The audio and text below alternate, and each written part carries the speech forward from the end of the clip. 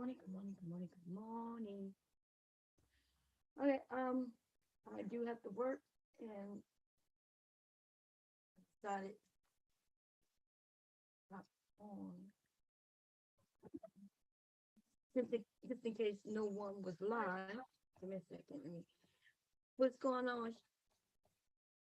What's going on? My king, my king. Stop dropping. How you doing, baby? Um, Trying to stay away from a lot of the drama that's going on. You know what I mean? I need a break and I need to catch up on some work because I have a summer craft show coming up, and that's where locally, and I make lots of sales. I normally sell out of everything that I bring, um, and so I'm trying to kind of double up on and change some of the items that I'm also making available. I think these bags, I actually ended up getting a couple of orders for these bags last night when I posted the one that I made yesterday. I posted it on a site called something like that, and it's based on your zip code, area code, no zip code, yeah, zip code, and the neighborhood you live in. And so I posted the bag, and I have a couple of people who want them. Now, the thing is, I'm still testing the bag, make sure that it looks good. So I told them I'll be at the crafts, what is like a craft event, right? I told them I'll be there and I'll bring what I have there, right? Because I have too many problems when people want to order things.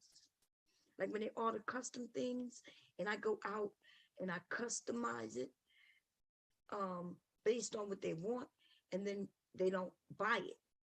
You know what I mean? And so I find I thought that would be the niche in my business, but it's not.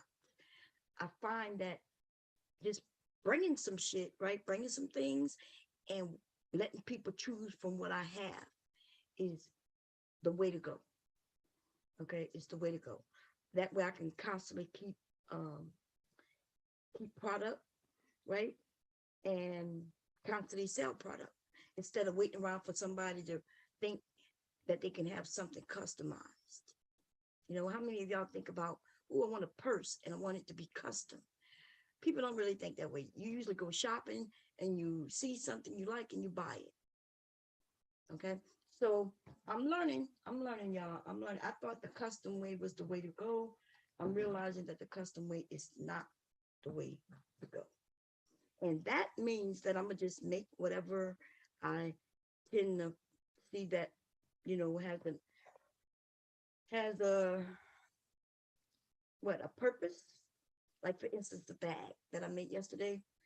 There is a purpose in that bag, especially if I put it around a niche, right? I'm gonna show y'all. Give me a second. Okay, so let me share my screen. Give me a second here.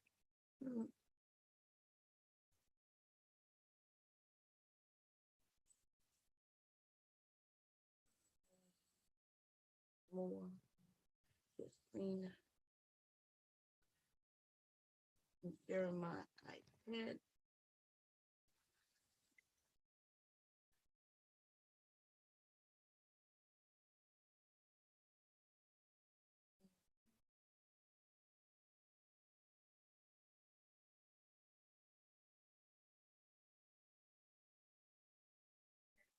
Okay, cool. So the bag, the bag, the bag I made yesterday is downstairs. But this is the one that I started yesterday as well. Now today, what I'm gonna practice doing is making lots of bags at once. Okay, I got to come up with a system where instead of making two or one at a time, I'm going to make a group of them.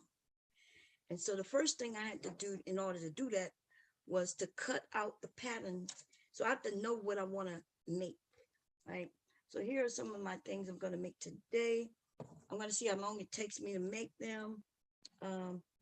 Okay, so this is going to be the front of one, and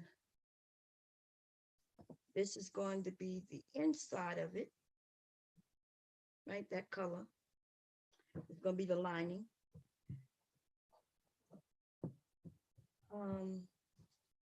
This part is going to be the pocket, right? The pocket. And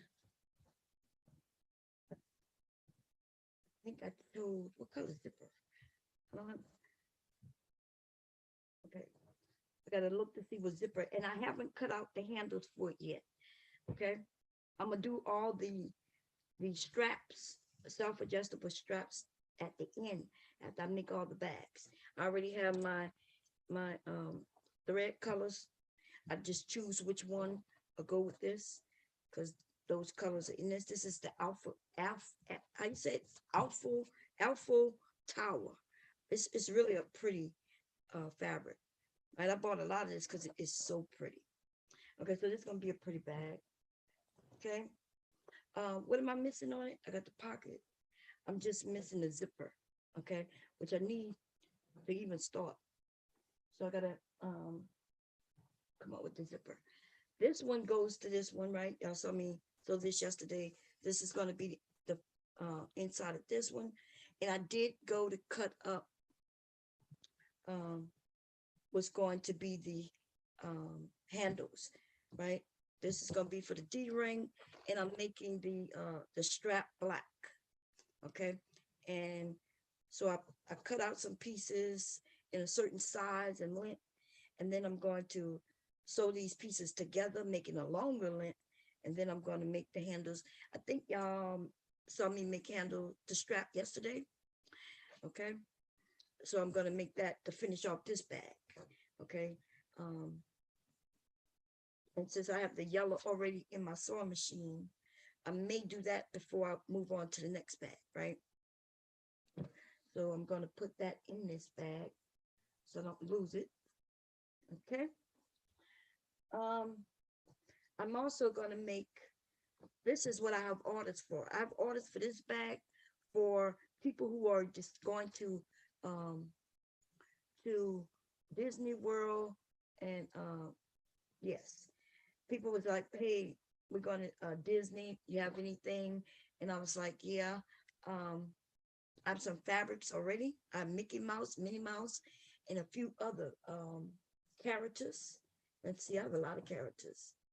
I ended up, and so I'm going to make this one because it was an adult who wanted one, and she wants some for children too. So I'm going to make this bag, and I am also going to make it in a children's size. Now, when I decided to do a children's size, that's what I'm going to make first today. So I have the outer, this is going to be the outer, this is going to be the lining for the main bag. This is going to be the pocket, and this is going to be the zipper. I'm thinking about putting a black zipper though. I like things that going to stand out. And I think this red kind of blends in. Maybe I'll use a black stitching around it. But I do want it. So I do have the zipper for this. And I haven't cut out the strap, like I said. I'm going to do that, do all the straps at the same time. Okay, so I have this one enough where I can start. And this is the one that I'm going to start first because I'm deciding to do a kid's version, right? So I was thinking, okay, how am I going to do this? I don't want it to be as long, so I shortened it. Okay, I shortened the pattern. I'm going to make it, since this is a test, I decided to use the fishing fabric because I have a lot of it. And hey, I have a grandson who could use this summer. If I don't sell it, he'll definitely use it, right? So so I'm going to make some changes to how this pattern is created based on my needs. Okay, so I wanted the I have the fishing fabric. I want the orange to stand out. So I decided to make the lining orange, right? Um, that's gonna be the lining. And because the lining is orange, I'm going to be doing a zipper, an orange zipper on it, which I thought would help that orange in this fabric. That, see, the orange is not big and bold, but by me adding orange, it's gonna make that orange pop. So that's why I went with orange. And also, hey, I have a limited colors of zippers. I'm running out of zippers. I use them a lot. So I decided, oh, let me use some orange. I had, okay. And I decided for the zipper, the pocket though, the when you open the zipper, this is going to be the fabric inside of it, just like the outer. And this bag should pop. This should be a nice bag. Okay, so it's going to take me a minute to figure out how I want to do this bag. It's going to be almost the same way I did the other bag, except it's smaller, as in height, and also smaller as in height, which means I got to make some changes here. And I do want to box the bottom. I could add a bottom.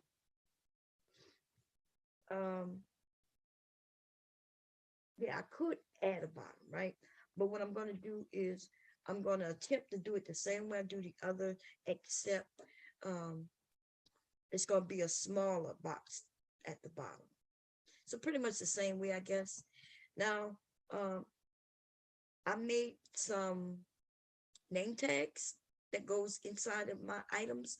If you ever purchase like a pillow from me, or you purchase whatever, mask and all that, you see that I made some homemade tags. So I'm going to show y'all. I did this really with a printer, and I'm talking about a regular printer, y'all. Okay, but what I need to do is I'm going to interface it. Y'all probably can't see what I'm talking about right now because it's slow. Oh, now you can. Okay. So it has my business name on one side, and then it has Handmade by Bomb, and it has my phone number. Okay. I want to interface this because I don't want it to unravel. Now, before I wasn't worried about it unraveling, but I noticed I didn't cut enough, because this is a tag that I kind of fold, right, and put in the items.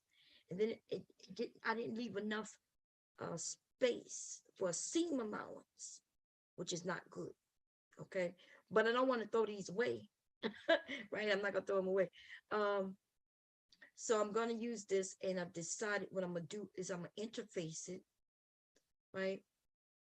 Probably adding, and I'll be able to add a few more inches on the sides, just to give enough for a seam allowance. And remember yesterday I told y'all that this interfacing, which I didn't know when I bought it, or maybe I did, I'm not even sure. Like sometimes I buy shit and I be, you know, I may, when I got it, I may have saw that it was double-sided. I'm just not sure what I was thinking about. Like, why did I buy it? Oh, you can't see. I'm out of, okay. So I'm going to interface it with the double side, right?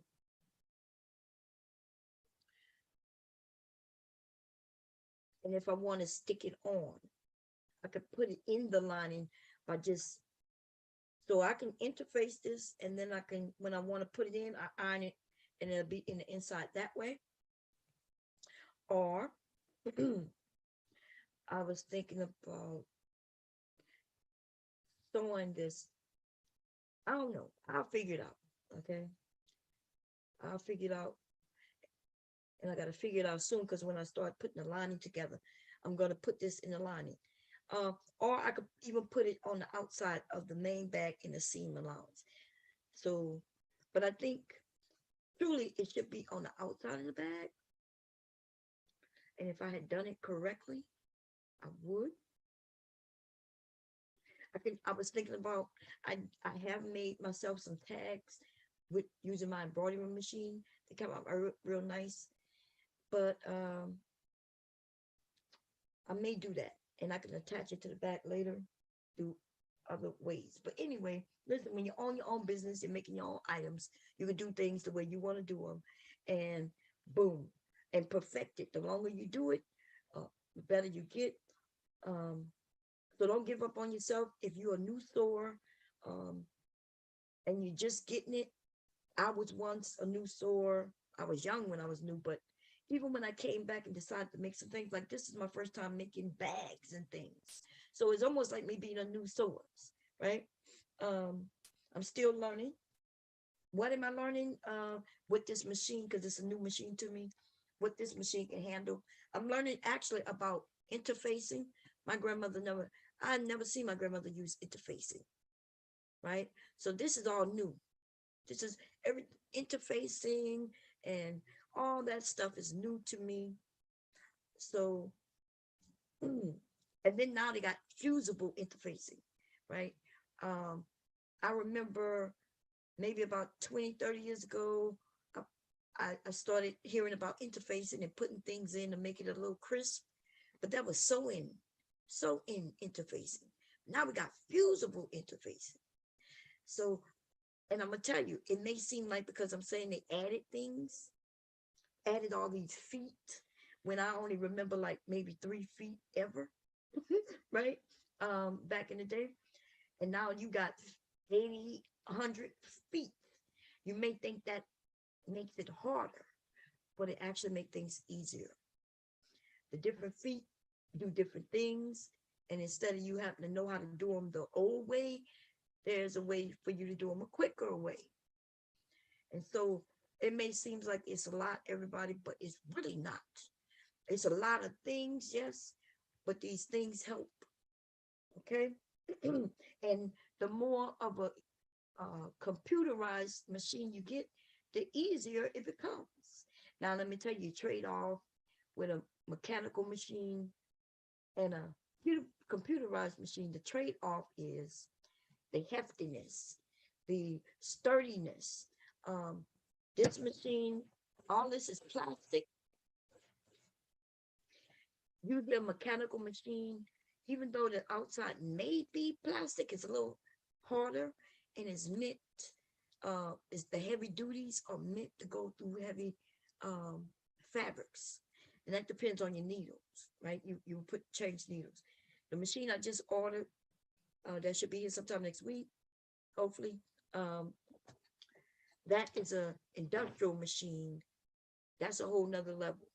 And when I get that machine, I'll show y'all how I use it. But anyway, for those who are thinking about sewing, even if you're not sewing to sell, but you're just sewing for yourself, for your family, is it cheaper to make your own clothes? No, it's not. Okay, don't let nobody fool you. Please don't let nobody fool you. It's cheaper for me to go to Walmart to buy a shirt than for me to go buy some fabric to make a shirt.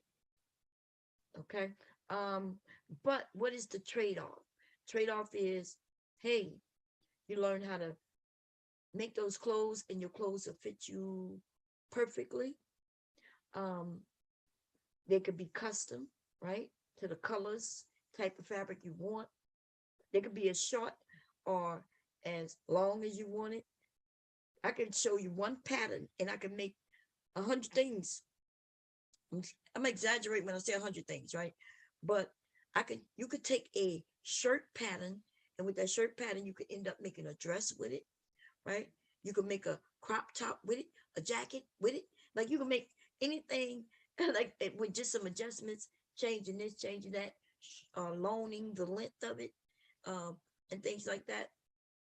You can essentially get maybe about 10 patterns to make everything you want, whether it's a jacket, a suit, a shirt, a t-shirt, jogging pants, jeans, whatever. Um, you literally 10 patterns, and I'm gonna say less, but 10 basic patterns, and you can make all those things simply by changing the type of fabric right? Which would change, but the style of the item. For instance, I could make the same dress in quill cotton, and then make that dress in, uh, let's say, uh, linen. And although it could be the exact same dress, different colors, but mainly different fabrics, and they're going to flow differently. The quill cotton is more stiff, and the linen has a flowness to it. It still is cotton, but linen it's a cotton feel, but linen has a flow to it. How about the same thing in a silk fabric? And now you have a silky uh, consistency, right? The feel to it and the flow as well. You get a stretch fabric, and now there's different type of stretch fabrics, and now you have a dress in that same pattern where it was a straight dress. Now that dress become fitted to you, right? I am serious, like same pattern, different fabrics, and now everything about the structure of the dress or the shirt changes. Okay. Um, if you want to start sewing, I would essentially, I started out sewing garments, right? Sewing other items like bags and purses and shit like that, and zip bags and all that shit was new to me. But since I was a girl, we sold to sew, to wear clothes, yo. We didn't sell to buy sell. We sold so we can have fucking clothing. Okay, so we can have clothing on our bodies. That's why we created items. And today, people don't do that. And when you buy clothing, they really not built. They're not made to last. Mostly everything has a straight stitch. They may do a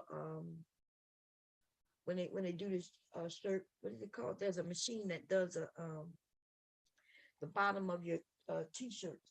You will be able to tell my shirt, my t-shirt from store-bought t-shirt. That is true, right? Unless I go and get a cover stitch machine, which I'm not. Okay. I'm not buying a machine that only does one thing.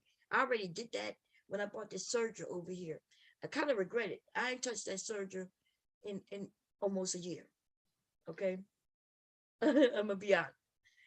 Well, it hasn't been almost a year, but I haven't touched that serger in a while. Um, because it's mainly for stretch fabrics.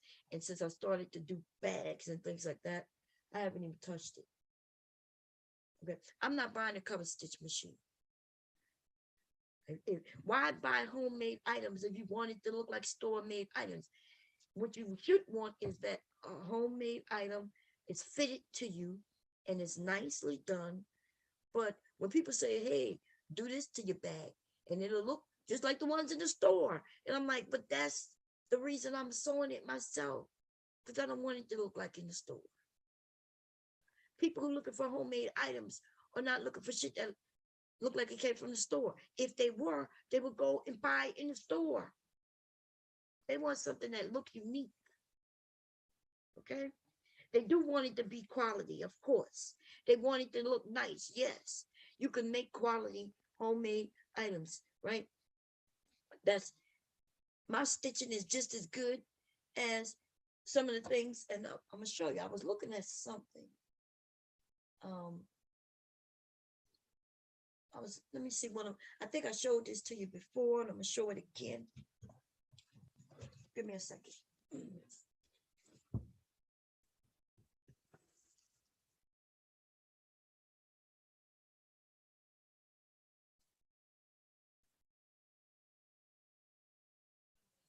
This one, I made this one.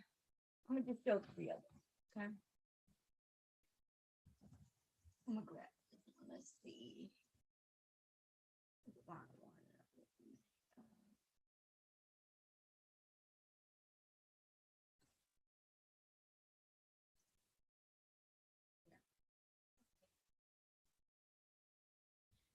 Okay, give me a second. I've done this before. I showed y'all things that I made versus things that are store bought. Now, oh, here we go. I'm gonna wait for it to start showing. Actually, let me stop the share. This thing, it takes too long. Okay.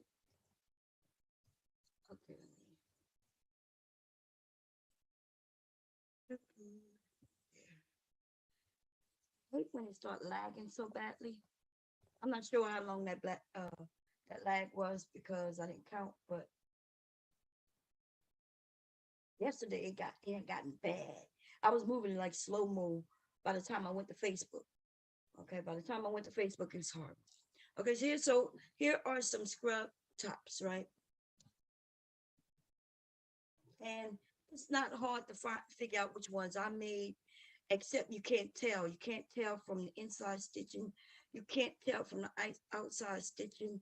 You probably can tell because and you may not even have known, but I did embroider this on the pocket, right? And then I made my husband a matching face mask that had the same thing on it. So he loves fishing, and I made him a scrub top. I think y'all, I did this live, but it was before I lost my channel. So it was on the other channel, but I sold this, and no matter where you look, you can't tell. It doesn't look any different, you know. You might be able to tell, like, for those who know sewing, you could tell that I ended up using my peak and shears here, okay, instead of interlocking it with the serger. I use peak and shears. But yeah, he's been wearing this for over a year. Of course, he don't wear it every day, right?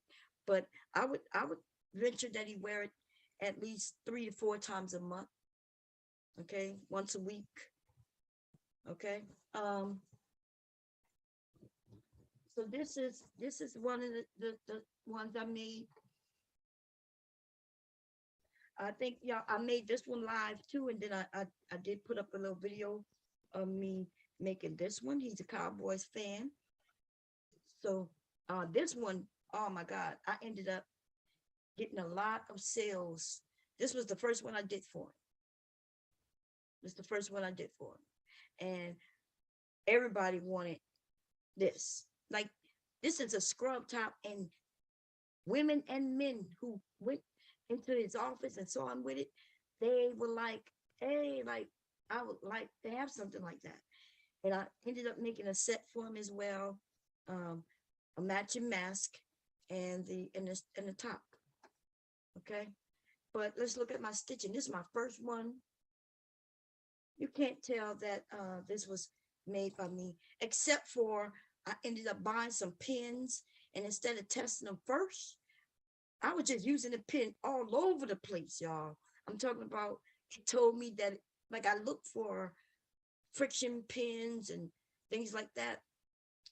And so when I looked it up on Amazon and the pin came up, I bought it. And I was all excited. I used that pin all over this. You can't really see it, but I made this it's definitely 2 years ago. And that stripe won't leave. Now, nobody can see it. If I wouldn't have pointed it out, y'all wouldn't be able to see it. But I was starting to think to myself, and he never told me, because my husband himself didn't even see it, right? He never told me. This is the first one I did. And I did not have my serger with none of these. So this is a regular sewing machine where I zigzag. I chose a nice zigzag, and I zigzag the edges. And no one could tell that this is homemade. Okay. And then I made him this one, army fabric. I made a couple of Marines ones. This was a hot seller too. People love when they see the teams, and they love when they see the Army, Navy, Marine, shit like that, right? So I made this one for him. Okay. And this is one, let's look at one that's bought. I'm going to point out the things that are different. And they're not different in a good way, necessarily. So you could tell that this one was bought because it says Dickies. But look, remember, I'm worried about my tag. That's why we're going to interface it. But look at their tag. Their tag is unraveling. I don't even know what the hell this is or what it was, right? Now, I can use some ribbon and put my logo on it like that. That might be what I might do. Okay. Let's see. Their collar is real thin at the top up here. And what they've done is they made the collar and then they took and put a bonding, they did a bondage tape around it. Okay, right, just right in the back. And you know what that does? It's kind of hard there because it's so small. It's like 1, 2, it's like 4 layers of fabric right in your neck area, right? Because what is bonding? What is bonding tape? Let me show you. Bonding tape is a piece of fabric. That's what I actually cut this to make bonding tape, right? So bonding tape is a piece of fabric that's cut on the bias, and I did sew some pieces together, and I have to go in and clip it, but it made one long strip, right? And then essentially what you do is you fold it, and it's folded again. It's actually folded 4 times. So just the binding fabric alone is 4 layers of fabric. It's like this, right? That's 4 layers. No, there's 2 layers, right? It's 2 layers right now. And then you fold it on top of each other. Like when I made the strap. Now that 2 layers turned into 4 layers. And it's in between another layer. So there's 5 layers of fabric just on this little area right at the top. It's thick. I could feel it. It's really thick. It's a good thing they only did it in the back. Okay. So I imagine you ever had a shirt, ladies and gentlemen, that you wore, and around the collar, it's bothering you. Most of the time, people think that it's the tags, and sometimes it can be the tag, but most of the time, the actual it's the back where the tag is at, right? Because it won't be just in this area; it'll be the full area, and it's scraping against your back there. And you're like, God, this shit bothers me, and it's because it could be something like this, just too thick. Everything else is light, and right here is thick. It's thick, right? But if you look at his V-neck looks just like mine. Actually, my V-neck looked better. No, actually, his V-neck looked good. It looks good. Mine do look better though. Let me show you. You can't tell because it's dark. My V-neck is smaller. Look, let me show you. My V-neck is smaller, and I didn't sew a line going like this. And it had, yeah, this V-neck is awesome. And I don't even know how I did it. Like, I know how I did it, but I'm gonna be honest. I was like, how am I gonna put this in here? And so I pinned it the right way that I wanted, and then I gave it a little lip right there, and it came out awesome. Okay.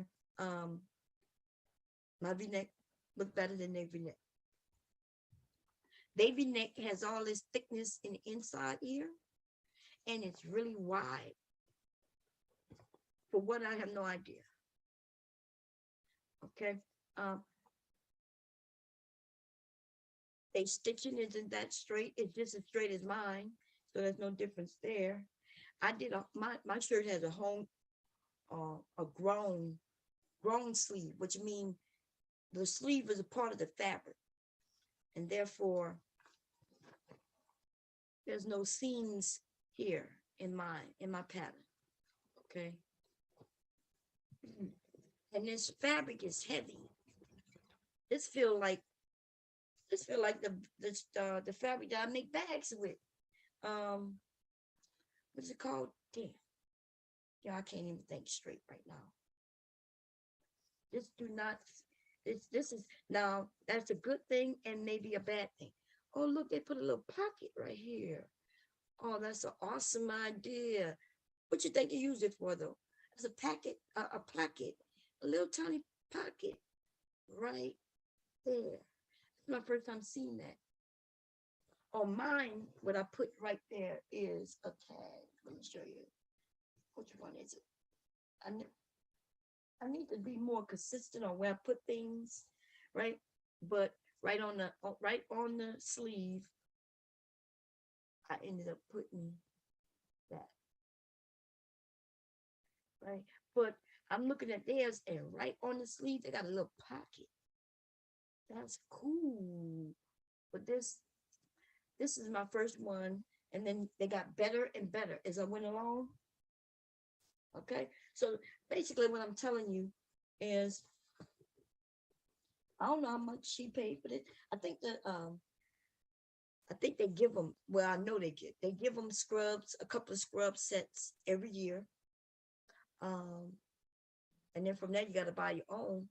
And instead of him buying them, I just make them. Okay, I make them for him, and they could be in any color he wants. Um, yeah, any color he wants, any type, and he loves them. Okay? And I actually bought this fishing fabric, to be honest, to make him a scrub top with it. And I have another fishing fabric to make him another scrub top. It's where he's into fishing, and I figure, okay, anytime I see fishing fabrics, um, I buy them. I buy it. I buy a little bit of it. Just need like 3 yards to make one of those shirts for him. Really 2 1/4 of a yard, something shit like that. Um, yeah, so I buy it. And now we're gonna get on to the bags. I'm just saying, look, ladies and gentlemen, if you want to learn how to sew, I will teach you. I hope I make it look easy, because it's easy to me, right? I do things a little different, right? And because I'm not really good with a fourth, a seventh, eighth, I'm not good with none of that shit. I'm just learning. I'm just actually learning, teaching myself that. As I sew along, I'm like, when somebody say, hey, it got to be 7/8, and I'm like, well, what the hell is 7/8? And let me tell you how I figured it out. I figured it out on my own, right? Because it's hard trying. If you don't understand something, it could be difficult when somebody teaching you, because they teaching you the way they know it, right? They know it. It's almost like they teaching you, but not, because they know it already. And so to them, what they're saying makes sense. But to me, no matter how many times you tell me 7/8, but you don't show me how you came up with 7/8, then I don't know what the fuck 7/8 is. You could sit there all day saying, here, this is 7/8. And I'm like, well, how do I know that's 7/8? Like, show me how to know that. Don't show me, you know what I mean? So I'm about to show y'all, to break it down, because you might be like me, right? You might be like me. So I'm gonna turn on my head. I'm gonna turn on my light up over my sewing area here, and I'm gonna pull out a ruler, okay? Because I think this is where people are more lost. Now I'm gonna stop the share first while I grab this, okay? Give everything time to catch up. And let me see where my ruler is. And we're gonna break this down, baby. I'm gonna break it down. And I think I see, because I didn't understand it, I had to figure out what it meant. And because of that, and I had to do it myself, I think I'm gonna be able to teach it to you. For those who don't know, if you do know, good for you. Okay, I didn't know, and I've been sewing forever. So that's why I say I sew differently. Somebody may say, okay, there's a seam allowance. They'll tell you what the seam allowance is. I will go and cut that seam allowance off. Or should I say, when I read the pattern and tell me what the seam allowance is, I will deduct that and then add my own seam allowance, right? Or, yeah, that's usually how I do it.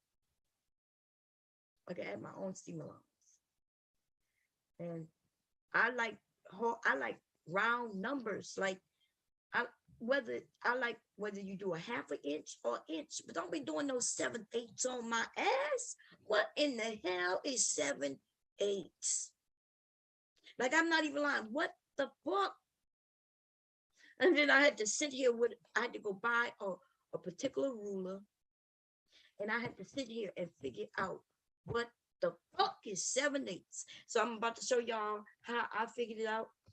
Okay. Let me share screen.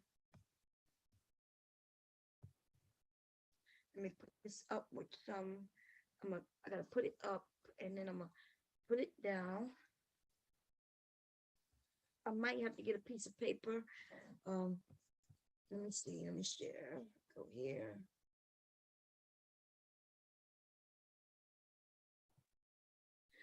I'm not even joking, y'all. This is. I know some of y'all might be like, I know what 7/8 is. Well, I'm gonna tell you, I didn't know what 7/8 is, and in fact, I just learned what 7/8 is when I bought this ruler. And I bought this ruler and another ruler a few months ago. Right? People talking about 7/8. What the fuck? That means? I don't know what the hell that means. Okay, and I'm about to tell you once I bought this ruler, and I started looking at it real closely, right? Okay, I have several rulers, but this type of ruler is the one that taught me. Okay, so listen, I like dealing in whole numbers, right? So I'm gonna teach it to you the way I learned it, right? So 1 inch from here to here is an inch. And I started to count all the tick marks in that inch. 1, 2, 3, 4, 5, 6, 7, 8. So there's 8 tick marks in this block. So that means an 8 is an inch. Right? When they talk about 8, when they say 7/8, there's 8 tick marks in every inch. So I guess 8/8 equals 1, right? A whole number over its own number is 1. Right? I know that kind of shit. So if they say 8/8, right? 8/8 is there's 8 marks in an inch. So if they say 7/8, then now what I do is I go 1, 2, 3, 4, 5, 6, 7. So that's slash right there, right before the 8. That is what they mean by 7/8. 7. So they break down an inch into 8s. Now it's weird because they can actually. What's weird about it? Some of you will say, "I know what 7/8 meant. I know what 7/8 is," but do you really? Because if I can break this down into all kinds of even numbers, which they do, right? They take this inch and they break it down into the long marks. 1, 2, 3, 4. Right? There's 4 long marks in it. So if I wanted to say 1/4, now 1/4. So 4/4 is 1, right? I think it's always even numbers, right? 2/2 could be 1. 2/2 could be 1. So 1/2 is a half, and that would be the half of it. That's easy to know. When you start doing, instead of going 2s, you go into 4s. Now, what's 2/4? What is 2/4? That's still a half, right? Now I start realizing, wait a minute, this is math. As long as I understand that this have to be evenly distributed, right?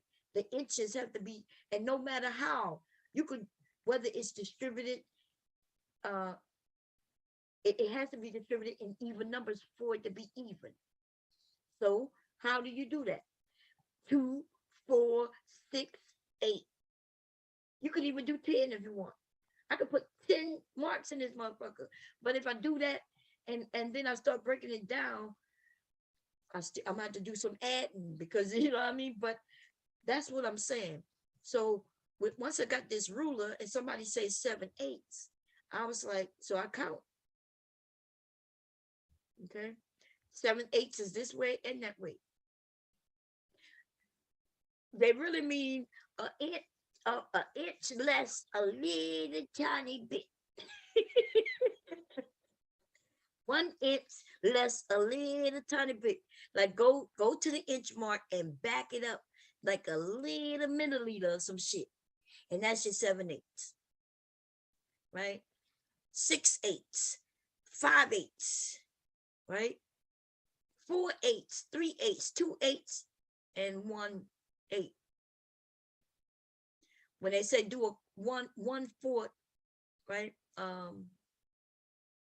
So the reason I knew how to do 1/4 and shit like that because I know money, and because I know money, I know a dollar could be a whole. One can be a dollar, right? 100, or one could be $10. As long as it's a whole number, right? And an even number, especially for the whole number, right?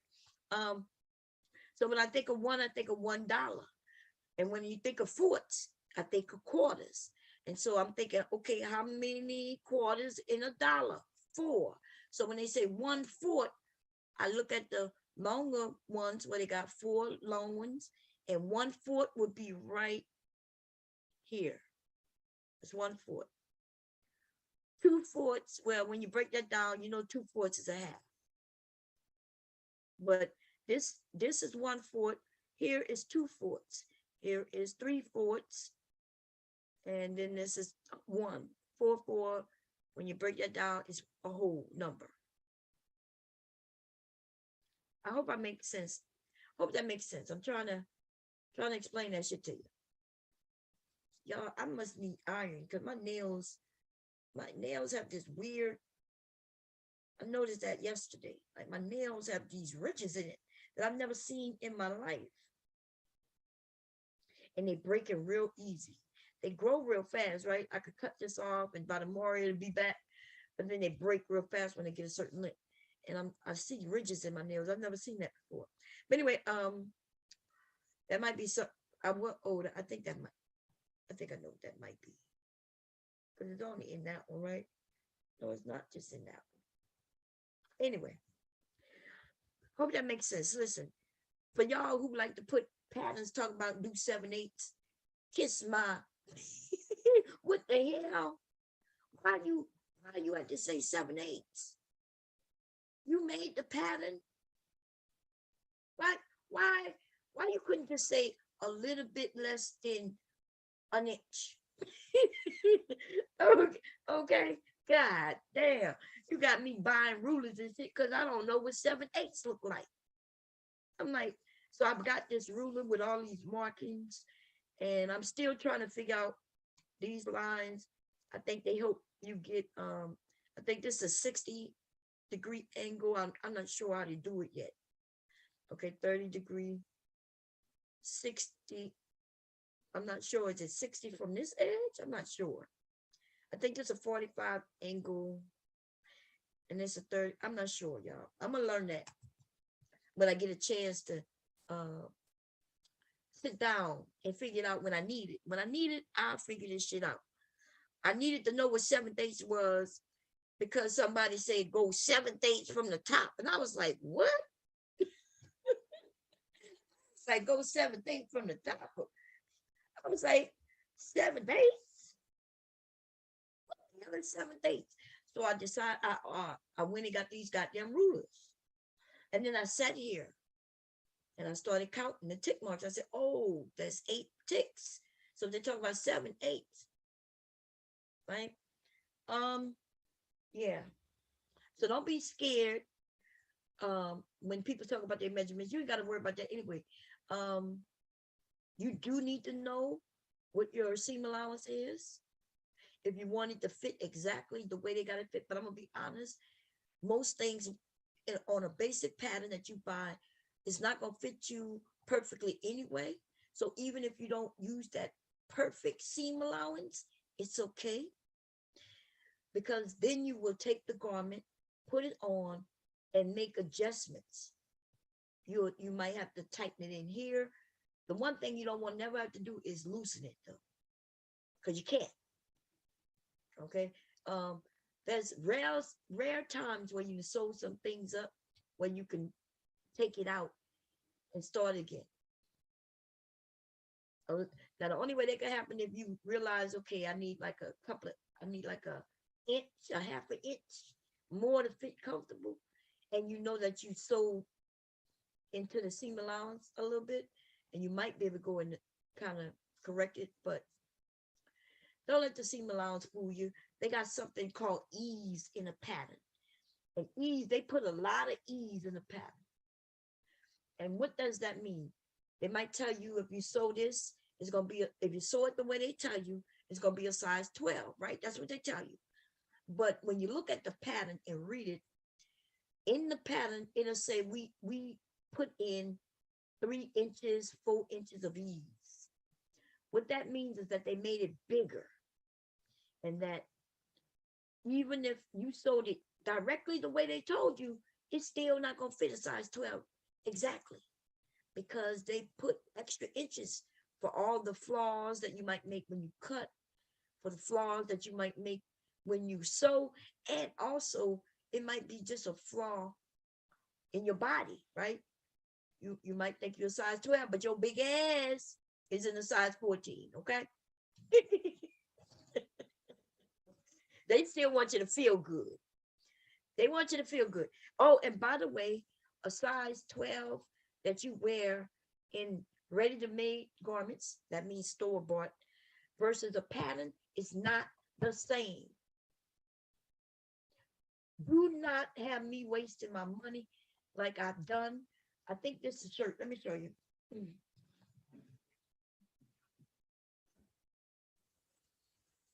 I sold this cowboy shirt for a woman, and I tried. So she saw you. Wait, let me stop this, y'all, and start it again, because it's behind a little bit. I think you can hear me, right? Right? You can hear me no matter what, but the video starts lagging. So um I didn't show anything after that you miss it. But let me share this though. I hate doing this, y'all. It's getting on my nerve. Um the only reason I'm doing it is because I'm talking right now, right? When I start sewing though, I'm not gonna worry about the lag as much. So I showed y'all my husband shirt, right? The Cowboys shirt that I did for scrub. This scrub, right? I'm gonna show it to y'all. I showed y'all this scrub top that I did, right? And because he when he wears it, I told y'all the sports and the military styles, people take notice. My husband is my number one seller, and all he has to do is go to work, walk around when he's going in Walmart or wherever, and every people ask him, "Where did you get that?" And then he gives them my card. Okay, and then we go from there. Now this is the thing.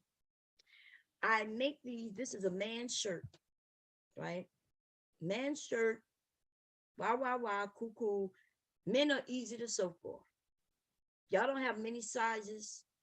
Y'all, it's straightforward. I don't have to worry about your breast size and your waist size. I don't need to know none of that shit. I just basic men lines. Mostly your shirts are just straightforward. This shirt is straightforward, right? To be honest, my husband won't let me fit it to him for real, because my husband is real. My husband is thin, but he'd be wearing these extra larges and shit. And I was like, babe, you don't need no extra large. And he's like, no, that's what I need. I said, not when I'm sewing them for you, right? Because he's so tall, he needs extra large because he needed to go. He don't want no shirt going up his backside. So even though it might extra large or be too big in certain areas, it fit in certain areas, right? Anyway, a woman saw him and gave her. He already know how much it costs. It's $100 for the set.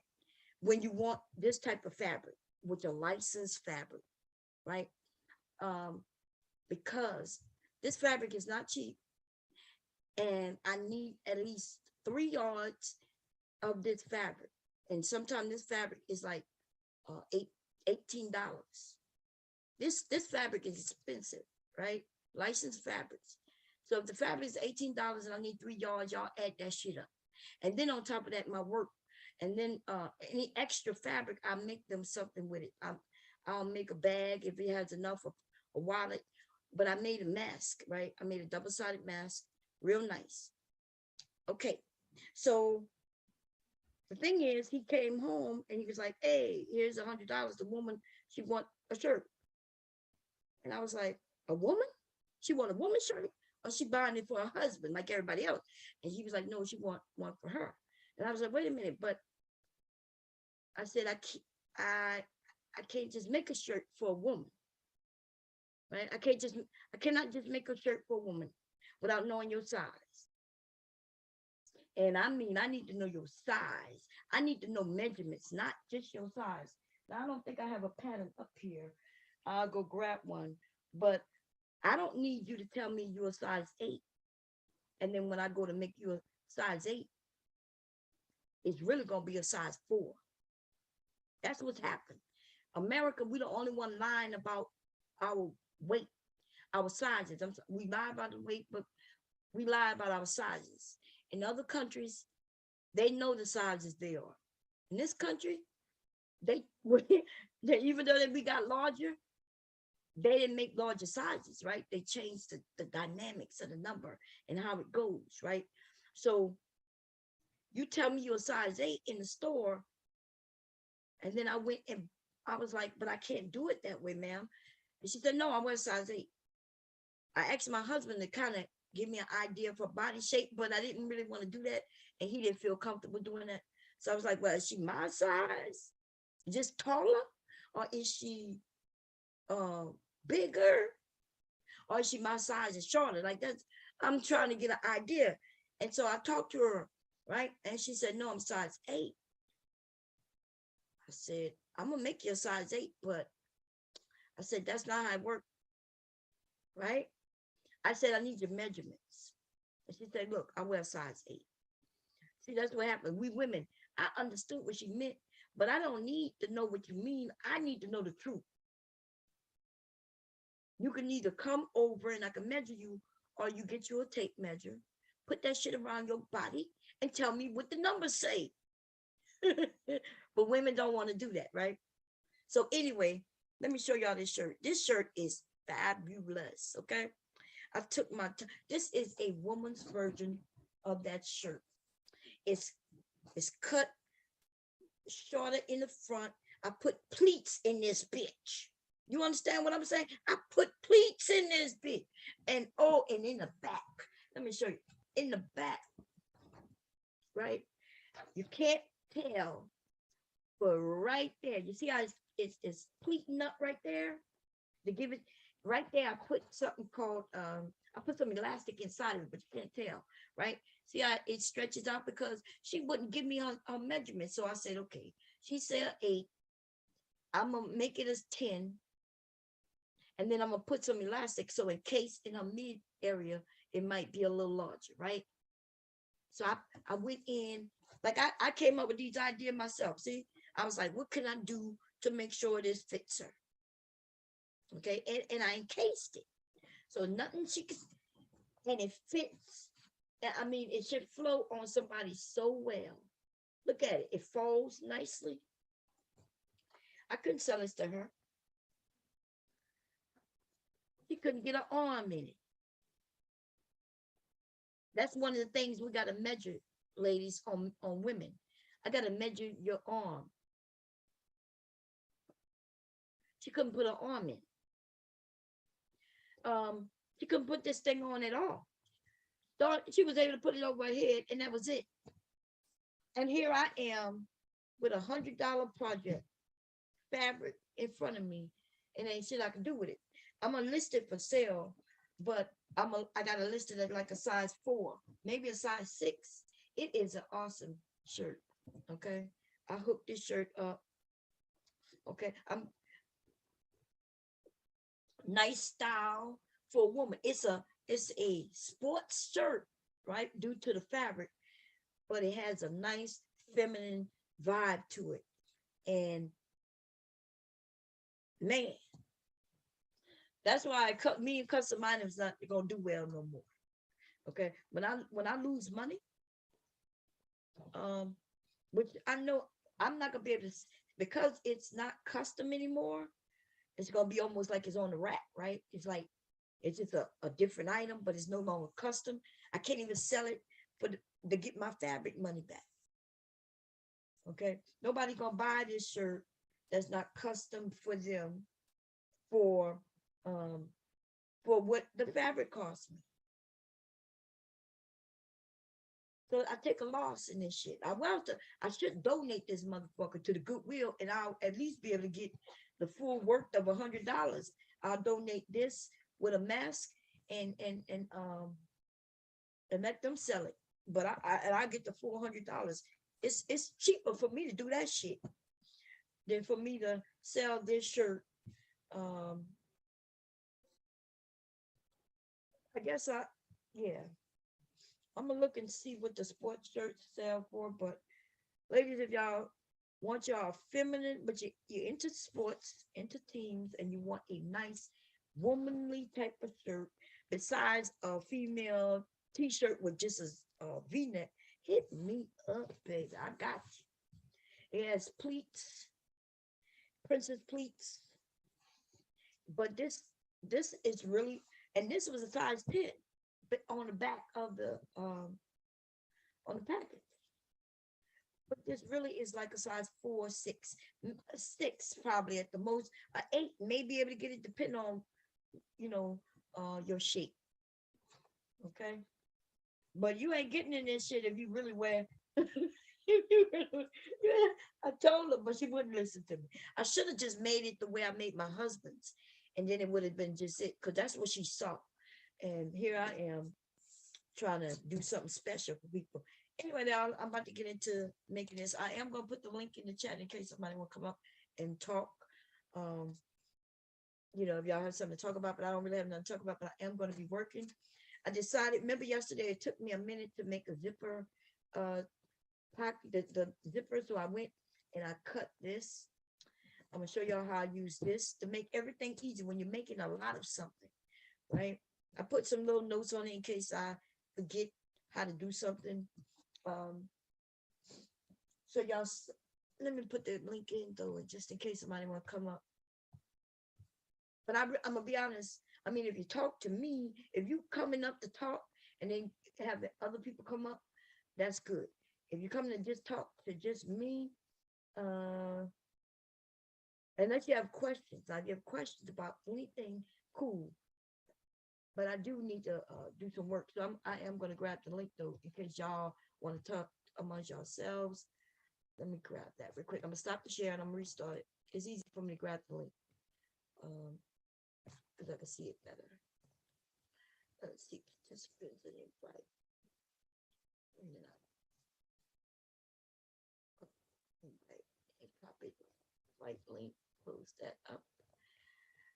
Come outside, find the stream. Aries, what's going on?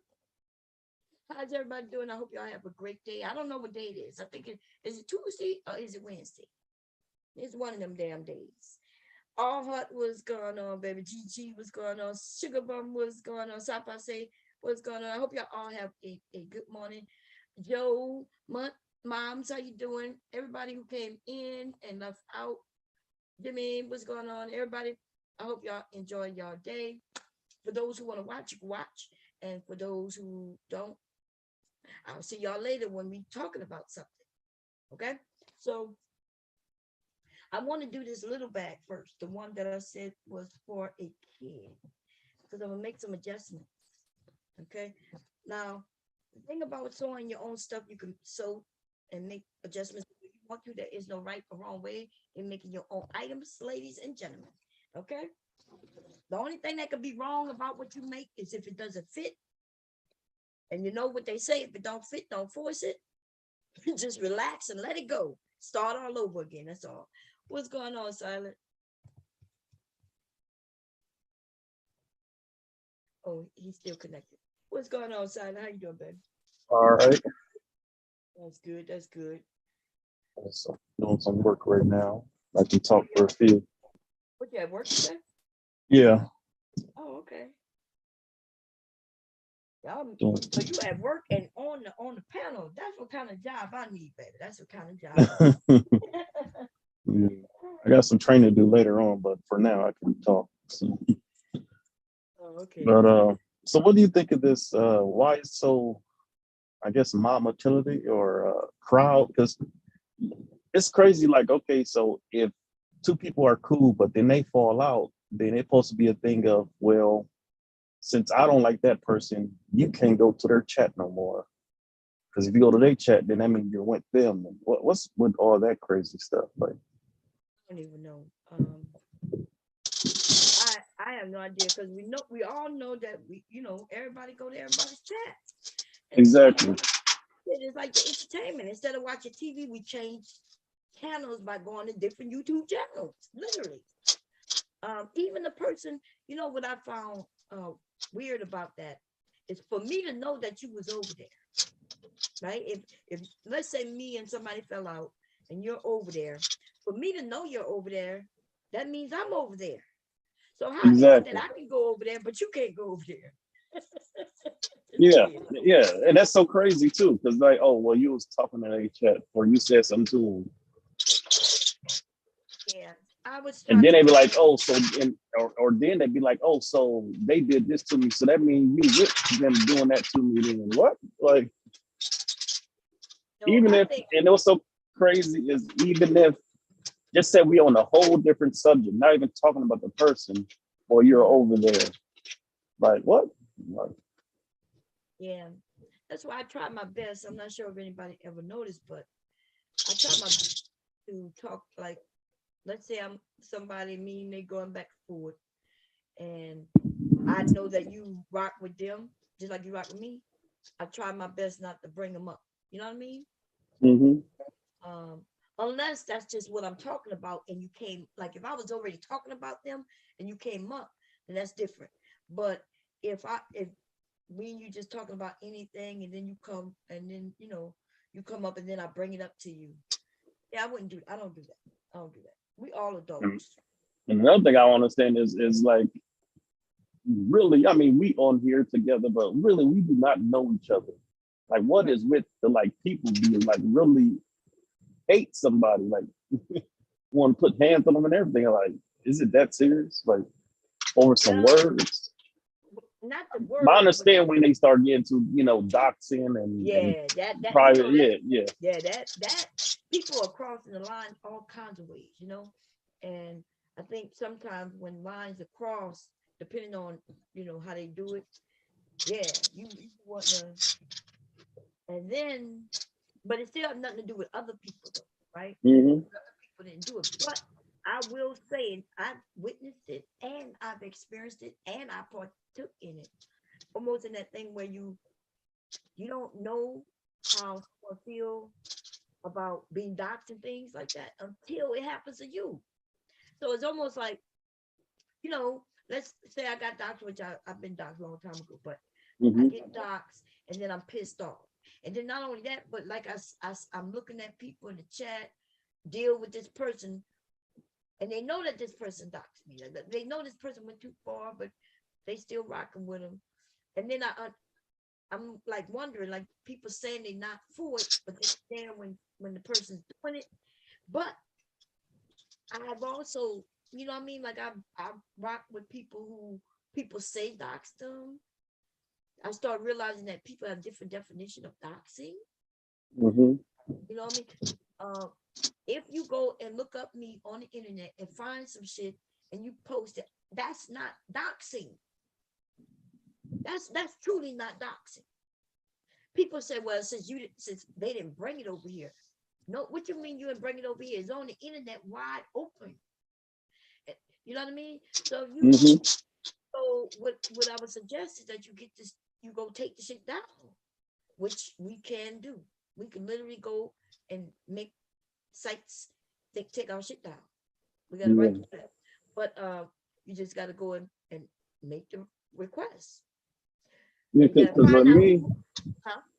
no, I say because like when I got docs, they're like, oh, he's scared, oh, he's running away.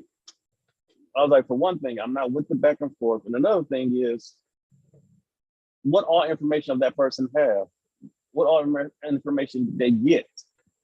You know what I'm saying? So why like throw fuel on it? You know what I'm saying? Because that start going back and forth, and okay, they could have got more information than I, more than my name. They could have started putting pictures out. You know what I'm saying? Because it was my Facebook, so my mom, brothers, sisters, all that on there. So there's no telling what all information they had. So I was feeling like, okay, just disappear from that area so no more information get put out. But people like, oh, you Right. running scared and blah blah blah. Like, no, it's Even if you run it, look, that you have a right. We all have the right to be afraid that somebody gonna put out your parents and stuff. You know what I and mean? then That's the and then reason. the job. So Facebook got your job on there too. You know what I'm saying? Put your job out, all that stuff. Yeah. And see, that's what I'm saying. And people, it's not so. It's not just that they know where you work. Some people take it further than that. Not they will call the job, make up stories just to get you fired, and that I, is I know somebody. I know somebody that did get fired because of that. Like, and it was so little simple. It was a simple thing of one day he did a video and he had a company shirt on, and that person been watching him so long. As soon as he got that, he snapped a picture, called the company, got the guy fired. yeah. They got people who really hate you. Even you don't even. I might not even know some of these people who hate me, and I've not done them anything to hate me, but people hate people for different reasons. They can Mm-hmm. hate me just because I'm a woman. They can hate me because I'm black. They can hate me because I'm a light skinned woman. They hate me because of this. They can hate me because I talk. They and there's some people who just are hateful people, and but when they really hateful, it's not they hateful. They're watching to catch you slipping, to catch something that they think they can run with. But see, there's nothing that they could catch on me to run with. You know what I mean? Mm-hmm. And now the internet has caught up. Workers know now that people may call and make falsified allegations, so they're not so quick to fire people anymore. But at one time, it was easy to get somebody fired. Oh yeah, and that's what was so crazy. It's like you make me mad, so I'm gonna get you fired from your job. Like what? How does it Yeah, go to man. that level? I I don't even know why somebody would take it that far. Cause see, that is some crazy. That is way too far. Mm-hmm. Way. Now you messing with the livelihood. If the person got children, you messing with everything. Mm-hmm. And I'm trying to figure out what a person could have done you to make you hate them so much that could Well, happen. But I'm now people are able to sue people when it happens. oh yeah, People are now good. I'm still gonna be here. I just gotta go on mute. I gotta do a quick delivery real quick. So I'm here though. Okay. I'm Okay. gonna do this real quick. Mute it. Okay. Yeah. It, it could be dangerous. Y'all. I've been on the internet for over 30 years. Okay. And when I first came here, the first thing they told you is not to trust no one. Like, don't give out your information. Now everything has changed. Now it's almost like they expect you to give it out. Now let me tell you who changed it. The people who want to sell your information. Okay, the people like Facebook. The only reason anybody was able to even know anything about me, although I've been on the internet that long, because I was protecting myself. And Facebook did that shit. And I'm literally was thinking about suing their ass. Okay, thinking about suing them. I'm talking about that shit that that they gave me. I was thinking about, because they get your information, and see, everybody can't sue them, but some of us can, because see, I was protecting myself so much that even Facebook couldn't find me, and they required an ID from me. And they was like, hey, if you want to keep your account, we need you to send us a valid ID with picture and everything. I'm not even joking. And with that information, they started linking everything to the accounts that I shared. They started linking that to my real information. I should sue the shit out of them. Okay. And if something happened, if something happened, they're the ones I'm going to sue. Okay, I can talk for a quick second, but yeah, the same thing kind of happened to me. Facebook did a thing of, I put my name in there. Next thing you know, they said, well, I'm not me. I said, I am me. Well, it's more than you with this name. So I had to put my middle initial to be like, okay, this is me. Yeah. So. Oh, you put a middle initial. Yeah, but they see, it's still different. They can still say, well, no, they asked me for a legit ID. It couldn't be like I tried to get away with it with just showing a basic ID with no picture. And they were like, no, it had to be a actual ID. That's weird. I never had that. Yeah, I think I did have to do a snapshot of my ID now I think about it. Yeah, now see, that's different. When they made you, and the reason they made me do that, because for years I've been, like I said, leaving the breadcrumbs to wrong information. But that was me protecting my family. I'm not out here trying to just lie to people. And like nobody can accuse me of scamming them for money or nothing like that. I was literally just protecting my family, right? Didn't want my kids, who wants to get, you think how I would feel if my husband got fired because of something I'm on the internet just chatting with people, and all of a sudden he get fired. Now that couldn't happen today, but back in the day that could have happened. Today that couldn't happen. People, and trust me, people have tried. People have tried. You can't fire the person who do the hiring. Right? If they would have did it maybe like 10, 15 years ago, then yeah, they may have been able to do that. But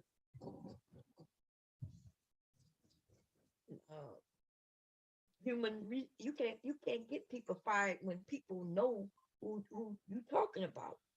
And there's nothing they can say negative about my husband. They would have to prove it, and they would have to show video proof of something. They can't just say it. They would have to say, see, here it is right here. And then it got to be something terrible. It got to be something against some group of people. My husband's not like that. So we ain't worried about that.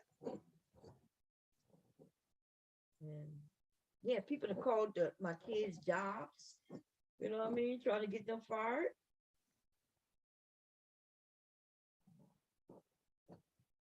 Yeah.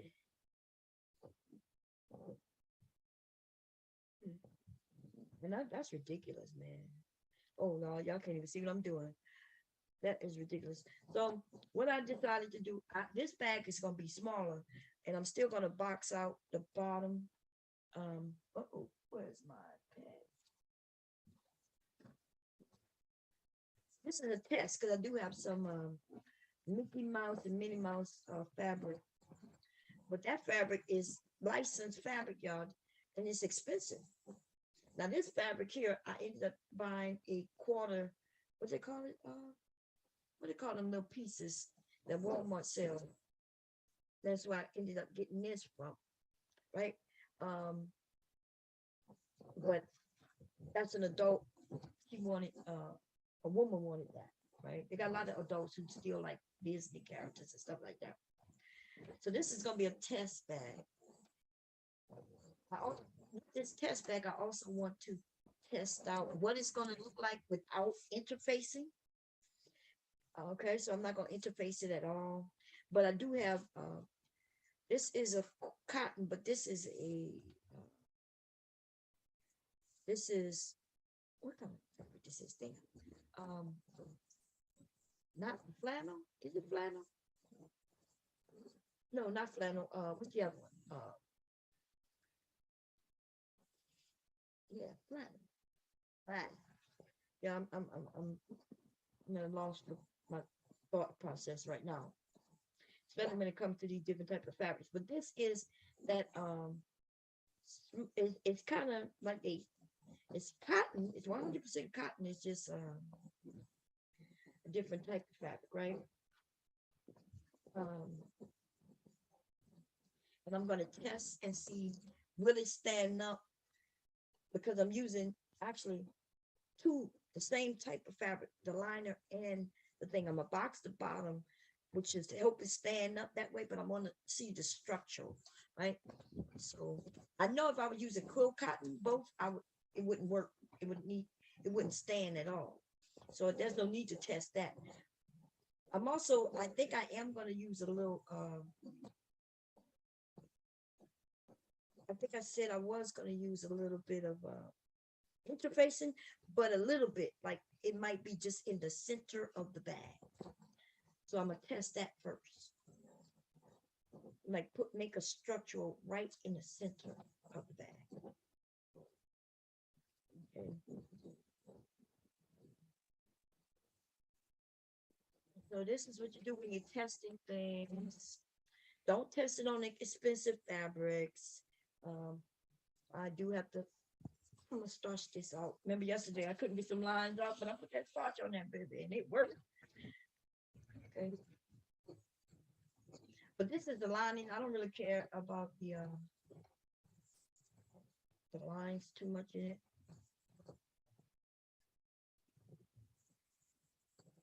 Yeah.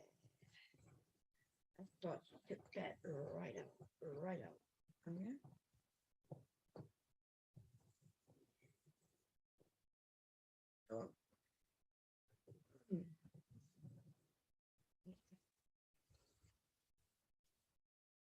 So, this pattern, the pattern comes from Lynn's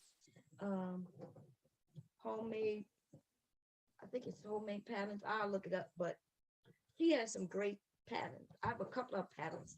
I have the purse pail, the pocket pail, and this one. Okay. She has a couple other patterns that I like, but they were simple that I could draw those up myself. I'm actually kind of being lazy when I buy people patterns because it's not that difficult to make a pattern. You literally just draw up the pieces and then start doing math and figuring out how round you want it, how tall you want it. And you could take somebody's pattern and change it up with some different measurements and bam. And that's what I see a lot of people doing. You know, so then we're gonna do a couple of ones at the same time. I definitely know I'm gonna need starch on this because this is that Walmart shit, man. That couldn't be that line out. Except with this stuff.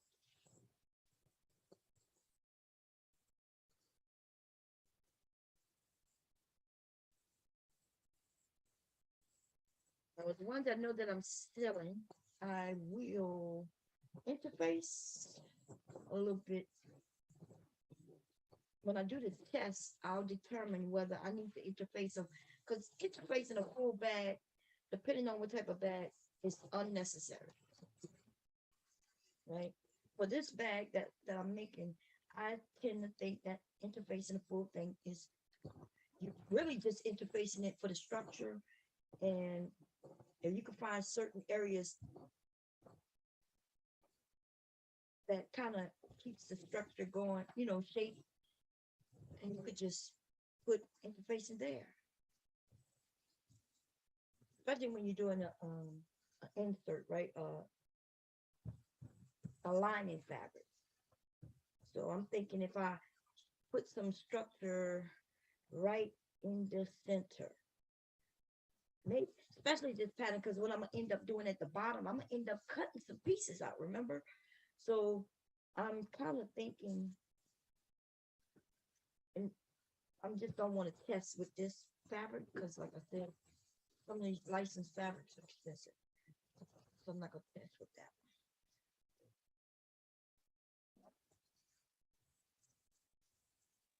Okay. Yeah, I don't want to test with that. Now, what I can do, I could test with the lining, because I can always take a lining out. That's the good thing. The good thing, if the lining comes out incorrect, I can always pull it out.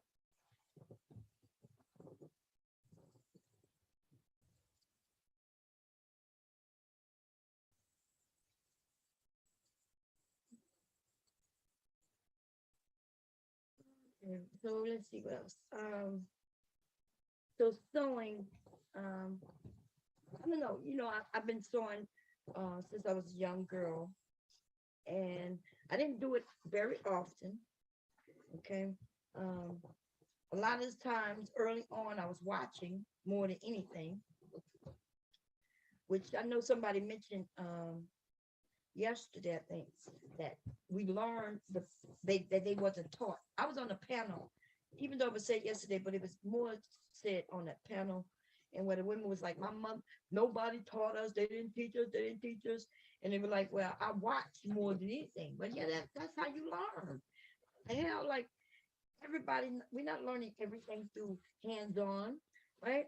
Um, we learn mostly through watching. And through the years, watching your mother, you may have not sat there and watch her make the full meal, but through the years, you watch her do different things with the meal, right? And and then when you got older, if you didn't know something, you called her up and asked her, "Hey, mom." And we got people crying, talking about, "Mom didn't teach me." And then when you ask them, "Well, what were you doing?" Right? What were you doing? You was wanting to be outside playing, and so now it's your mama fault that she didn't teach you, or is your mom fault because she was working, and when she, got home, she hurry up and made a meal so you could eat, and now you crying because she didn't take the time to not go to work, you know what I mean, and not make sure dinner was ready on time for everybody to eat. You want her to stop? Like, come on! It's like a bunch of cry baby people today, and you want to blame everybody. But you know what? Even if your mama didn't teach you how to sew or cook, you can legit learn how to do that today. You have no excuse for that. And, There's a goddamn and channel. plus that was an elective you could have taken in the home ec class. Yep. I know you was back. Thank you. Welcome back. Yeah, I just got back. Yeah, Oh, okay. Yeah, because I feel that's like I mean, I probably don't remember. It was what, like sixth, seventh grade, but I remember I took a home ec class and taught us how to bake, how to sew, all that stuff. so you know the basics. Even if you don't remember how to make a particular meal, if you got a recipe, Hmm. you know how to follow it, don't you? Oh yeah, and then yeah, even with the cooking, I'm a Mhm. visual learner, so I watch my mom cook and stuff. I have, or one of my brothers passed away. The one who passed away, he did know how to cook, but my other two brothers, the one closest to me and the oldest one, they don't know how to cook nothing. Yeah.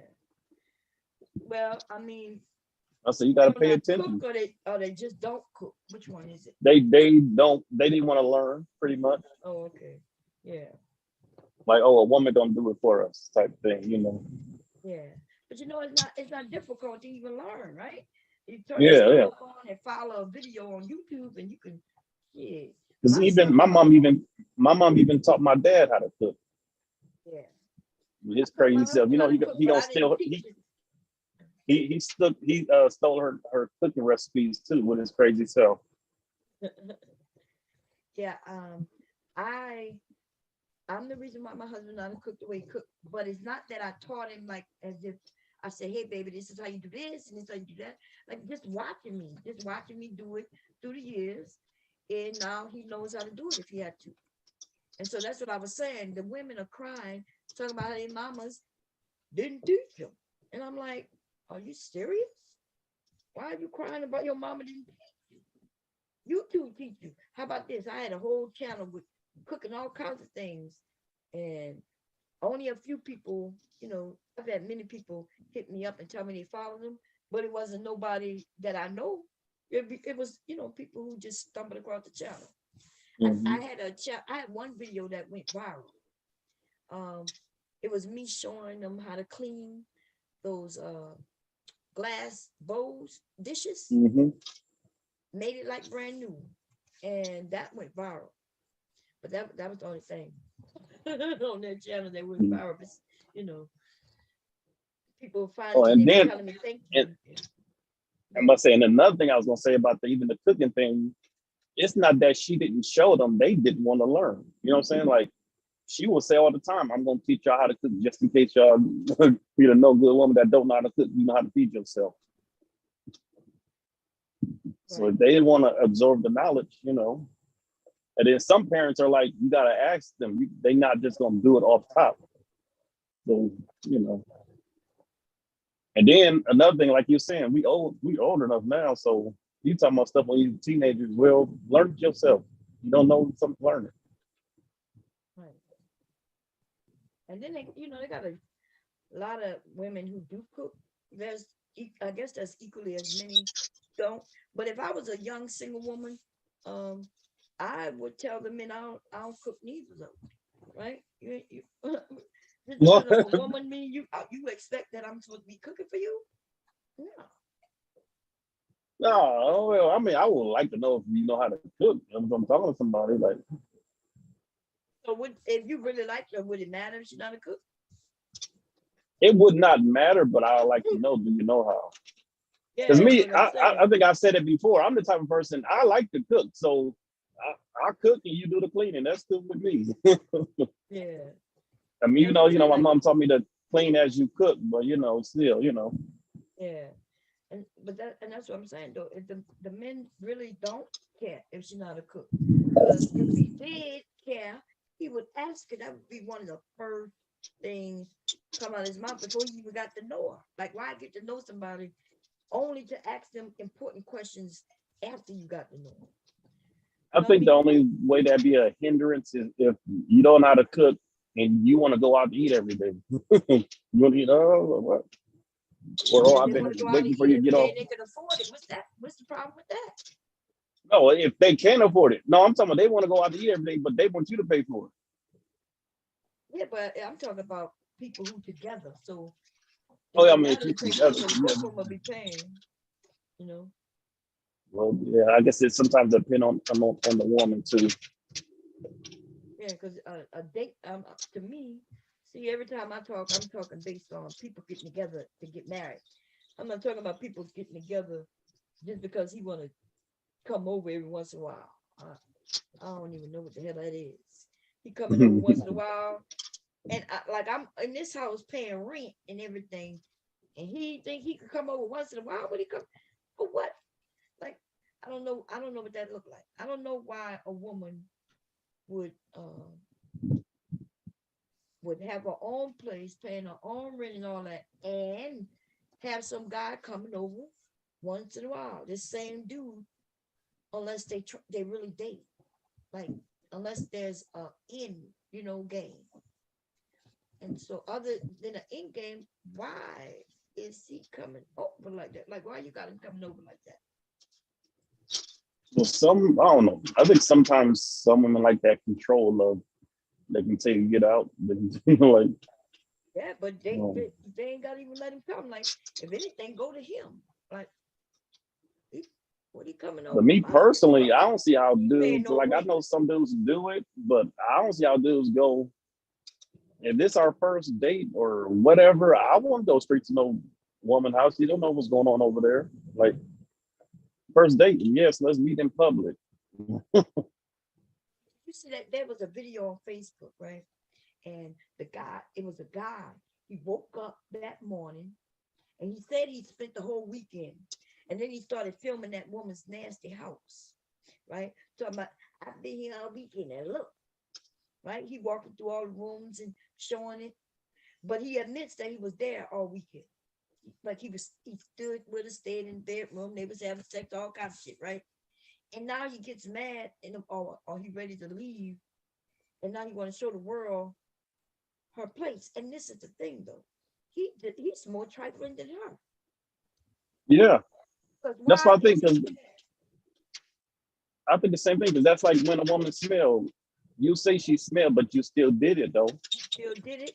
You didn't complain about it until after. Now you got mad. That's why nobody believed you. We don't even know if believe it. Did she smell a lot? Like if she smelled, then why you was there all weekend? You know what I mean? And then an excuse that I do not be believing. I heard this excuse the other day talking about it didn't start smelling until I got in there. Really? Uh, Now that's something different right there. When he got it, when by the time he got in and it started smelling, that might be him mixing with her. But no, you smelled that before that dude. Yeah. And did he when he okay? So when he got in it and it started smelling, did he back out and say, Nope, "Oh, I gotta kept go"? going. Did he stop? Yeah, our bodies don't work that way. It's not like it's invisible smell up until you get in there. That's not how it really worked. It was already just smelling. You just wasn't paying attention until, you know, So afterwards. yeah. Or maybe after, maybe she took her panties off and then you was able to smell it more. But that's when you should have said, "Hey, let's go take a shower. Mhm. Let's go take a shower." But like, what they think it's supposed to smell like? I guess I'm wondering, because they can say it smell, but when they say smell, what do they mean by that? Like Because I bad think it's smell? different smells, just natural smells, and then it's nasty smells. Yeah, No, is it a natural smell you smell, or is it something that's like, oh no? right. Some of these boys don't know that women have natural smells, just like men do. We all have a Mhm. natural smell. All have the natural little smell. So, Mhm.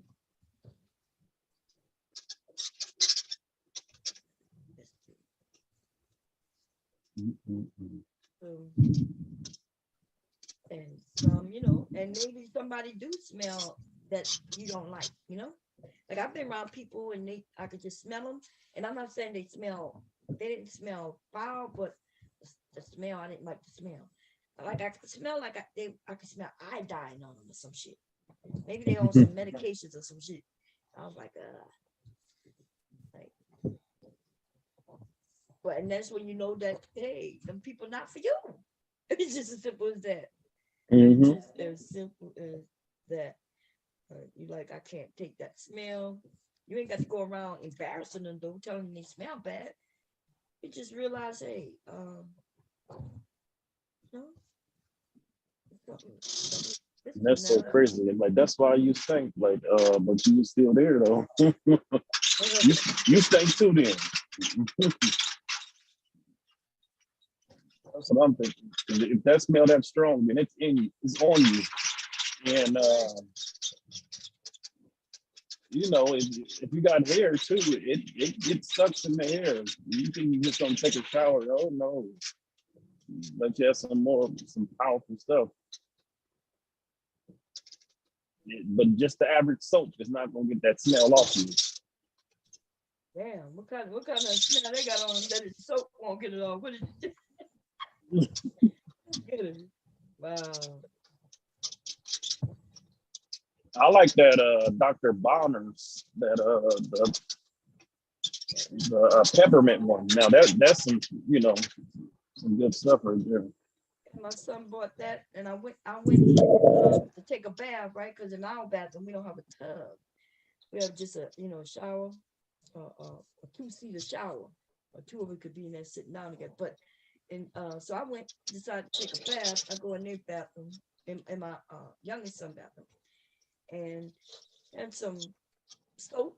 But I didn't read the instructions. I'm thinking, oh, it's just soap like all others. I didn't know you had to dilute that shit in some water.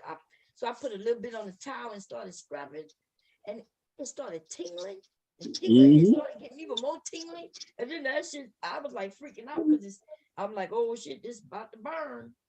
Um, good thing I ain't put it on nobody, personal body parts, because I would have been in trouble. It would have been bad.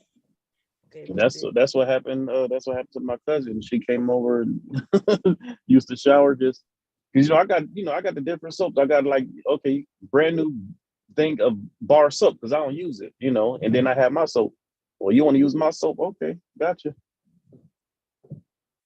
She said, I didn't know. I was like, hey, I said, you shouldn't have grabbed that soap. I said, you saw the other types of different soaps. You don't grab that one.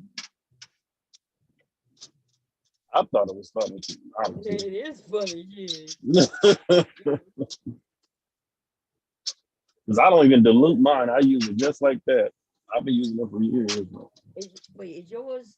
Does it say diluted though? Cause that's just strong. Maybe Oh you yeah, got a it's different one. strong, but And then Oh, the best place to buy it at, I don't know if y'all got Costco's here, but they got Costco's here, and the price you pay for one bottle at the store, you can get it from Costco's 2 bottles.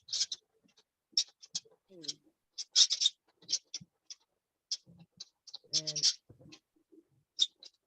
I don't shop at Costco's. We got BJ's. We have a Costco's here, but Costco's didn't want to give me a discount, a military discount. They talking about they don't do that.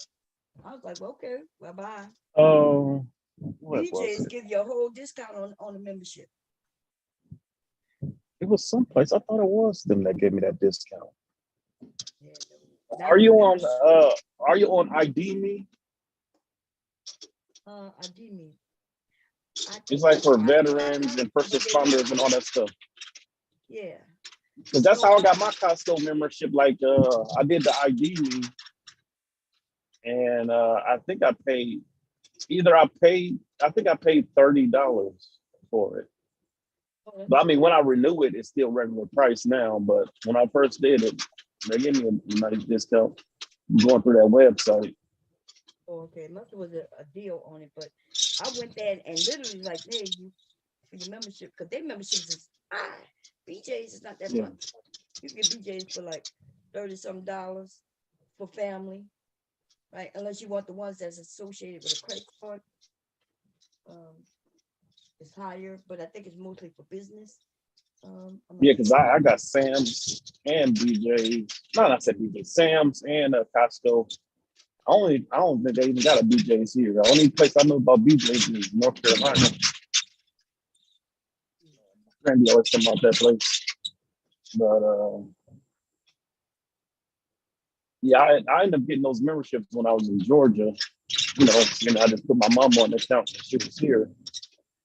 But since I'm back here now. I mean, she's still on the account and everything. I just still do all the shopping that your mama helps her out. Yeah. Honestly, I think that's why. I mean, I do miss Georgia, but I think that's why I haven't left. I'm saying, just to be closer to my mom. To get upper in age. I mean, her health is fine and everything, but I just still want to be around. Yeah. And then I am the reliable one. Those other two, they be on some other stuff sometimes. So.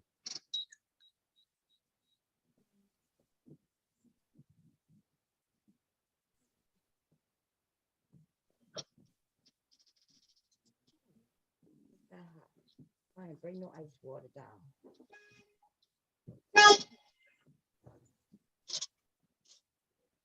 You at work or you working at home?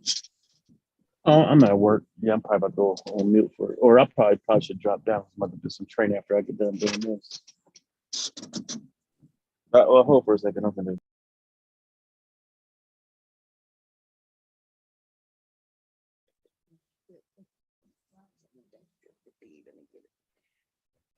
Some measuring.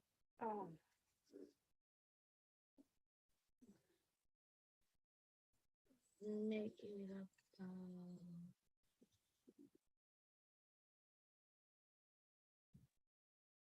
Need to be 7 inches. No. Let's do 6 inches. This is small right there. So we're gonna do 6 inches. 6 by. Let's see.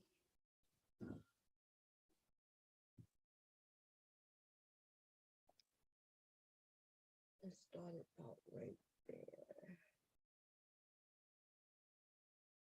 6 by 14. 6 by 14.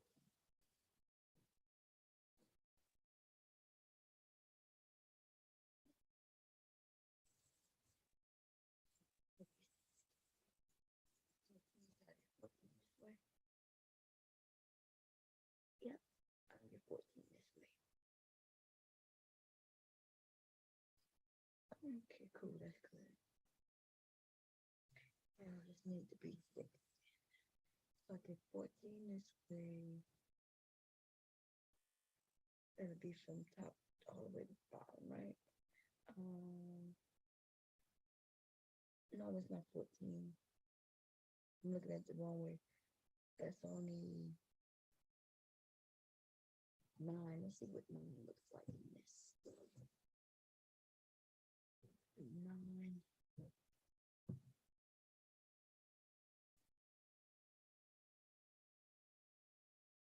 9 here. And then put it in the base. Wait in there. What right there? Let me see the one that I almost did. I gotta write these notes down. Let's see. So if I do it, I'll have, so I don't need any near the inseam is. So if I go from this end to that end,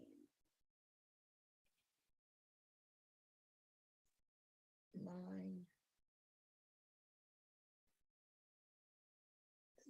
would be, let's see, let's go flat. 9.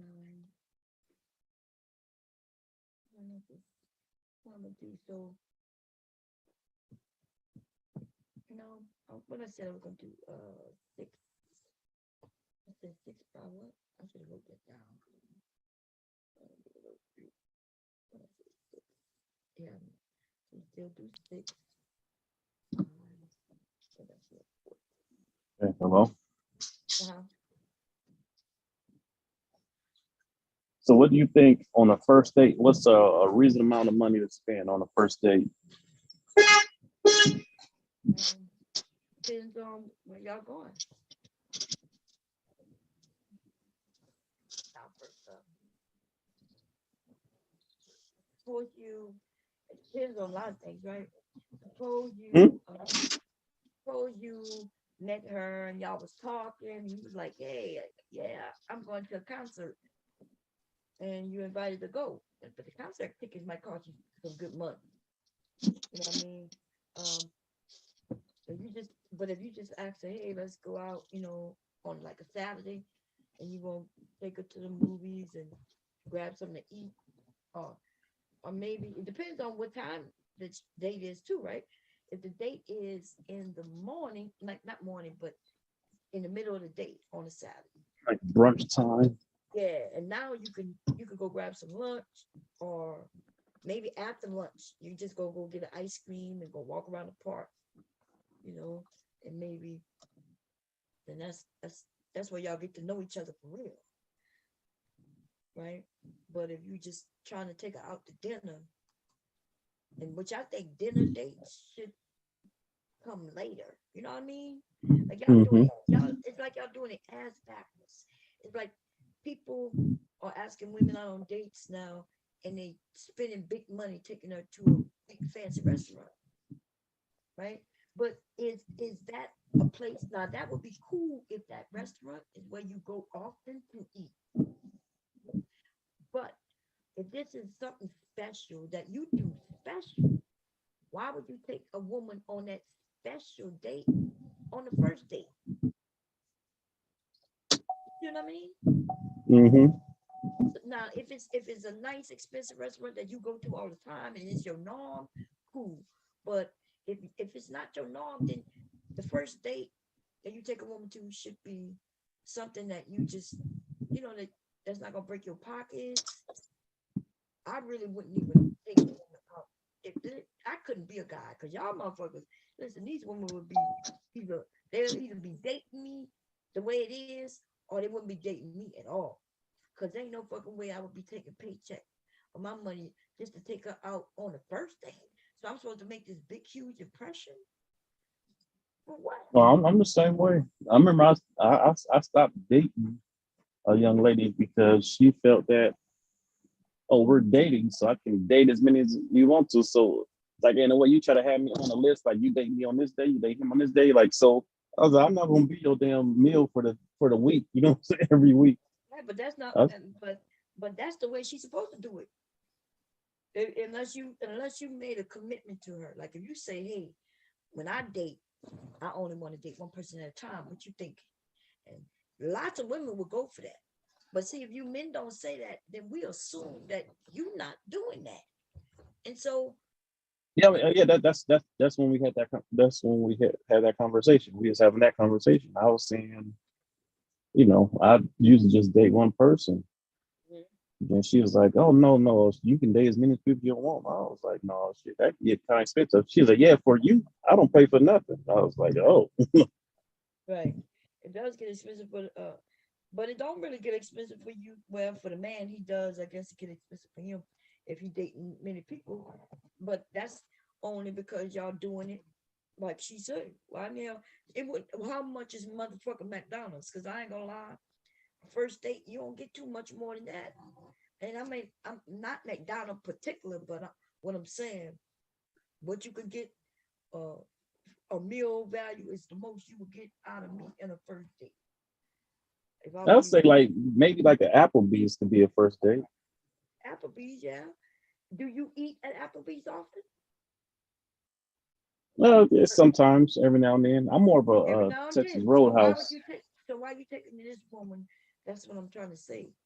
Why are you taking a woman to a place that you don't even, you know what I mean, that you don't go through that often yourself? If that's a place you go to when you want something special, you just met her. Why is you treating her like she's even more special than you? If that makes sense, what I'm trying to say to you.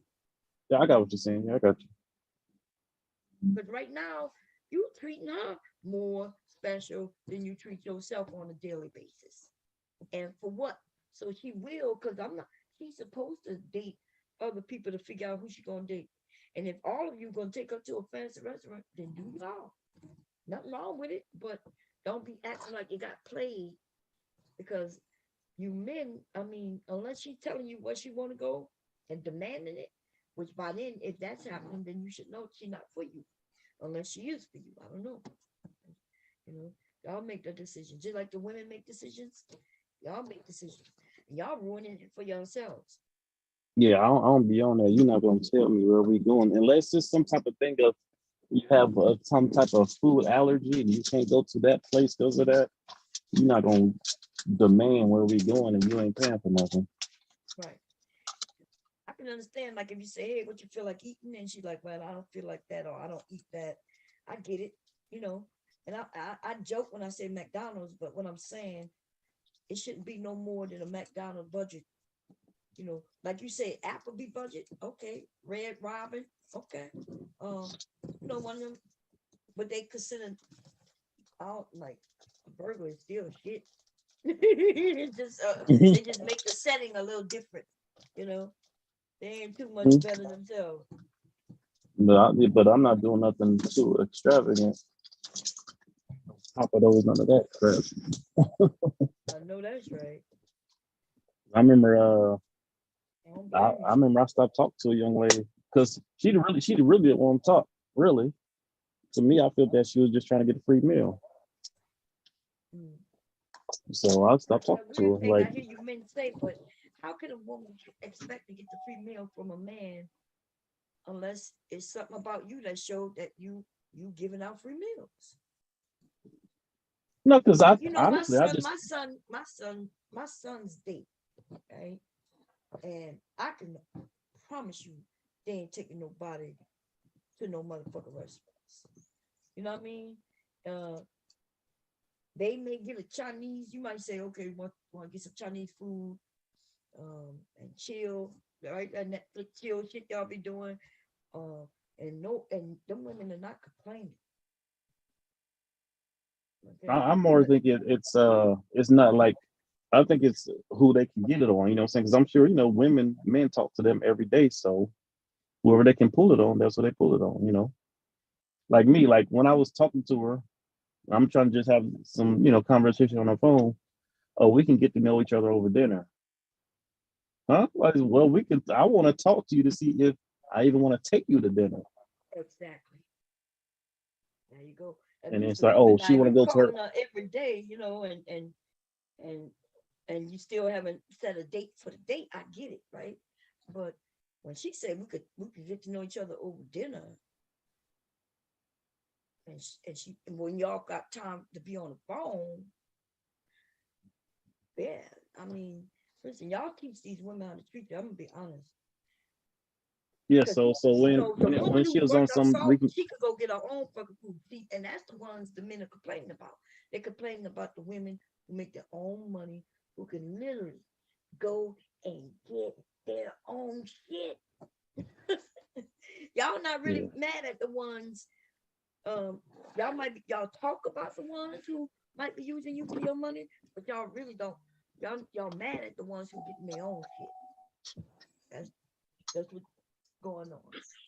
And I don't see how they get mad at them. Shit, that's a plus. Getting your own money. You don't hear the men when they say these women, see, that's the problem. They don't need us. They just want us. And I'm like, because honestly, my sister is dealing with a situation like that. Like, no lie, my sister could have been she's a nurse practitioner right now, but she could have been a doctor, but off her fucking husband, how he acting, she don't want to, do it. You know what I'm saying? Like, you've been putting it off. Because, you know what I'm saying? Because he like to do that argument, oh, you think you the man, because she make more money than him. You think you're the man. His own wife making the money, unless she's keeping it from him, why would he be mad? Like, my husband's not mad at me. No, but I'm about to say that, but he'd be quick to spend it, though. He talk all that shit, and he'll spend that shit. Mm-hmm. I told her to get a separate account. She said one time she got like a $10,000 bonus. She said before the day was up, he already spent $2,000 of it. All right. You better get a damn separate account. Yeah. So she get a 10,000 bonus. He spent 2 of it, depending on what he bought. That would have been cool. You know what I mean? But it would have been all. But not. Would you be cool with somebody doing it without telling you? Without telling you? You just check your account and this shit going. Like, what happened? Yeah, it depends on what he bought. They some married? Bullshit. Are they married? Yeah, they married. But yeah, so yeah, why he not required to go and tell her what he spent? But what I would have did, told him, hey, I got this bonus, and you gonna be able to spend this amount. I'm gonna spend this amount, and the rest gonna go, in for a rainy day or savings or whatever. And whatever he spent his amount on, he spent it on. But married couples, her money is his money. And it don't matter if he makes it or she makes it. It belongs to both of them. Yeah, he spent on some bullshit, like on his hobby train set type shit, some bullshit. Yeah, that's what he's supposed to spend it on. You know what his hobbies is. He spent it on something he wanted. Like last year before last, right when COVID hit, we knew we wasn't gonna be going downstate. That's why our boat is docked, right? So I was like, well, I said you can still fish, and he was like, well, I want to get in the water. Or he was looking for snakehead. I think was it before COVID? It was before COVID.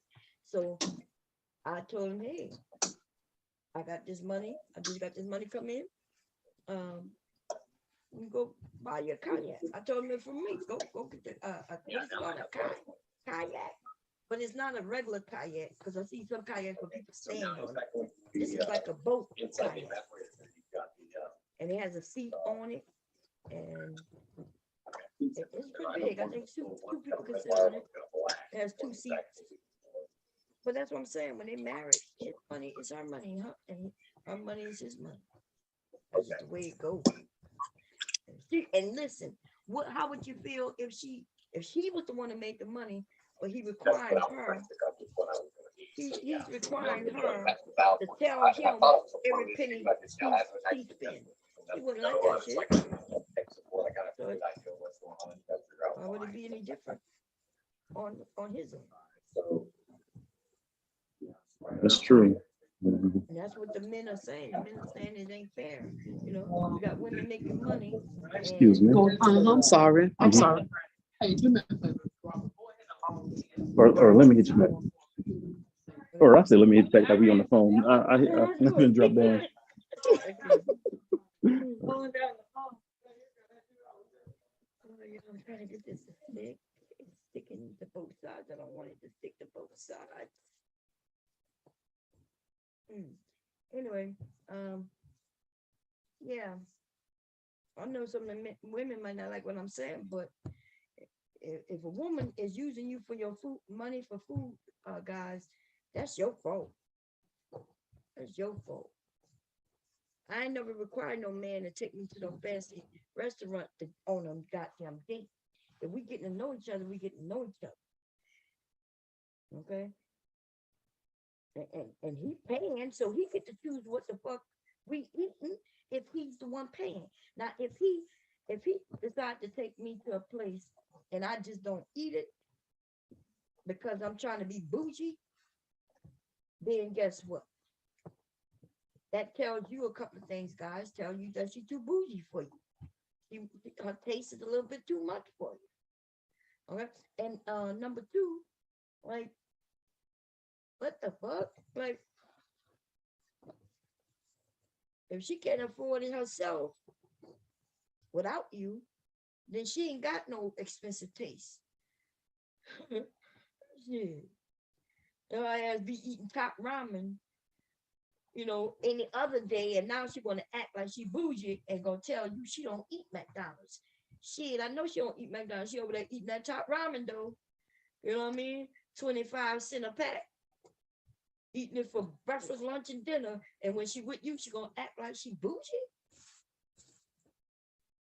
And she can do that if you let her. I'm not even against it. But don't be complaining about some shit you letting happen. That's all I'm saying.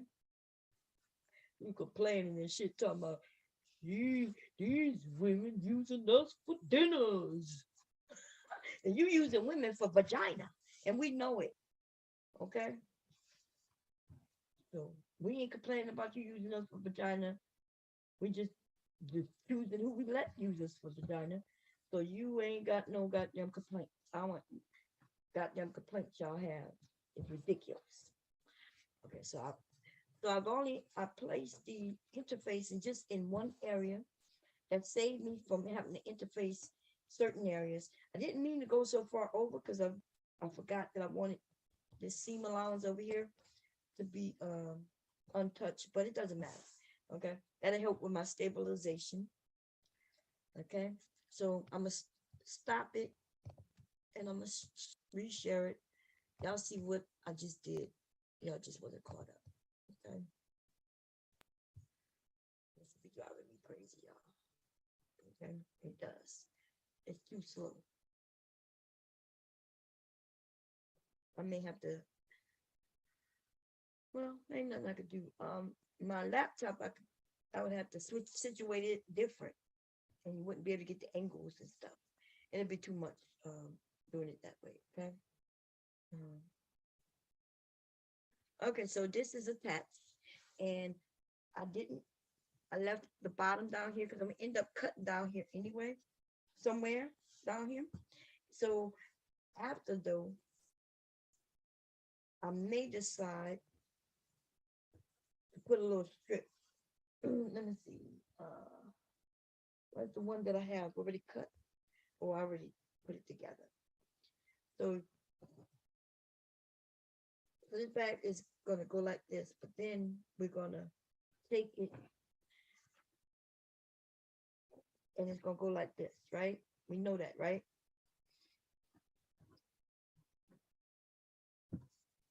Okay. Oh, y'all can't even see. Sorry, y'all. Let me do that again. Let me start the share. I don't think I touched. Oh. Okay, let me do that again. Good thing I have my laptop right here where I can see it when I'm doing things. Okay, hit this.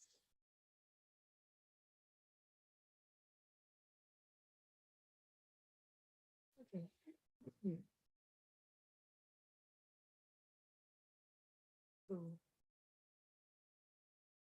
Okay, so I put the interfacing in the center. I didn't put interfacing up here and here because I don't think it needs it. This is a small bag. This is gonna be a kid's bag. Okay, so it's gonna be much smaller than the adult bag. It's gonna be great for summer for your kids to make sure they got a bottle of water in it. And also I'm gonna in the pocket where they can have their cell phones in it and they can still run around and everything. Um, and you know, with their bottled water and their cell phone. The ones I'm making for Disney World, I'm gonna add some things like for instance, for the kids, I'm gonna put a little ID area. So in case a child get lost and they have this bag on them, right? So the mom gonna be able to buy it, and the kid will have water with them at all times. And in the bag, we'll have their identification. And I'm thinking about coming up, I'm not gonna mention what it is, but something that helps them if a kid got lost and just a regular normal person found them. Maybe where you put a little message in and say, hey, in case you found a lost child, we're gonna meet them at this time. Meet us if a child get lost. We're gonna all meet up at this spot. Okay, and then that way they probably can get with their child sooner because they may be just standing there and you just don't recognize who they are. But anyway, it's this bag. So this is the way the bag gonna end up being, right? It's gonna end up being like this. And then I'm going to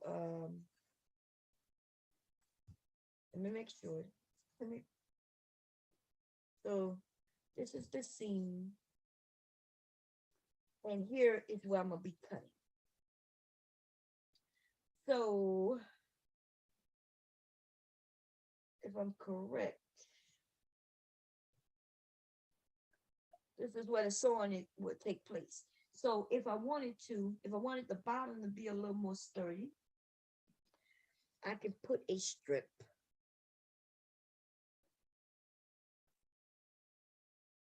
in the bottom, right here. But I'm not. The square, and we'll keep it supportive, I think. And if not, then when I do the next one, I'll know. Okay. I am trying to figure out when I use certain fabrics, do I need interfacing everywhere? Can I get away with no interfacing? Should I use thicker interface? I'm just trying to test things out. Okay. Now, so time to put the zipper. I'm gonna put the zipper on this side. Okay. Now, yesterday y'all watched me as I took my zipper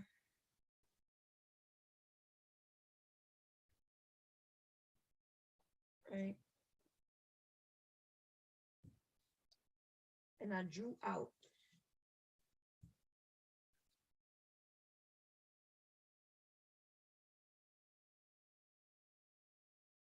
so I wanted it to go, if I'm correct, and it doesn't. I'm testing things, so let's look at it. Here's the edge. Wait, let me see. Here's the edge, and the zipper fell right here. Let me see if y'all can see it. I'm going to make some adjustments to the pattern a little bit, just a little bit. Okay. This is the one that I sewed according to the instructions that I followed. And there's some things that I think, I love it. It looks good, right? But I think it could look a little better. Okay. And so I'm going to change up. And sometimes I don't want to measure shit when I can do eyeball it. And how do you eyeball it? You look at the one you did and you see how you want to make changes, right? So I have some stuff in here. Let me take it out. This is stuff for this bag. I'm gonna put it here. So when I sit this bag down, I look at the zipper and I look at where the zipper begins, like on this edge. And it looks like it's on line with that corner. But I want the zipper to be centered right? You're gonna see it in a minute. They're gonna catch up. I want the zipper to be centered to that. So I'm going to now, because I know that, right? I know that's where I want the zipper to be centered with this, which you're gonna see in a minute.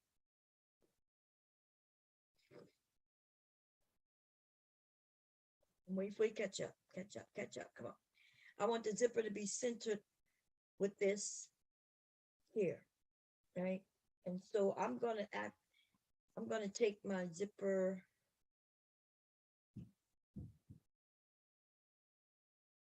And I want it to be centered.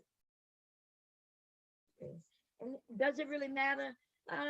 It really don't, but I think it'll look better. It's still gonna fit, right? It's not gonna affect anything in the negative. Still going the right way, so it cap all this space over here. Even if it went this way, it wouldn't even matter, right?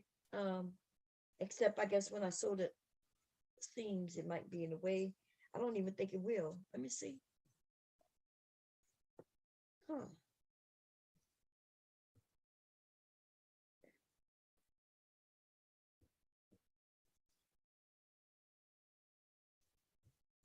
That's all. Because I will be able to just move this out the way when I sew it. And I think it may even change how I cut, right? If I had to pocket that way,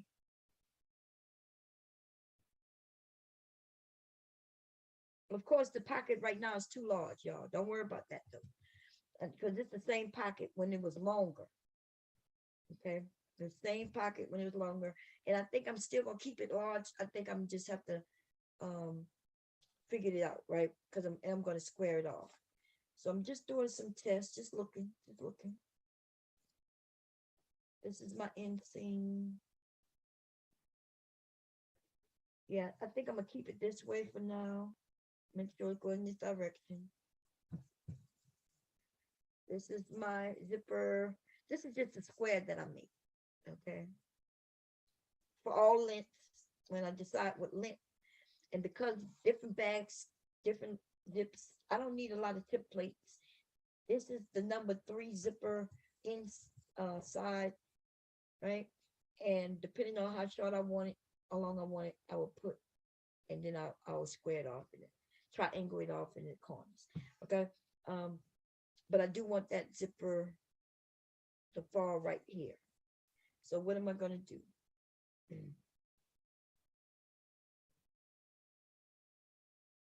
Before I attach it to that, I'm going to draw. Okay. Now give me a, something popped up. Threw me off for a moment.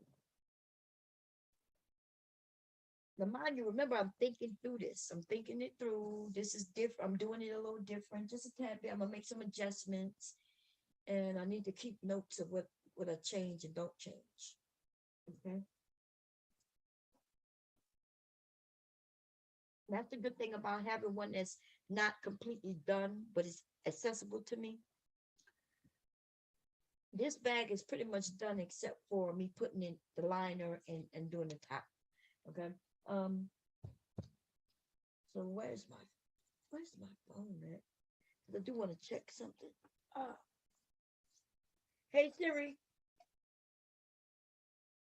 Hey Siri. Where you at? I don't know where Siri is. Siri is hiding somewhere, y'all. Siri is hiding somewhere. Hey Siri.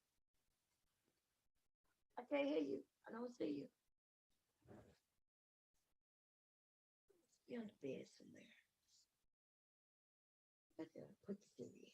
Siri is hiding from me. Oh, there goes Siri. Siri can't hear me. Hey Siri. Are you awake? Hey Siri. Oh, don't home me. Don't be homing me. Trying to home me. Okay. Talk about some home. Give me a second here. Siri is over here really hooing me. Like, How does it Hold on a second. I'll stop this share.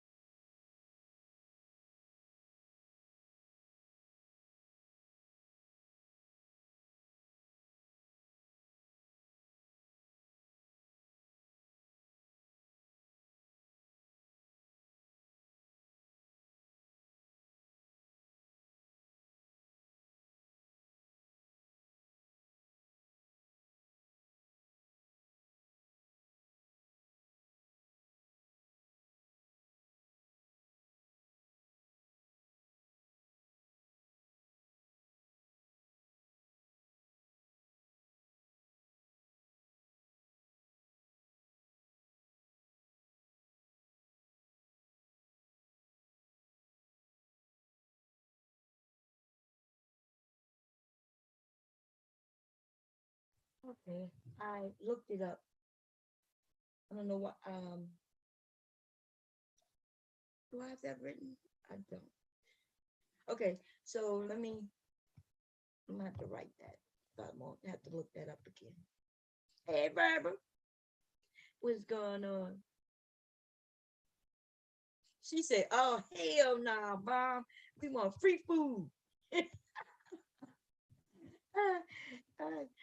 And listen, oh, let me grab. Gotta share. Boom, boom.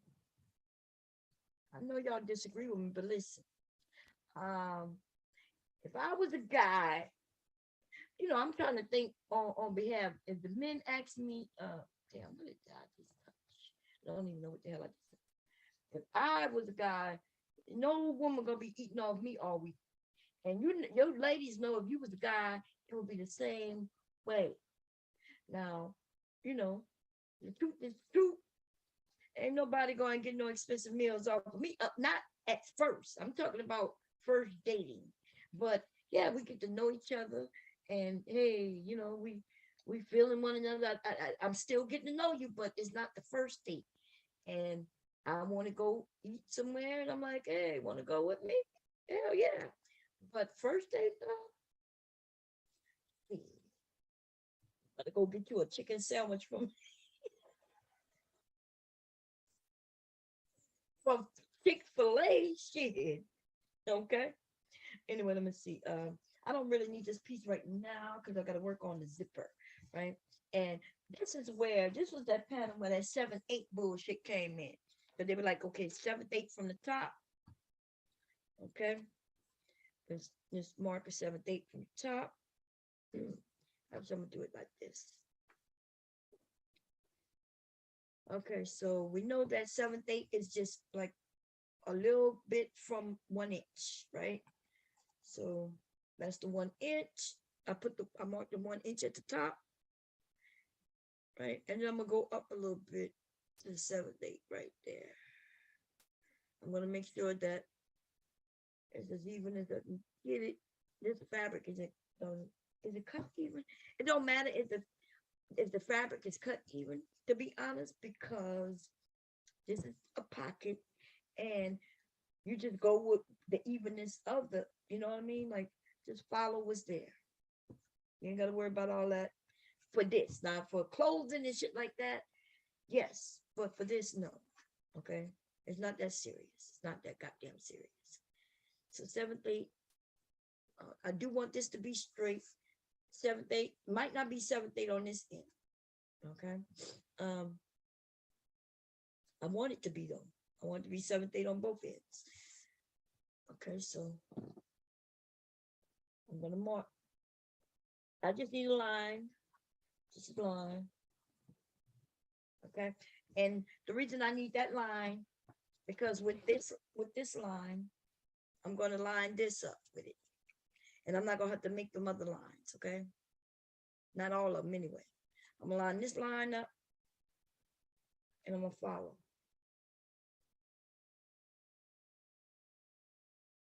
And then I'm gonna take my ruler.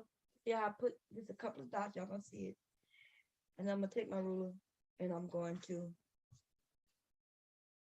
line those lines with this, and then I'll just straight across it. Now remember, this is on the wrong side of the fabric, number one. That's why I don't care that I'm using a regular ink pen. That don't matter.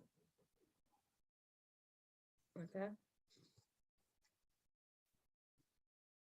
And now, the truth be told, the inside of this really is like it's a half an inch. From that to that is a half an inch, basically. Almost anyway, right? I'm gonna then go 1/4 from either one of the lines, the top or the bottom, 1/4. It's a fourth. Put this on a fourth. Which is that second one? There. Which is the tick mark, right? And make sure.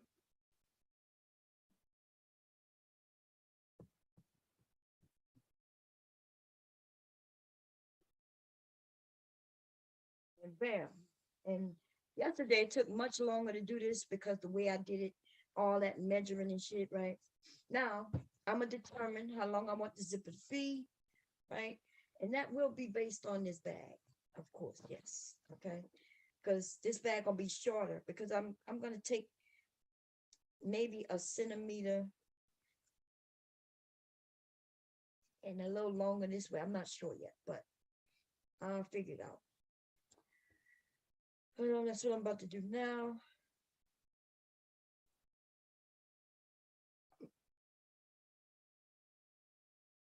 Remember, I want this aligned with the center of this.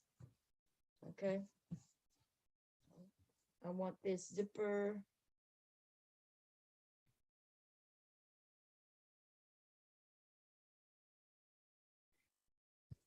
Okay.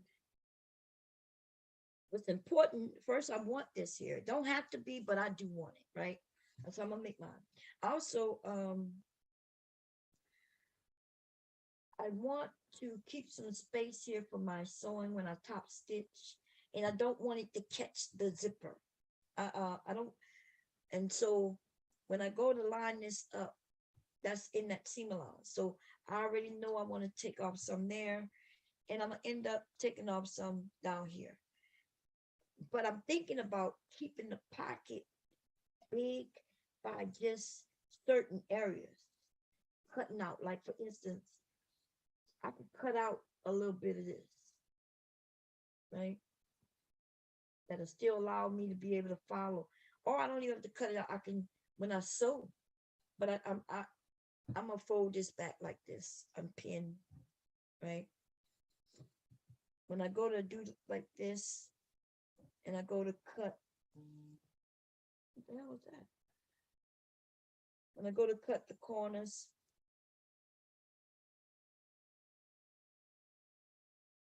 I'm gonna have to move this out the way up here like that.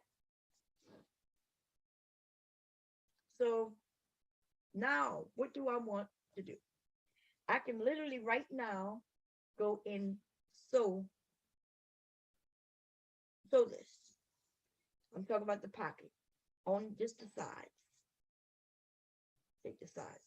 I'll worry about the top later.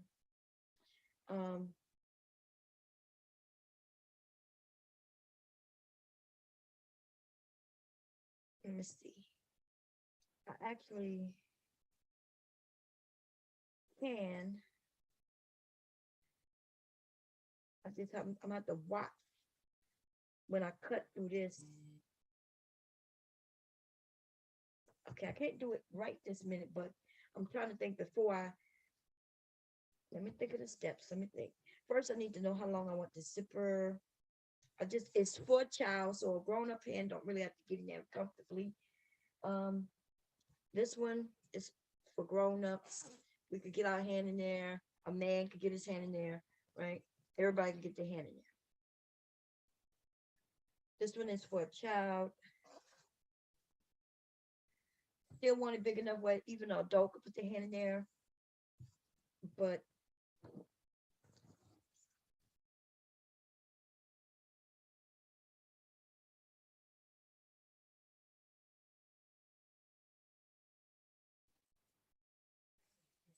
I cut the edges. I'm gonna square it off.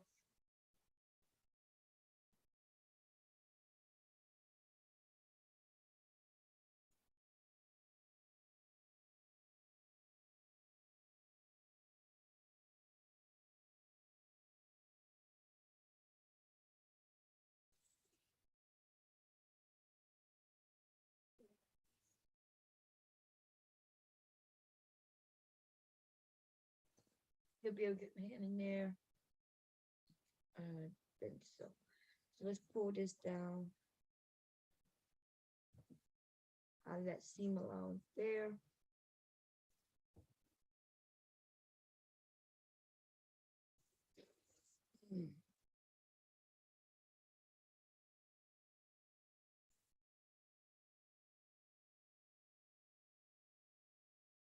Okay, let me kind of measure this a little bit. If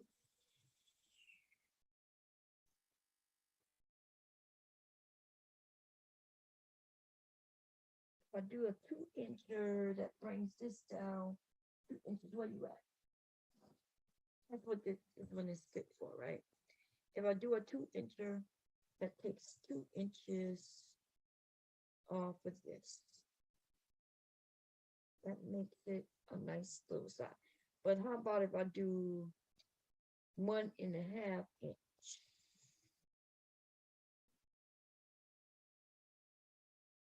Let's do a 1.5. Let's see what that looks like.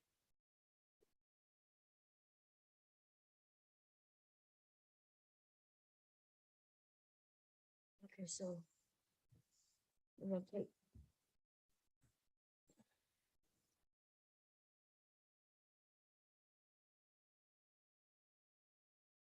I'll take you off here to here.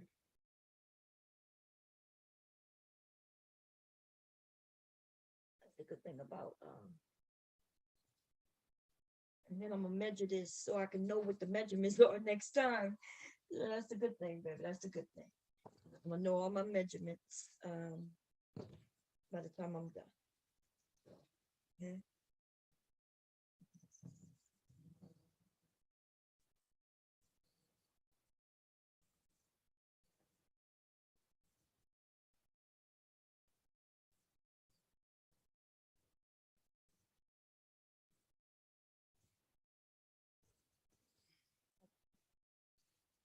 Let's measure you. And I'm gonna write you down. So the pocket for the little kid will be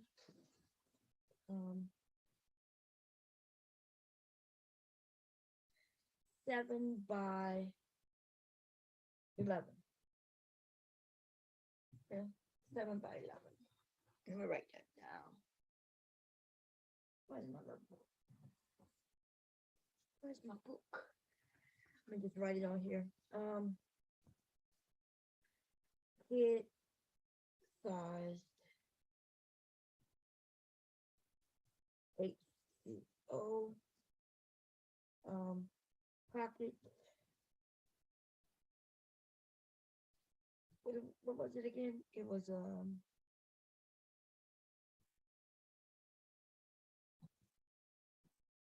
it could be 11.5. That's so we're gonna do 11.5. And that was what 7 11 7 by 11.5. Go back.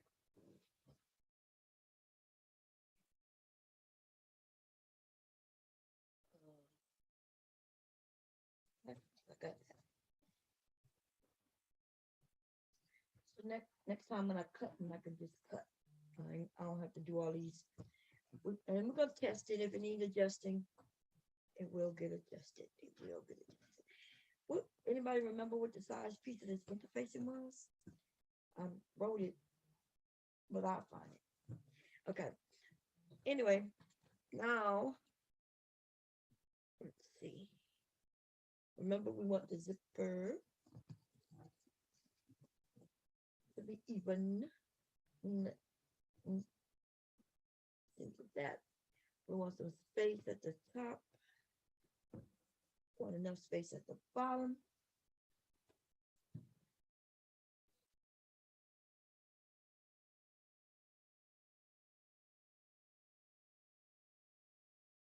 One and a half. Be bumping in just into it. Put it up a little more. A bit more.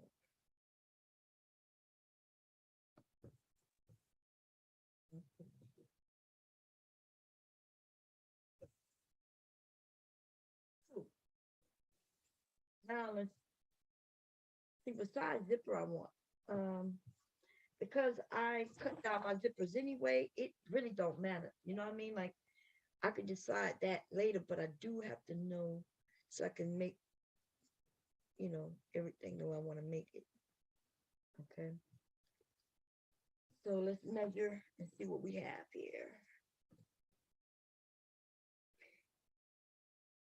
Let's do an inch on each side. Okay, inch on this side.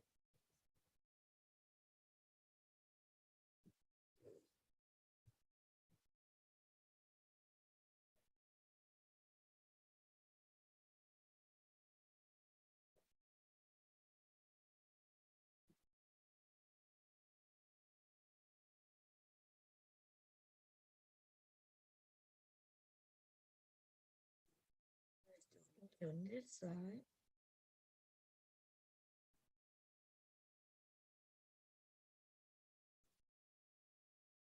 Okay. Then I have to do I'm gonna do a half an inch dot here. I'm gonna do my half an inch on this side.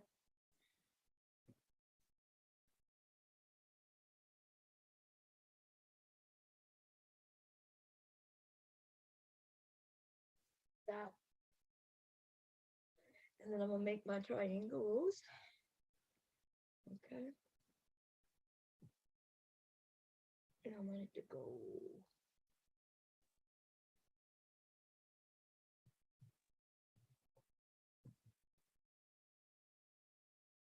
This is important if you want that zipper to fit in perfectly. There's these actions I'm doing right now may look tedious, but they are important.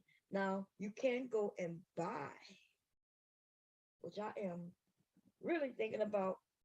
This one isn't right. Thinking about buying the templates that people have. I think that'll make it much easier. Okay. I would just have to put the templates on and trace it. Bam, taste the whole thing. My little template was just to put the little thing, right, for placement. But other than that, you could buy things that make your life much easier. And I'm all for that. Okay. It's just that I just decided to do this pattern. And by the time I make that order, I don't know how long it'll take to get here, but I will do it soon. It's not that I need it. And if I decide not to do a lot of these, the zipper template is still very good, helpful for all kinds of things. So it's not like it's a waste of money or anything. I think it's a good investment. But I can also make my own templates, to be honest. Okay. Okay.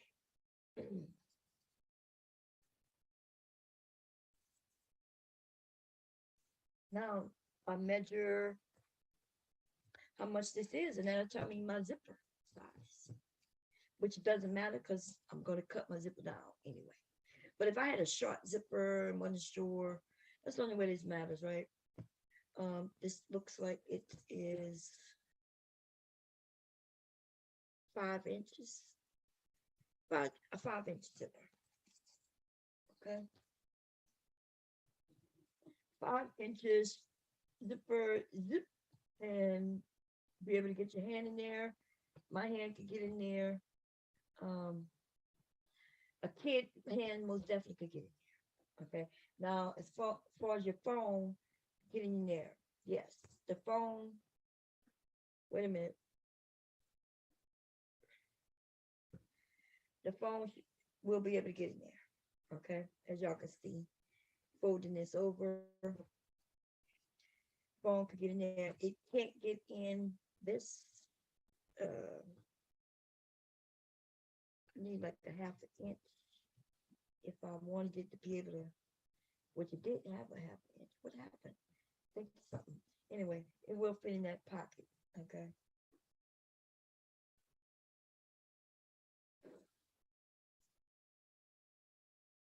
Will fit in that pocket. You might have to slip it in like that, but it'll get in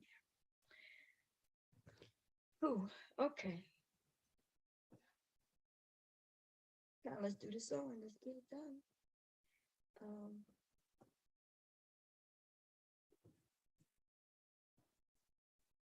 I want this centered. It don't have to be exact.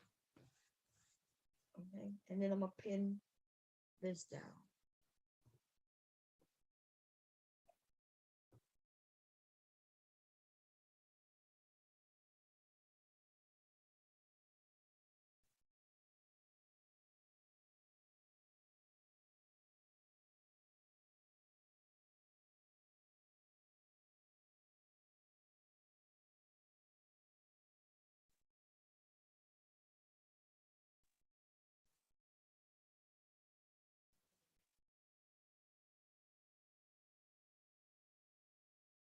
I just want to make sure it doesn't move.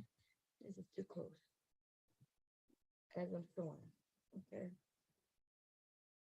No shifting, that's all. And you want to put the pins in where they don't stick you, because I stick myself. I hate pins. I only use pins when I have to. I can't use clips because this is in the center. Pins and me do not get along. They don't like me for some reason. Maybe I did something in my past life to some pins, and they holding it against me because I don't think I've ever touched some pins, and haven't gotten stuck. And what's worse is I always make it worse. You get stuck and I jump and I end up ripping it instead of just saying ouch and pulling away all sweet. My hand's jumping. Ooh, I do too much. I do too much. I'm doing too much, and then I hurt myself. Okay, I'm trying to do better. I'm trying to do better. I'm trying. Okay. Now I'm gonna go to this machine and I'm gonna stitch around that square. I'm just gonna go whoop, whoop, whoop, whoop. Just as basic as that. Okay.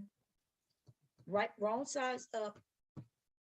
Right size of this, but wrong size of this. Right size together. Okay. Make sure you do right sides together. I gotta make sure that's right. If I go in, pull it in, and then I'll pull it up. Yeah, right sides together. Right sides together.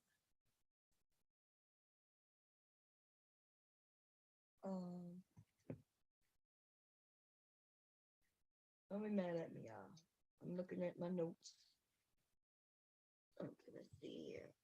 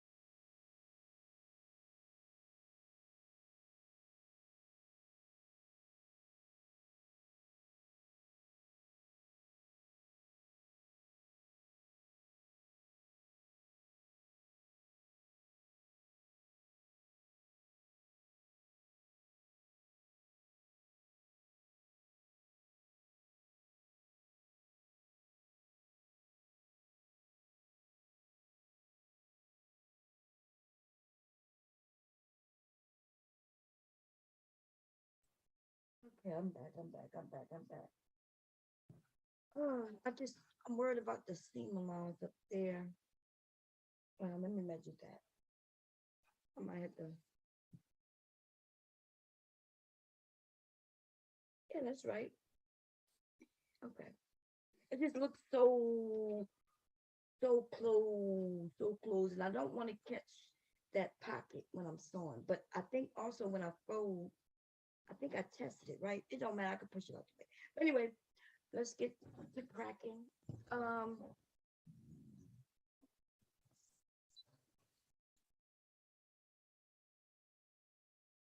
let's see. I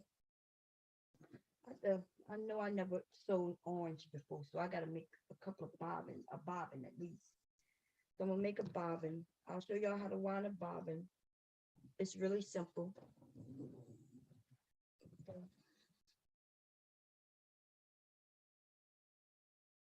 Um, I don't even think I need. Um, Let me go and grab this out of here.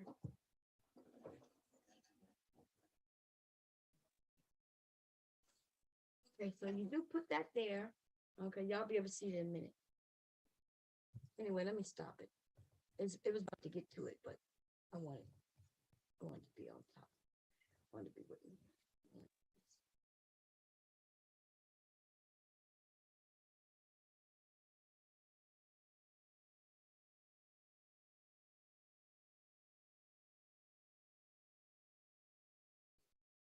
Okay, so the bobbin winder is over here. The thread. Okay. I need a bobbin. Let me see if I can find one close by. It's empty.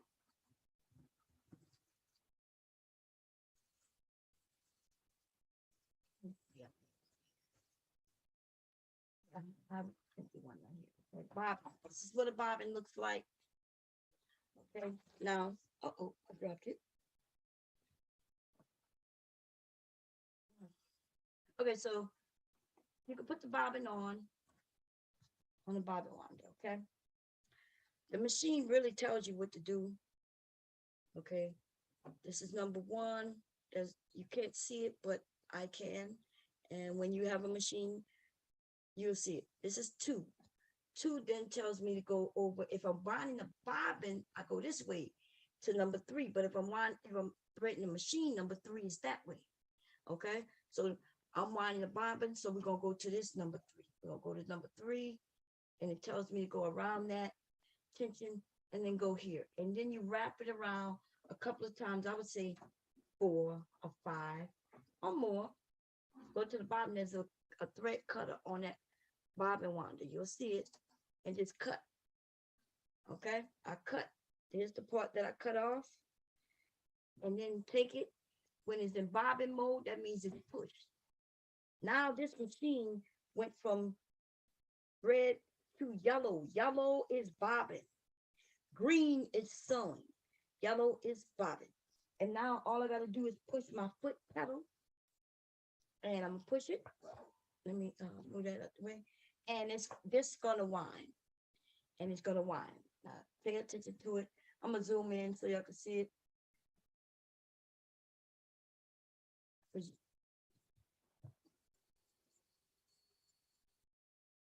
this is where I control the speed of the machine. And now it's going faster.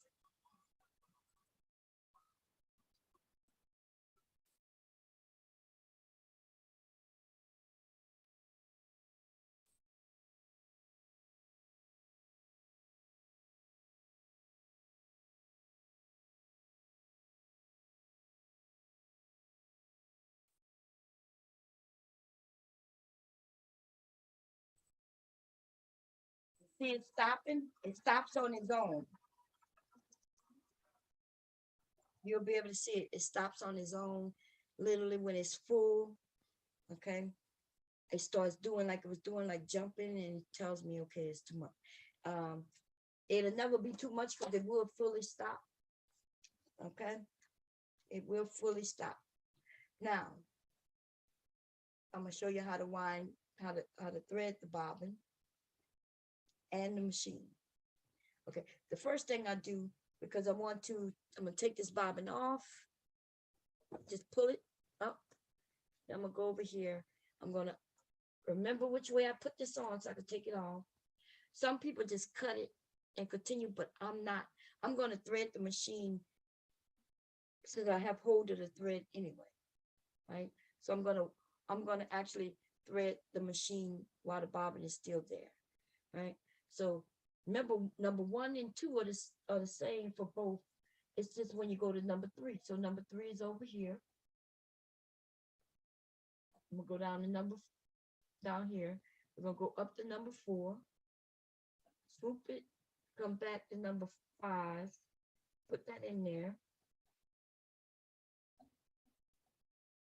Go 6, 7, and then I'm gonna go back here and cut that thread because I'm gonna cut that thread anyway. See, but I ended up cutting the thread. Okay, y'all gonna see it in a minute when it catches up. And then I went and I just cut that thread. Okay, that's how you how you do the machine, whether you have a bobbin or not. You just go 1, 2, 3. This is 3 down here. Go up to 4. Come down to 5. 6 is here. 7 is there. You'll be able to see 7, and 8 is back there where you cut it. Okay. Now I'm gonna show you how to do the actual bobbin. Let's see if I can zoom in. The case, there's a bobbin already in there when I was throwing yellow. Okay. Orange. You have to go counterclockwise. It kind of shows you right here. You'll be able to see it in a second. Okay, so it shows you right here. I think I'm showing you the bobbin. Okay. So it tells you that the thread needs to come from behind. Okay, so I have the thread coming from behind. So I'm gonna sit it in the bobbin case as such. Then it tells me to take this thread and go through that loop. I follow that loop because it does its own curve, if y'all can see it. And then I just follow the loop. And then it's another thread cutter. Okay, you'll see it in a second. That's how simple it is to thread that bobbin. Do that loop, curve like that, go up, continue through the loop, and bam, there's a thread cutter right there. Then I put the top back on, and bam. Now, the thread, remember I cut the thread back here, so now we're gonna finish threading the machine. Okay, the thread is back here. On my machine, it's a self threader, pretty much. I'm gonna show it to you in a second here. I gotta zoom out. See this right here? I have to make sure this is what I'm gonna press and it's gonna thread this machine. They got some machines where you push a button and it self threads it. This is an assisted threader. Okay. The more expensive the machine, the better this things are, right? This is assisted threader. The one that I have downstairs, the brother I have downstairs is a assisted threader, but it's cheaper. And this one is guaranteed to thread. I've never had an issue. As long as I make sure the pedal, the foot gauge or pedal, whatever that thing called. Can't think of the name. It's up. Make sure the needle is at the farthest point ever. As long as it's there and this is threaded right, I push that button and it threads it. The needle is threaded. I just have to pull the thread all the way through. Okay. And so this machine is a little more expensive than the one I have downstairs. The one downstairs, I have to do. Then I got to hold something and then I do it. And it took me a while to learn how to do that shit because it's not easy. And no one was really explaining it. So I was just trying. And then I got so tired, I just thread it myself. Okay. The more expensive the machine, the better it is. Like I said, there's some people where they just push a button. bam, and it just automatically threads foam. They push a button, you go, and that's it. Okay. We're talking, and I'm only talking about computerized machines. If you're not dealing with if you're dealing with a mechanical machine, you're gonna have to thread that machine. Okay, that's just what it is. You're gonna have to thread that needle. They may have some that assist it, I'm not sure. But for the most part, yeah, this is a computerized machine, so of course you got some assistance that helps with this, that, and third. Okay. Anyway, let's get to it. So I have orange on top and orange at the bottom, but it really don't matter for what I'm doing now. For what I'm doing now, it really don't matter, right?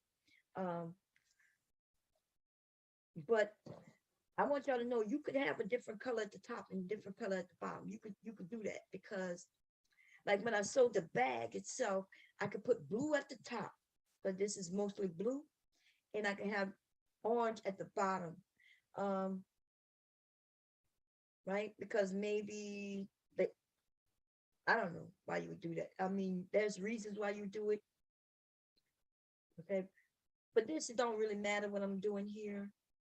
But when it comes to sewing the zipper, I want the orange because I want to give it some pop. Maybe. I'm not sure. I think I do though. The zipper gonna be orange, and therefore I could put orange around it. But we'll see. Okay.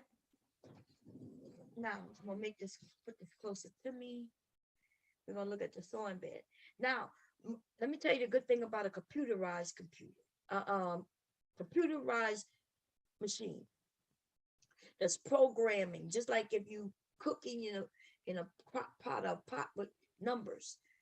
Certain numbers have certain things and mean certain things, and so you don't need to know about your stitch length and shit like that most of the time. You don't have to do dials and switch it up and down because there's programming and it's associated with these stitches. Like I could do alphabet. I can absolutely type your name into a garment. They got those special characters, stitches in the middle there that I never use, but they are pretty. Okay, so based on which stitch I'm using, I would like this is number 1, 2. Let me see. Can y'all see what I'm seeing? Let me get. You probably can't see the numbers so well. Okay, but up at the top there's numbers 1, 2, 3, like 01, 02, 03, all the way to 69. Ooh, my favorite position. Anyway, and over here is 01 to 31, right? And over here is 1 to 80. So that's how many stitches I have on this machine. There's 69 in this area, 31 in that area, and 80 in that area. Add those up. That's how many stitches I have already programmed in the machine. Okay. I'm going to be using a basic straight stitch.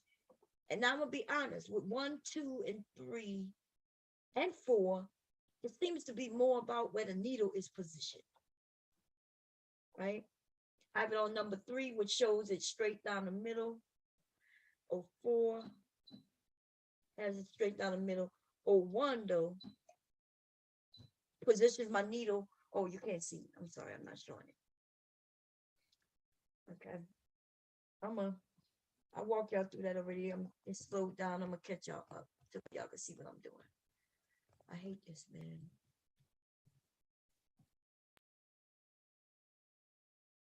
Oh, don't touch that.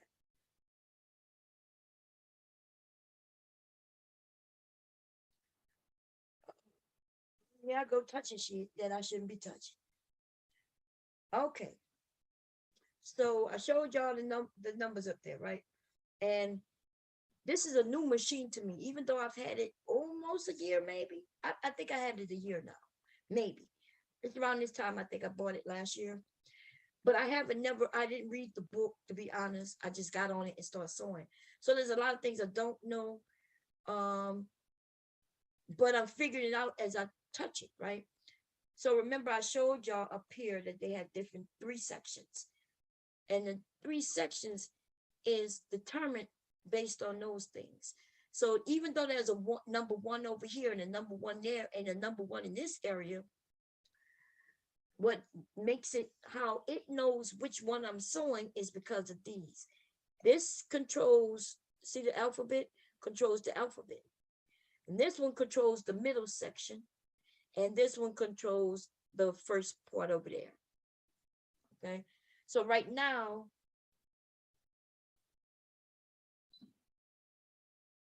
see with those stitches, that zip right there, right now I'm over here in the O1, in the first section. Okay, right now I'm in this section. So any number I put in over here will dictate these. If I want to go to this section, that's like it looked like a leaf kind of thing, right? And that's this right here. See the leaf change? So now anything I want, if I type the 1, it's going to type that. I'll show y'all those stitches another time. They are nice, really pretty stitches. I can really do a lot. This is why you custom. Like I could put some fancy, just by threading it and sewing regular, I can really make this different, right? There's so much I could do, so much. But anyway, I'm gonna go back to this one. Okay. And see when I went to 1, which I'm gonna go away from 1. I want it to be centered. Is it 1? Oh, it went to 3. Okay. When what I was about to say there. I'm about to say something. It's so much when talk. Oh, about the stitch length. So I went to number 3. Number 3 is a straight stitch. I'm not sure, like, I'm not sure what that is, y'all.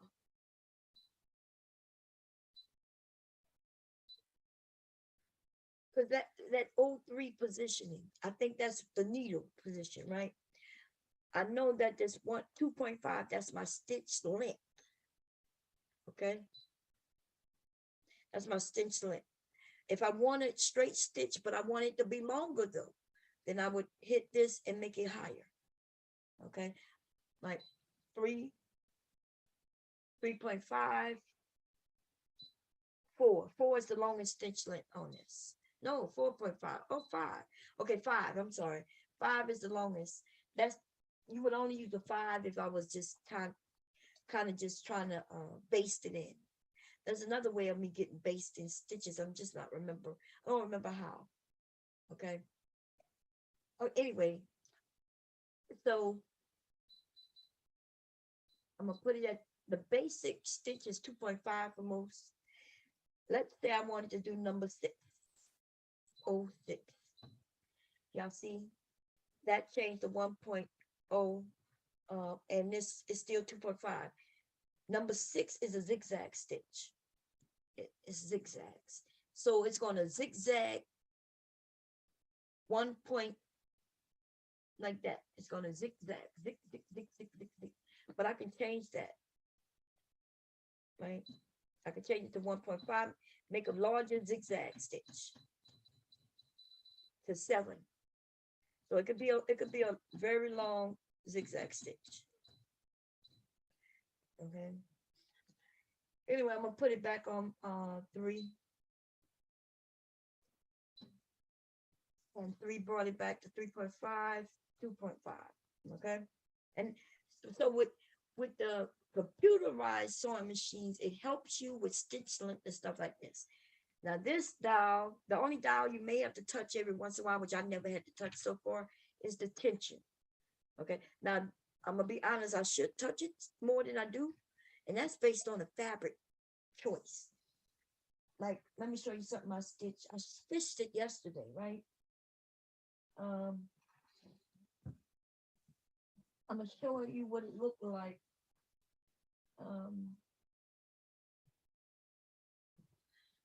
So yesterday I stitched this, and because this fabric is light, I could have released tighten the tension, maybe tighten it. Oh, somebody calling me. Hello? Hello? Hello? Okay, great. Anyway, um, like when I'm can't really tell because but I just know like for those of us who sew, I could see the stitching. I could have loosened up the tension a little bit. It would have been a little better. This fabric is really lightweight, and so I went from stitching something a little thicker to light, and you might have a little wave. Now, we y'all can people tell? No, people can't tell. Plus, it's a liner anyway, right? It's a liner, but I know better. Okay, and I could tell the way the needle was handling that it needed a little more loosen the tension a little bit, but I didn't loosen it, and I'm not. Okay, now if I was sewing clothing, I would definitely be paying attention to the tension. Okay, I would. Anyway, let's get to it. I'm gonna also show you a cheat on how I cheat in a sense. I recognize where my needle is. My needle is in the center, but I don't not look at your needle when you're sewing. Oh my God. No, no, no. Biggest mistake ever to make is to follow your needle because it's just going up and down. You don't even know if it's because it's gonna always just go up and down, right? It does not curve. Um, but when you're looking at it, it's almost like looking at the road when you're driving and you're driving long distance for hours and hours and hours. You start looking at the road and shit, right? Um, you don't know. It just hypnotizes you. Don't look at the needle though. Bad idea because you won't know if you're going straight.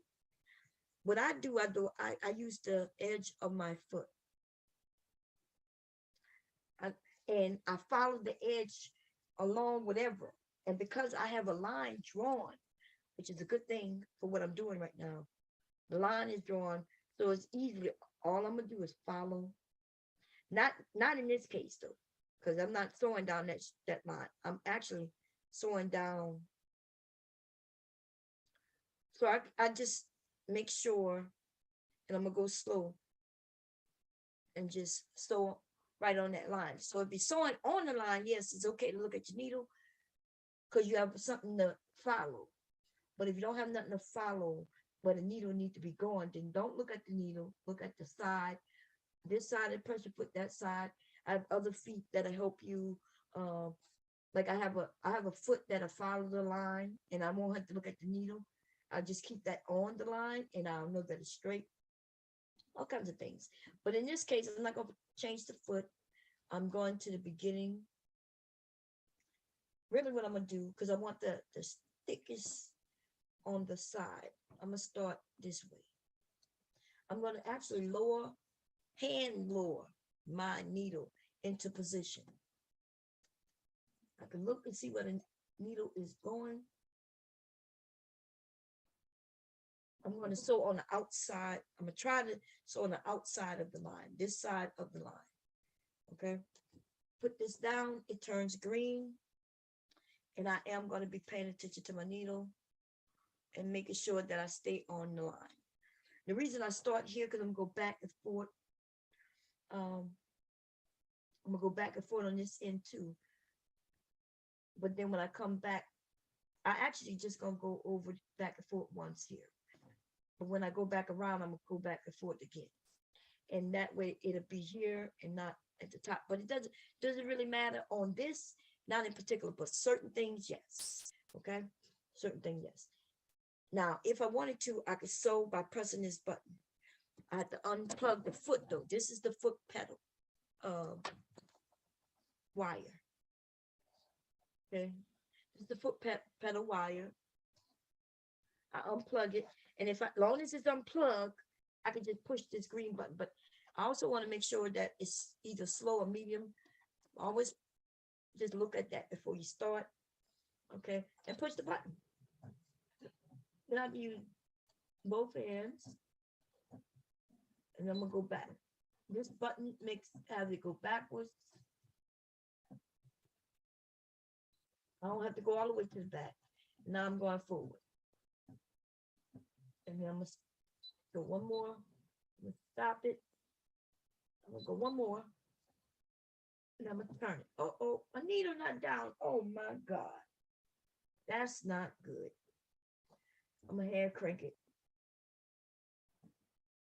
I think when I was pushing these buttons, I took it off. Y'all, these buttons. So there is a button that says needle up or needle down position. When I'm doing things like this, you want to make sure your needle is in the down position. That way, when I lift the pedal, the needle is in the thing, but now the needle is in the up position. Now the needle is in the down position. Now the needle is in the up position. When I land it, I always want it in the down position. Okay? Let me do it one more again.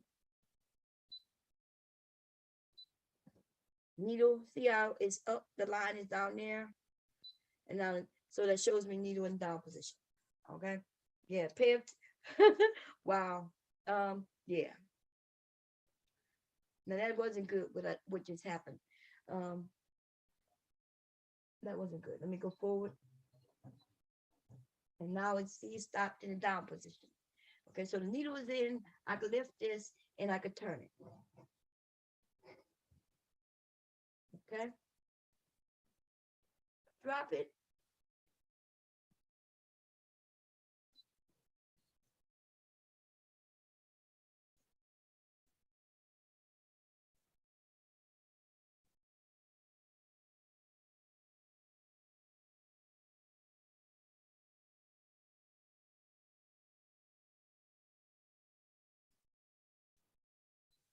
Stop it. Now I can, I'm gonna make it go a little faster, y'all, because it's driving me crazy. It's going so slow. It's driving me crazy, y'all. It's driving me crazy.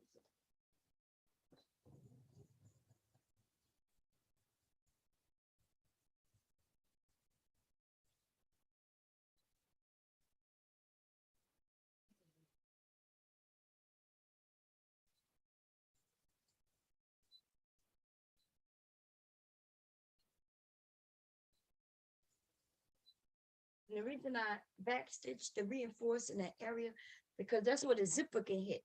And that's why the zipper ends that way and it can hit that end and the zipper. So you don't want your zipper to ever kind of get messed up. And so that's the reason why. And I also want to, I have to go a stitch.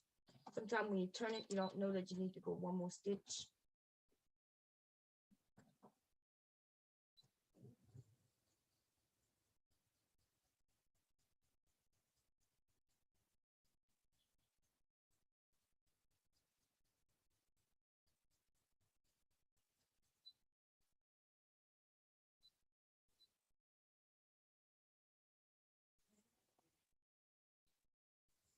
Lock. And bam. And that's done. Okay. Take a look and see what we've done. And you can see where the needle, you could see where the needle lifted up on me. Like when I lifted it up and I moved it, I can actually see that. I'm gonna have to go and make a stitch right there. Maybe. Yeah, that wasn't good, baby. That wasn't good. Okay. But other than that, it looks great, right? It looks great. I am going to put a needle right in the corners, right? Right, like right outside of the corner. And then I'm gonna go on the outside of that corner. I'm gonna show you why in a minute. I'm gonna do it on both sides. Okay. I can undo these pins over here. I don't need these pins. Okay. I don't need these anymore. I'm gonna do it.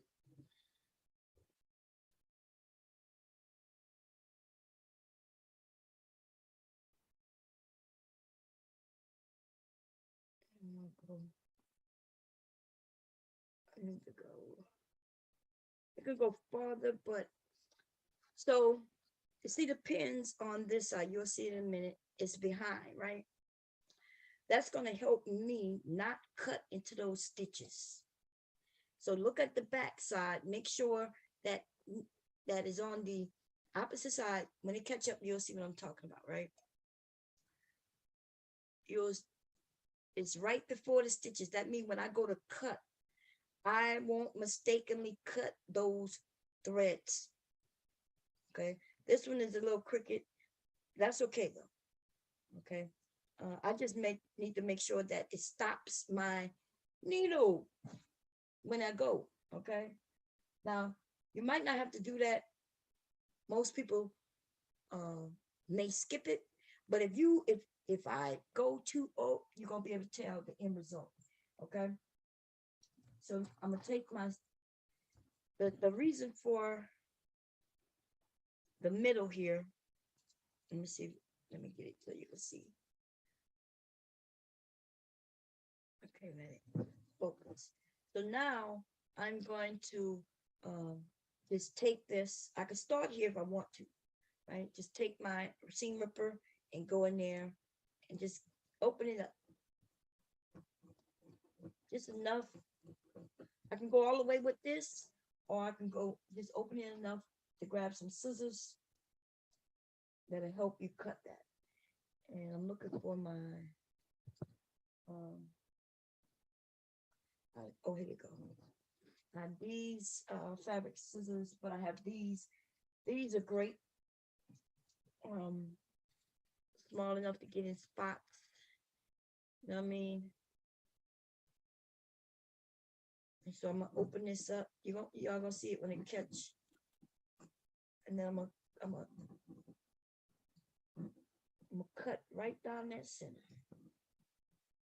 using the line as my guide.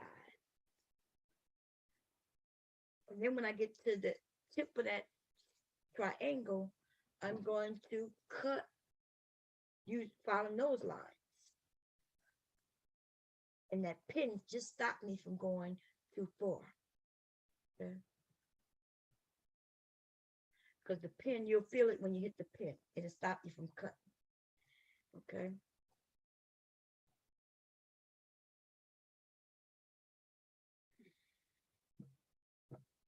Now, turn it this way. I'm going to do the same thing. I'm at that tip. Oh, that damn pin stuck me. Told you I get stuck my pins. God damn. The pins don't like me. They hate my guts. They hate me, baby. They hate me. They truly hate me. Okay, that stopped me. And you can tell if you don't go too far. When I flip this, I'll be able to tell if I didn't go far enough into that corner.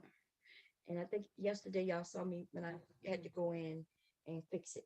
Okay, so that's what I've done. Now, before I finish, I'm going to take it to the opposite side, and I am going to cut some of this stuff away. The only thing I do not want to cut away is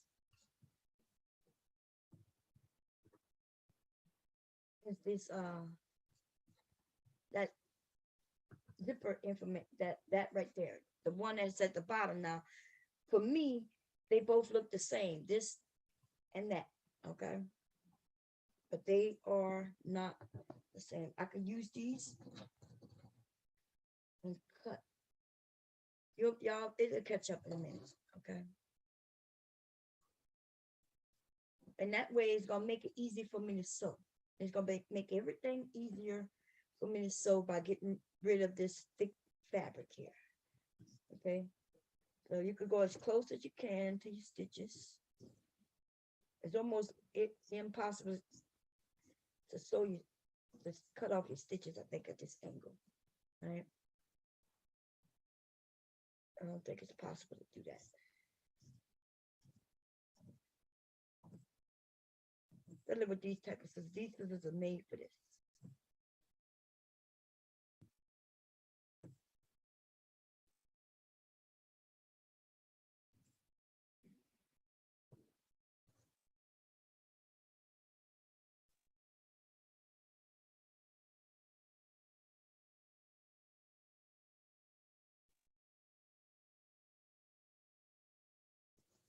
I cut that away. Y'all be able to see it. It's coming.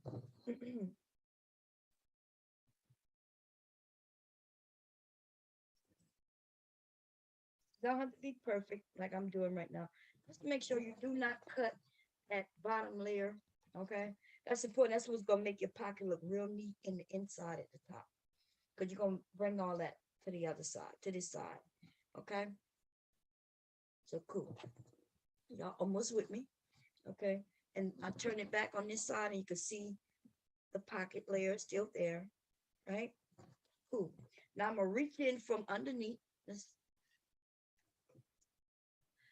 So I have the, let me get this pin out of here. I see a pin. Oh, I did. Oh, okay, no pin, no pin. I'm going to zoom out. Gotta zoom out. Okay.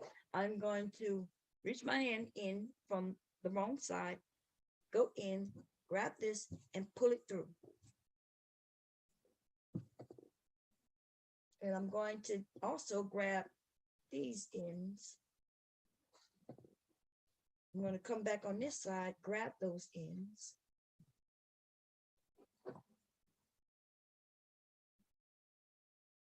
And pull it through. And it should make a really nice square. Now, it's going to take you a minute to get this, because what you're going to do is take your iron, or what I'm going to do, should I say. I'm going to take my iron. Start throwing this stuff.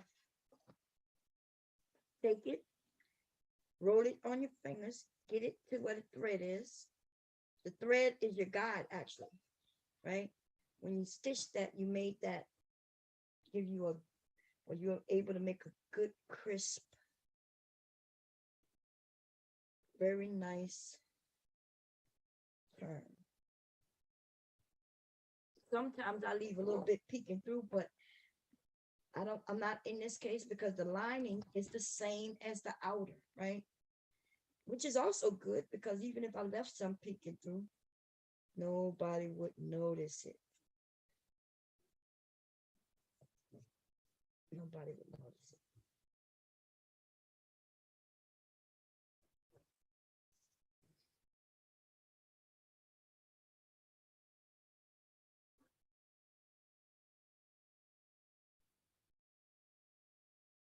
And the corners, that's when you're gonna know if I did it right or if I gotta go back. And I see like the corner's not laying the way I want on this corner. And I can see why. I can see that it can go far enough. Actually, this is the one where that thread where I lifted. I can see it too. I'm going to go come out here and cut a little farther in that corner. Without the corner being there, there's nothing to keep it neat, nice and neat. Okay. And pull this out and do that.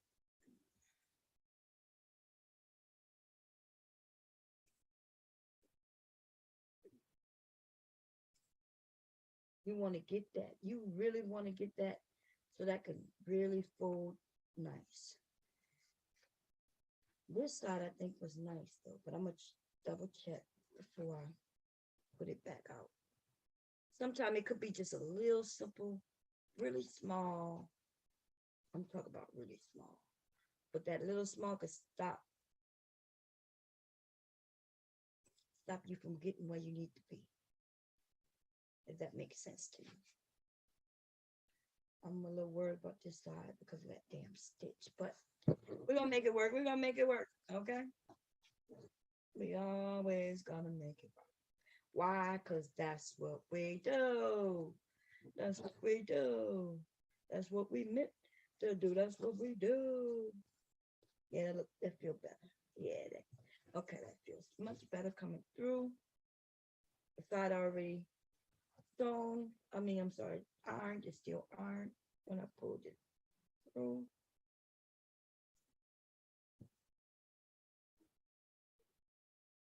I'm gonna roll that through my fingers as such, as such.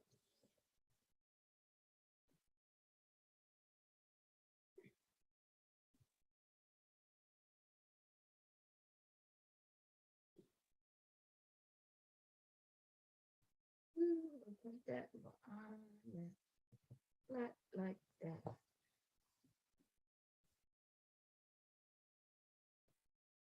No, y'all can't see because it's behind, but it's okay. You'll catch it up.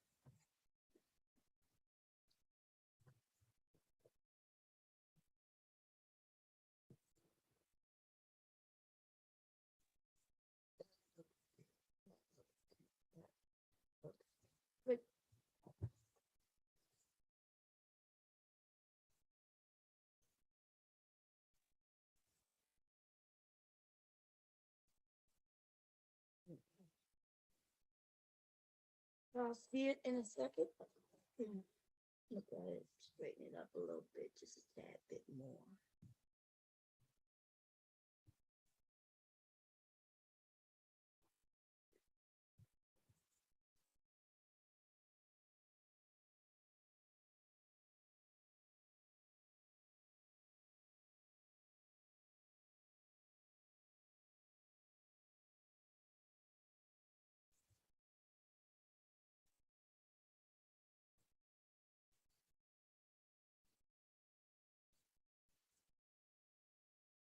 Okay, we'll go on this side, kind of put it a little bit. I don't know why these people still sending me shit, man. I'm about to call their ass, man.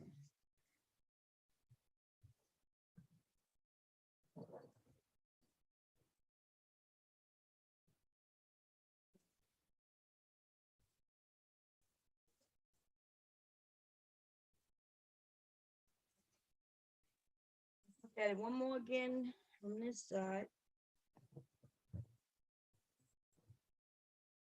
That looks good. I know you can't tell that it looks so good. It really looks really good. Okay. And you'll be able to see it when I poke that orange zipper on there.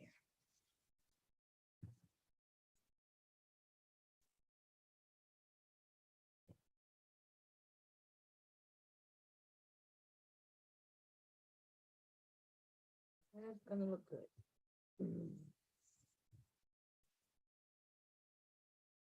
And see how the orange, even you probably wouldn't have noticed the orange in this fabric. But once I added that orange zipper, um, that's when, you know what I mean? That's when you will notice the orange in it. It's really standing out in person. Um, let me see if I can make this catch up. Let me see how far behind you are. Just a tad bit. No, you're quite far. I didn't have that.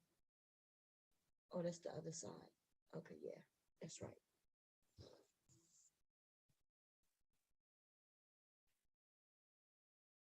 Let me see. Yeah, flip it and I'm just gonna flatten it up a little more. I'm gonna stop the share because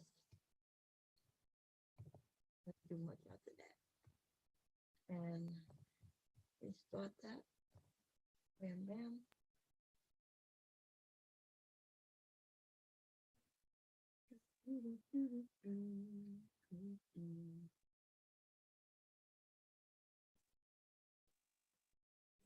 Okay, see, so I didn't put the, I just laid the zipper underneath so I can see what it's gonna look like. And that's gonna be the zipper.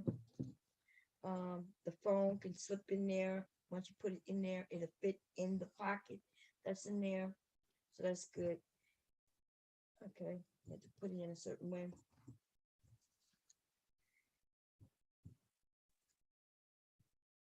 Now to make it easier, I'm gonna put some, let me see how long I want it. Now, following the person who gave me this hack or here on YouTube, it's a great hack. I like it. I love it. There's a few things they suggested that was very was very not good. Okay. When I say not good, I'm not sure if she was on an industrial machine or not, but she suggested that we put that stop at the end, right? And she suggested that it be at the end so it helps protect the fabric. The problem with that was when it was time for me to sew on this end, that stop was right there. Okay. And that you don't sew over the stop. That's so if my needle, once I realized that I have to go farther out. So no, don't do that. Don't do that. Don't do that. Okay. I know that she suggested that, but don't do that. If you have, even if you have an industrial machine, you don't want to do that, right? Because if your needle hit directly on that thing, what you would do, right? Depending on how far out you're going, unless she was saying keep it to where you could see it, and then that's ugly. It's ugly with that showing. So you want to stitch right close, and that stuff was there. So do not do that. Okay, that's the only thing I think I found that I wouldn't, that I found to be very, it was horrible suggestion. Okay, um, that's the only thing. Everything else was cool. Everything else was pretty cool. It made things easier. That suggestion though was bad. So I am going to,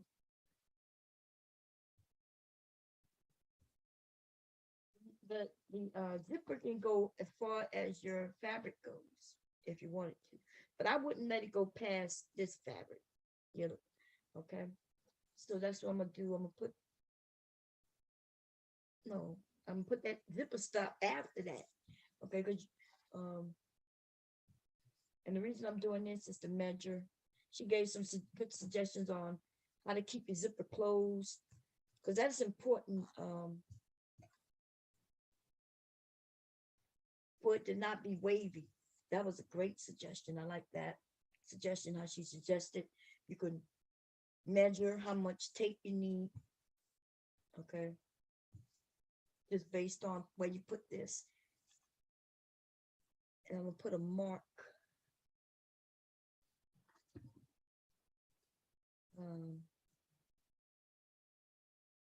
But I don't want the tape to go farther than this. Okay, so from where the zipper is all the way to the marks is where I'm gonna put my tape. Two-sided tape. Make sure your zipper is closed. Okay, make sure it's closed. Put the tape on the edge on each side. Do you have to do this if you don't have two-sided tape, which is a helpful thing, by the way? It's not a, it's a helpful thing. If you don't have it, you don't have to do it. You'll have to use pins to put everything in place to sew it. But with this, I don't need no pins. Also with this, what I found, make sure that you put the tape all the way on the zipper tape. If you have some hanging over, now, nothing wrong with having a little bit hanging over, I guess. Do not put the zipper tape all, do not put the tape all the way to these teeth, because it will show. Now, if you want it to look like an invisible zipper, that's another thing, and I know how to do that. But just watch how you put this tape down. Make sure that the tape is down, straight, and zipped.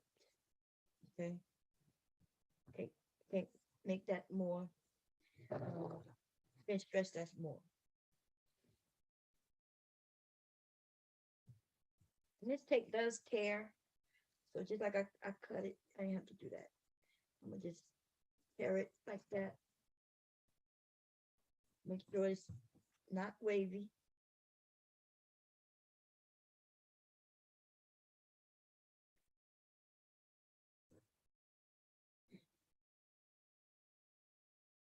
Straighten it if you have to.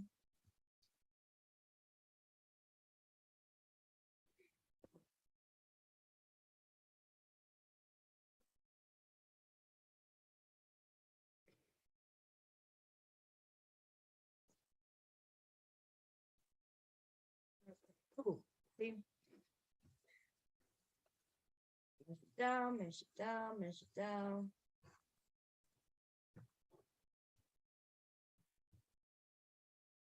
Look.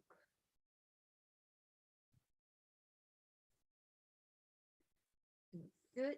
I'm gonna Now I have to take the sticky part off,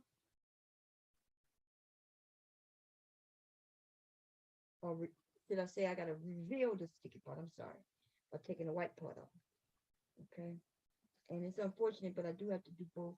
I was trying to figure out a better way where it's easier, but the better way to make it easier is the way I'm doing it. You want to cover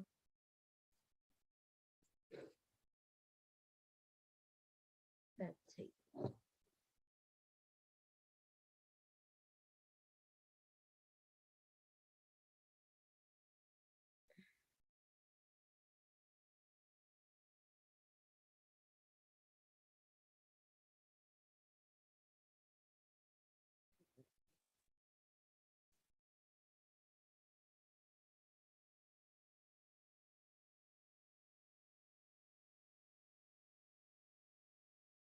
This is underneath all of it. So undo it, put it back.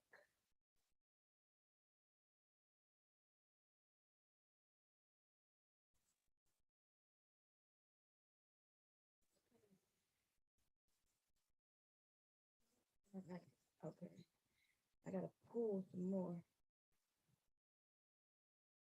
on that.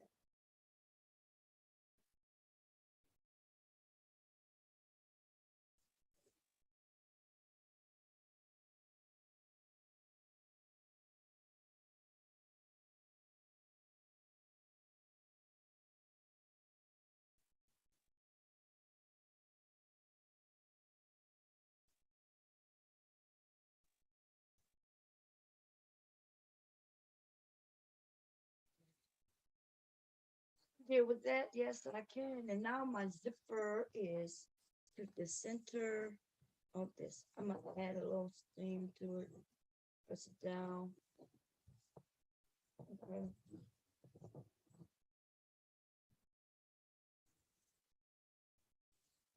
What I do?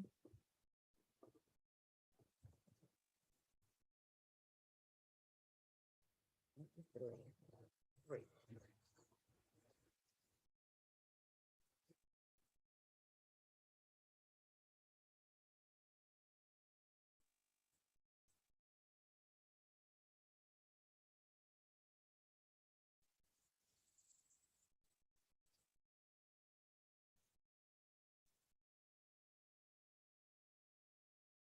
Okay. Now what I'm gonna do, I'm going to stitch close to this edge around like that and put that in place. And that should catch the zipper on the back. Okay. You could use a zipper foot. You could use the same foot depending on your spacing. I am going to change to my zipper foot.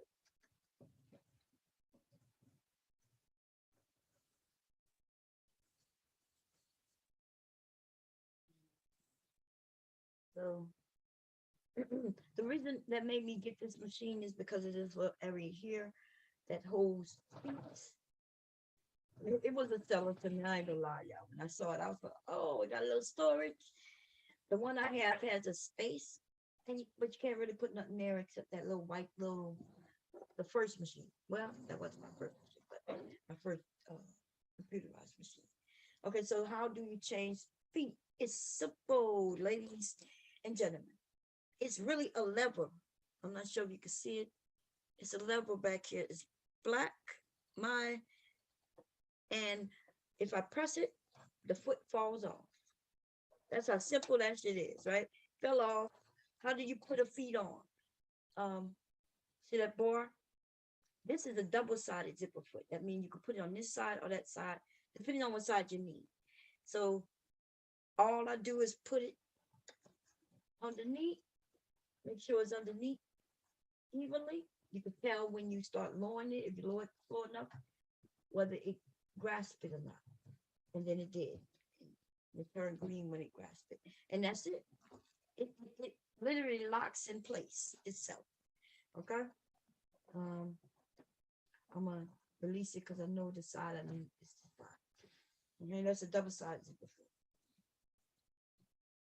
I'm gonna let that catch up so y'all can see what I'm talking about, and then we're going to restart. No, I'm not gonna start.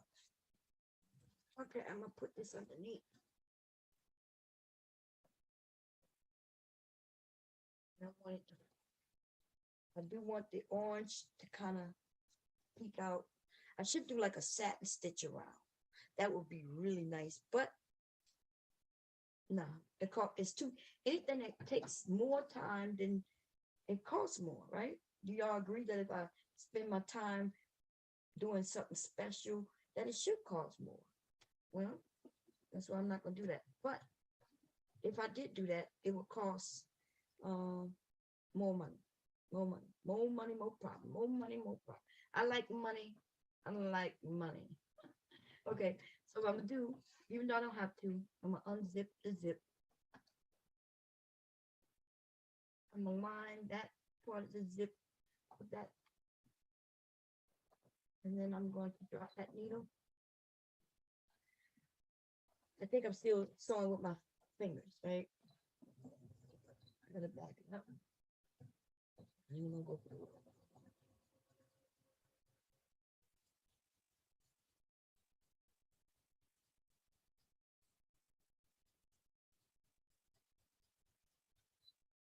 Bad thing about sewing with my fingers is that I always gotta have a finger ready. It could be bad, it could be good, but that's what I want to do. Just but with my foot and with my feet or foot, I can control how the speed by you know. But right now I'm oh now it's the needle. I think back you up. Let's take you blow through this.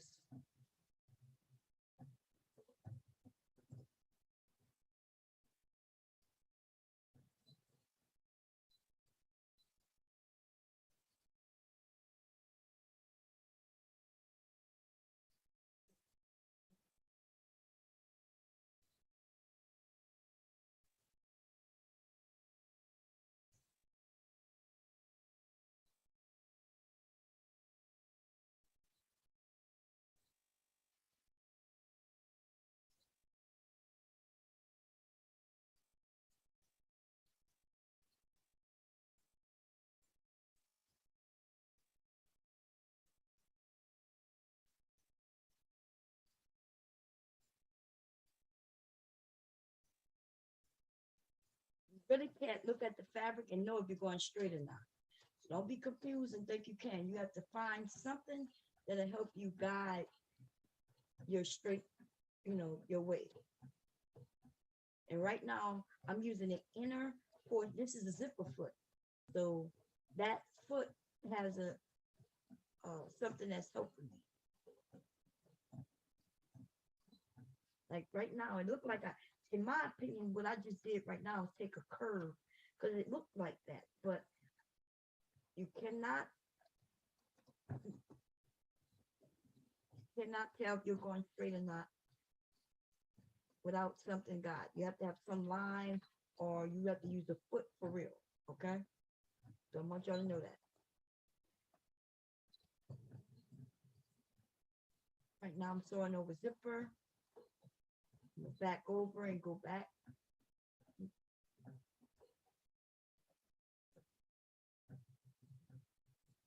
And I'm gonna go forward again.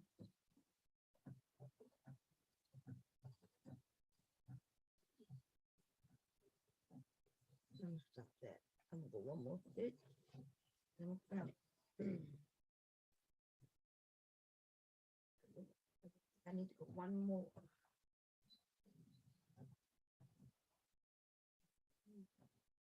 Okay. And then we're gonna go meet the first original stitch right there. We're gonna go back. One more.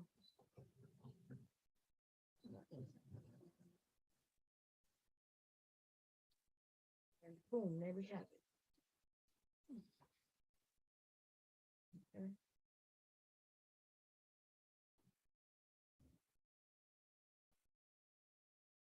We're gonna move that back. Now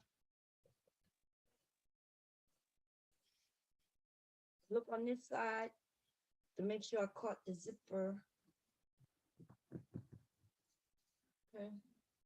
I see some areas where I didn't catch it. Like right here. But it's cool. Okay.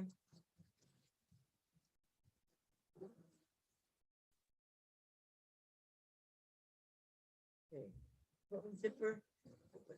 Close zipper. Open zipper. Close zipper. Want the person who have it, if they want to open a zipper, it goes down. Okay. Now what we're going to do is I'm going to cut away the excess zipper.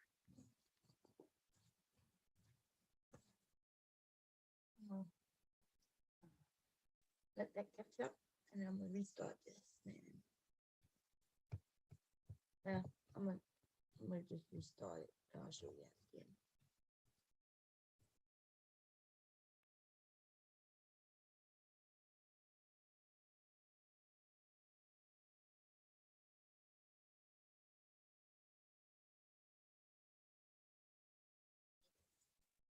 So what we're gonna do, we're gonna take this excess zipper off, and I'm gonna just cut it off at the pocket fabric. I need some strong scissors in that. I won't mess up my those anyway. Fabric scissors should be sharp and easy to cut things to. Okay, you don't need to cut all of this off, but I did stitch right here, but I'll leave it there, right? Unless it gets in my way, it shouldn't get in my way at all. Now what we're doing, we're about to sew this pocket in place. Okay. I'm gonna take this top part here.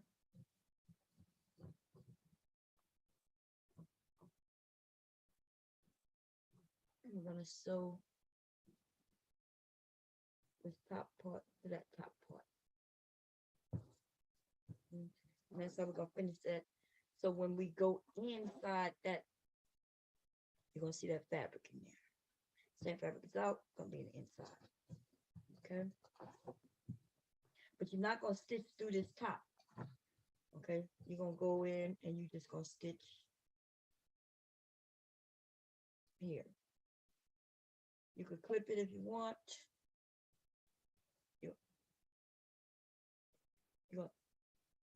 You're also gonna go on the sides over here and sew. Okay, but we're gonna, you could clip it, you don't have to clip it, but you do wanna get in there. I can leave the zipper foot on, and that way it could get real close. Okay, because the zipper foot is built a certain way in order to get close. Okay, let me drop that down. Up. Make sure you're not catching nothing else. Uh-oh, I don't think it's stitching, y'all. Is it? It don't look like it's something going on with the needle. See, I see the thread, but I don't see the thread wasn't in there far enough. Okay, so I do have to rethread this. Go here, go there. Make sure it's in the upward position as far as up as it can be. Thread that through. I think it has something to do with that tape that I stitched over too. I started seeing where it started skipping stitches because of that. Drop that needle. I forgot what's wrong with my hand. It doesn't look like it's going.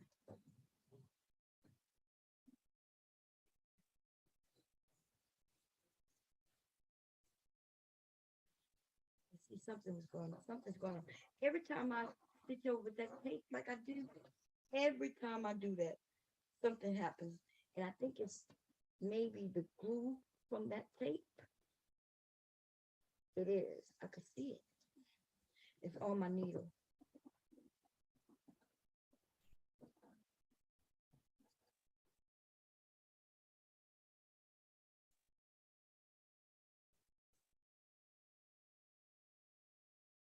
See if it works better. Oh, you can't even see what I'm doing. Okay. Every time I go over that tape. Now maybe I need to switch tapes, or I just need to be more a little more attentive to my needle after. But yeah, I do notice that. Mhm. I bought the tape off of Amazon.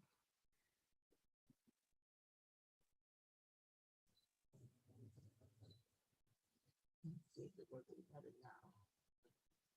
Well, it's doing its job, but I wouldn't say that it's doing better. It's sewing. Let's see.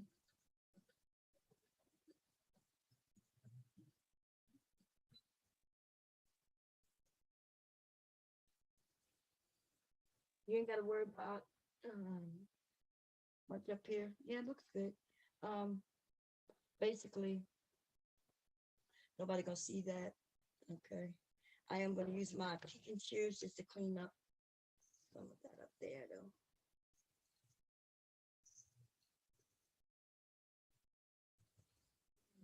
Okay. And then we're gonna go underneath.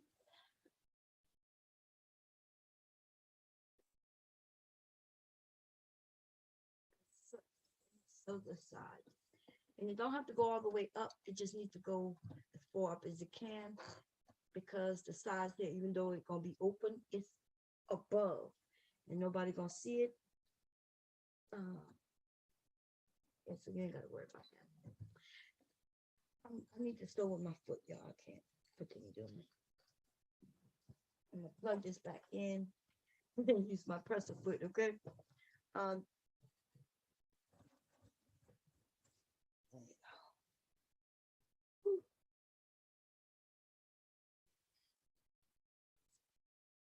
go. Do a zigzag. Maybe I will. But if I do that, I'm gonna change the foot. The foot. No more. Don't need that anymore. Um,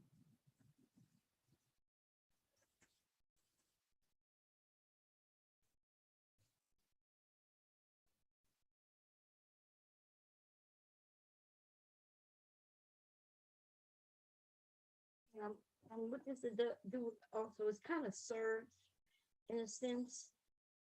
Um, I might have to change the foot. I'm doing a like an overcast. It'll help.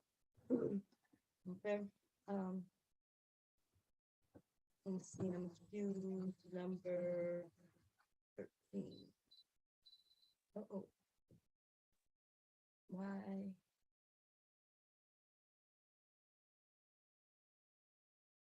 Oh, is that a double needle? What is that? Oh,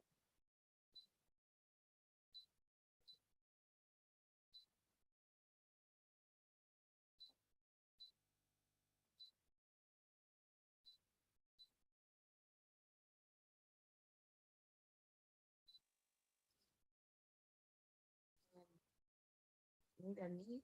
I should need a double needle for that. What number that was? 13. There we go. Okay. I do have an overcast foot, and it tells me which foot to put on, number G. See? Um, you see it changed it to 2.0. Let me see what is that? I think this is in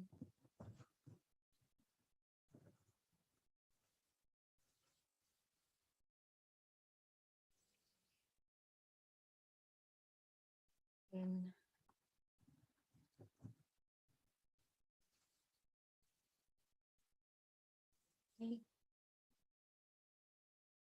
And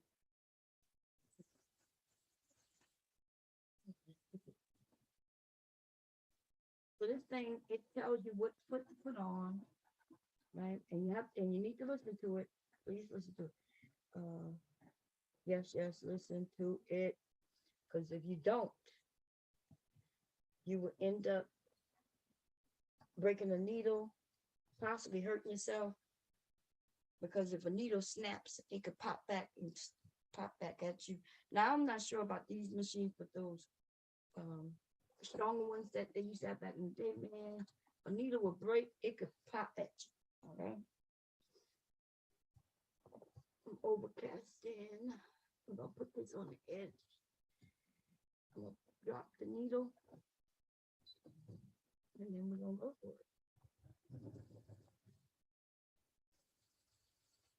I'll be honest, this needle is sticky, so it's causing problems.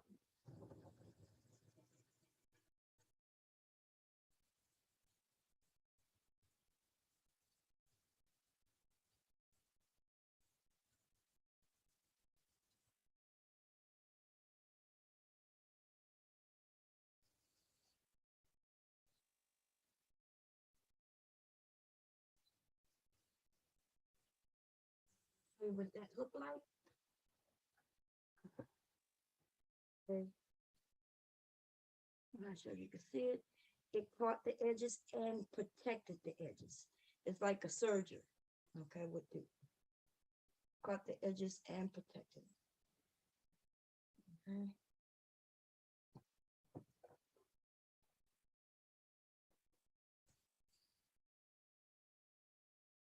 Needle.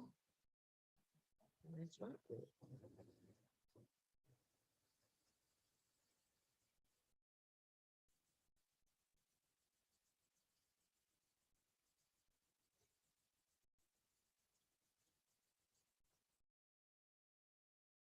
That button doesn't really go back with this. It just go up and down and lock the stitch in place. Cut it, thread, and then let's see. And there it goes. Okay, it's a good stitch. It's a great stitch, as a matter of fact. It's not just a good stitch. And now we can go in that pocket. And you can see inside of it. It's closed up on all sides.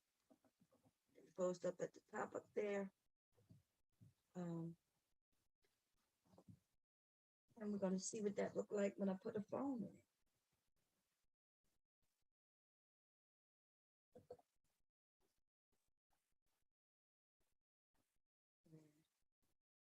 So a kid could put a phone in it and it'll be in there. Okay. And he can get his phone out. Okay. I want to make sure that a phone can go in there. Otherwise, I don't know what the pocket would be for except some candy, I guess. This is for a kid, you know. See, that's the good thing about when you homemade. People use stitches. You use stitches that you think are best for the machine, for the project. And the better the stitch, the better the sturdiness of the item that you're making. Okay.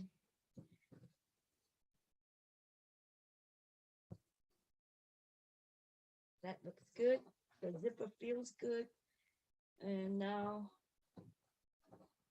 we're going to zip up, sew up both of these pieces. I was thinking about putting a little slip pocket on the inside, but I don't know what the purpose of that would be for a kid. It's not like they have IDs or anything. So remember, they could put anything in this bag, but it's meant for the water. A water bottle fits, gonna fit nice in this.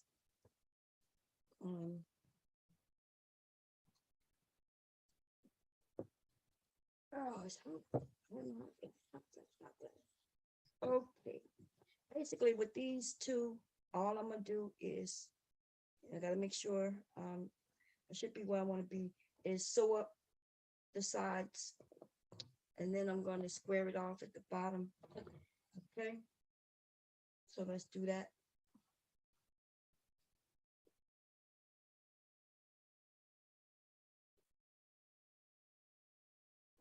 Changing the stitch and the foot.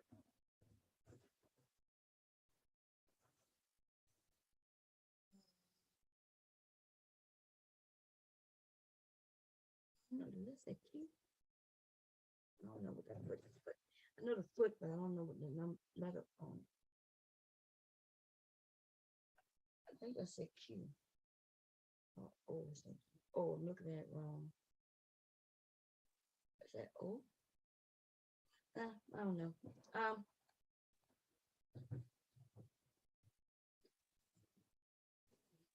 Seam allowance. So I'm gonna keep my needle in the position it's in, and I'm going to just use the foot to provide me seam allowance, or I can go with this line, which I think that's a 5/8. I'm not sure what that is. I'm not sure if it's from the center or what. To be honest, I'm gonna use the 5/8 still. Okay, we'll just, so if I do it like that,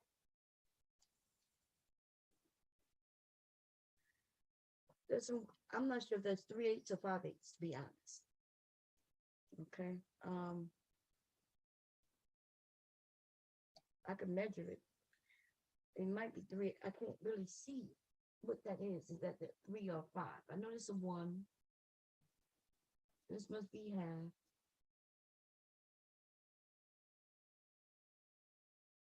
So that must be 3/8. Okay. I have to think about it for a moment. Okay, here we go. Make sure your fabric is even on each side, on the sides here. And keep your fabric lining up with the line instead. If you need a piece to put a piece of tape down and do it, okay? But I'm just simply gonna, I need to change. Okay, take this up.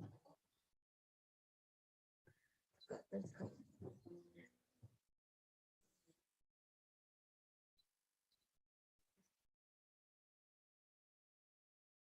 Here now, back it up a few stitches, actually one stitch.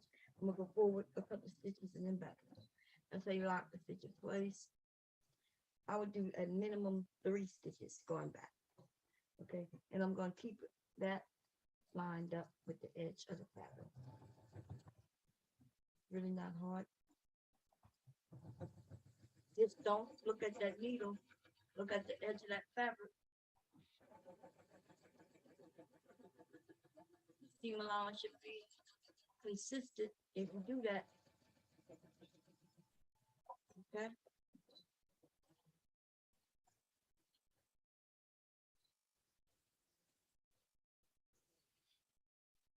See how straight that is? You'll see it in a minute. Um, and it's straight according to this edge. Okay. And so I'm gonna do the same thing with the lining. Do I have a right side or wrong side? I'm gonna make this pretty much the same. Now,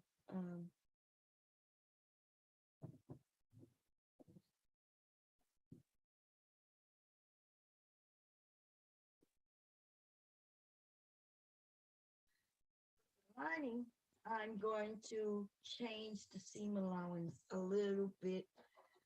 Instead of going to that 3/8, I'm going to go to that half. Is that 3/8? Yeah. I'm gonna go to the half. And that's just a little bit less. So it could fit inside without being wrinkled and stuff like that. Okay, so I'm making a seam allowance on this. A little bigger. That's my needle.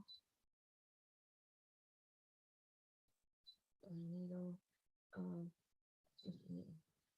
see the thread? When I cut the thread using the automatic thread, it cut it short, which is good.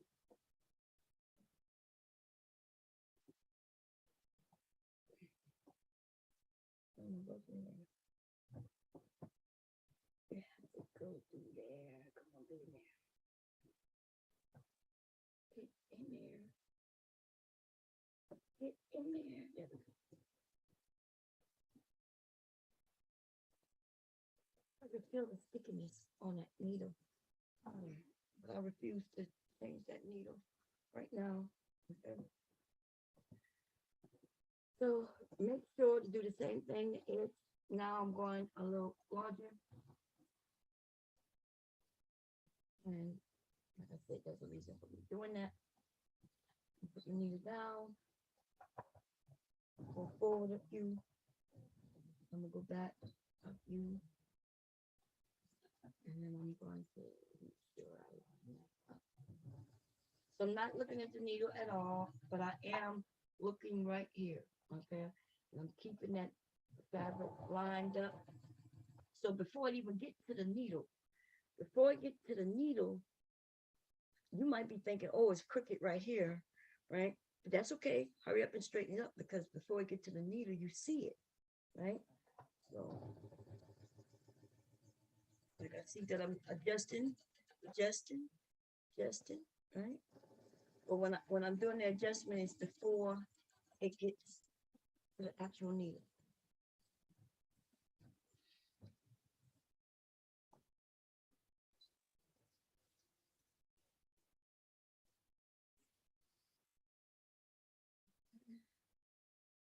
It's straight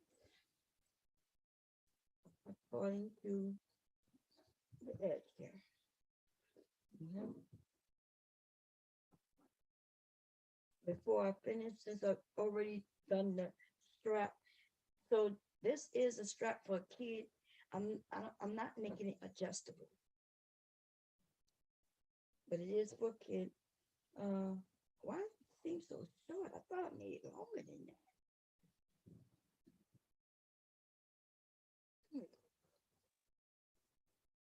Tag, um, straps long enough for a child.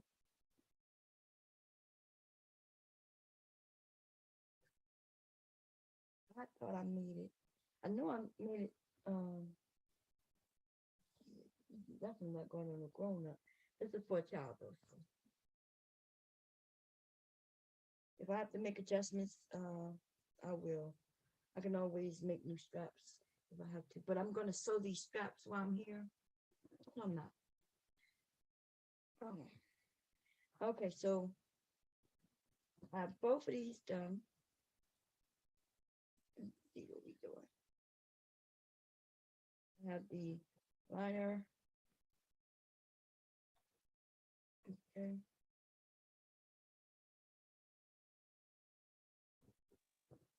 What we're gonna do is we're gonna take. Let me touch this up, y'all.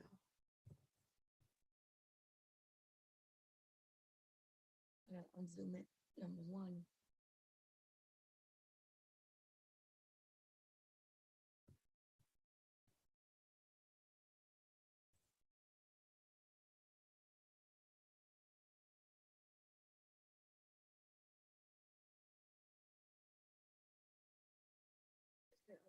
Does too.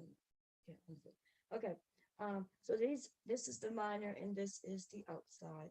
We still have right sides showing, so you see the outside of both, right? We're going to line up the tops up here. Okay, I'm gonna put either a pin or a clip in.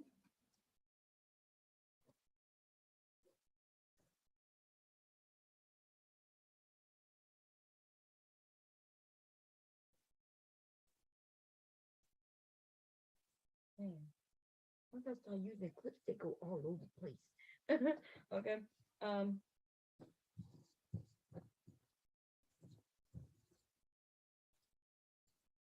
see this one also. I just want to make sure it's even, even.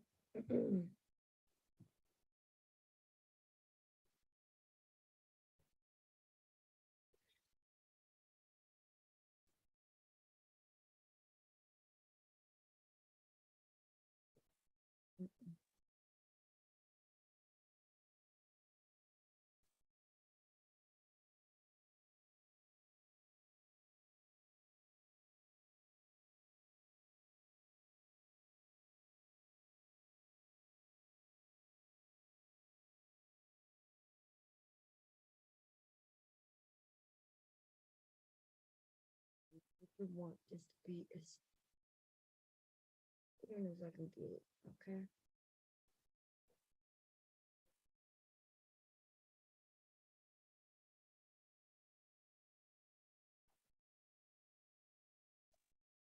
It's perfect, but it does have to be, um,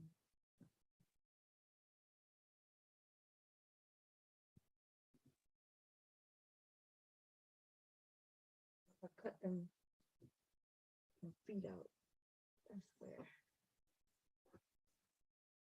where it matters, because that's going to determine, okay?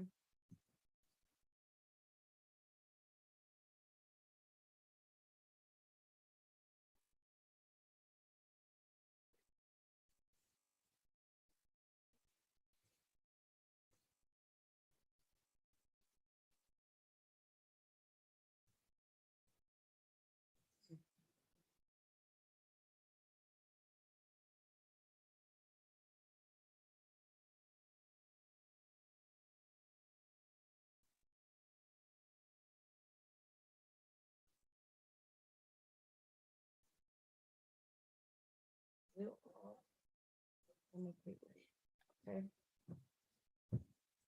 Okay, so here's where we square up the bottom. Originally, I said I was gonna square it off 1.5, and I think I 1.5 up. Okay, that puts me right at that zipper, at the zipper pocket directly. Okay, where my pen?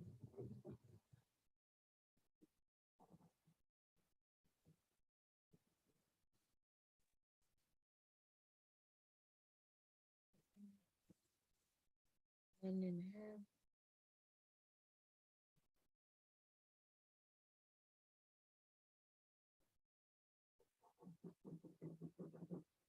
And so if I do it 1.5, how tall is the bag then? I think let's try one. Let's do a 1 by 1. Let's do a one. A 1 by 1 is small, but it gives it. Let me see.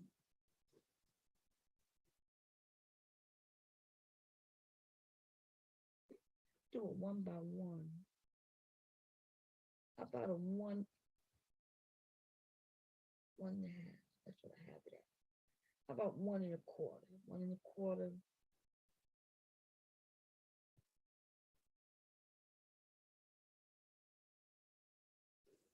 Um,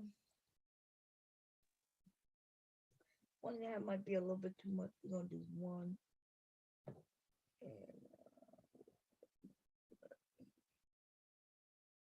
and we're gonna do it evenly. 1.25, 1.25.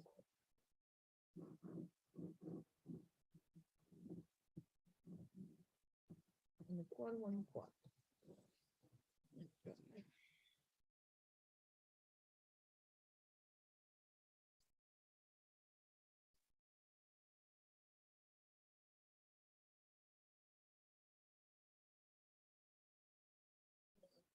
8/4. 1 and 8/4. I can see it. Is that 1.25? Boom, boom, boom, boom. That's 1.25 right there.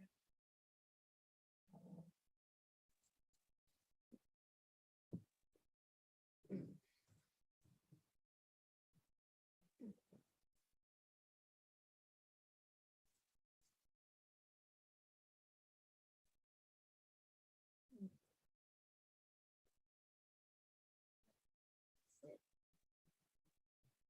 1.25, 1.25. That bumps me up, giving me like a foot. Okay.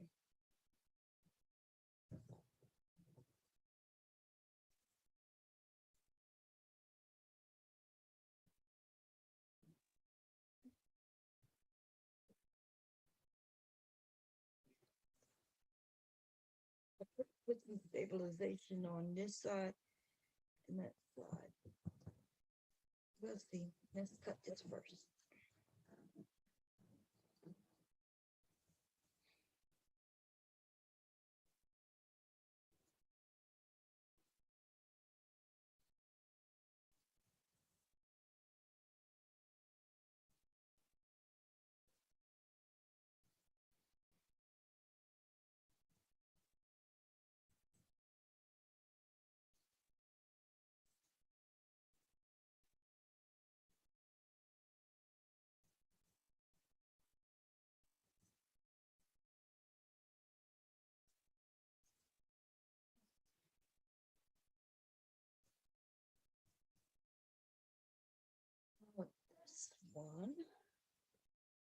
Well, let me throw this first. Um, Put it here. I'm simply going to just fill the bottom, and I'm gonna do a 3/8. Actually, I'm gonna do a 3/8. I'm gonna do a 3/8 on this one. Okay, I'm gonna make it a little, just a little deeper, I guess.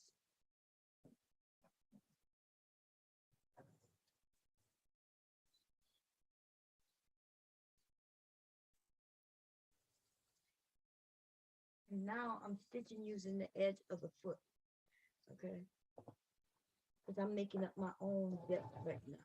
Okay, do it the way I want to do it, just like you do it the way you want to. Okay.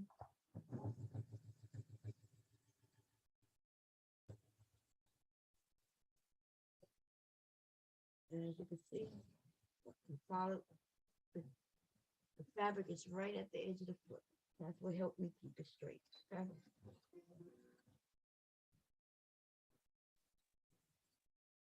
And I have a very small seam allowance down here. Tiny seam allowance. Okay. Don't need a lot of seam allowance, but you do need a seam allowance. Okay. But anyway, let me take that thing out of there before I stick myself. Good. And I'm gonna take this slip off soon. Like you put this one, okay. Do the same exact thing here, except my seam allowances and things will be a little different. Make sure this is even as I can get it. Let me see if y'all can see what I'm talking about. As even as I can get it. I don't have to worry about too much anything on this because that had a pocket on it. So I had to paste everything on that pocket, right? Here it needs to fit in there. So what did I do? I did 1 1/4, 1/4. So here I'm gonna do 1 up. Right, I'm gonna do the 1 up. And I'm gonna do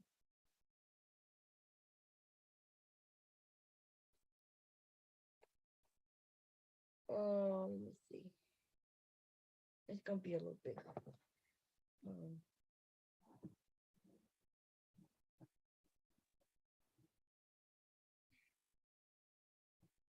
So what did I do? I did 1 and I did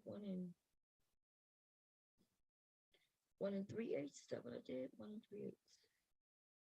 Yeah, I did 1 and 3/8 and 1, right? So I did 1. Wait, did I go 1 up? I did 1 and 3/8 by 1 1/4. 1 1/4 this way, 1 and 3/8.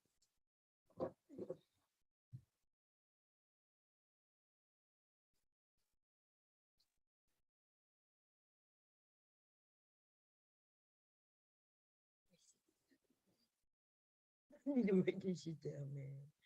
I did 1 and 3/8 going up, right? Yep. Yeah. 1 and 3/8 going up.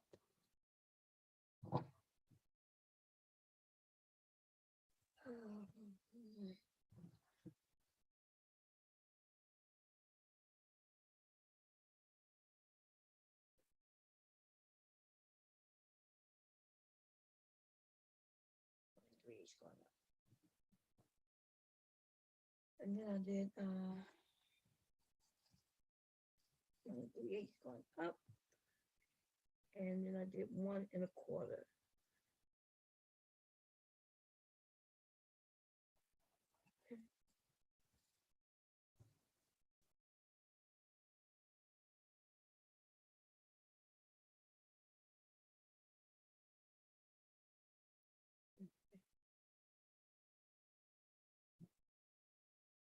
Okay, there we go. 1 3/8, 1 1/4. That's like it. I can do the stitching before I cut. Okay.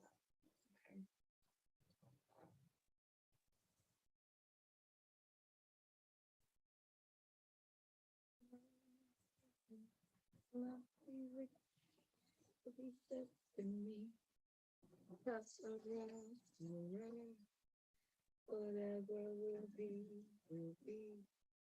The future's not just me. It's around, around. What will be, will be. Now I have children of my own. Think that they father, what will I be? Will I be pretty? Will I be rich? I tell them tenderly, it's around, whatever will be, will be. The future's not ours to see. It's around. Okay, so last time, I stitched using the edge of the foot. This time I'm gonna go to this three eighths. Okay. I'm gonna stitch. I do want to see if I can keep this flat in the middle, open. If not, it's no big deal for real. Okay. A lot of people say it depends on what you're making. This bag is for giving the fabrics I'm using. It's not bulky, so it really doesn't matter about that like that. Oh.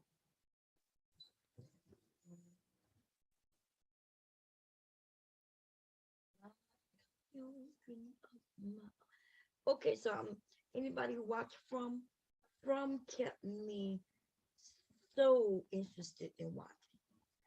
I watched and was upset that I couldn't watch them all at once, right? On a Sunday, I would sit and just watch back to back, right? And they let me watch, I think, like three the first time. The first three was released right away, maybe. And I was like, yeah, this shit is good, right? Kept me, but I'm gonna tell you, I'm not watching season two because I'm pissed off, okay? I'm pissed off. They didn't give us no fucking answers, none, zero, no answers. We still don't know. I don't think the fucking writers know what's going on. I think it's just one of those shows. It's almost like my writing, right? My writing could be forever. That's one thing people like about it because they understood it was never ending, and I kept it hot, right? But the thing is, though, even in my writing, there was resolution, satisfaction, like. But there's like we still don't even know where these people are, what's going on, who are they, who are the other people, like why, how did they get there? We don't know nothing. They could have gave us something, right? Something to make us want to see the next season. But what could the next season really offer? A new group of people dying the same way? Like nothing. Now, if they would have gave us some answers, then we could have been like, yeah, this shit gonna be good next season. But I'm not even thinking that way. I'm thinking, why the hell would I watch this shit again? Just to get no resolution. It's almost like having sex and you ain't getting nothing out of it. It's like they finished and you still wondering like, hey, was you done? I'm not done. Hey, and he getting all dressed and shit, and you realize you just gonna have to take it your matters in your own hands or some shit. Like I don't like those type. I can't deal with that type of movie. The shit piss me off. Here I am telling people the movie good, and the shit in the way it did. They should be ashamed of themselves. Okay, that's all I'm gonna say. This shit even so on.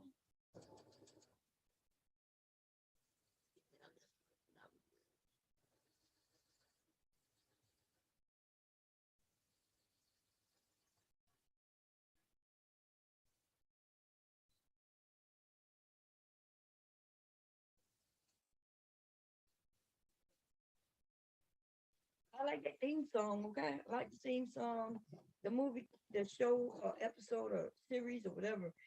It kept me on my feet wondering, just waiting for to figure this shit out. And then they didn't give us nothing.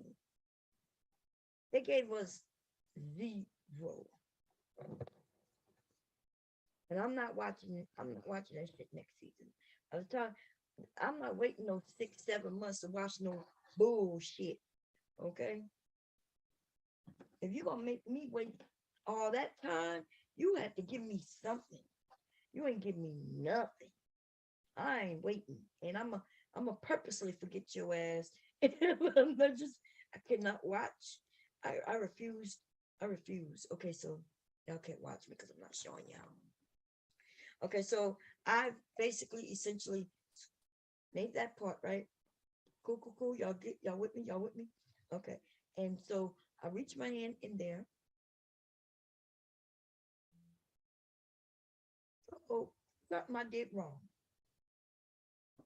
Yep, I closed this out. Um, that's okay. I'm gonna see him rip a little bit of it. It's a good thing I remember. So remember I had to reach in and pull this back. Now there's another way of doing this. I can literally drop this liner in and soap, right? But for cleanliness, I could have also I could leave the I could just um pull it through from the bottom. Um,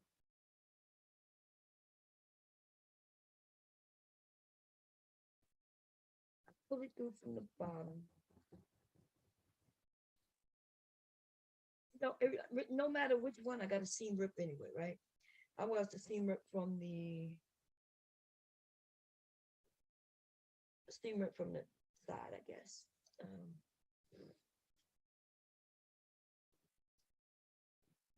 Where is my seam ripper? I had it um because I slid it down. No matter here, I didn't see it because the seam ripper and the scissors match. Okay, they were side by side. I need to put my scissors down here. Um,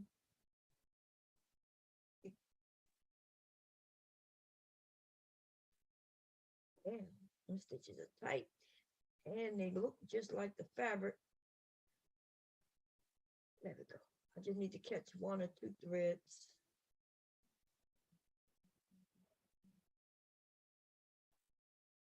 Actually, I could, after I break 1 thread. See, that's the thing about what people don't know. You're sewing and you might cut into the threads a little bit and you thinking, it's no big deal. Well, if you cut into the thread, you instantly create a hole. And guess what? And the hole gets bigger as it's pulled on. So you essentially make a hole that I'm not even pulling hard because of the threads are so tight. Just a little weight on the back would create a hole, right? So I say that to say that make sure you don't cut into your threads. If you do, simply just sew it again. Okay. You have to remember, don't matter where you cut into the thread at. Don't matter if it's a corner, it's at the bottom. You have essentially created a hole. You don't even have to cut the fabric. You just have to be able to have cut the thread.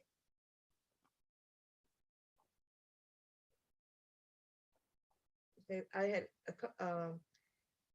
a client who I was teaching how to sew, and they had cut gently into the thread, and they were like, "Oh, it's okay. It's just in that little area."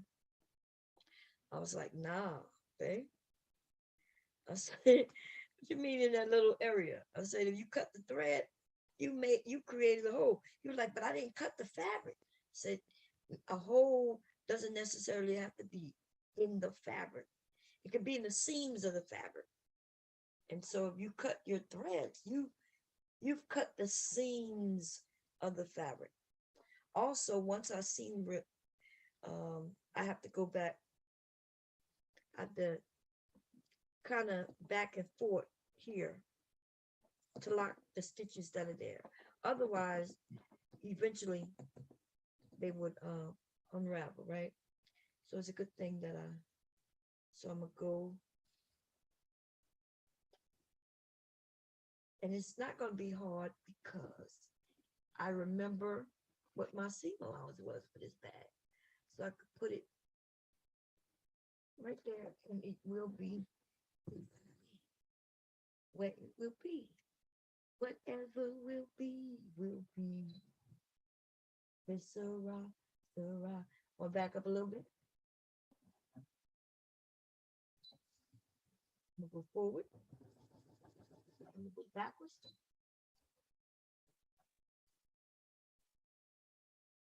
Forward. And then I'm gonna stop.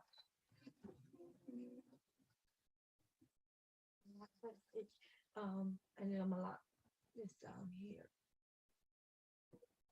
It's a little more difficult because remember I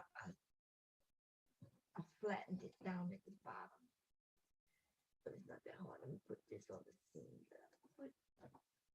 Got that needle. We'll go forward. Uh-oh. No needle, no thread. The thread is sticky. That's why it's happening. The needle is sticky. I'm sorry. The needle is.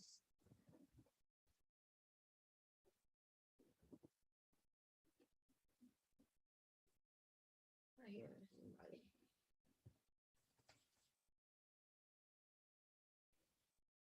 I want to change that needle. I'm gonna continue doing it.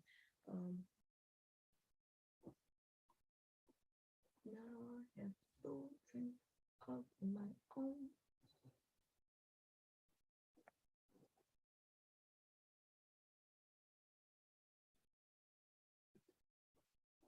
Did I go this far out? Yes, I did. Not that. All right. Go forward. Go back.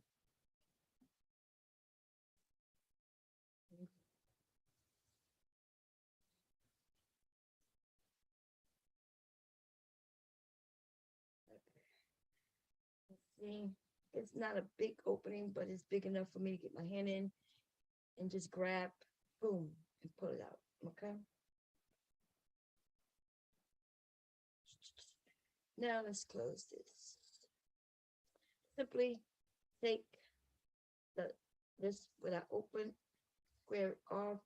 Normally there will be a seam, right? The way I do this with my regular bags, the unit, but you just gotta just pull. Make sure this is sitting in the middle. Make sure you got the top and the bottom. Like this. You could clip it, pin it, whatever you think you need to do in place. And then you're gonna take it and sew it. And that's what boxes the bottom. And do one side at a time because this is a small bag. Okay, that way you could just move that out the way without it being in your way. And if you can open your seam when you sew, you catch it. But if you don't, it's no big deal. Okay, it depends on what fabric you use, I guess I should say. And I'm gonna make this a small seam allowance. I'm gonna use the edge of my presser foot as the guide. Okay, edge of presser foot to the edge of the fabric. Drop my needle. I'm gonna go forward. Then I'm gonna go backwards. Go forward. And I'm gonna keep everything lined up. And when you do that, back a few stitches. I'm gonna cut it.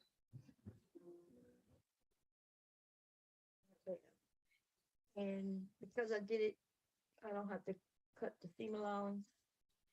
So there's no fabric that I'm thrashing or getting rid of, you know.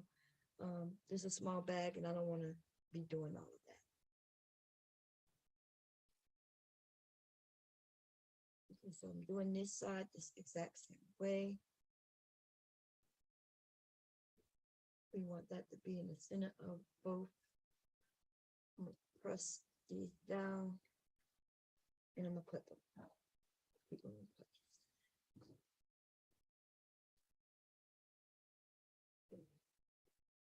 Now I'm gonna put this underneath and I'm gonna do the same exact line this with the edge of the foot, put the foot down, go forward a few, I'm gonna go back, minimum 3, okay? And then I'm gonna move forward.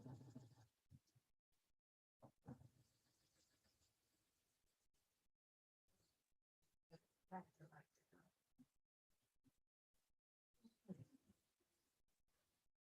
And then, yeah. There's no need for me to trim it. It's a small seam allowance. Okay. And the bottom, I caught the bottom on each side, this side and this side. So this is no big deal. This is a lightweight fabric, but it's not the lightest. Okay, so it has a little, and see the square bottom. This by you square in the bottom, kind of give it a little where it sit, right?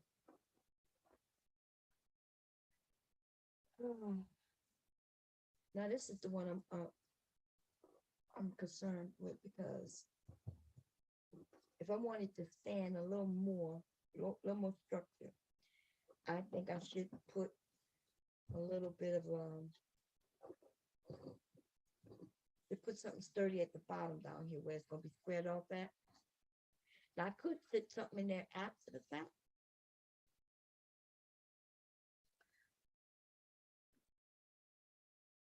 But I think what I want to do is maybe put some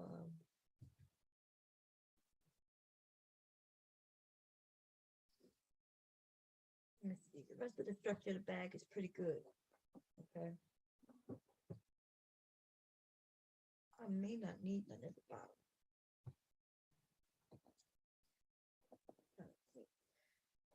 I think it'll be good though putting something down there.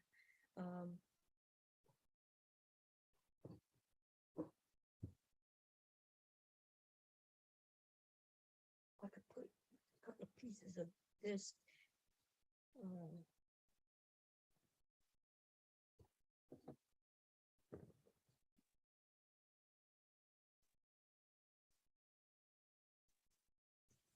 Don't even, when you're doing stabilizer interfacing, right? Right now what I'm doing is I'm really stabilizing. I just interface, I want it to be stable, a little more crisp down here. It don't have to be everywhere. Okay, so I'm gonna put that there, and I think I'm gonna put another piece on the other side. See how that work out for me. Gotta remember this has glue on it.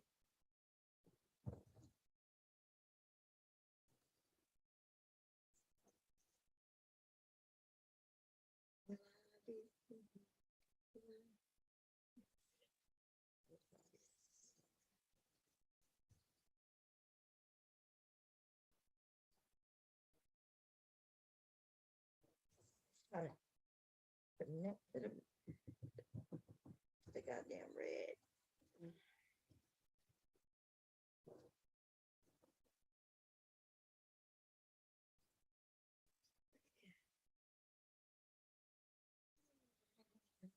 Pieces that I don't need.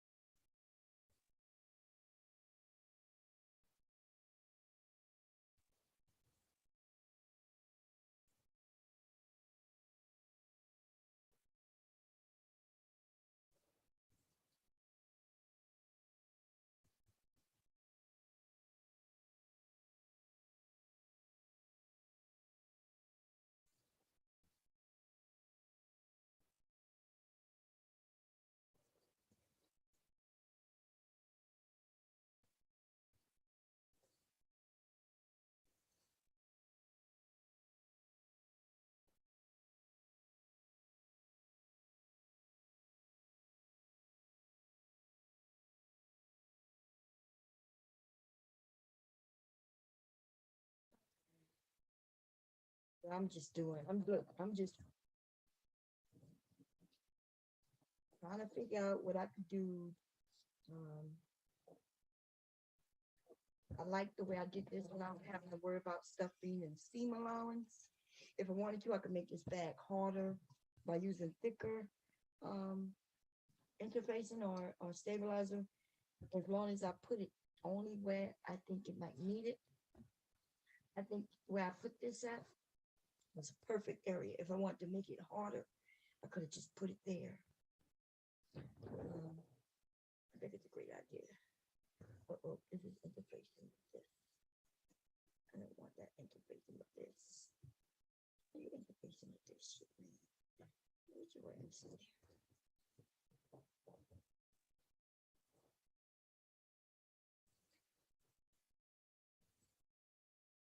I put it on the wrong side. Both the sides are sticky. Okay.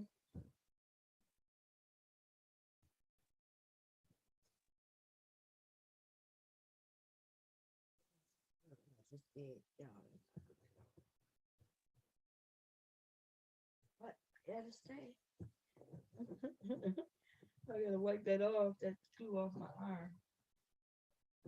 Yeah, that glue is on there. I'm have to wash that. Mm-hmm.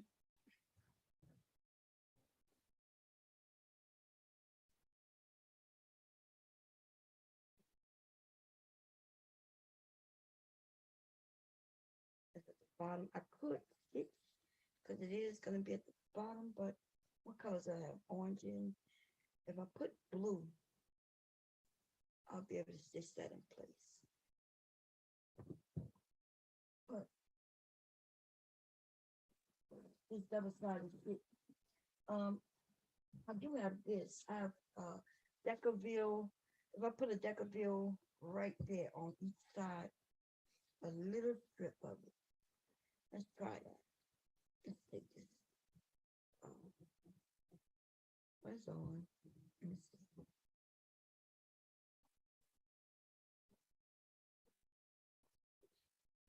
Just just a little strip of Decaville. Now Decaville is thick. This is what I make it like. This is heavy, y'all. If I had Decaville light, which I've never been able to find in the stores, I could only find Decaville, regular Decaville. I'm just gonna take a strip though and put it on each side. A strip as long as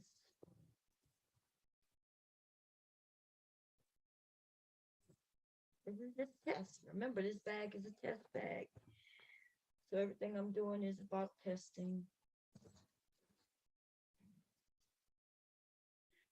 Yeah, I put a strip here and a strip on that side. And this is the bottom of the bag. So that's the part that gonna help it kind of stay stand up. Like it's gonna have a hard surface. I could also cut a piece of plastic and put it in there between the lining and the blah, blah, blah, but I'm not. Okay, I'm gonna just do this for now. I'm gonna test it.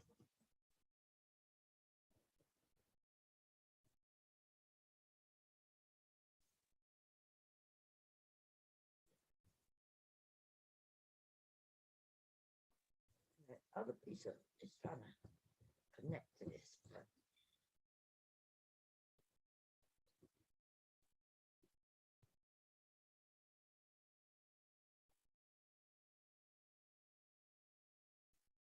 I should have done it after though. After I sold her the two sides, it might be. Um, I think that's what I'm thinking. I should have did it after. I kind of squared it off. It's probably when I should have done it, but it's there. So I got a piece on this side that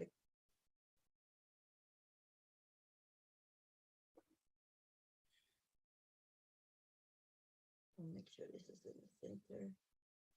And grab that like that.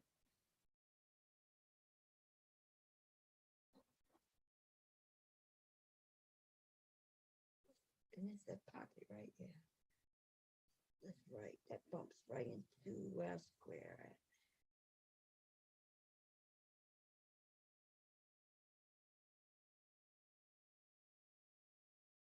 Okay, Now, even if I caught this, even if I caught this part of the zipper, it really wouldn't matter. And that's because this is the very top. It's the excess, right? That's the excess. I took it all the way to the fabric, but yeah, so I'm not worried about that. And I'm gonna do this side. This bag is almost done. Now next time, I put the two strips there, but next time I would put just a block, right? Maybe. First we gotta see. Now everything I add to this bag costs money. That means the bag goes up in price the more I add to it. I know some people say just interface the whole bag, and then now that cost goes into the bag. You gotta start thinking, right? I'm not in business to lose money. I'm not in business to be doing things for free. So if I can make the bag more affordable, still sturdy, still pretty, right? And all those good old things, and that's what we're gonna do.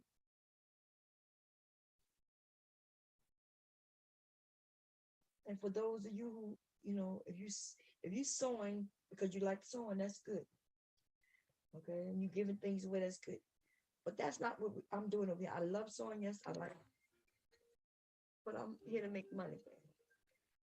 Somebody calling me. Okay, I'm not here to really lose money, even if I don't make money. That's one thing, but to lose money, not that. No, we're not into losing money. Okay. If I don't make money, that's not the same as losing money. That's the same thing. Okay. Make things free and just give it to everybody, right? I could do that. That's not even an issue. That's not what I do over here, right? I would if I can afford it. If I can afford to make shit and just give it away, I would definitely have no problem doing that. But let me see, y'all. Let's go back over here.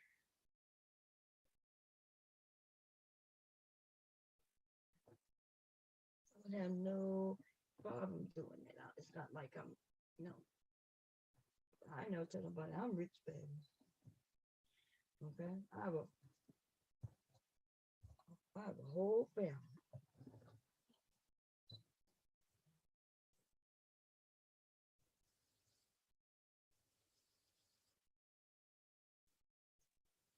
Some of y'all rich. It ain't me though. I'm not rich. If y'all so rich, y'all can send me some money. I would appreciate it. Thank you. Buy that. Buy that. Buy. It's not for me. Okay. You ain't even gotta do. You ain't even gotta give me no free money. You could just support the business, baby. Support the business. That's all. Okay, so I sold that. Okay, no big deal. Nothing too bad. It came out pretty okay. Right. I didn't catch the pocket. There's a few things I eventually want to test. Okay. Stop the needle. Go forward a little bit. Back it up. Make sure that goes under that foot. Make sure that keep open. Keep the foot on the edge. Boot. Back it up.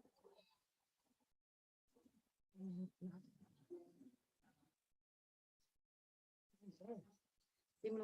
good. Seam is good. I do have that at the bottom. I'm gonna probably have to put it down there a little better than that. I could sew directly on that. That could be all. Because both sides is not sticky on that. Okay.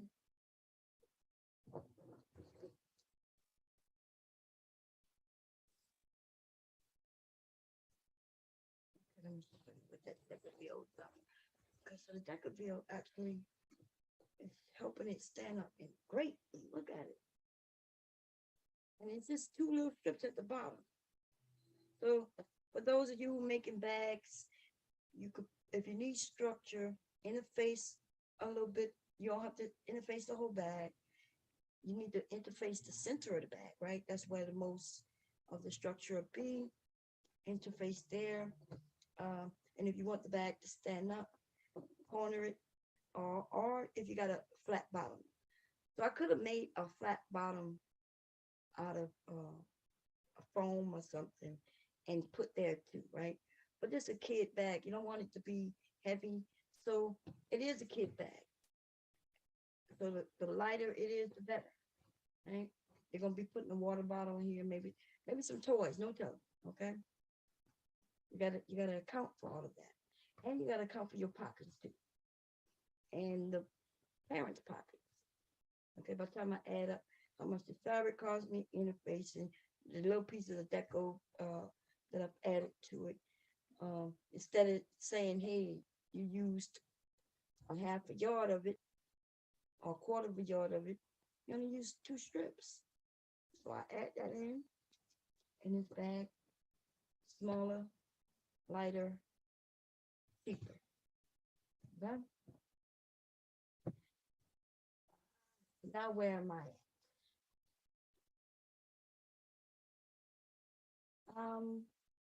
I did cut the strip here, and I did cut these 2.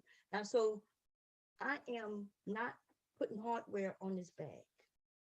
This bag is going, I'm putting straps on the bag. I decided that I'm going to glue the straps to the bag. I'm trying to think though, should I still make these and then glue? Maybe I should use hardware, just a D-ring. Okay, so the good thing about this is if I put a D-ring here, right? Put a D-ring. This bag grows with the person. All they have to do, they can remove the straps that I'm adding and replace the straps. And replace the straps to a longer straps as they grow. And so what I will put is a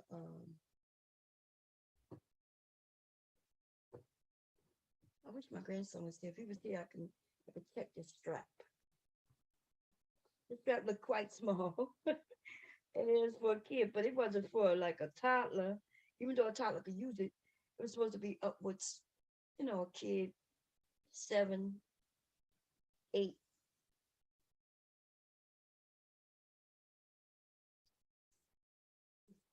Okay. Can you put this on my arm? I think I might need to make the straps longer, y'all. That's okay. So if I use the hardware, then that's okay. I'll just continue. And the last thing I'll have to do is put the strap on. So I'm gonna continue doing what I do, right? We're gonna I guess we are gonna put some hardware on here. It's no big deal, right? Which means I'm gonna be putting this on my clips. We're gonna clip this. Now this is the thing. Last time when I sewed this, it ended up coming off. It wasn't even. I was able to tell nobody could tell, but I knew, right? I knew when I started to pull them out, and I could tell it was off centered a little bit.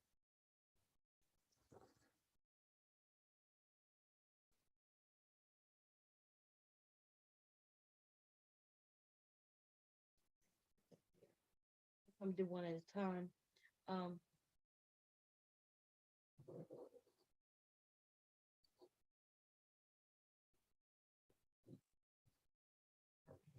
If this is turned even a little bit, it throws everything off.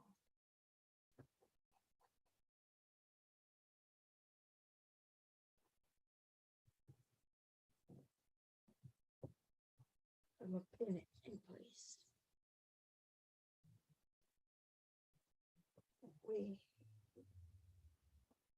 Putting it in place, it should not move.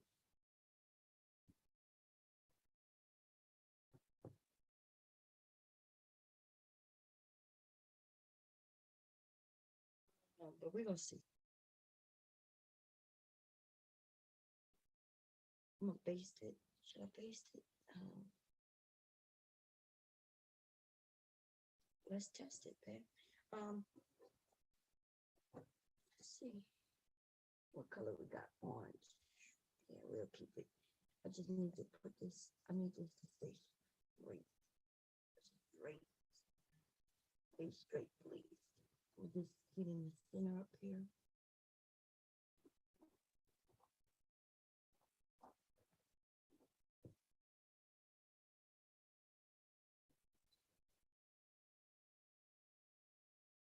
My boyfriend. So with my fingers.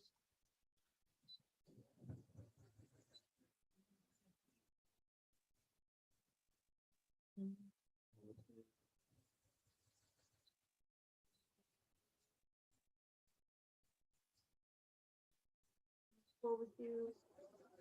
I'm gonna back you up. And then I'm gonna cut you.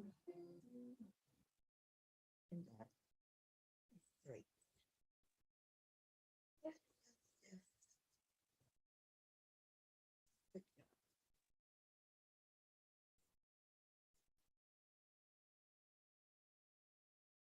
Yeah, I feel like one side is longer than the other, like it's not fully centered.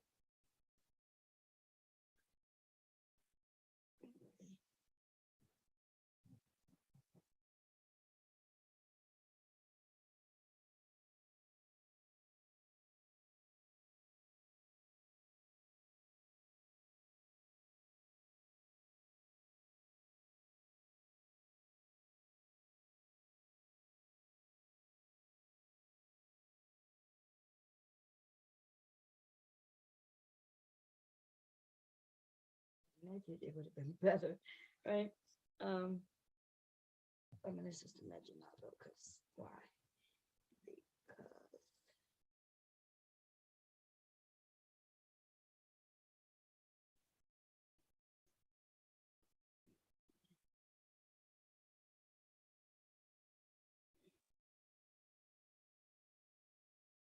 Because my boyfriend, let me see.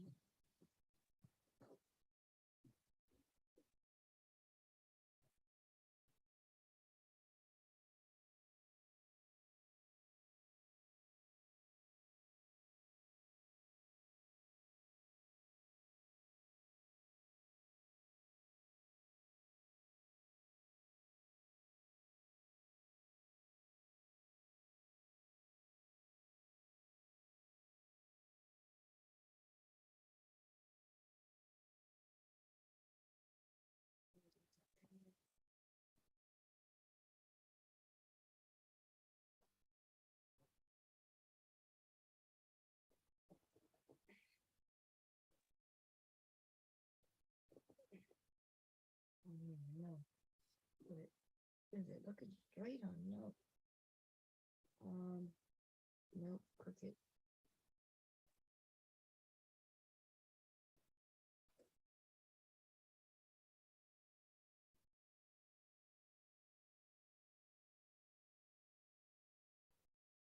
We're going in place. No worry about no pins and all that bull crap. Let me see if he's straight.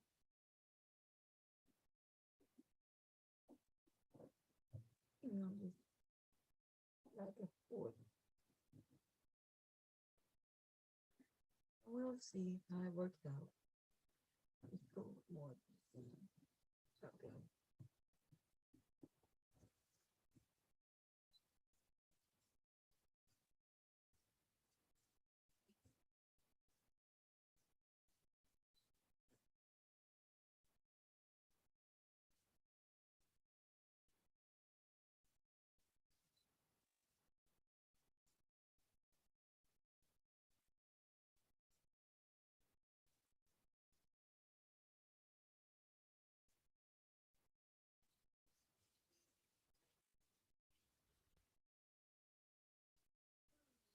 time I will measure, but let's see. I don't think it's that. I do want to straight it. I can't get it. Okay. What's next? Lining, lining, lining, lining, pencil. Let's see.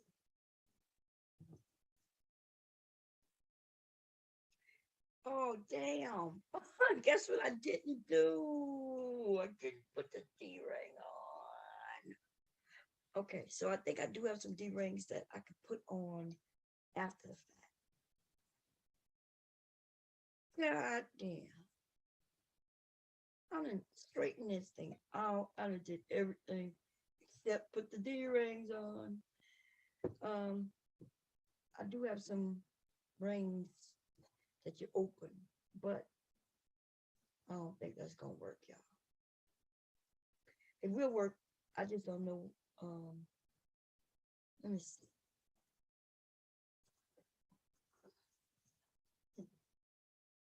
Um, they're old. They're old. They open. These actually open too, but of course these open that thing. If I open it a little bit, I will be able to slide it on.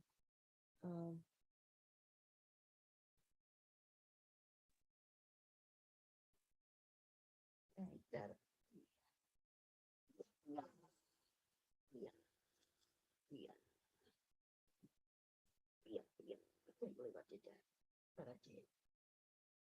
And I did it to both sides too. Yep, yeah. Okay. These are strong. I don't think that's gonna work.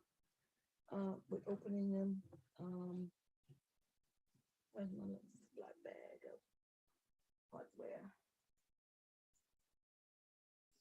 I might just, let me just unpick this shit, man. It's gonna be quicker. And if I can't unpick it, I could just go make some more. I should be able to get in here. Okay, so let's see. How do you unpick something? Well, you steam rip it. Remember, I went back and forth like 3 times, but it doesn't matter. Still able to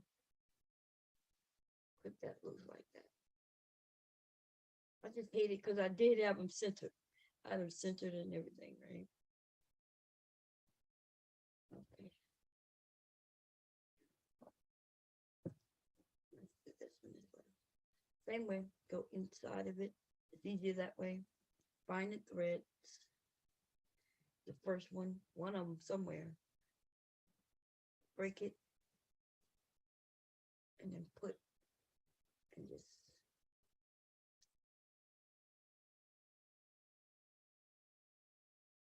be careful because seam rippers can rip hole in your fabric if you poke a hole, which I did. I think it looks like I poked a hole in a little bit of the fabric. I'm gonna see when I get it all loose. It actually cuts as if it's a knife.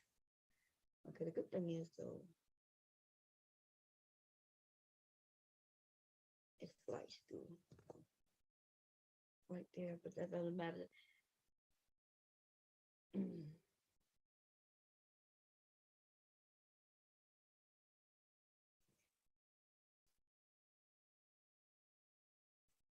gonna put these silver ones on. It's a kid's bag, so it don't need to be fancy.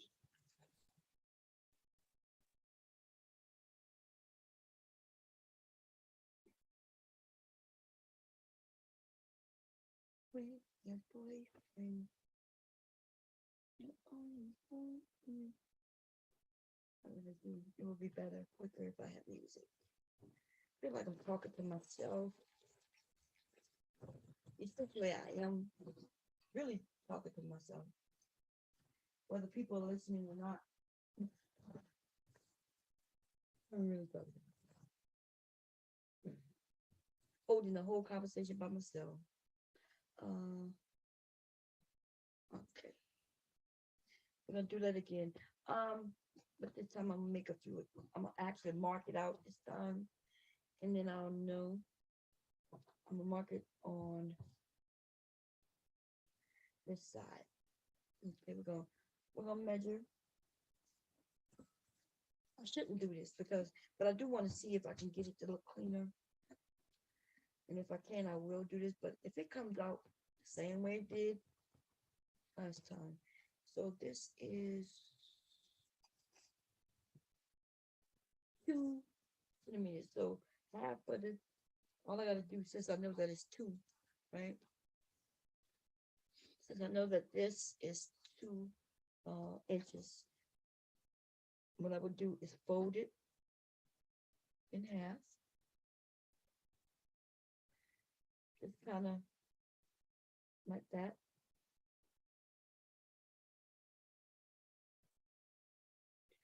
And now I can see a little mark.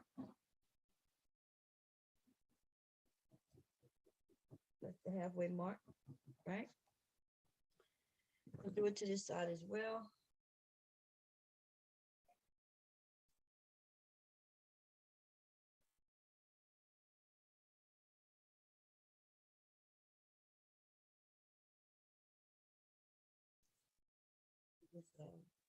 Just making a crease, that's all. Just a little crease.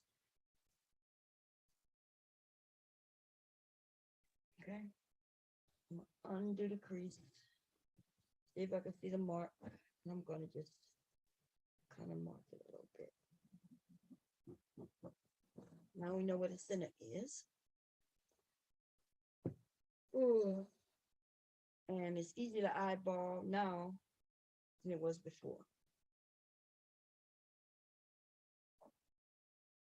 I also want to measure this a little bit. Let me see. This is folded, by the way. It's 2.5 inches long, right? So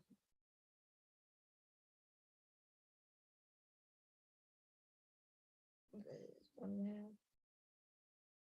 So we want to mark. I want to sew at the 1.5 mark.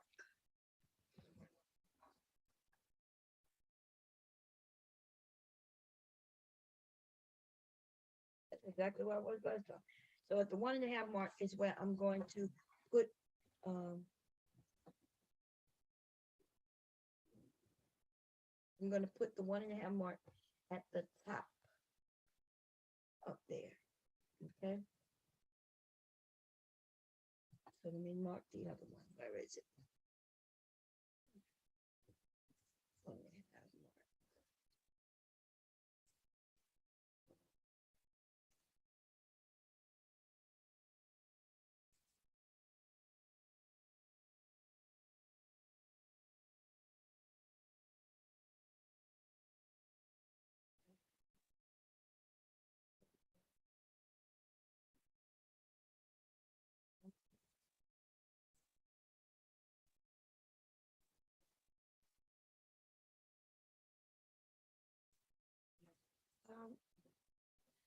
Now, although I'm going to be putting this in the inside, the thing is I can look at the outside.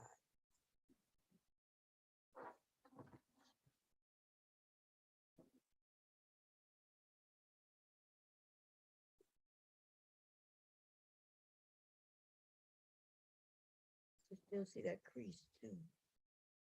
Crease is right there. That's about halfway.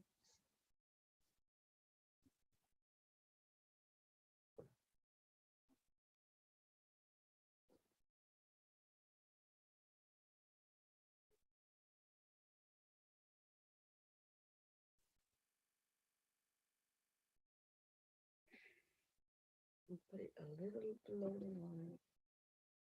And see if we can sew that in place. I am going to put my needle in myself. I'm going to make it go slow.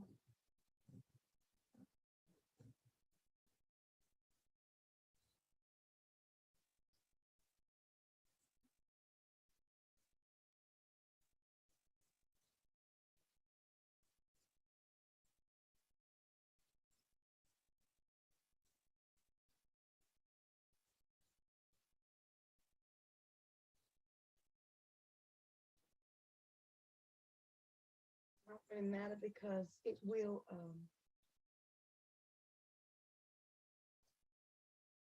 that's good, that's good. It will get stitched again in between the two fabrics. So let me put this back again.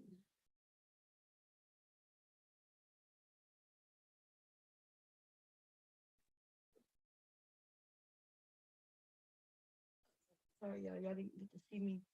Um, what's it mean? Okay, so I'm let me show you me doing this again, I guess. Mm.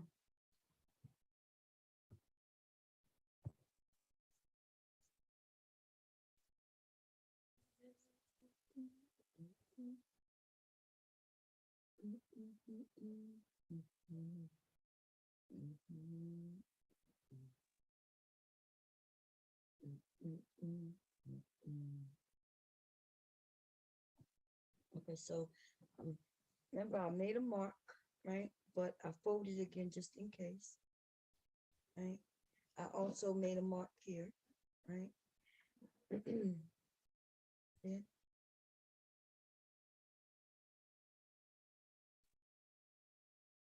I want the mark that I made to go just below. And I want this centered to where I could put this centered. Uh-oh, wrong way. Sorry.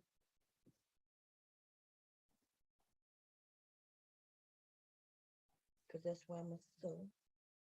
All right. I'm gonna sew right on the eye. Which is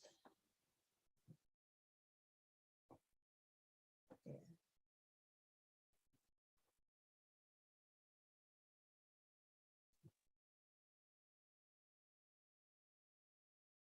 It is at the top, but that's okay. Okay. And I'm gonna just pick it up, bring it to the machine. I'm not gonna put it in anything. I'll just take it.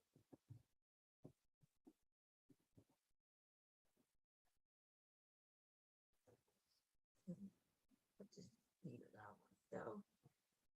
And I'm gonna slowly just go with it.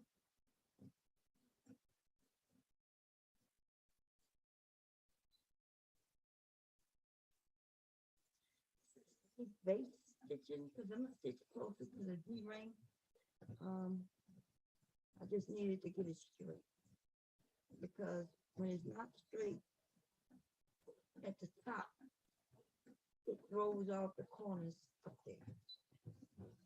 I was thinking about absolutely cutting this off, like the top here, and make it my own, like connect it to the back. Um, because the way, if it's not straight,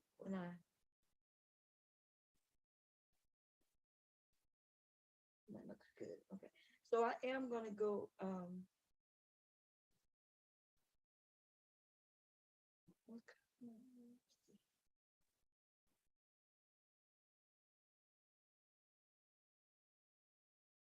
Let's see.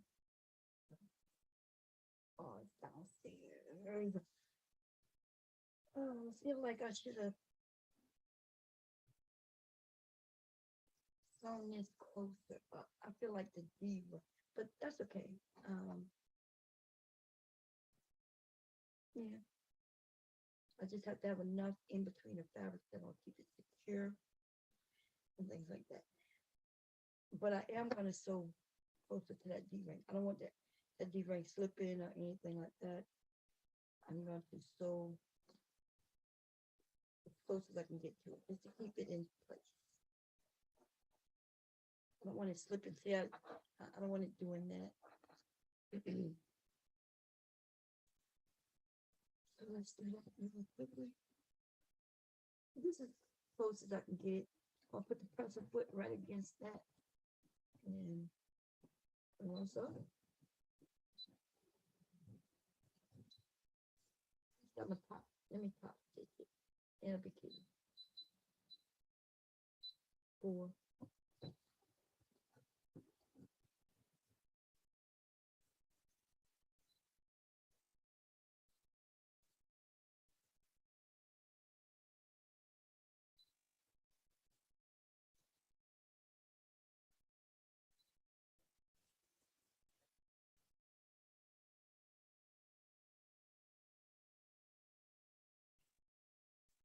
top stitch so that won't flip down. I'm gonna do the other one, okay? It's nothing too big, but it is.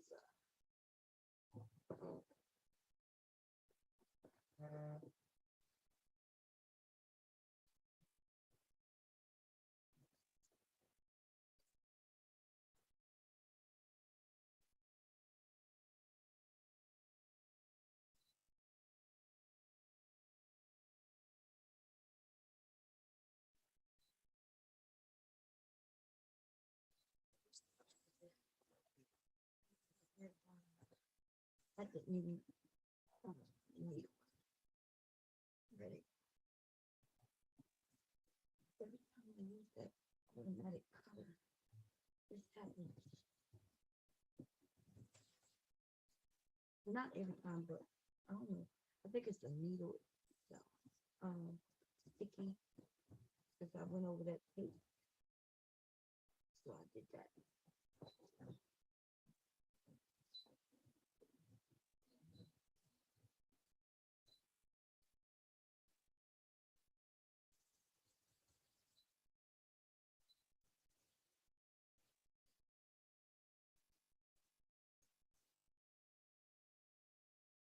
Yeah, that's it.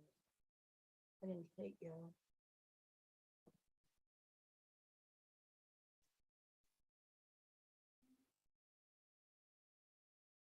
Do that again.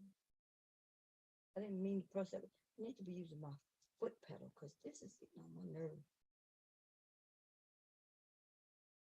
I hit the wrong button. Actually, it went through. I think when I went fast, let's make that kind of slip on here. Oh,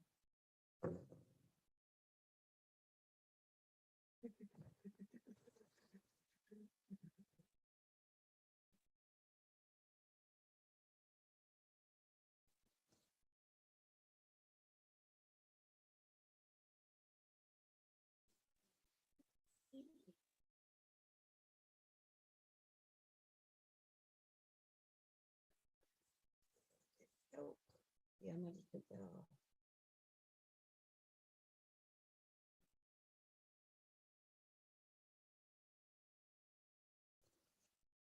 And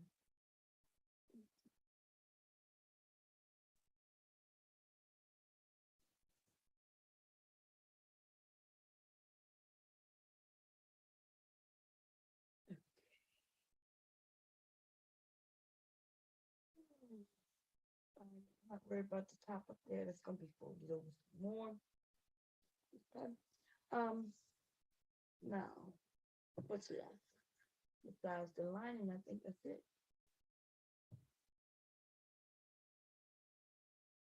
Strap, which could be put on after the fact. Once you put the D-rings on, make sure everything is able to be connected to it. You could do the straps later. Okay. So what I'm gonna do, this side,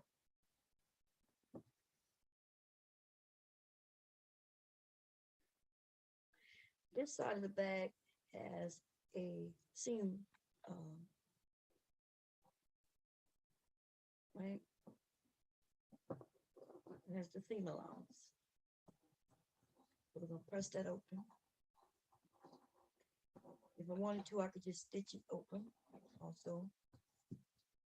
And this side of this bag has a seam allowance, which I'm going to trim up a little bit because I'm going to use my peeking shears to kind of make sure that it doesn't unravel.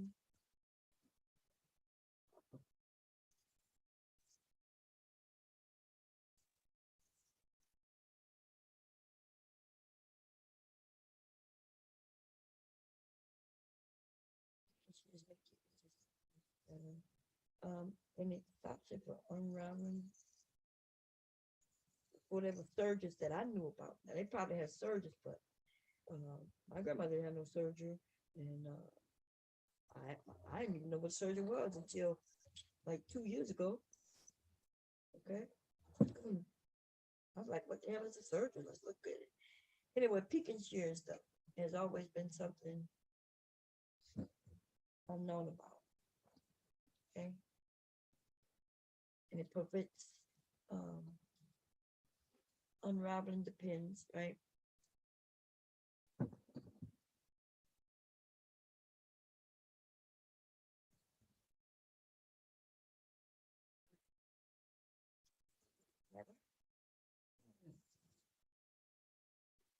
I want this seam not to be against this seam. Okay. Now we're gonna end up dropping. We're gonna turn this inside out, our right side. I'm gonna turn the right side out.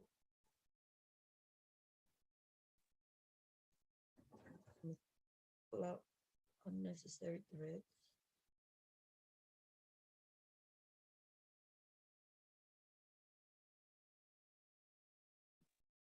Side with the seam is not gonna go to the side with the seam.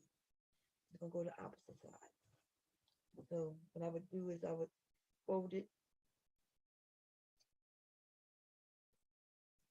the side with the seam, the side with this side of the fold, which is not the opposite of this side. You want to put this against the side with the seam. Okay.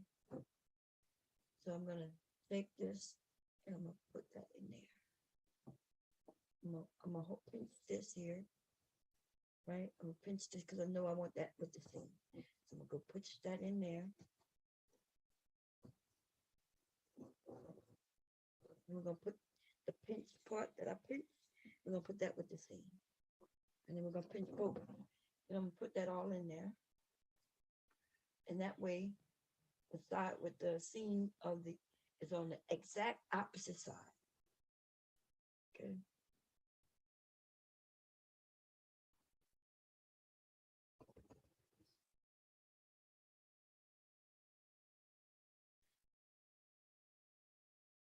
Am I supposed to put them?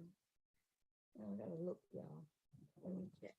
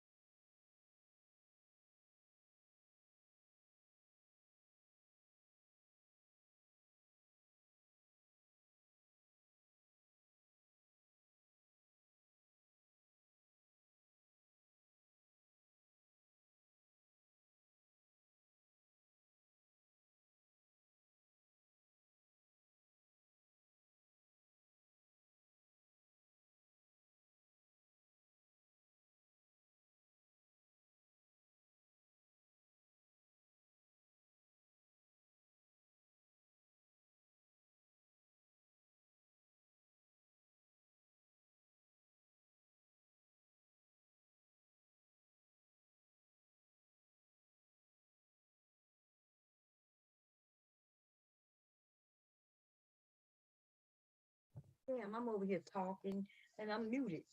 Ain't that what the oh Lord. I think I touched when I touched something and automatically hit the mute. I'm not sure what happened. Anyway, so the difference between the one I did yesterday and this one, of course, I interfaced the one yesterday completely. Um, and so, oh, yeah, okay, see.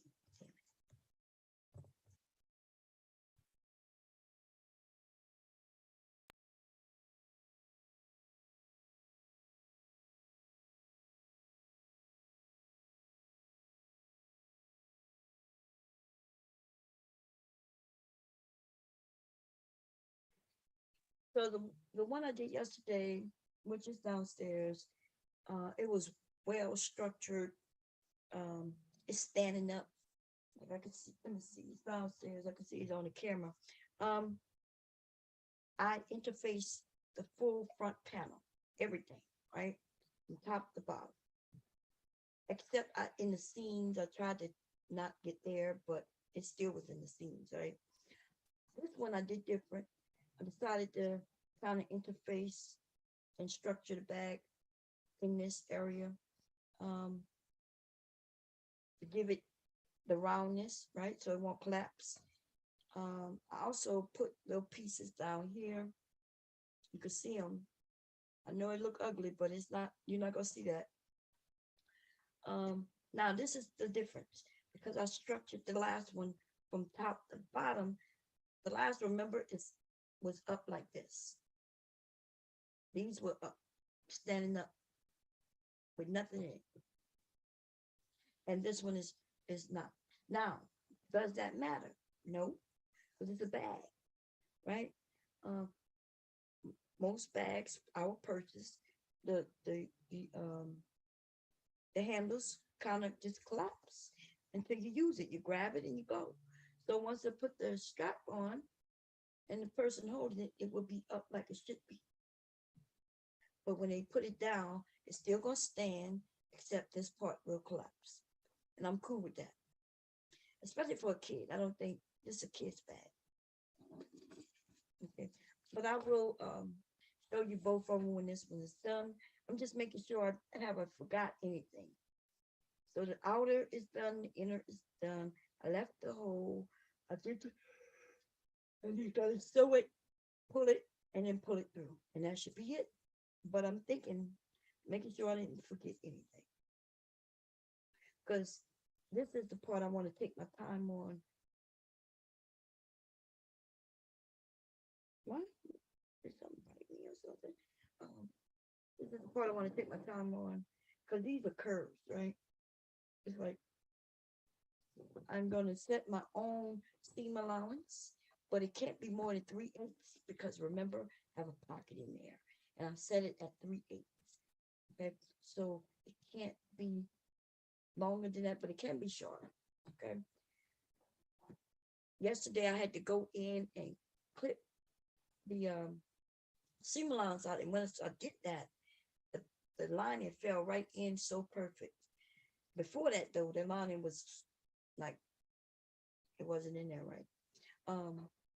So why should I make a large seam allowance just to trim it when I could just make a small seam allowance? So a small seam allowance. And so that's what I'm gonna do. Okay. So I'm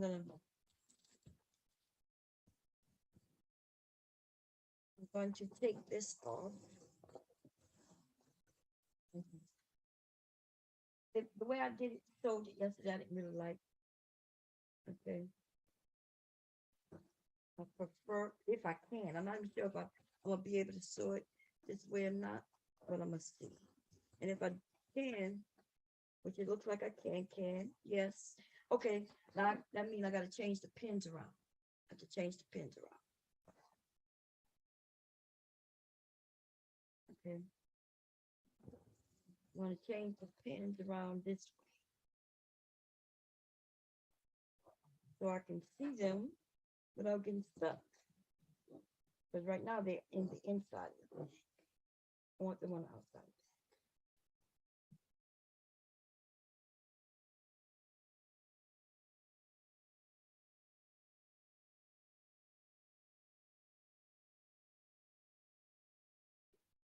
on that end upstairs.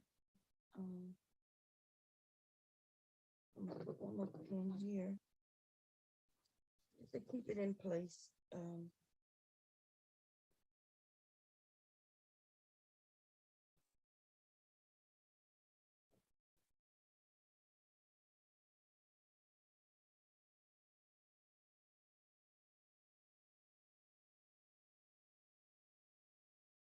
So the pins are, so now what I'm gonna do, I'm gonna move this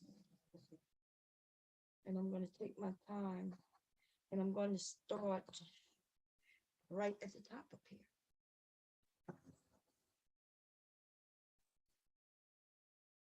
here. In there. I should in like up here.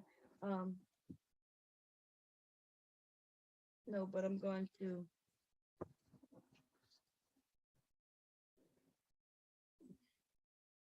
start there. Okay. And I'm going to use my end of my, I'm going to use the end of the foot to guide me, but I'm going to push the needle over a little bit, right? I'm going to put it to the, I'm going to press O1. So I'm going to change this. Let me see if it lets you. No, you can't, still can't see it. Okay. I'm gonna change this 3 to a 01, and that moved my needle. Okay, so my needle ended up getting moved.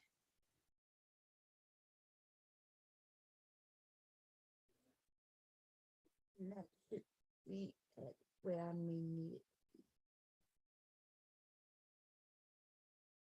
Let's see.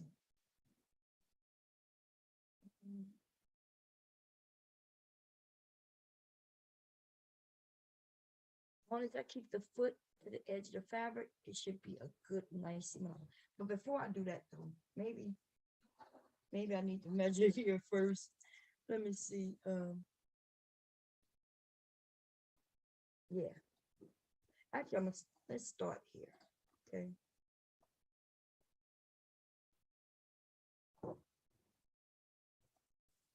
I'm gonna start right in the center. See, I have the foot, and as long as I keep the foot guided, everything should be good. Okay, we're gonna drop the needle.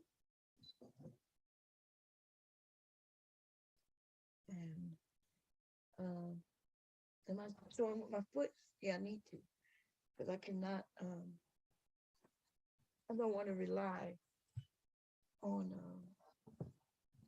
something.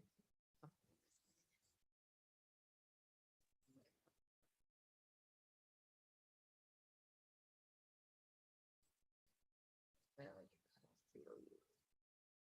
I feel you. It turned red and it turned green.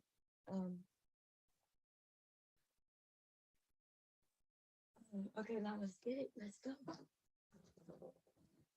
If it's on medium, I'm gonna start off slow and I may continue slow. I'm not sure. We'll see. Going slow though is not, it's not my thing. I like that stitch. I'm going back and forth, and I was gonna go rock with it, roll with it, rock with it, roll with it, rock with it.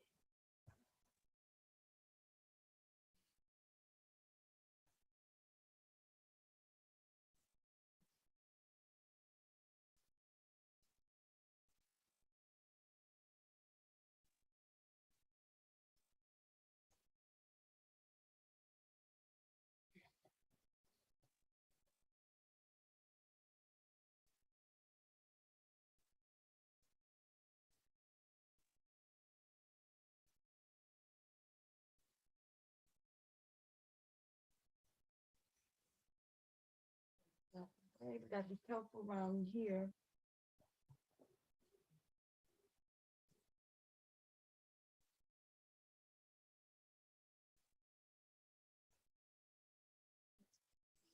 How far we top away? One stitch, maybe 2 stitches. Let's try one. Let's try one more. And now let's turn. Yeah, here. Unclip. I want to hold this tight. I want to make it go faster because you have to get up that hump, right? Okay, it's up the hump. I'm also going to back on this hump when I get across. I'm going to also go backwards all the way. Remember, this is where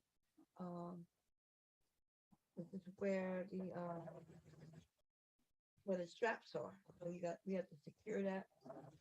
And you can go back and forth. You can put an X down here if you wanted to in this bottom part. It just depends. This is for a kid, so I don't have to do too much. But I am going back and forth. So it's gonna be number 4. And I'm gonna keep going from here. Okay. Let's see. When I get off of that, I think I'm at the edge. I'm so at the edge. I might be a little bit too much off. Let me see if I can back it up 1 stitch.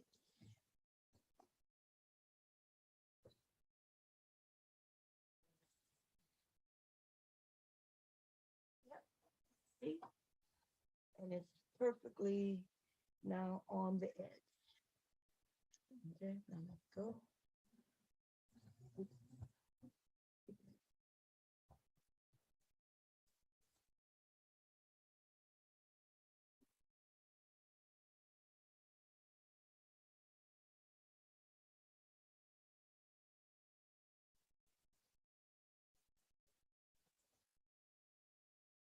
Let's see.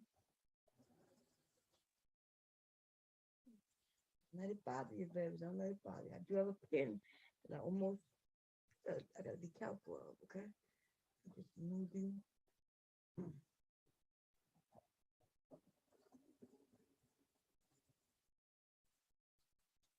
this side here, I'm gonna flatten that out and let you go under.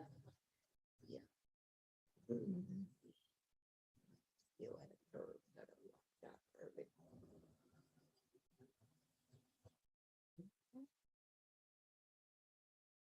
I got a pin in inside that I missed.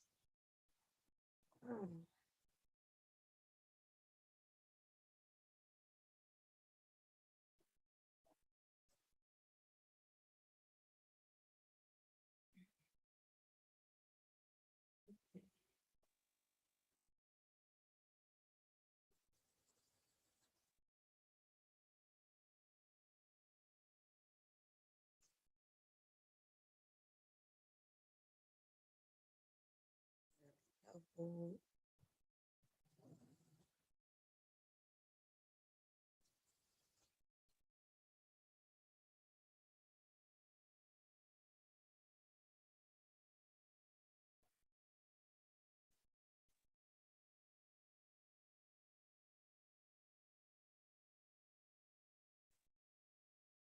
What are you doing? I had clips right here. What happened?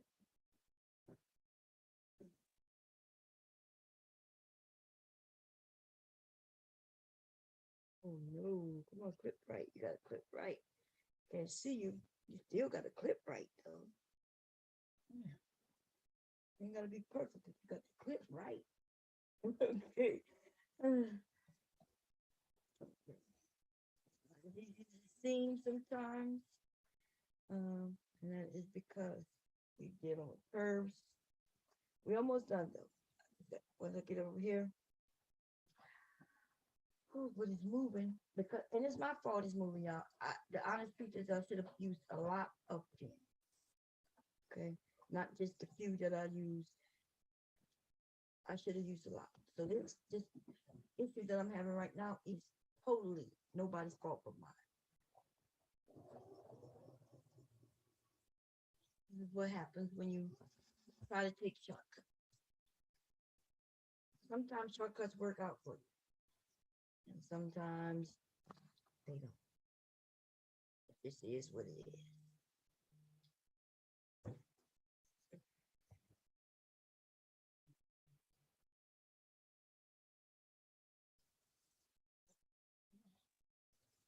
Come on. You're not on the move for me, huh? Why? Stop it.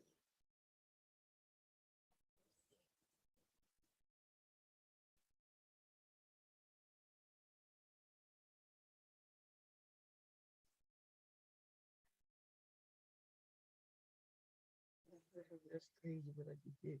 But yeah, but domestic machine, sometimes you might have to do some crazy shit. Okay. So that so I'm across the strap and we're gonna go back and forth.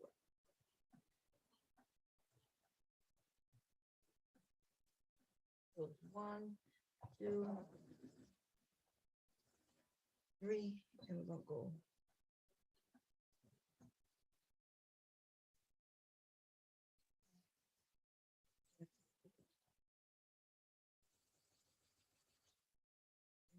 Mm.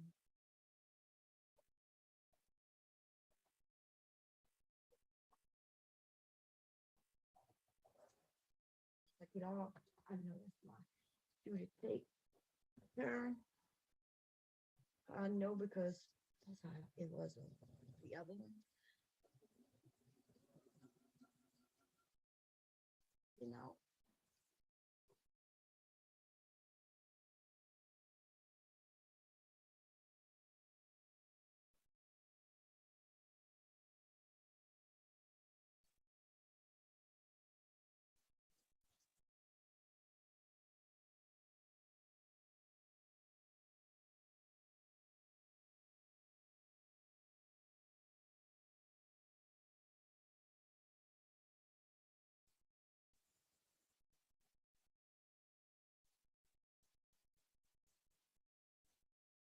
Hey, I'm meeting up right back where I left. Where I started perfectly on too. And we're gonna back it up.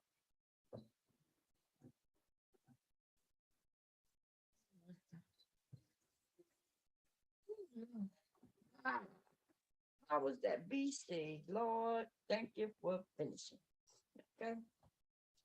I didn't catch any of the pocket. I the seams look good.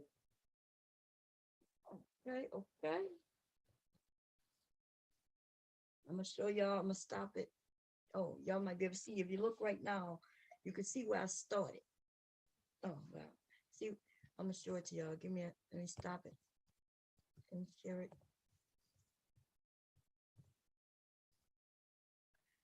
Um, boom, boom, boom, boom, boom, boom, boom, boom. Okay, so this is where I started, and this is where I stopped, and it did for did. It um stitching is pretty good. It's even all the way around, all the way around. That's the good thing about um using your feet or something to help guide you. Okay. Um, this was the most uncomfortable because this bag is the same width um as the regular one for the adults. It's just shorter. And so yeah. Anyway, now what I'm gonna do, I'm finished with this. Let me put my I'm actually not finished with this. I'm gonna just back it up because I do have to top stitch it. Okay, so what I'm gonna do next is I'm going to go in and we're gonna pull out the lining.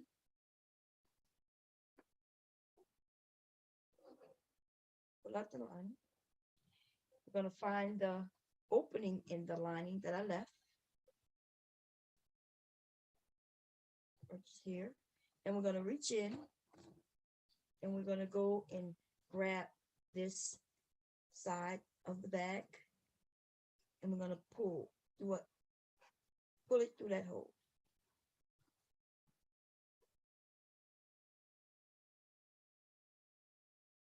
Pull everything. Okay, we're gonna go in with our fingers if we can, and we're gonna poke some things. You might need to go with your fingers, because you have corners, right? But I have a item. You could use a pin, use something that's not too pointed. So even okay, so I'm gonna go in with this. This is called the bone. What is this called? I know it. I forgot. Anyway, I'm gonna go in with this side first. I might be able to get it out with it.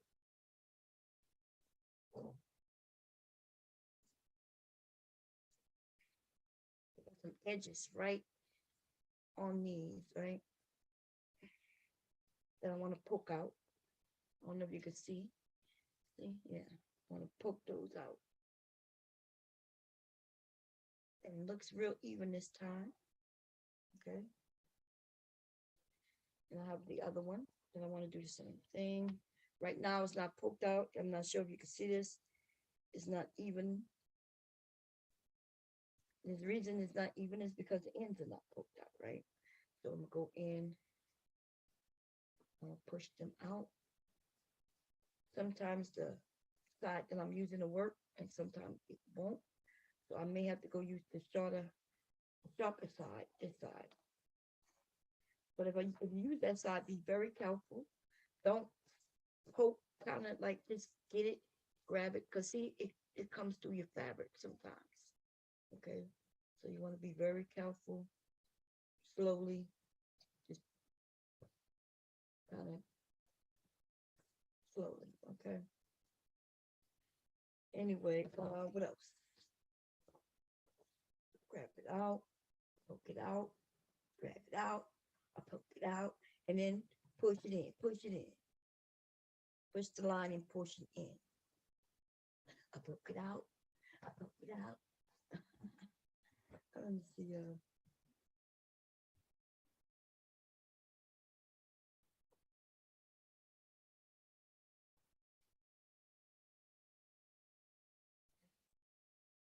Out. Something's in there. Hold on.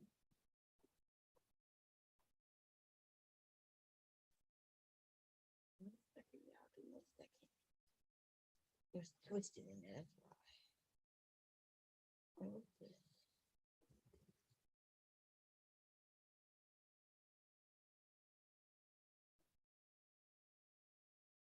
How much?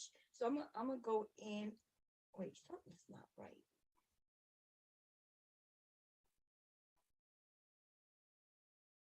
I'm gonna go look.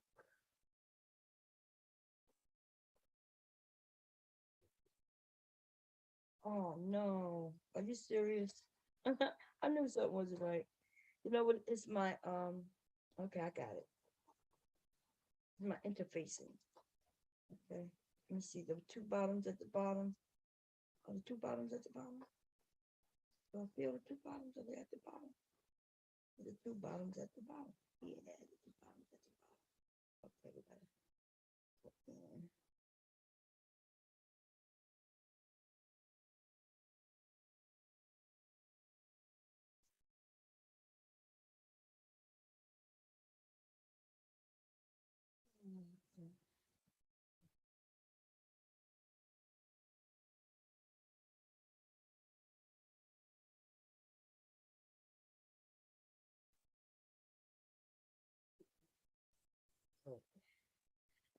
Oh, that looks good. I didn't even top stitch the last one. Remember, I did some tack. I did some tack stitching to make sure that it didn't pop out. I forgot. I think I did it on one side and the other side, right? Yes, that's what I did. I'm thinking I might do that with this one as well. that lining in place. Put it. And here we go. Here it goes. Let's look at it.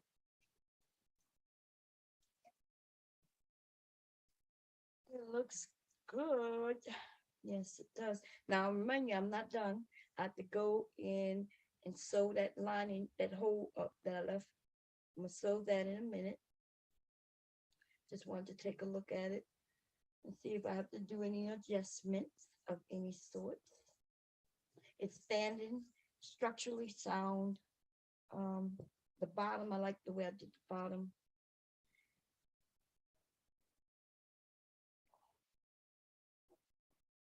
And I like that I put the zipper in a different spot.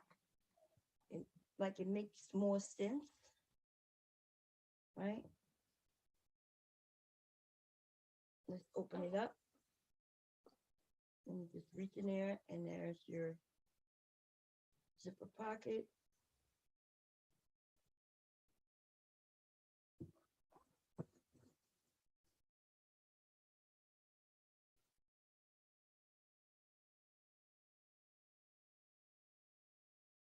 I do want to thank the person who I have to look and see who she is. The person who actually showed me or showed us, right, people on YouTube, how to hack this pattern because I like it. I have made some changes to it. Not many changes really. I think the only change that I really made from her was the placement of the zipper. Okay. I'm not using any of the fabrics they suggest. I'm using whatever the word I want to use. Okay. That's the good thing about sewing your own bags. Or your own items. But yeah, let me see what her name is, man. Because I'm gonna tell you. Like I could have done this bag in no time, actually. You know, if I had written down all the steps and I wasn't video filming, adjusting this, adjusting that, stopping the share, starting the share, this bag would have been done. Okay. Her name is Imperium Threads. Imperium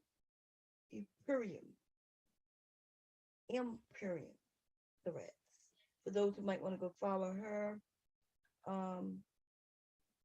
I like this bag. Okay, with the hat, with the pocket inside.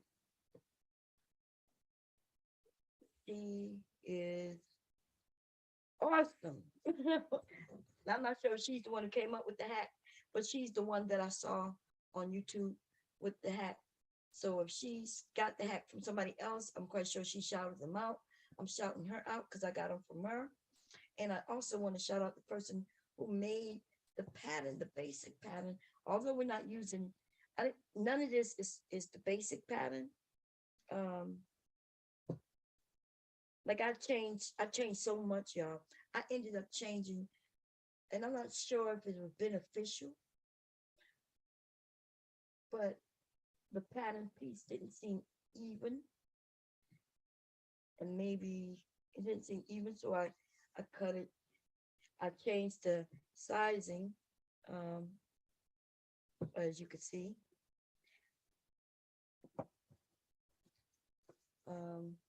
But that's it.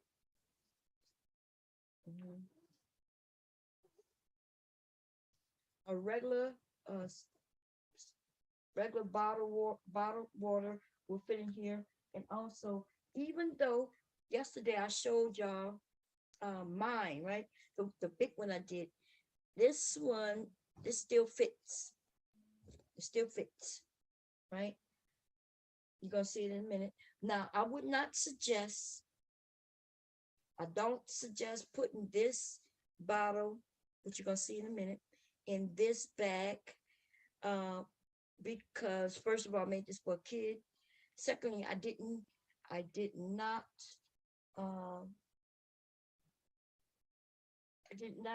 interface it everywhere. Y'all saw me interfacing with pieces. This is just too heavy, too big. Okay. But it holds it. I'm lifting it up. Do not give no kid this big thing, though. You gotta do it. It's a lot of water. Let me see. Let me stop the share, man. God damn. How long is it gonna take to show it? I think it's about to come up. Okay, there we go.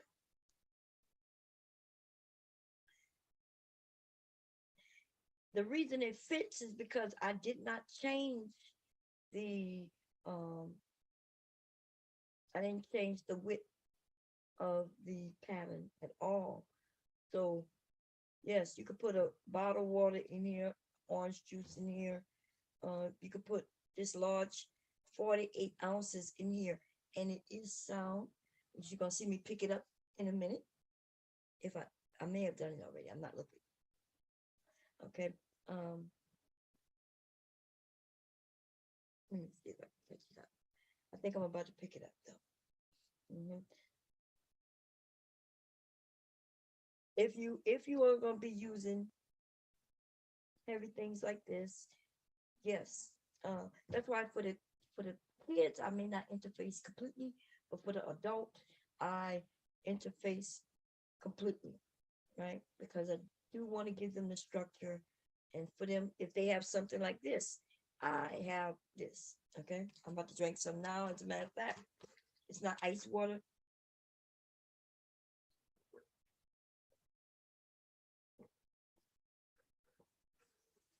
But it is filtered water, so it tastes good. Okay. Now let me tell you, some people are using um waterproof canvas, which is good. I didn't use waterproof canvas. You don't have to use waterproof canvas. That's what I'm kind of showing. You can use whatever you want. Waterproof canvas probably will be a good idea. Um, yeah, or even canvas, right? I think a canvas in case it get wet in the inside. I'm trying to think why would it get wet in the inside though? I guess since this is for my grandson when we go fishing, yeah, this I can see why this will get wet. He probably gonna take it and throw it in a pond. you know, he is something else, y'all. He's something else. But this is the perfect size for my grandson. He's 2. This is a great size for him. This is great size for 5-year old, 7-year old, 8-year old. Now when getting 9 and 10-year olds, they might want the bigger ones. Okay, they because when they like 10, they think they teenagers, and they want bigger ones. Okay, but this is a good, cute little bag. I would say up to 9 years old. And to be honest, if I make an adjustable strap, this is perfect for all ages. Okay, the elderly might want a smaller bag like this. Um, when they walking, they don't they don't carry something like this, but they carry a water bottle, and it's just big enough to go on their side. Honestly, I'm gonna tell you, on side of me, this bag look like, yeah, this bag too small to be on side of somebody hefty like me, baby. Okay, yeah, this is tiny. Um, so let me show you the inside of it, as you're gonna be able to see that I haven't closed it, the lining. And to be honest, uh, I could close the lining by whip stitching it with my hands. Um, I can also go around. I'm not going to top stitch this, but I am going to um lock stitch it. I guess I don't know what to call it. What you call it?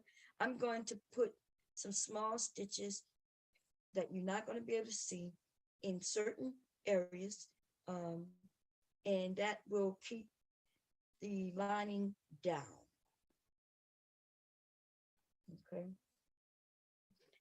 As a matter of fact, I can also, well, no, I can't do that now. It's too late. If I decide to do it with my hands, I can really go down this side seam uh, and just sew into that seam and sew into the bag, into the lining. That would definitely keep it down. Okay. I can also, instead of putting it on a machine, I could top stitch it with my hands, with hand stitch it, right? I could do that as well. And I'm gonna tell you, I like this bag. I like it. I'm happy about it. But I'm gonna do this lining real quick because I'm going on to the next, baby, to the next. I did make some changes. I can't remember what they were. I wrote them down though. Okay, the zipper. I'm gonna stop this share really quickly. You only watching. Started. Um,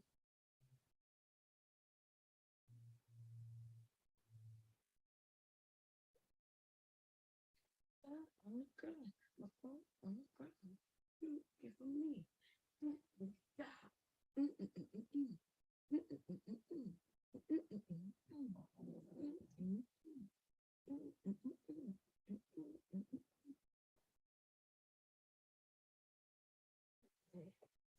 So I'm just gonna whip stitch. Well, I guess you call it whip stitch. I'm just gonna, as a matter of fact, I know what I'm gonna do. I am going to change the,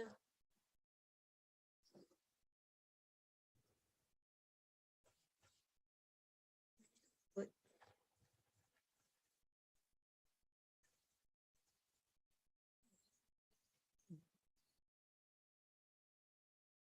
for me, bring it down.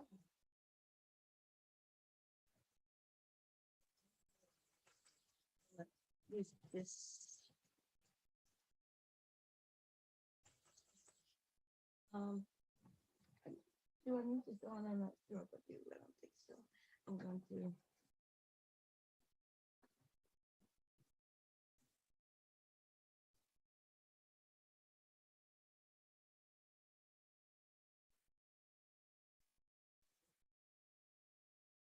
change this to number 13.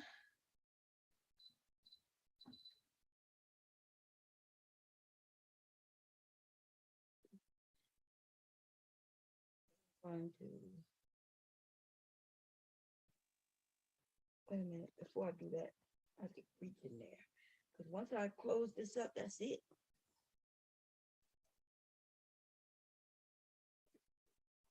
What's this I'm feeling? Oh, that's the pocket. Okay.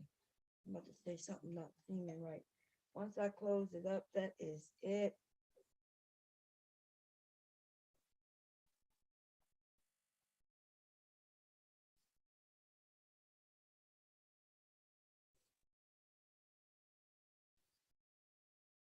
So I'm going to take this.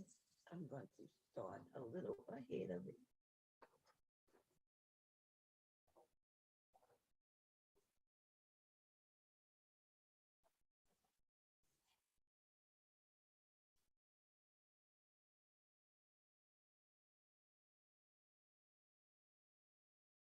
I'm going to go back a few,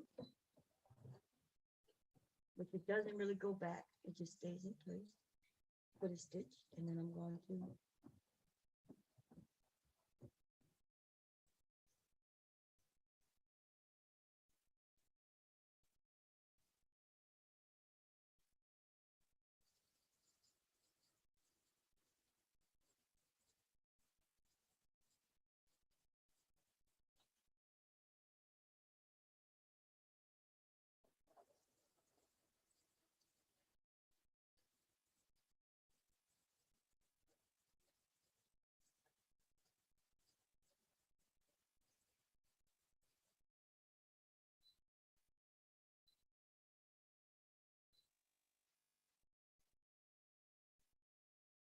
probably can't see what that stitch does, but it's a good stitch. I showed y'all earlier. It's a cute stitch. It's cute, and it secures the edges. Okay. don't think you can see it from there. There you go. Okay. Let's see if it zooms in. You can't even tell, but it is at the edge. And I'm going to now, if I open it up right there, if I wanted to, I can also stitch it flat, but I don't need to do all that. Okay, now we're gonna go push this in. We gotta just move that. Gotta be careful about that the pocket that's in there.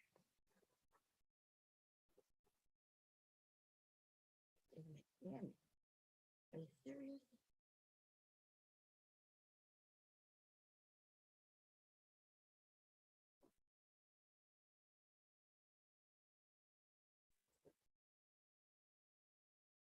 Once I stitch it, that's it, right? Once I stitch that up, I can't get in there and fix anything. There we go.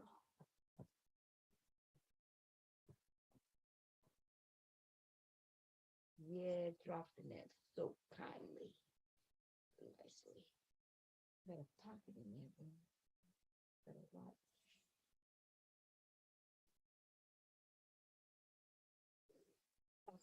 The bottom is boxed nicely.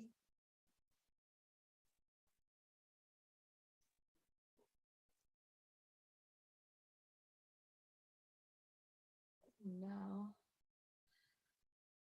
I think I am gonna top stitch it. Let me think though. If I would have trimmed the top, I didn't, and it's too late now because I closed it. I wouldn't have had to. I wouldn't have had to top stitch it, but I am gonna top stitch it up.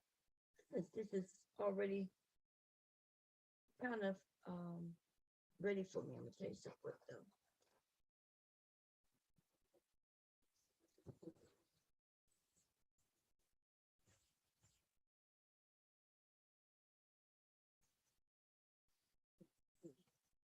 I'm gonna use that.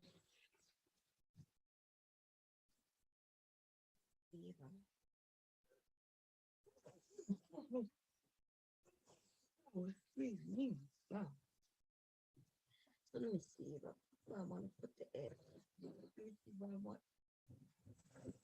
Oh, God. Darn it. All my little notions that was in that just fell. I've dropped that thing so many times, and I have to get down there and pick all that up. It's because it's little things. It's not a lot of things. Well, it is a lot of little things. Okay, a lot of little things. So this is the foot. Y'all see it when it comes. And when I put it on the edge, the needle will drop there. I just have to make sure. And is that where I want the needle to drop? Or do I want to put it up on the edge? We'll see.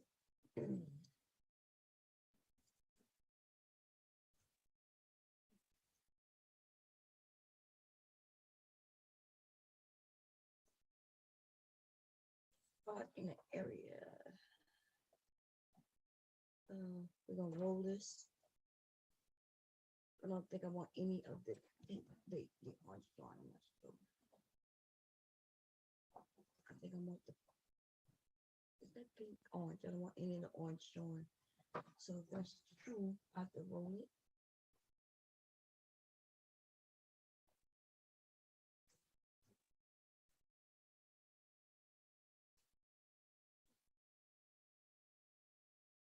Change this to a number. That's, no, O3 is straight. I'm gonna do O2. O2 is good. Okay. O2 is good. Now, this foot has an edge and it's right there in the front. And as long as I keep it on the edge, it will stitch exactly where I want to stitch.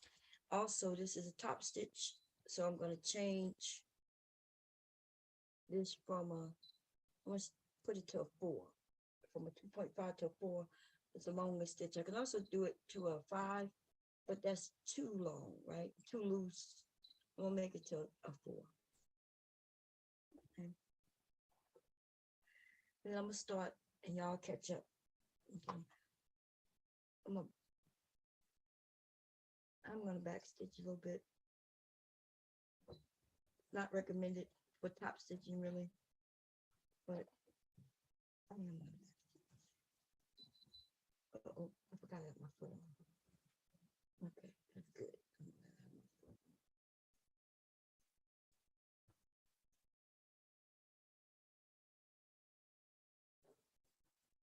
This is a little tricky because this bag is curved, right? As a matter of fact, that's why it's not laying right. I should have clipped. Either took that seam allowance off or clipped into it. It would have laid so much better. See, I be knowing things, but I be forgetting things. So it's sometimes too late. It surely is too late. I'm not ripping no bag apart. Not this bag anyway.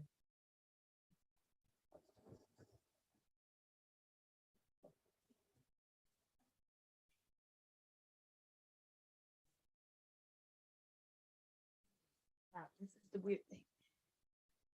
What I want to do? What do I want to do? What do I want to do? At this little point right here. I could go all the way up, but I'm not. Like this.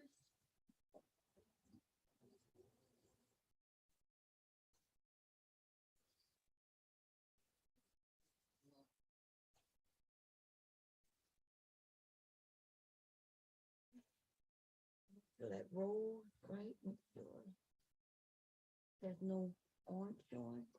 Right. Here we go.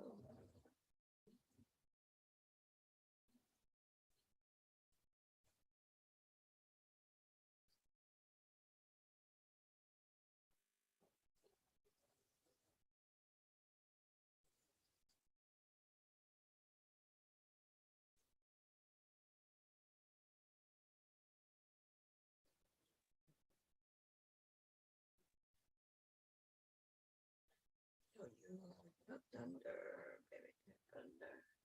There we go.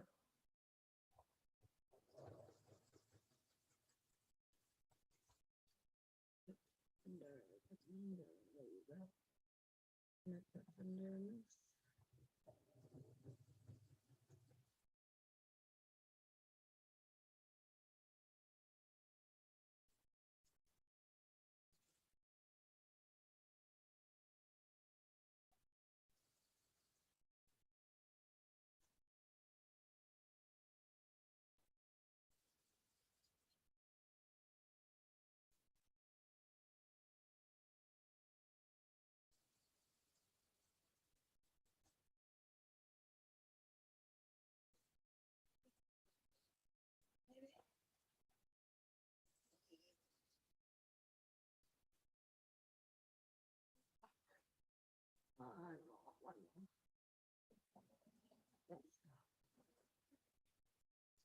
Fit right in there.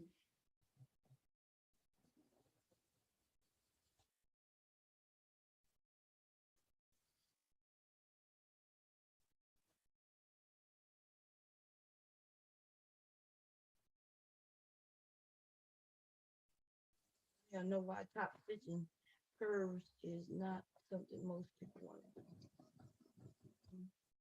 I take your time.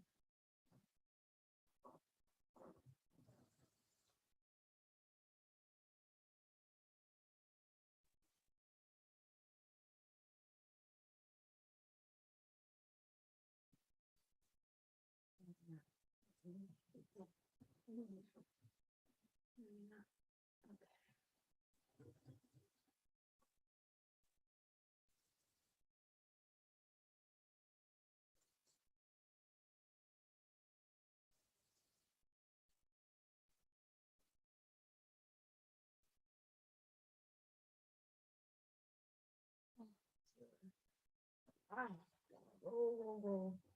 There we go. We're at the end.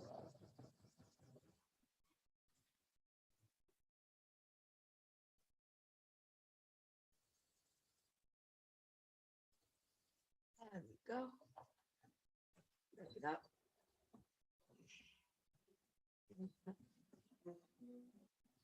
Oh, man, that was a lot. Yeah. Okay, that was a lot. That was a lot. That was so much.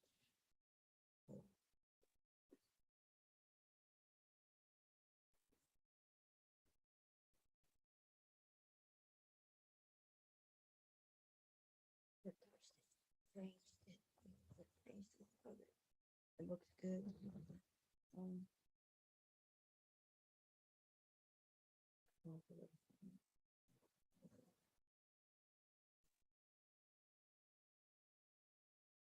it's also gave it a little more structure here at the tippy top.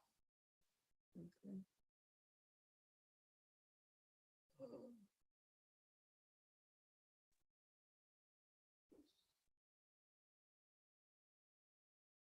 Inside is done. Let's see if you can see inside is done. You can't tell where anything is on. Zipper open. It's going towards this way. Let me see if I can still put my phone in it. Grab it.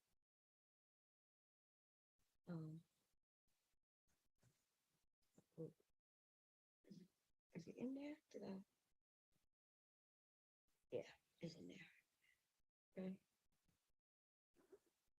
Phone is inside. Let's see what it feels like. The phone is heavy though. Oh no, it stands still. Still standing with the phone in it without anything else. Let me make sure you can still put the water bottle in it. Oh, and it don't have to be a water bottle. It could be a cup. So you can literally be walking around with a cup of ice and whatever you want in it, and it could be on your hip, and this is secure it, just to hold it. Okay. And it's standing straight up now.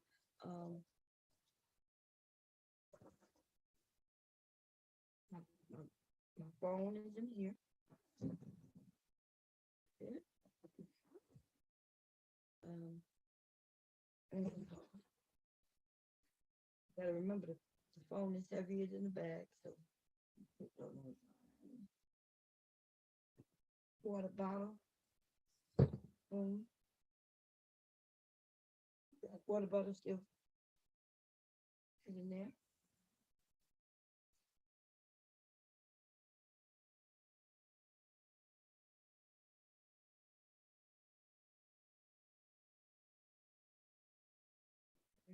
And once I put the straps on, this one will be done. And I like it. Because a larger water bottle with my phone in it still fits even with that one. And it's still space. Could put a candy bar in there, even with this big thing. Okay. And the phone is in there. Mhm. Anything that you want to put on here in here besides water bottles, you could do that. The reason there's no closures is mainly because water bottles is meant for that. But I did see a pattern. There was a hat that adds a drawstring at the top. Okay, there was a hat. And so even if I had this in it, I would be able to draw it closed. I'm not listening.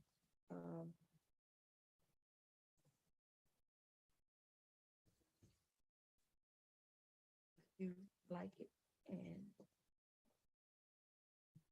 it was fairly easy. Y'all agree it was fairly easy to make? Okay, on to the next. On to the next. Now let's see how what y'all think. See how fast I can really make it, if I don't talk and maybe time myself, I'm not sure. Um, there's some other shortcuts that I can take. The next one I'm making is just a regular adult one, or should I say a big one? The big ones can be for kids too, especially teenagers.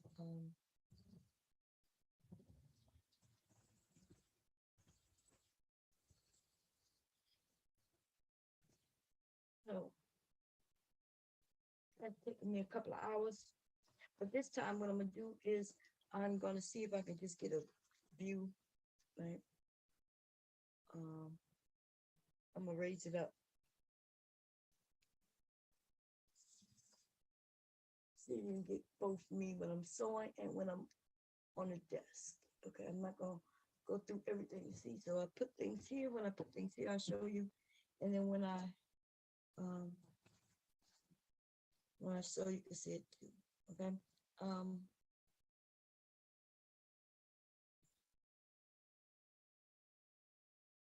let me see if I can see.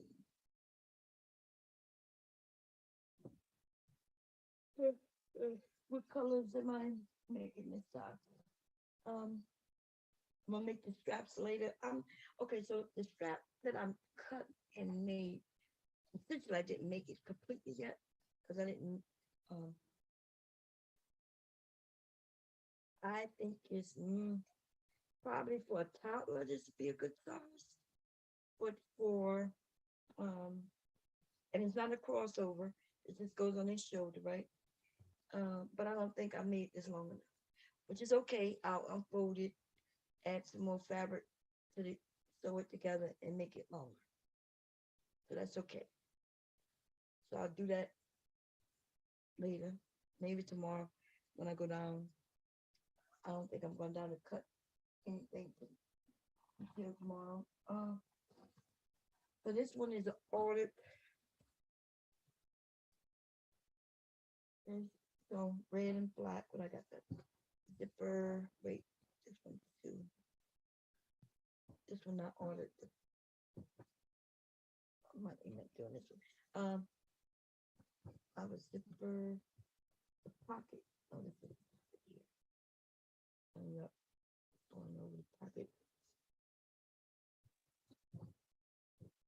Okay, got the pocket, the lining, and the out, and the zipper. That's all I need. Okay. Um, red thread or black thread. Let's see.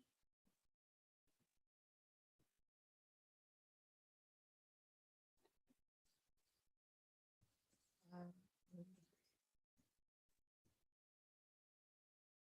black look good, but the red, like if you have little mistakes.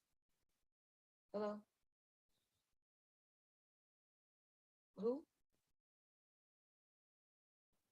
Oh, who you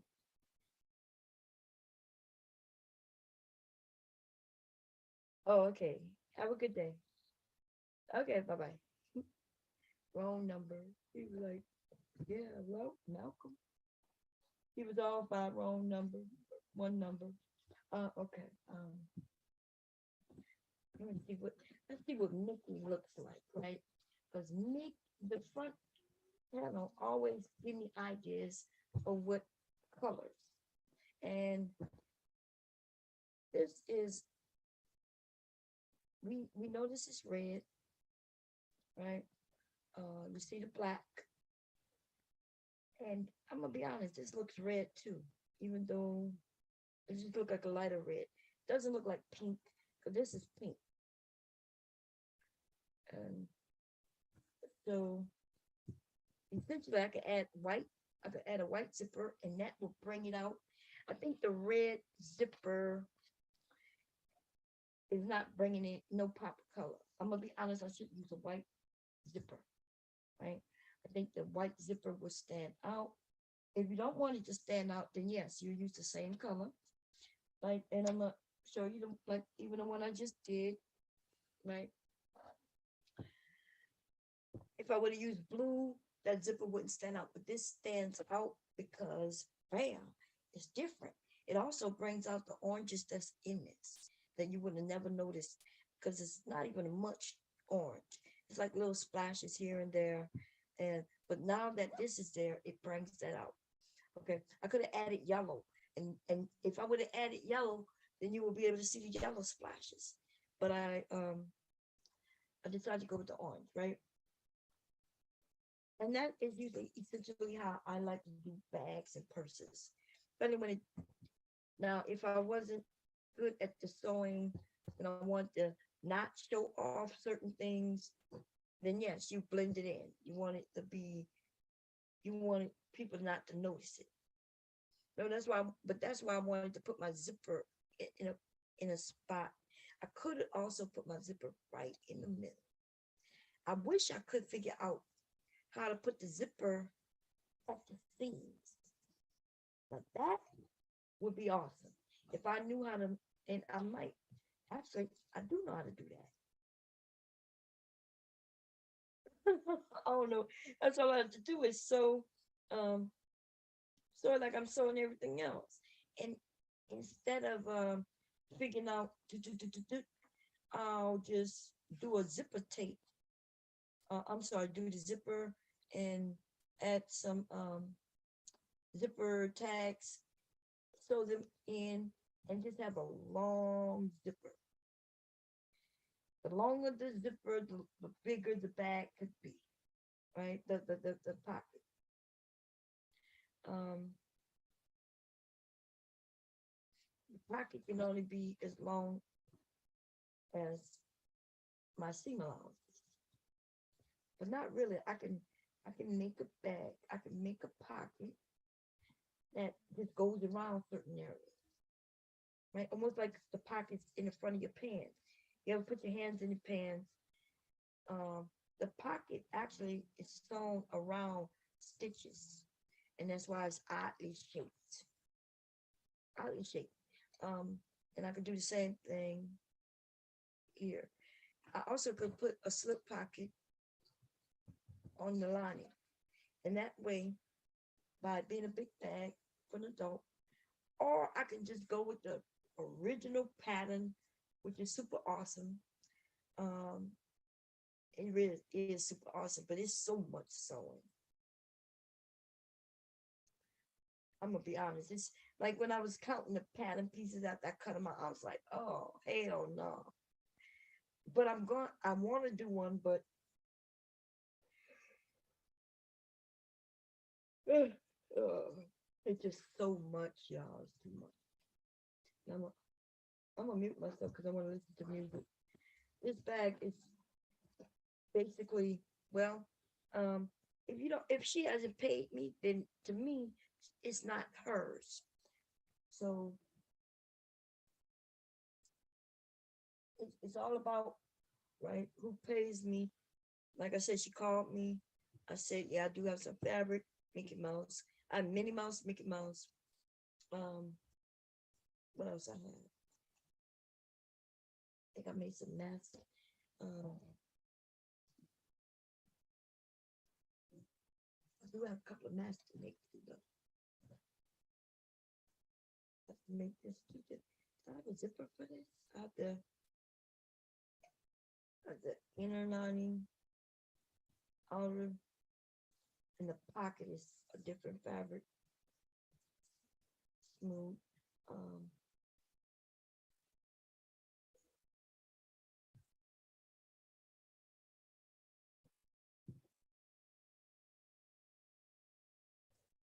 but tired, and most importantly, I'm hungry.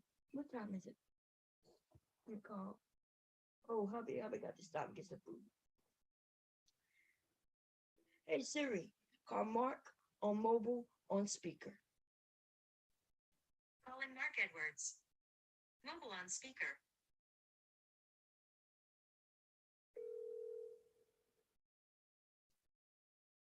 It's a rise. I can get this song on my head since the beginning of me watching that show. One minute back. Hold on. Yeah, you off yet? Yeah, I'm Gary. You know what's up? Oh, I'm hungry. All right, I'll call you in a minute. Okay. All right.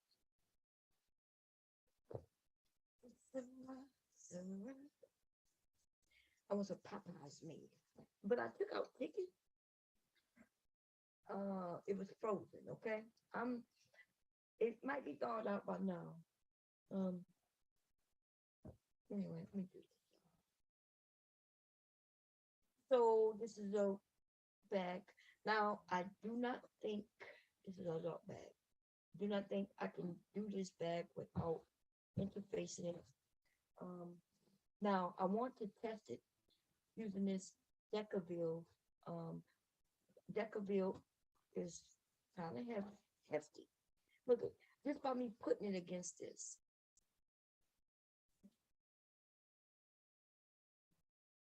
Oh, I want to close. Okay, just by me. This is it's floppy, right? No, no starch. It might be starch. This is a quarter. What they call them? Anyway, but if I when I put this on this, look how it rolls. It's gonna be hard. Look at that, and it's gonna be firm. Look at that. That's gonna be firm. It's gonna be firm. But this brings up this goddamn bag almost $10. Okay. So let's say the bag was free. Now the bag would cost $10. Let's say the bag was $10. Now the bag costs $20. Let's say the bag was $20. Now the bag is $30. Just by me using this. Now, and I don't think it's worth it on this. I might have to send my husband to get me some more go get me some interfaces. I do have different type of interfaces, but the ones that I need, when I have a piece back there, it might be big enough.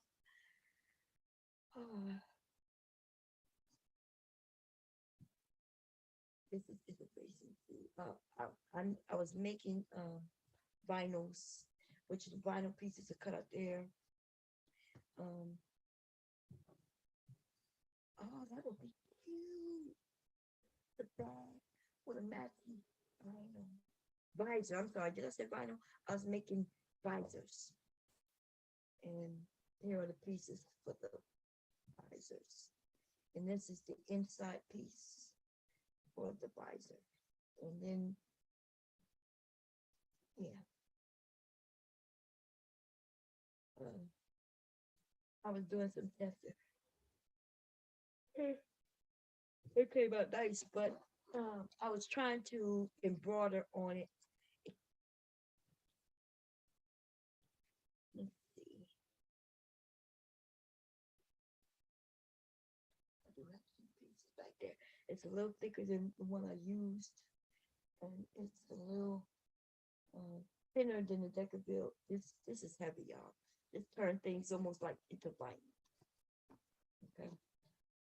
In fact, that's what I think people using. In case y'all didn't know, people taking fabrics, printing them up, and then they putting that on it and calling it vinyl and selling it. If y'all go and look, I can prove it. Okay, this is exactly how they turn in certain fabrics into vinyl with this, and they selling it as vinyl. Go and get you some Decaville, Decaville, regular Decaville, and make your own vinyl. Okay.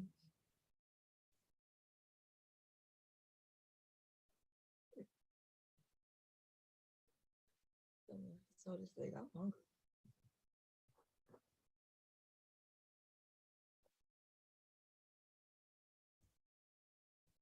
With some red or black. I'm gonna do red.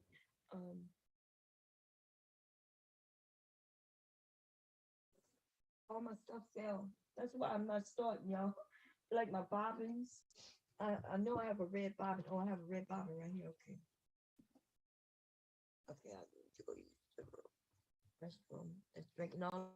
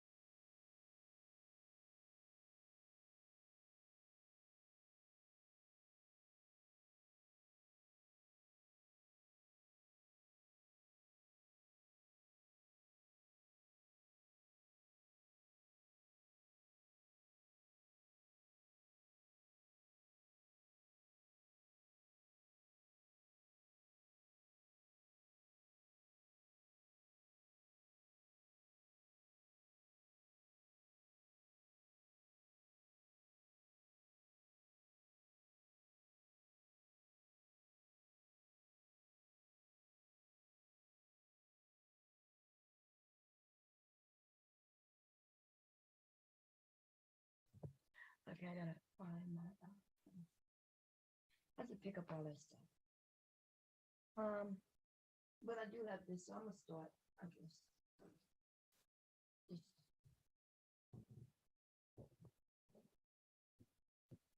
Just finish this one. What do I think? Because I have the straps. I just have to make the straps, and and then it'll be done, right? The thing about having this one half done, I can look at it. Any changes that I made was based on it. And you know what I just realized looking at this bag in this position, that this bag is almost like the bags that I made my husband, except like the ones where you keep your shaving items in and things. Huh. Looking at it from that position. But you know, it would have been nice if if she would have put that zipper down a little bit more. Then I wouldn't have had to do all the stuff I did. It just needs to be centered with this. That's the only thing. And also it's kind of curving, it's way down there. I think well, as far as the seam allowance in this area is what we worry about. Okay. It's a nice bag though. I like this one. Now what I want to do is practice, like if somebody wanted it embroidered, like where would I embroider at? And I was looking at this fabric, and I think if I wanted, if somebody wanted one that was embroidered, which is limitless when it's embroidered, right? It could be a plain fabric, black, white, pink, whatever, and I could embroider something right there. And that would, this part is, no. Yeah. Let me see. So that is here. That will be on this side. And this side is, let me think about that. Yeah, this is the front. Okay. This is the back. And this is the front. And so all of this is the front. And so I would just line it up between those two, I guess. Actually, since I like my zipper here, but if I put a focal point, it would be right there in the center. And then I would put my zipper to the side and have something right there. And it would curve around and it would be nice. I think that would be nice. Okay, I might try that tomorrow. Anyway, let's get the interfacing. I am going to interface this whole thing.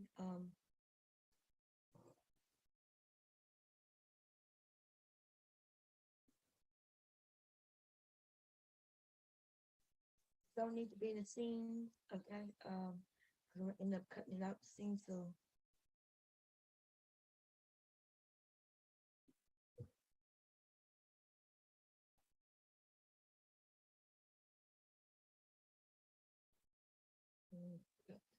um, and then let me try this side first.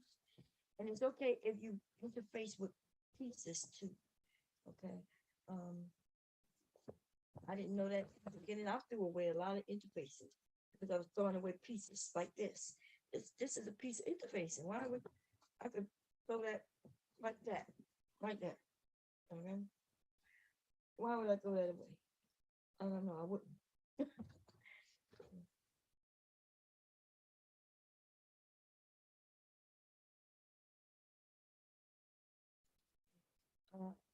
Strip. So if I do the strip, we know it's gonna be at the bottom. And remember, so I'm not gonna interface the bottom until it's time for me to do the bottom. And I'm only gonna interface the part that's in the center because remember I'm gonna cut out 2 squares and that's a wasteful of material.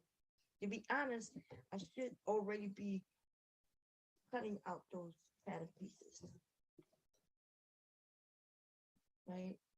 And that way I don't have to waste material, but it's just little squares when it comes to the fabric, but the interfacing, that's a whole nother thing. Okay. Interfacing is not necessarily cheap, especially if you're interfacing everything. And depending on what type of interfacing you're using, yeah. So I know I'm going to interface. Put that piece there. So what if I had to throw away these strips, long strips, right? I think I ended up making a strap, and that's why I have long strips like this. I needed a long strip for the strap. Look at that. That's a nice long strip. So I can use this for a strap, my next strap. Down the center of the strap.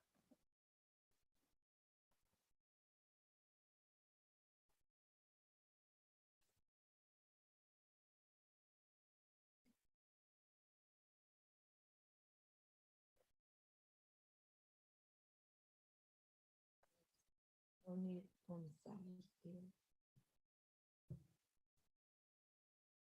There's some cut like over here.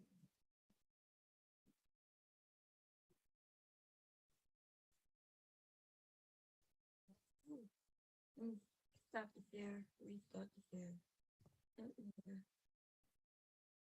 That's behind. Boom, boom.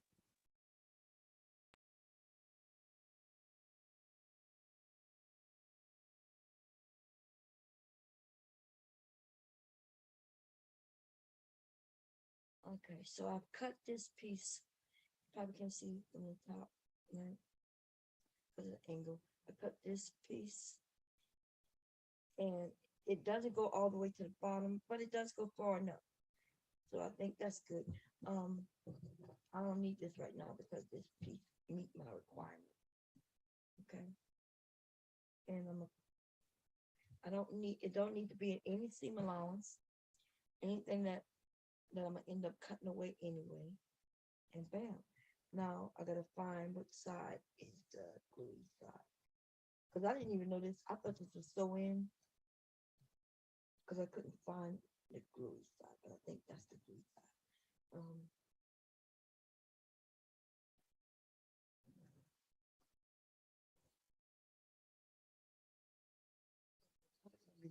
Look, I took down the shirts to show y'all, and then I didn't put the shirts back.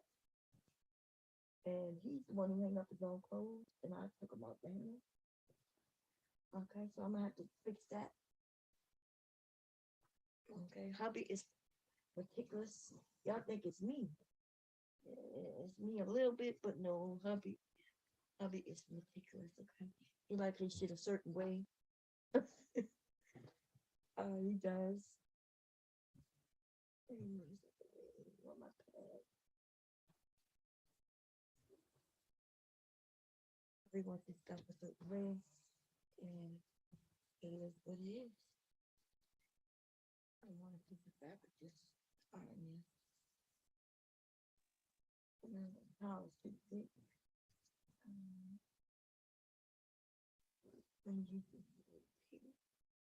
Man, if I burn my robe in this, no, I can't use that. I think this is a wrong type of fabric to be ironed on. Let me just use this.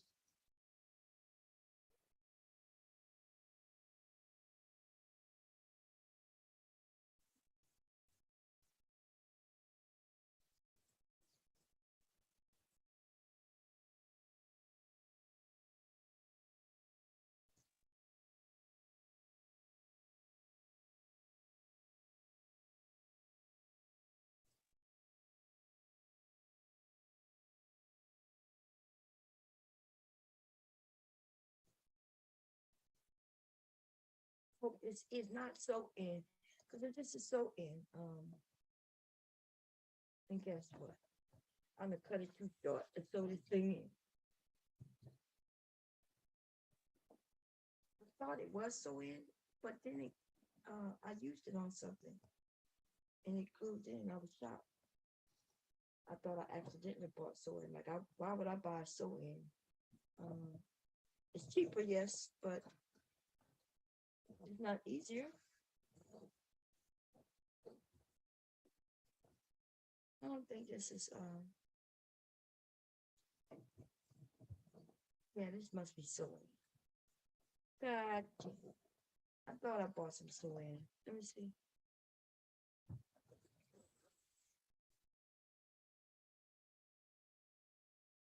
And if it's sew in, I can't piece it like this.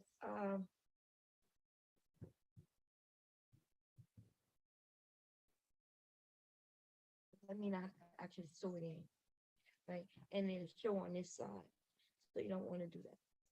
And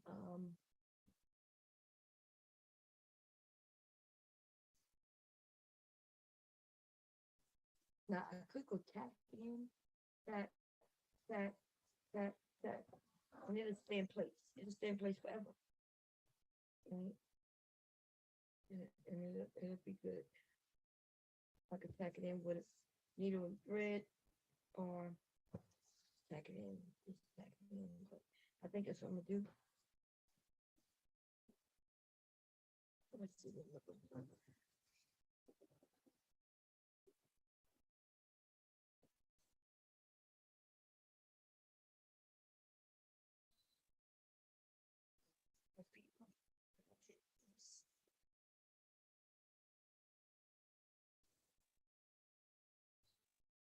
All those stitches in certain areas, that's all.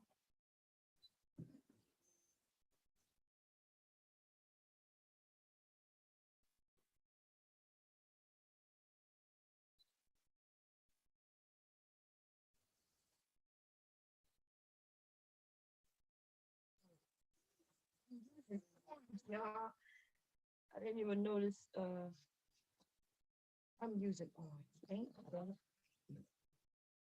I didn't change it to, if it was red, you wouldn't even be able to see it. You could barely see it now. Let me see if you can see it. Yeah, you can see it. But if it was red, you wouldn't be able to see it. Whereas y'all can't see it, it's there though. You can see it? You can't. But I can. Let me show it to y'all. Wait, but see it?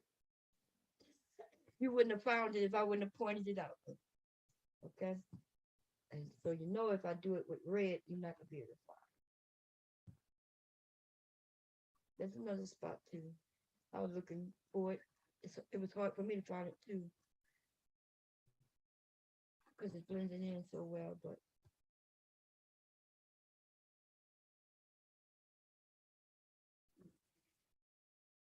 it's still there in the red.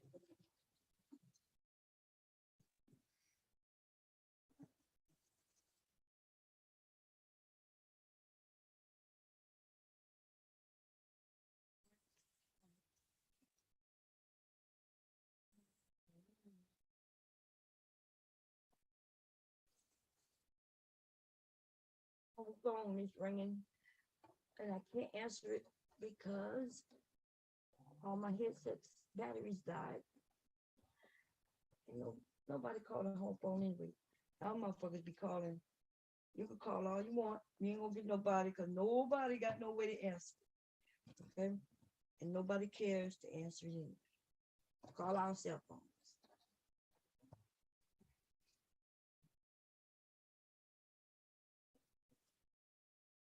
I don't even know the home phone. I got doxxed and then people started calling me. So I changed the number like just as quick as that. And somebody called my cell phone, and even though I got an iPhone, I can block your ass with ease, right? And then I got a program that says if it's spam, it's probably spam. But I don't, it don't even notify me that you called. If you're not in my address book, my phone don't ring. Okay. I'm shocked the person just called the wrong number. Wrong. Oh, because it wasn't a business, that's why. I guess I'm not sure why that wrong.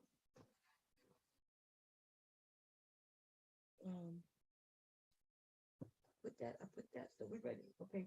So I am gonna tack this down really quickly. I'll let y'all see me do it. It's gonna be real easy.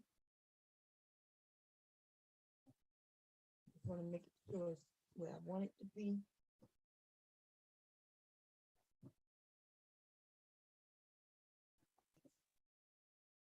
Where's it at?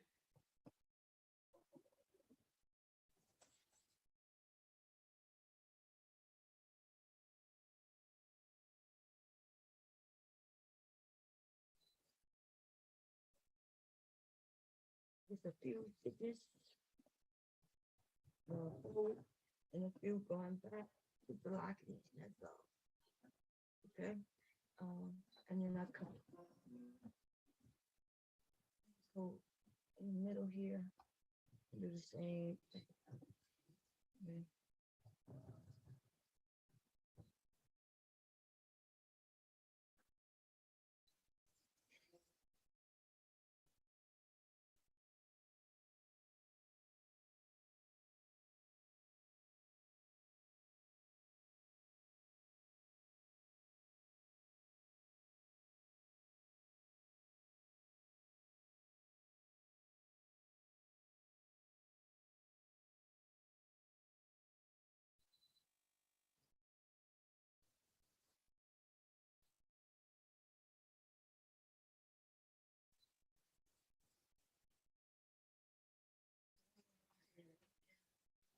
So yes, let me see. First, I got that. Is it straight? Yes, it is.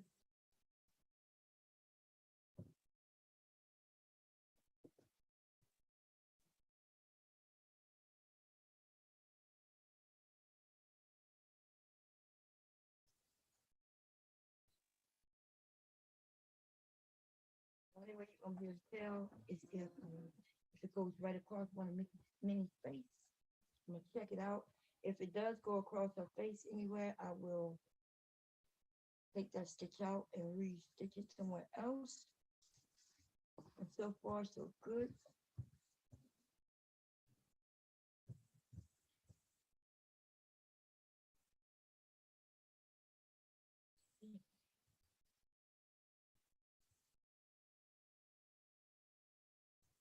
Right,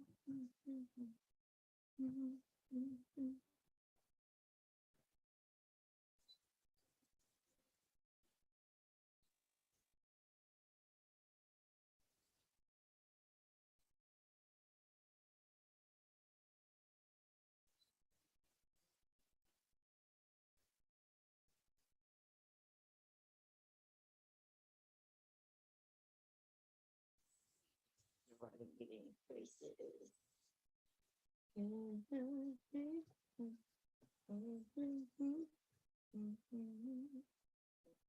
Don't even have to be down any more than that.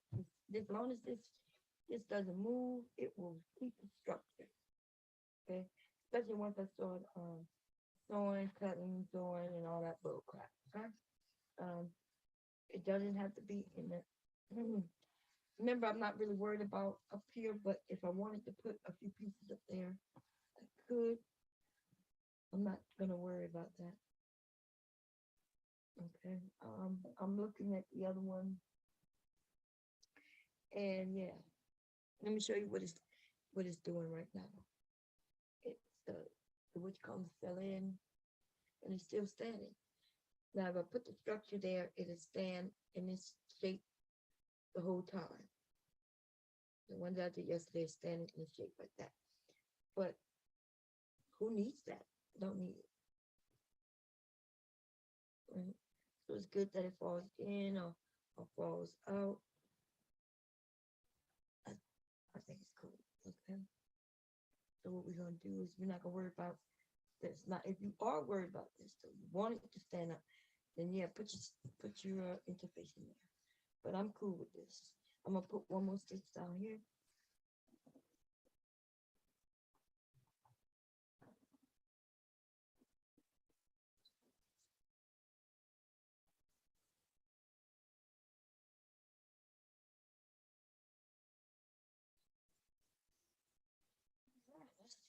So it interfacing. Um, And y'all can't show me where's that, where I sold it at. You can't see it anywhere. I can't even see it. I think I know I did some on the side, but okay. Wait, I think it's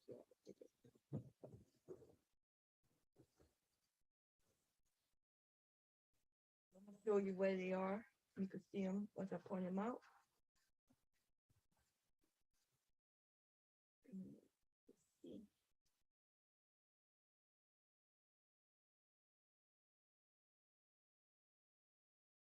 Let's break the text out. So while you even looking, so the only reason you wouldn't have been able to see that. The only reason I could see it was because the way I sewed it with the what you call it? To go another one, I couldn't see it except for the tails of the thread. Other than that, I can't see it. Let me see what else. The only reason I know is 'cause I know exactly, like I knew where I did them on the side. So I'm looking them on the side and at the top, looking for threads. But other than that, you can't tell. Okay, I see some threads right here.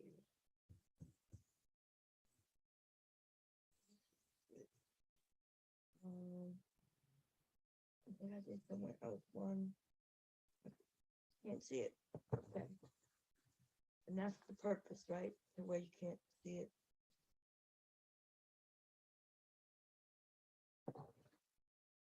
If I wanted to, I could have torn it completely down. I could also sew in the center. I'll just make sure it's not near face, because I don't want it on her brown face or any white parts. But this is the face is cool. Okay.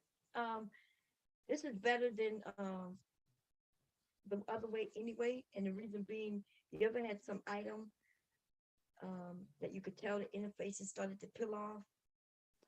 Yeah, sometimes that happens. But with this, it's never going to peel off because it's not hooked on, but it's always going to stay in place because it's inside. Right? Anyway, what's next? Now we're going to start with the pocket.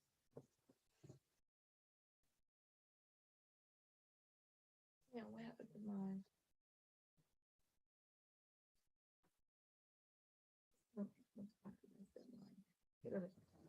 Oh, here goes. Okay. Here's my pocket.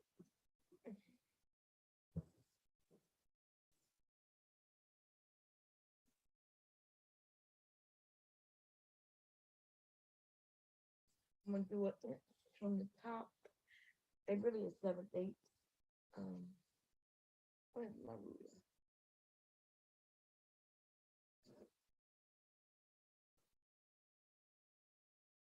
I really think I need the ruler. Why is the door should be right? Yeah. Oh, that's my feet. I'm about to listen to the music. That's my ruler. I got up. I think it up. The ruler should be right. Yeah. No, that's not good. Let it fall too. Oh, it's up here.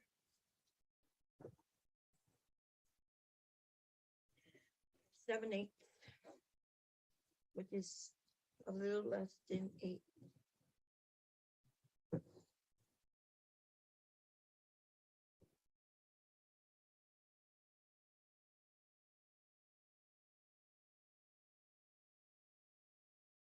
A little less than. I see it there. I see it there. I see it there. Okay. So that's 7/8 from the top. Okay.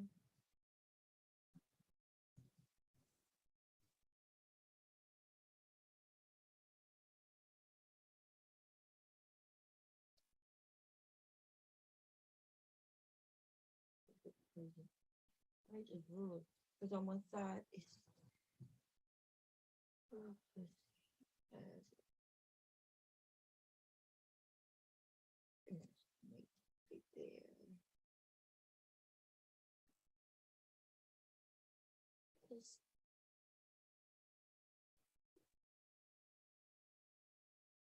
yep, the 7/8. But why where is this going?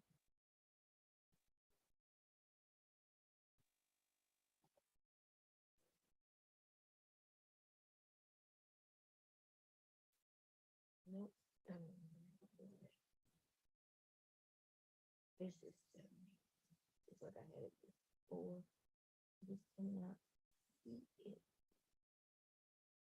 What is the one? This is the one. So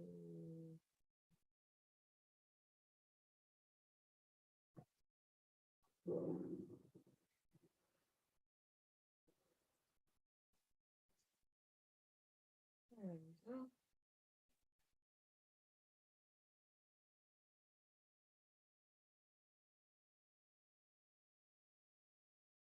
And I just need that because now I'm going to add this and finish this ruler out.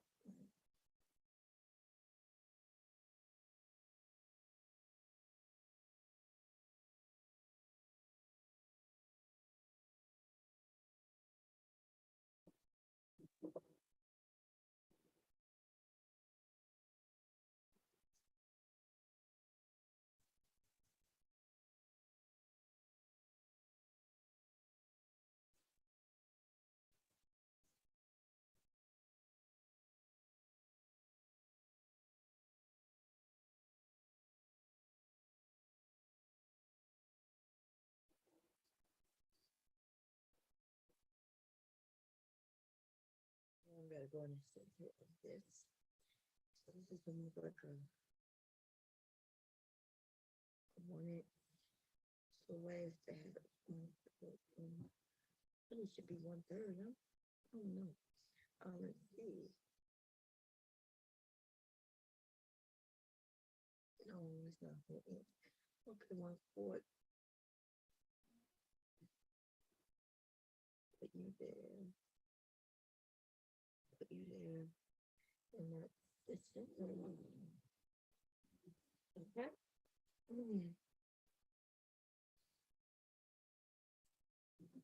It wanted I think it was an inch from the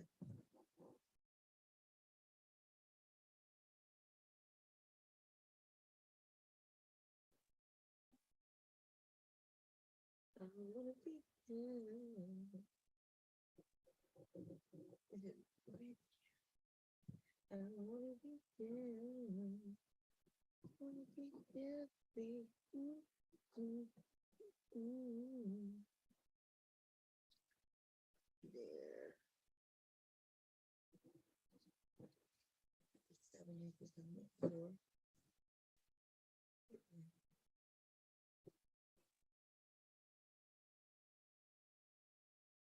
About 7. I think to make it 7 inches.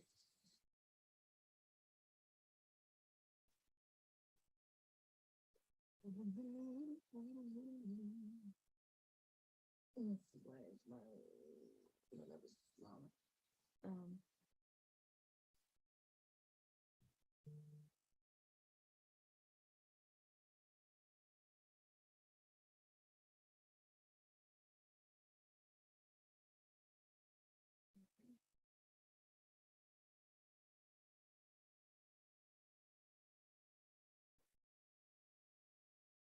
need to make it a little bigger.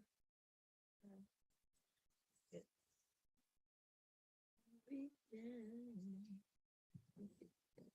that zipper is going to be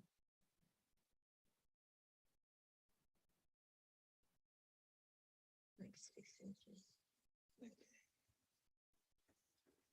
But if I put a half here and a half there, it would be 7. So let's do that. It's about a half.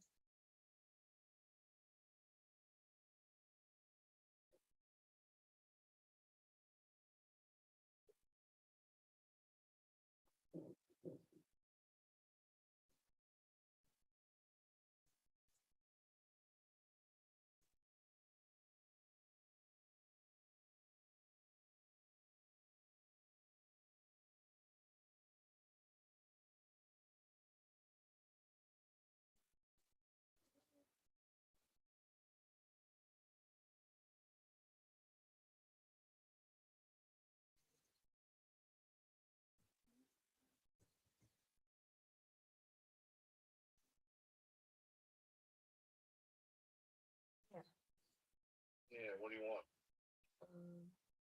I don't know. Did you want something? No.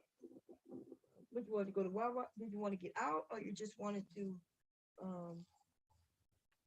like, did you want something for later? I did take out chicken, but it was frozen earlier.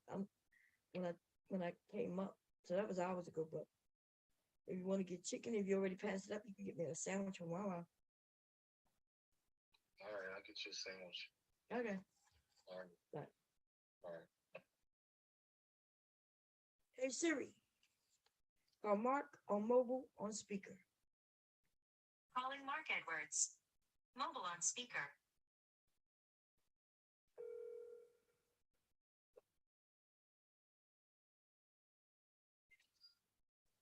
Hey, can I get a lemonade too? Yeah. Okay. All right. Bye. Bye.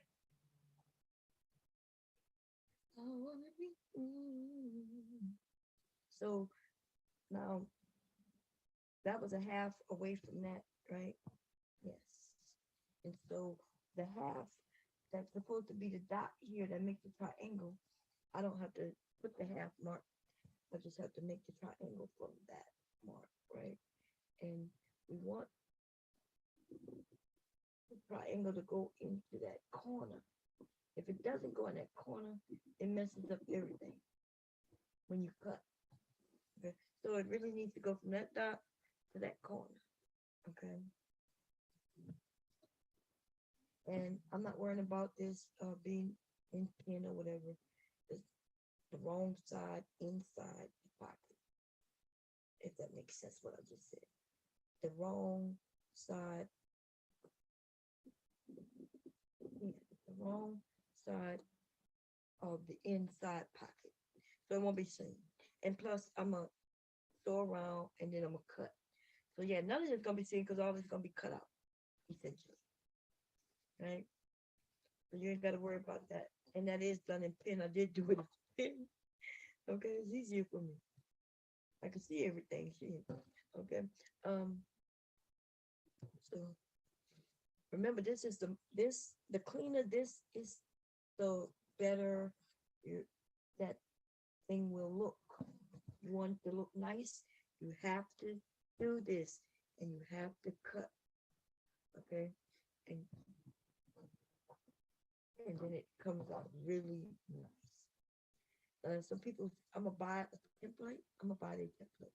I may make my own, but because I do have everything to make it myself. I cut it out on vinyl. I actually have the vinyl, like this little plastic mat. I've had it for a couple of years. I have a couple of them. I bought a lot of them. I make educational stuff for children. Especially during COVID, it's a big hot seller.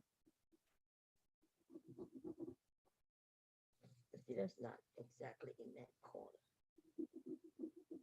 Even though this is important, the important part is that corner. I can't stress that. I can't stress that anymore. Okay, can't stress that anymore. So now what we're gonna do? I'm gonna time it. Hey, damn. Hey Siri, set timer. Set timer. For how long? Oh no, what's that thing called? Not the timer. Okay, so when I want to, not timer, but the let me just look.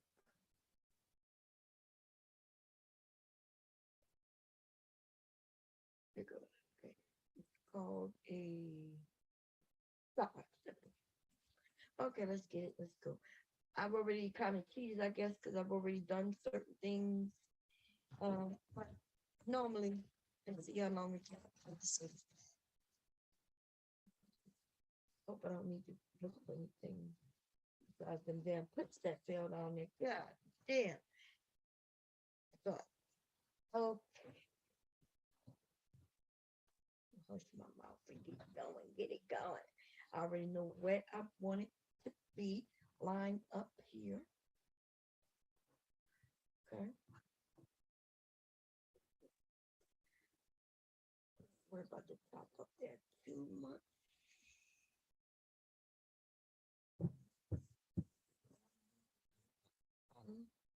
But not too much. Okay.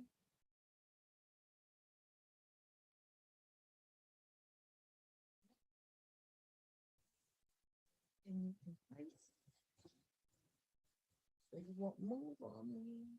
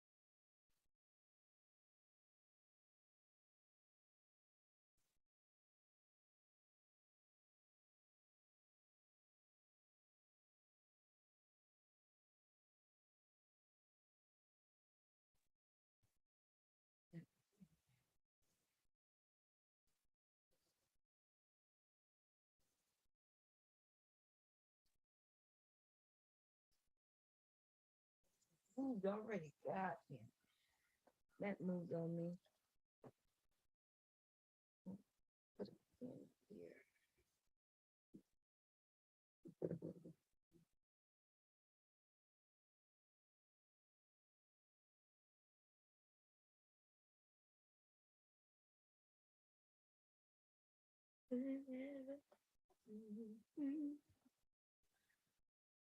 I gotta move the needle. Three. I don't know if they're gonna work with that. Yeah, that's what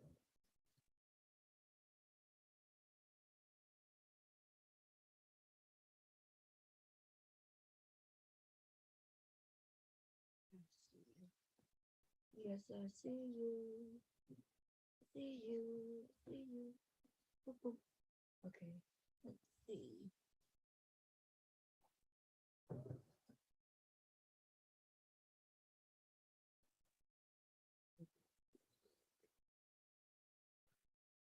Yes.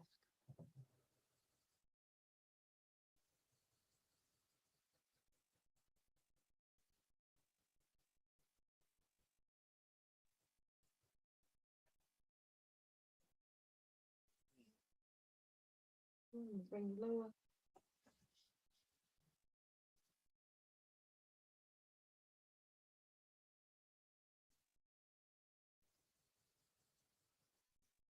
And you just move on me.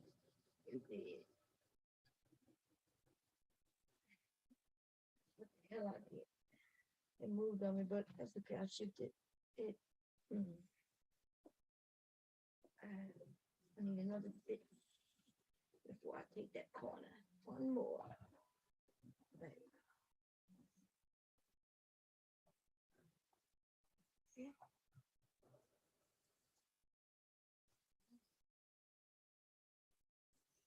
Okay. Nope, one more stitch, one more.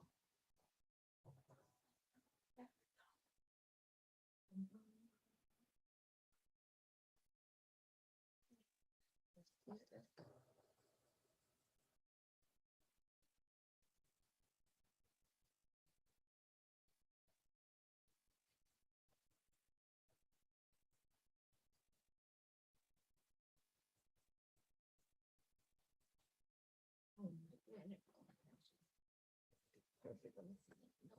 No, one more stitch. No, one more.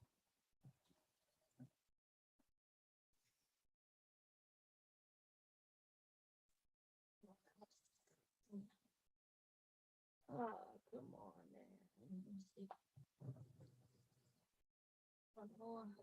One more.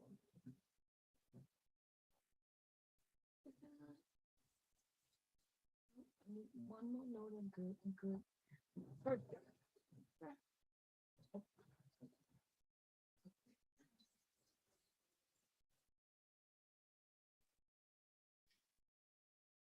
Out.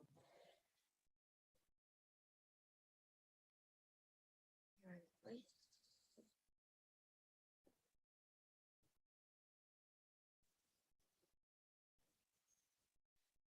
Perfect.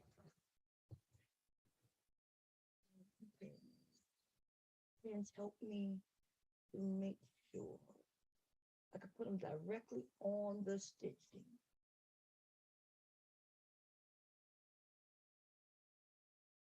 Do not go outside the stitching. No, you either gotta go directly on the stitching or right inside the stitching. If you go outside the stitching, you can still cut into the, I mean, you can still cut your stitches. This is the protective stitches to make sure. There we go.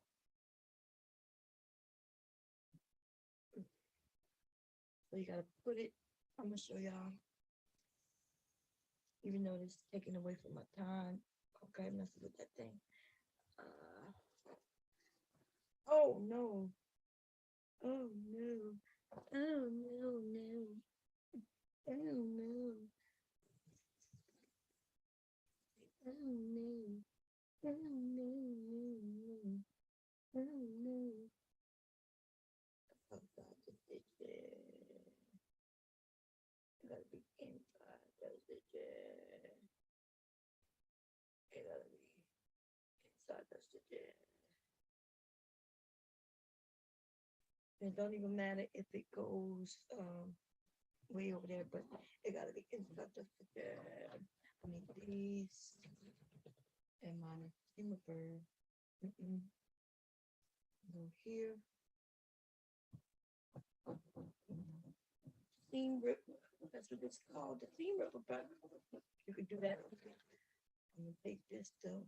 It's easier. Get in there and just cut that line.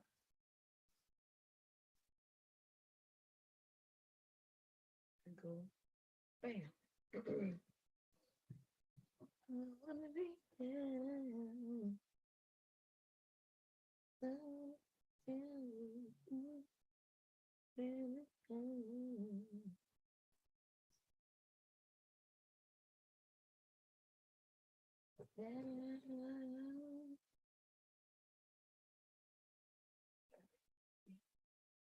Please don't cut this. I need to go in that corner though. Come on, little piece. There we go. There go. I might have to go in this corner too. Let me see.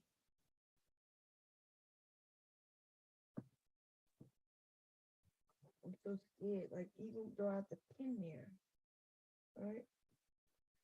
It gets scary. Okay. Let's do that.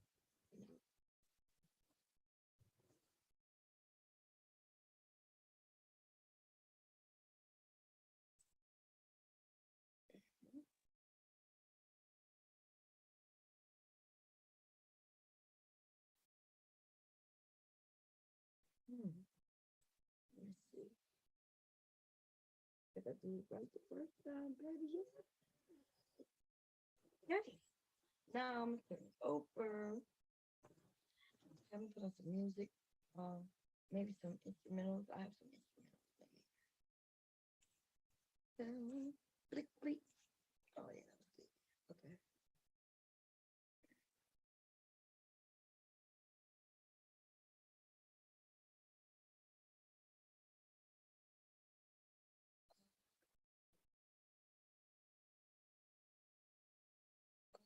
Come on, no, come on.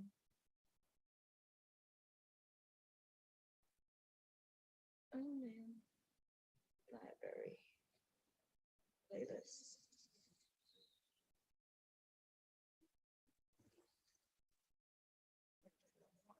I'll put this on. With,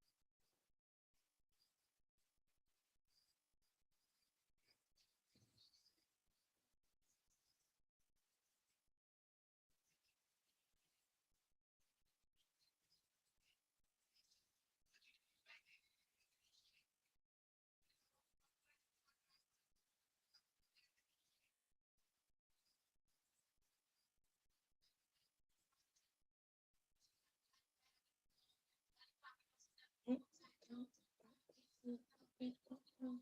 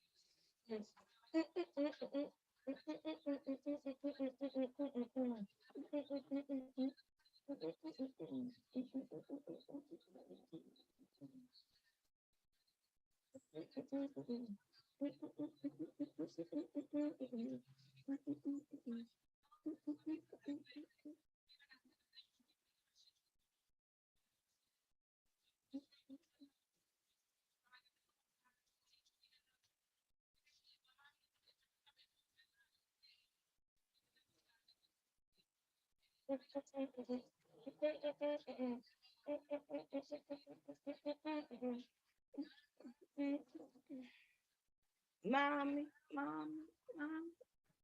I go,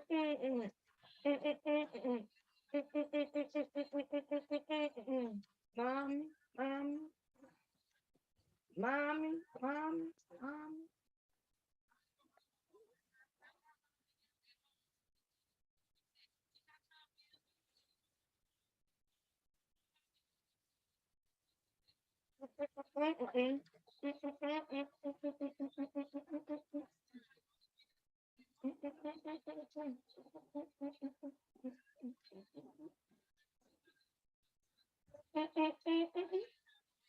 I got to, mommy, mommy, mommy, mommy,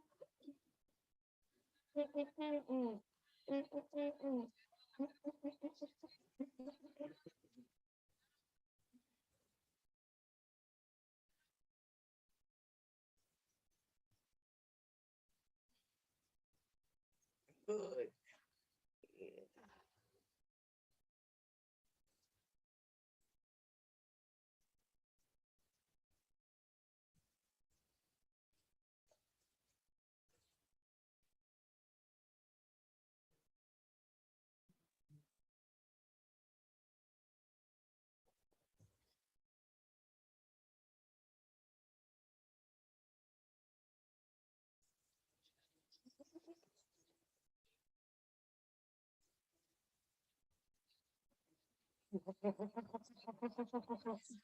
All the hot girls, they ain't the yeah. Ba ba ba. Tell her ha ha ha. Hey. Get a back hoe. Don't get mad hoe. Get a back hoe. Don't get mad hoe. Get a back hoe. Don't get mad hoe. Pricey. Look at me spicy.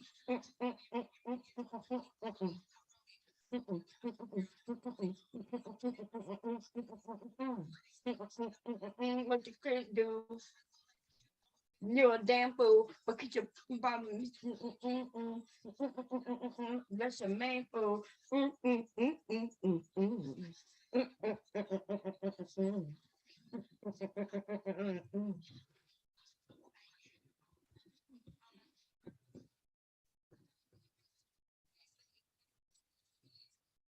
Tell her ba ba ba.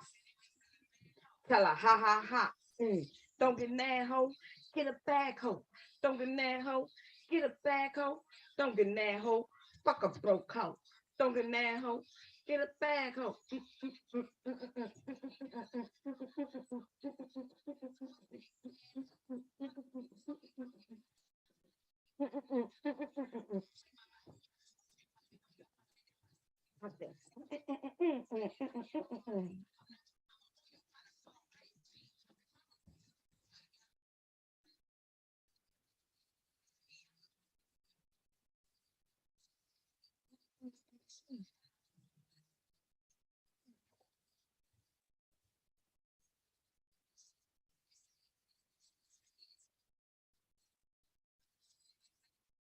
Have a ha ha ha. Don't get mad, ho. Get a bag, ho. Don't get mad, ho. Get a bag, ho.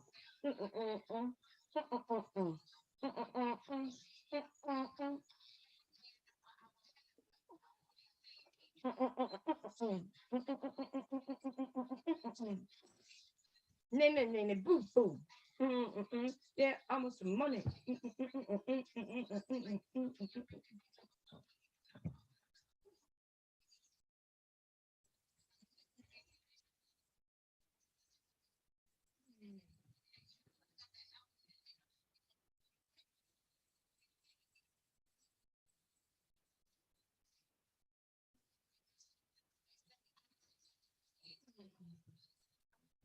And if you see a man hoe, tell her ha ha ha. Hey, don't get mad hoe, get a bag hoe.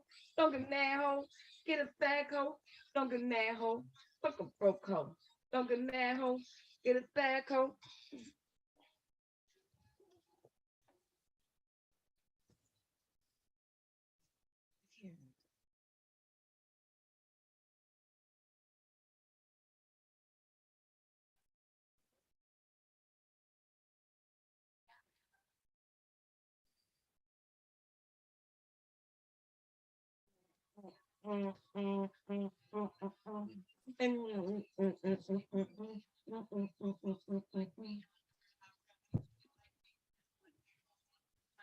None of these hoes, none of these hoes, none of them hoes.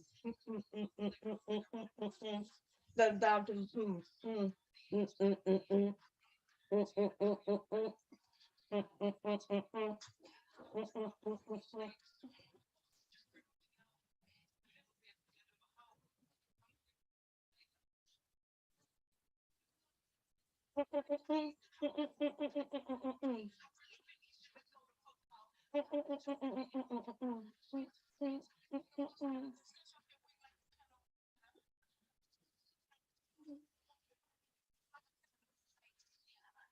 Talk like this, talk like this. Never.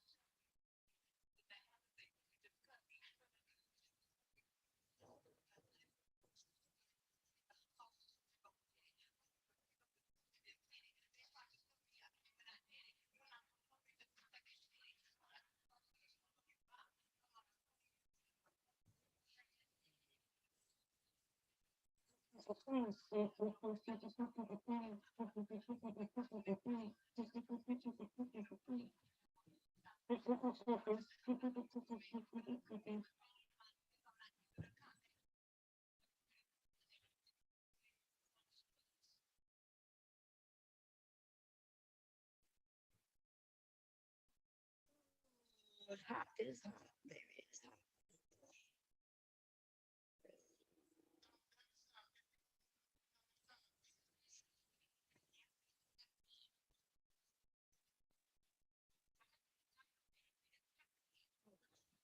Tap, tap, tap, baby. Where are you? If you fall down here.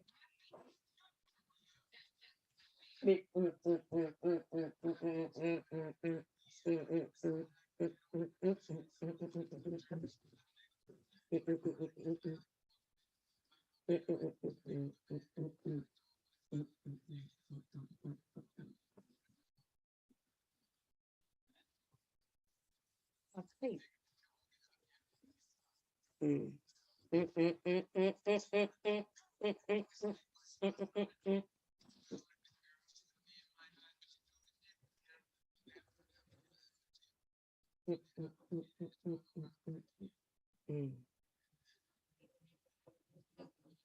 How you tap, tap, tap in.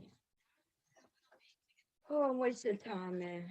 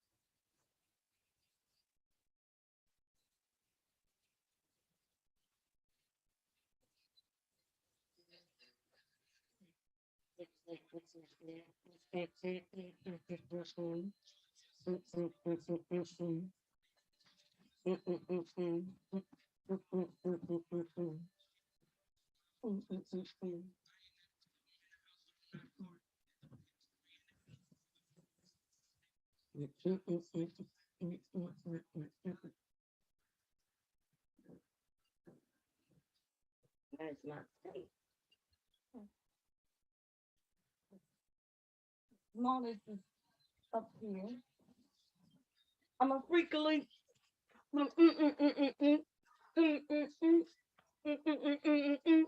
Put him straight to sleep. I don't. Abracadabra, replica, trappers.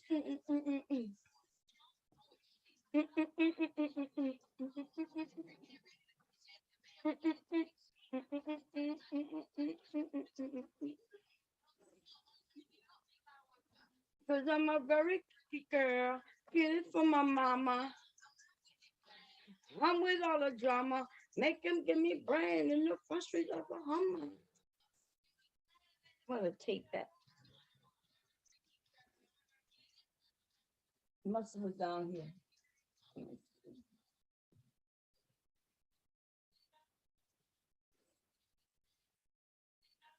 Oh, good, good. Listen, make him give me Einstein.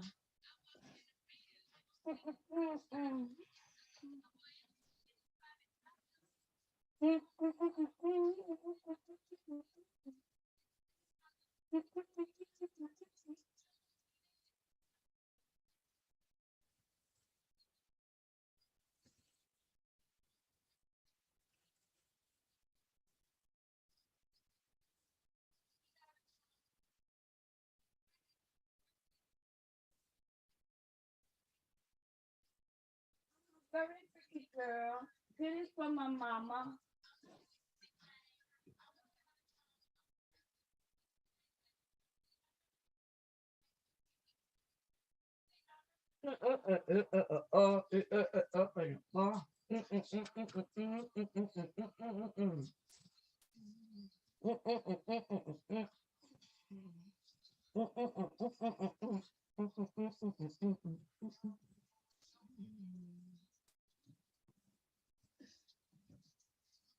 Because he was fine already. But she was signed already.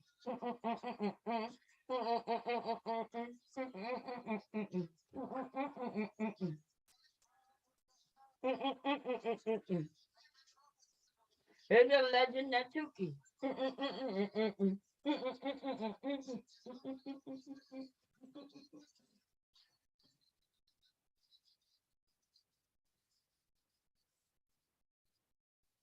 Cause I'm a very pretty girl. Get it from my mama.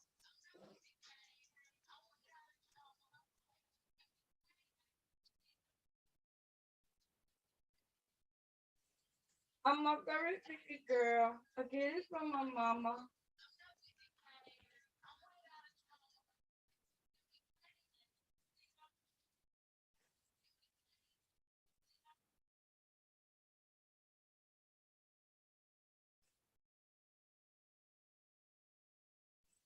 One, two, wax, I'ma blow that. Oh, five, I'ma hold that. 6, 7, 8, I'ma show that. 9, 10 racks, I'ma throw that. Look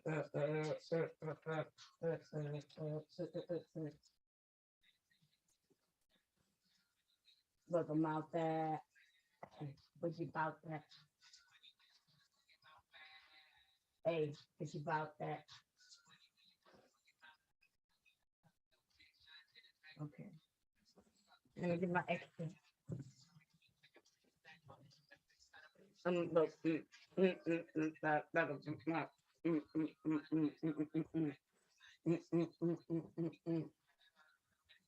Da da da.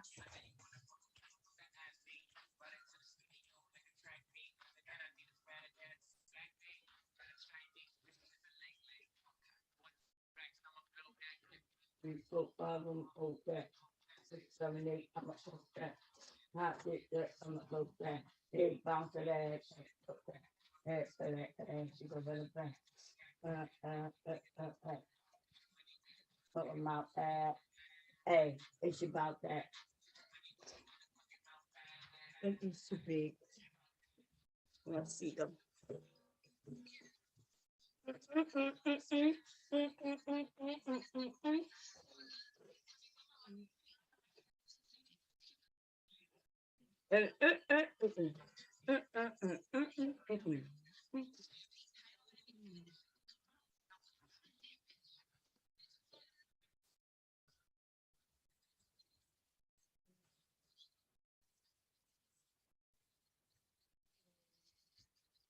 Big, damn.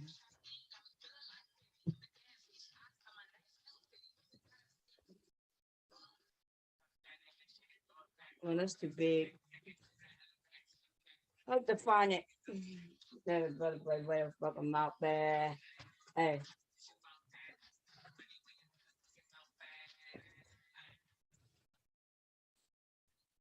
Smaller one downstairs. Oh, here we go. At home. There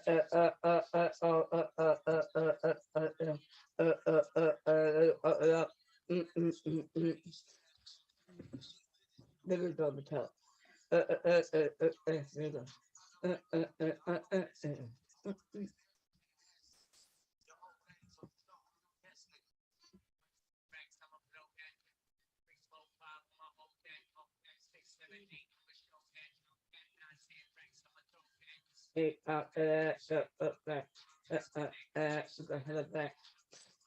I don't know why I went that far down. Not bad. Hey, it's about that. Hey, it's about that.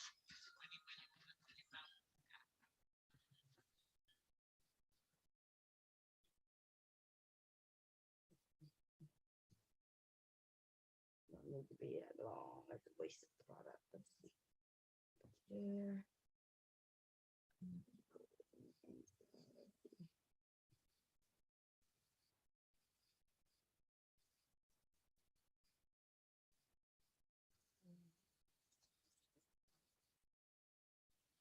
I got the ass walk and the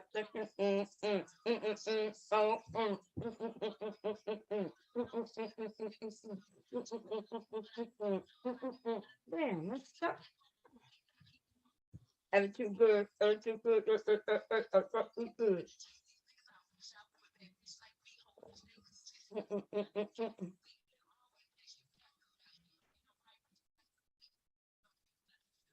Don't stop. Just like that. Work it big. Stop. Stop.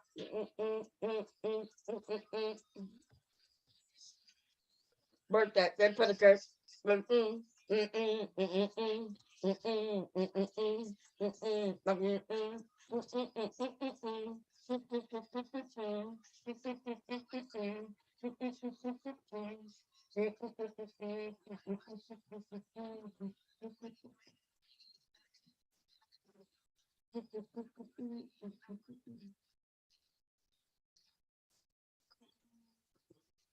Don't stop.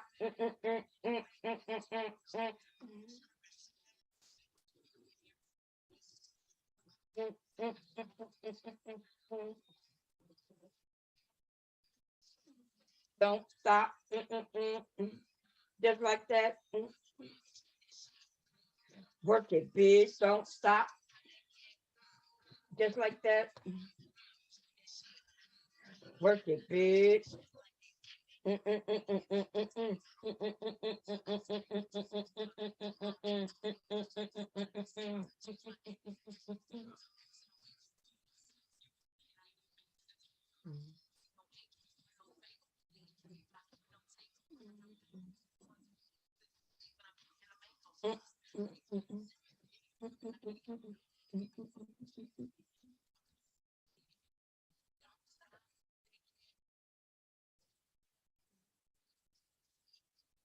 Work it big. Don't stop. Pop that cat. Just like that. Work it big. Pop that cat. Just like that. Work it big. Don't stop. God damn it. Come on. Work it big.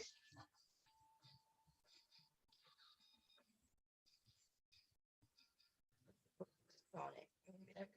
I need that little roll on.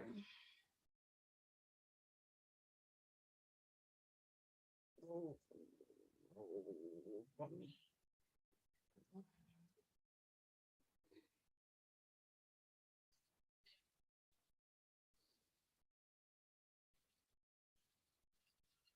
Yada yada yada yada yada yada yada yada yada yada yada yada yada yada.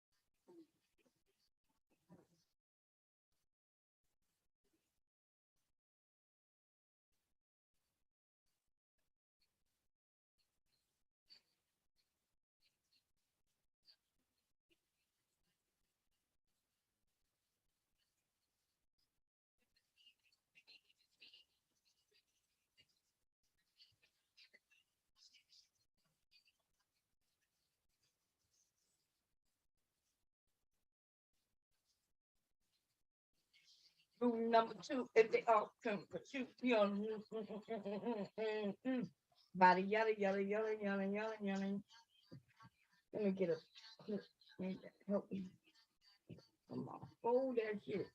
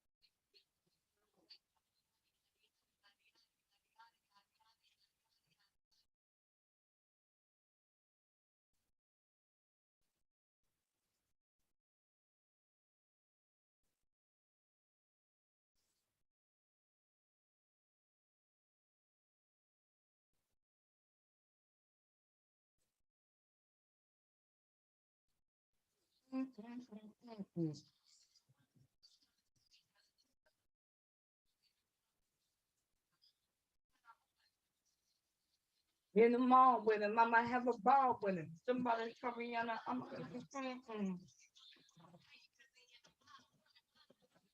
now I love tall women.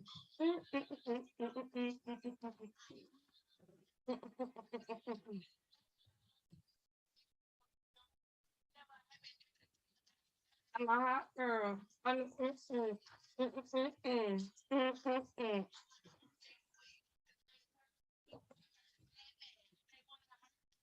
I'm a hot girl. I do hot shit.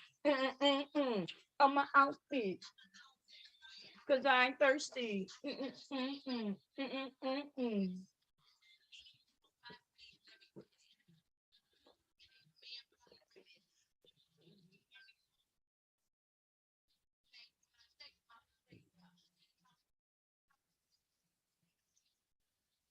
Make a nigga happy. It didn't happen if the dick wasn't snapping. I'm a hot girl. On my outfit. Cause I ain't thirsty.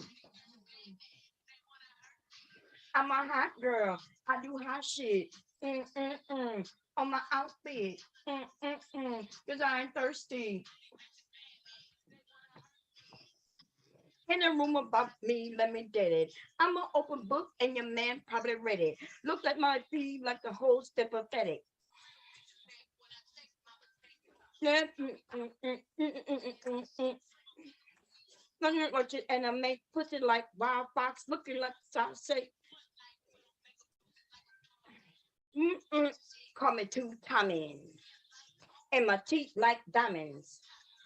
Elliot got me shining. But a bitch still grinding. I'm a hot girl. I do hot. On my outfit.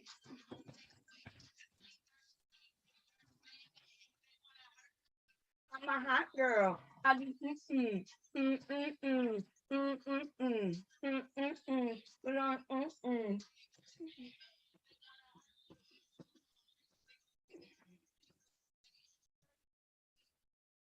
Go here.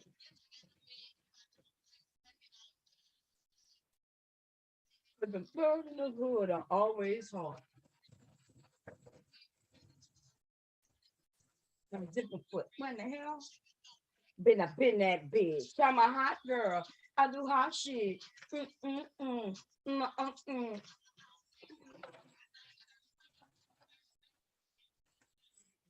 I'm a hot girl. I do hot shit.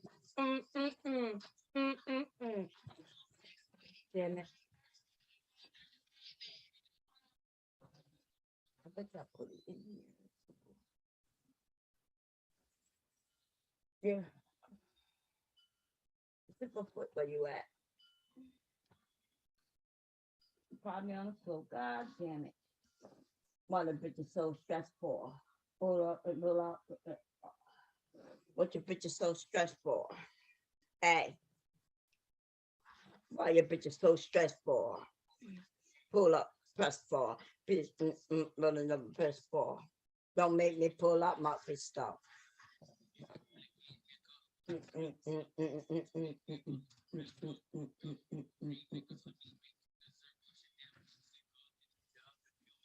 God damn it.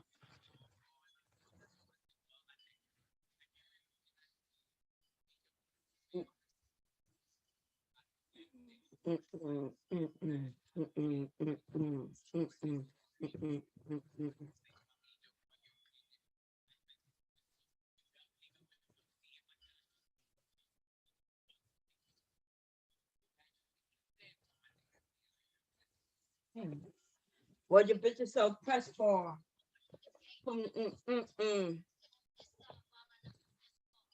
Don't make me pull out my pistol. Don't make me pull out my pistol. Don't make me pull out my pistol. Don't make me pull out my pistol.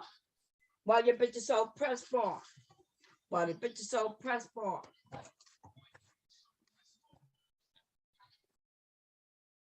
Don't make me pull out my pistol. Don't make me pull out my pistol. Teeth out.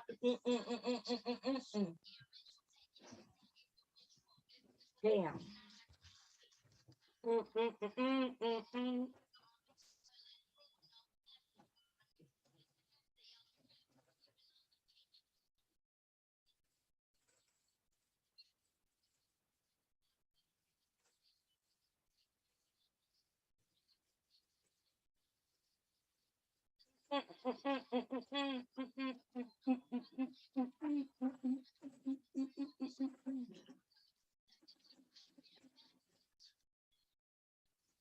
Yeah.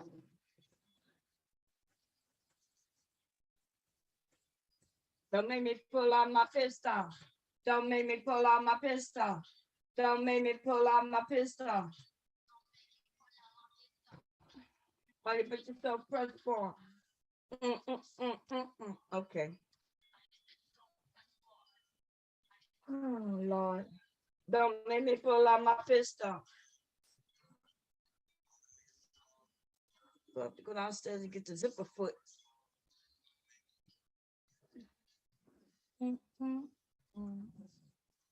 I dropped all these things, right? I can't find nothing.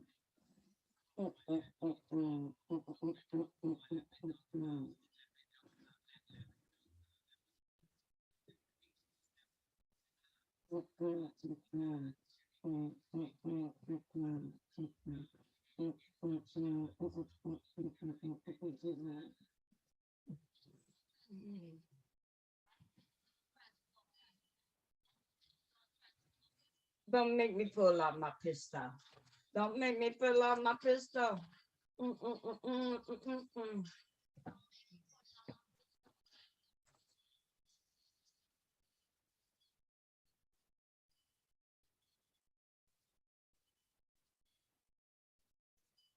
Got to put the tag on the bag. That's what I forgot.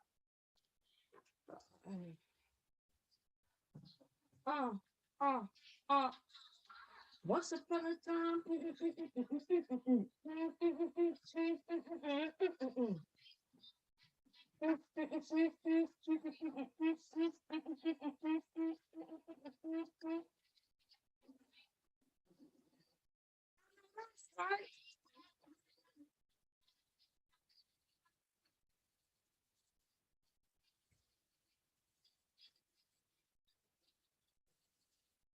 And it's up, and it's up, then it's up, then it's up.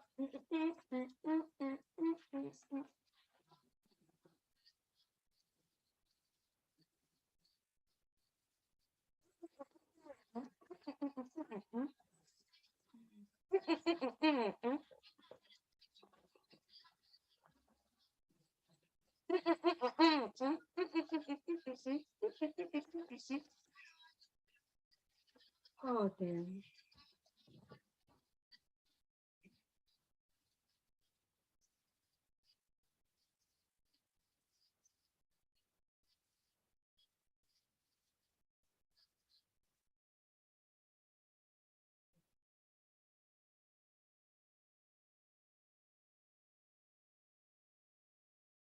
I'm gonna go get it.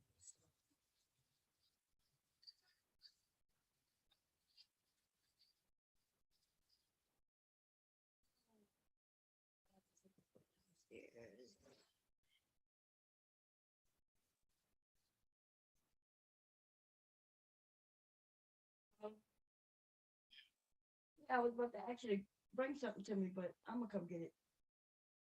Okay, bye.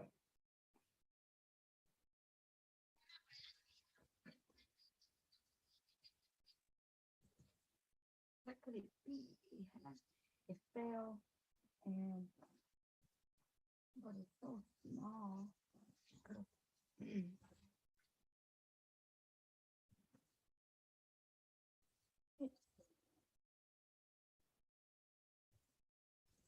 hoping it didn't fall. Apparently, I can't find it.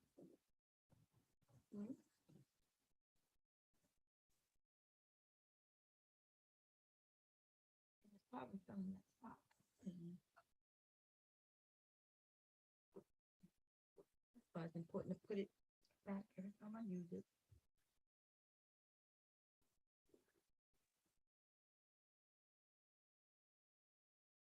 So it either fell in that box or it fell in this box, or it could have fell in that purse. The way the thing fell. And if it fell in that purse, I ain't going through that purse, okay? I have 100 feet downstairs. It would be nice if it could keep this right here.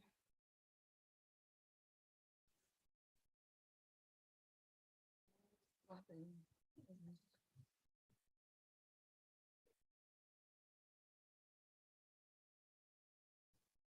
That was filled with my stuff that I'm using. And it's small.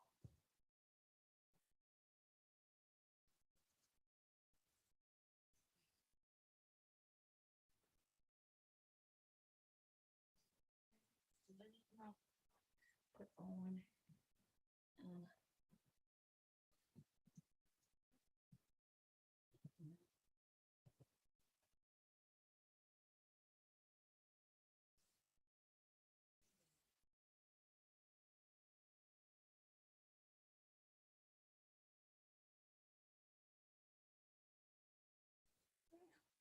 the video right there. I didn't know that. Know that. Hey, needle. Oh, let's get you on that.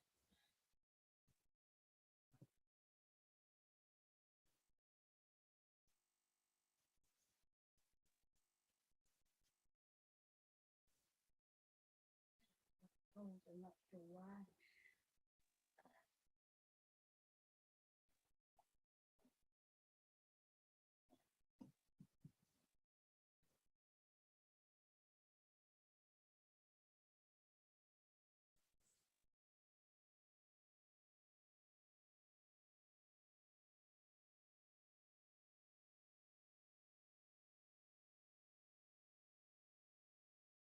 This is bag by now. I probably fell right in this purse. Let me just go downstairs and get.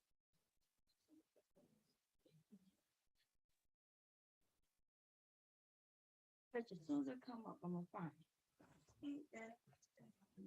God.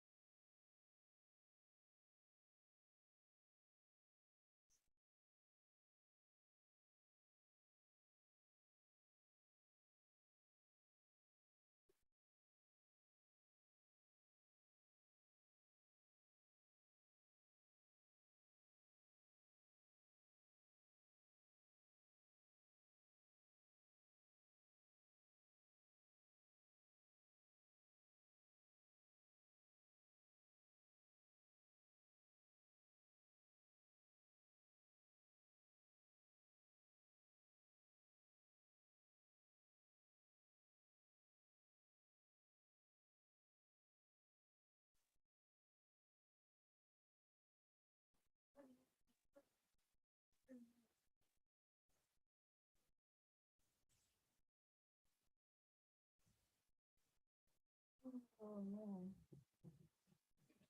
I feel like I made a mess over here.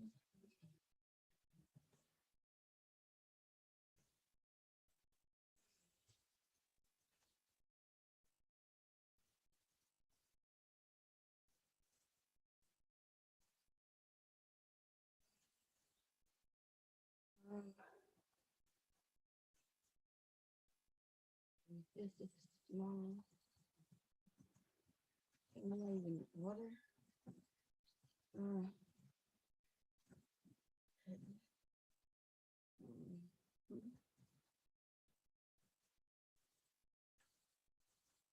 zipper foot. One. Yeah, a couple zipper foots in here. Left and right. And this one is both left and right. Here go a zipper. One zipper foot. Let's go. Come on, in this one little area. Come on, get out of here. So this is a zipper foot, just like the one I showed you earlier. It's both sides, and this is a zipper foot. It's even tighter. More of a. This one like it could be a visible zipper foot, but no, right? Isn't it a visible zipper foot? Let me see what that looks like. The invisible zipper foot is different. It covers the zipper teeth underneath, I think. What this is.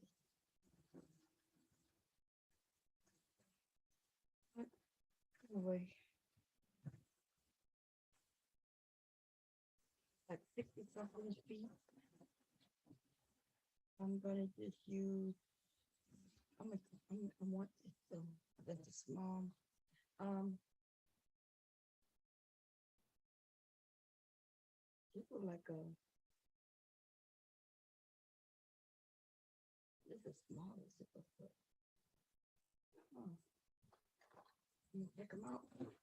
Yeah, let's just keep this. Mess up my whole time. I'm gonna put a tag on this one if I remember. Actually, I forgot about this. I've seen rip this. The two things I want to do, I want to put a tag in it. So I'm gonna see rip the whole thing.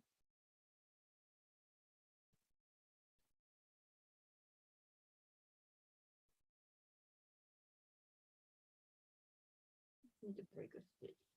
And the rippling effect that's in it is because of the tension. And that's because this fabric is really light. But it's the lining, so it really don't matter. But if it was not a lining, it wouldn't matter. Right? But it doesn't matter.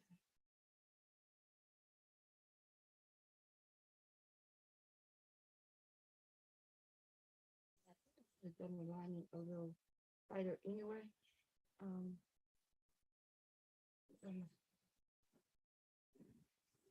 this is called seam ripping, seam picking. This is picking the seam.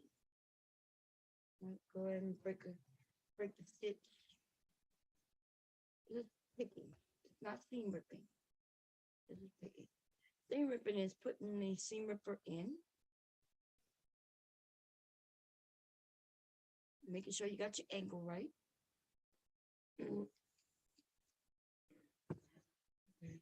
It won't take long if I was picking, right? You pick every couple ones. It wouldn't take long, right? But seam ripping is much quicker. Put it in there, have it at an angle, and rip.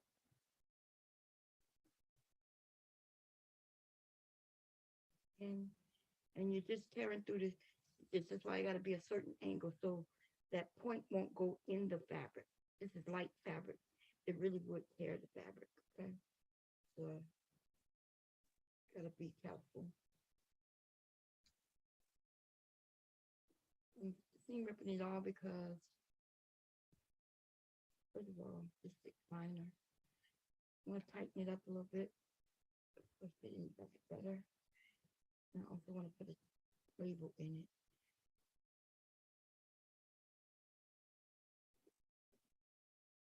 But this one there will be for sale. Oh,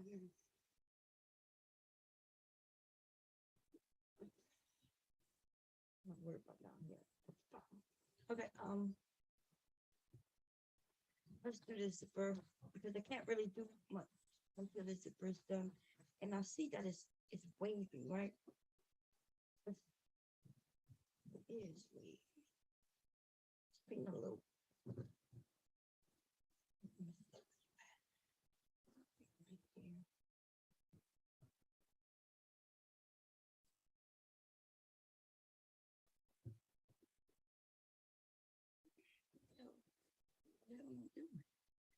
Okay, you figured it out, right? It's on here. Damn, that tape ain't joking. What in the holy hell? That tape is holding on, baby. I'm ripping. You would think that I sold this shit on. Look at that. Okay, I did so. Okay, there you go. I'm about to say. So I took it off because it's waving. And it's not even waving like that. It's waving inward. Waving inward. And it's mainly because I'm trying to get it perfect. On that tight, which made it wavy. Okay, so I'm gonna put it like I was doing the others.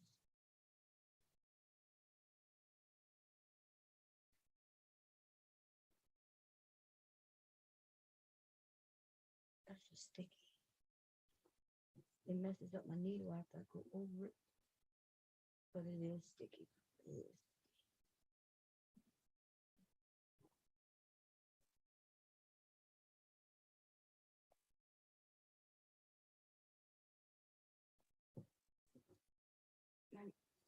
I'm not worried too much about it. I just don't want it to be wavy, and I don't want it to be too close to the teeth.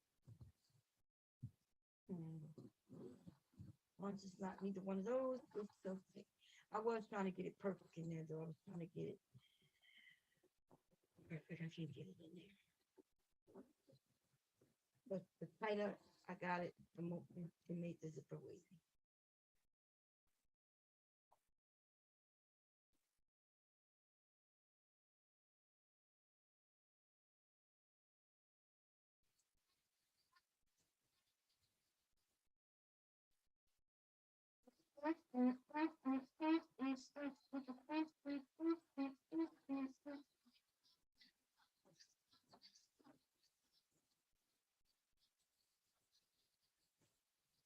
And I can see why.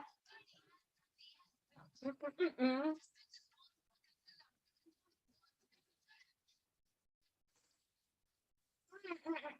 will never be the same.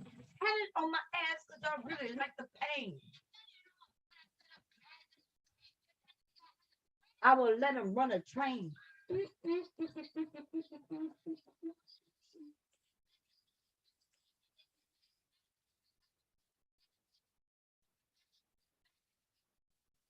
Up and it's up and it's up and it's up. Gotta go over.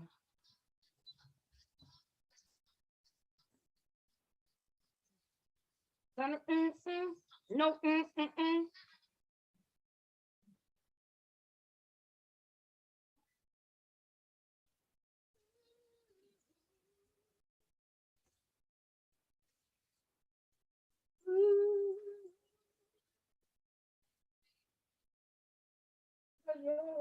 On the finger of my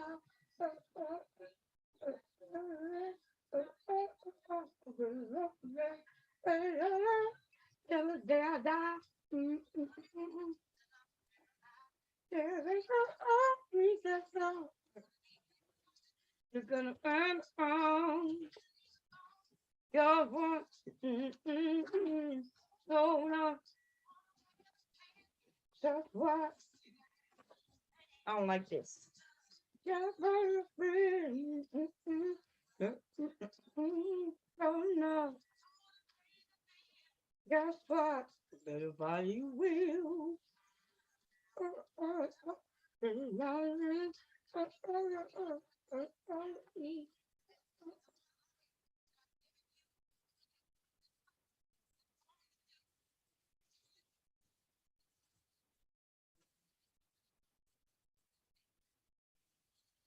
Till the day I die.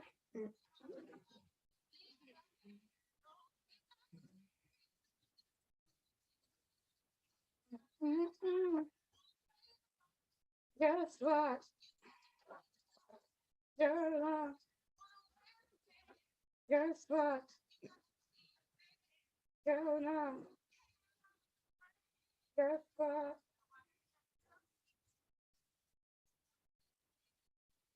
Guess what?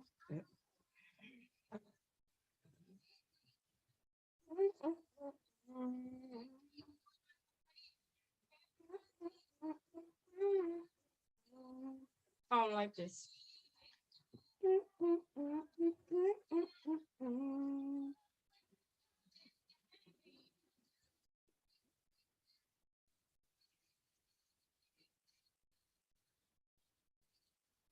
Guess what? You're not. Guess what?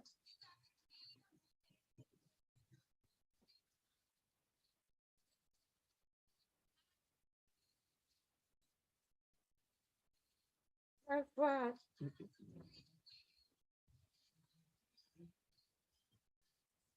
There we go. Oh, yeah.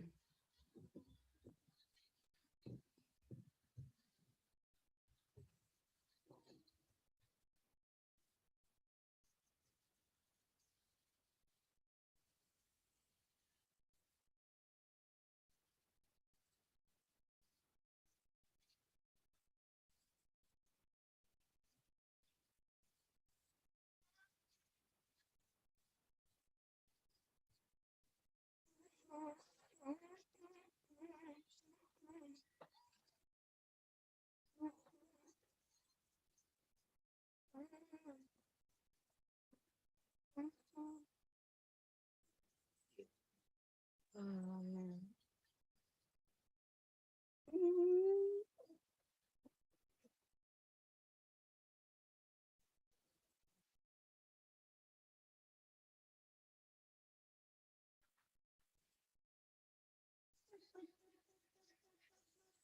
Just like that, just like that, just like that, come my way, just like shit, that's my way.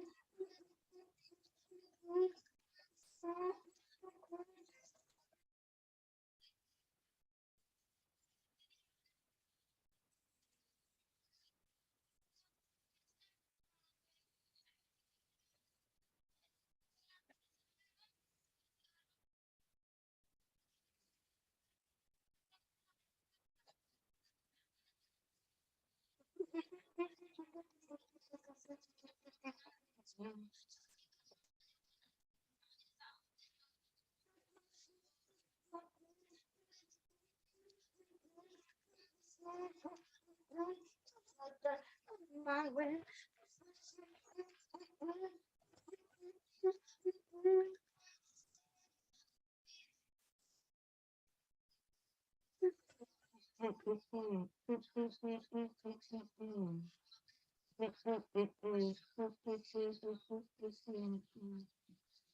Yeah, I'm like something wrong with this. I think it's because it's red on red. That might be why it's throwing me off. Maybe I use a black zipper.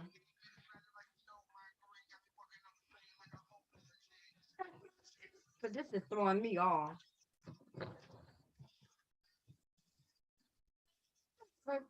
My way. Let me see if okay, look good. Just like that. Like it. I like it. I like it. I like it. Yes. I like it. I like it.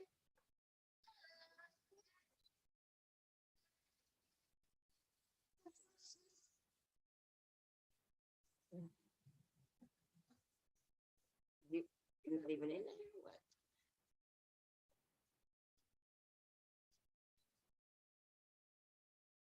What? Where did that shit, right? Money in it, small. Mafia. It's a whole lot of money in it, small. Oh, what's going on? Oh. And I broke shit, that broke shit get old. They old get too broke. It's with my toes. Mm. My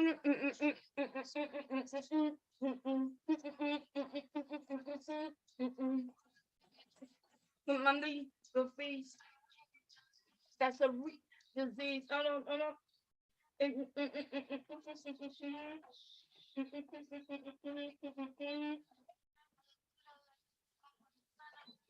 Ah,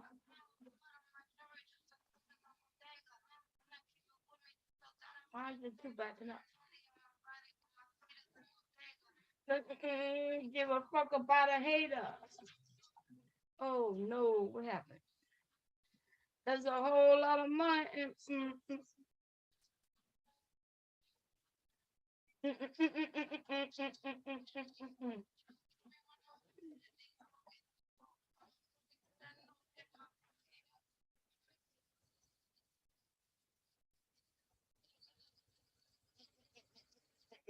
Nigga, off.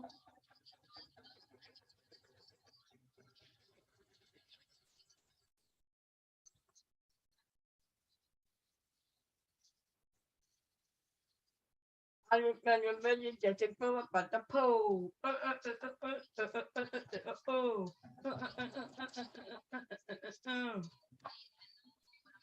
Then I run up, because if you run up, look the gun up, with the bun up, you did the bodega.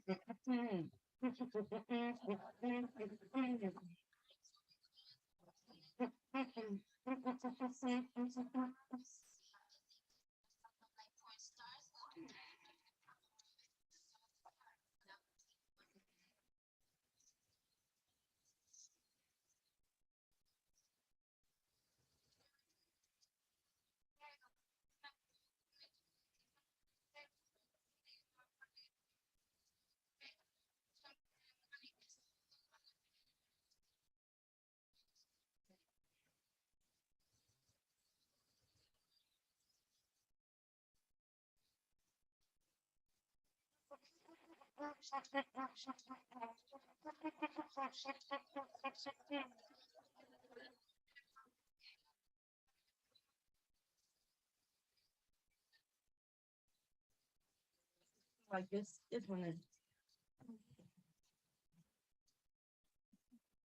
Yeah, look okay. I don't know why. I just yeah. I think it's the red on red. You know what I mean? I think it would have been better black.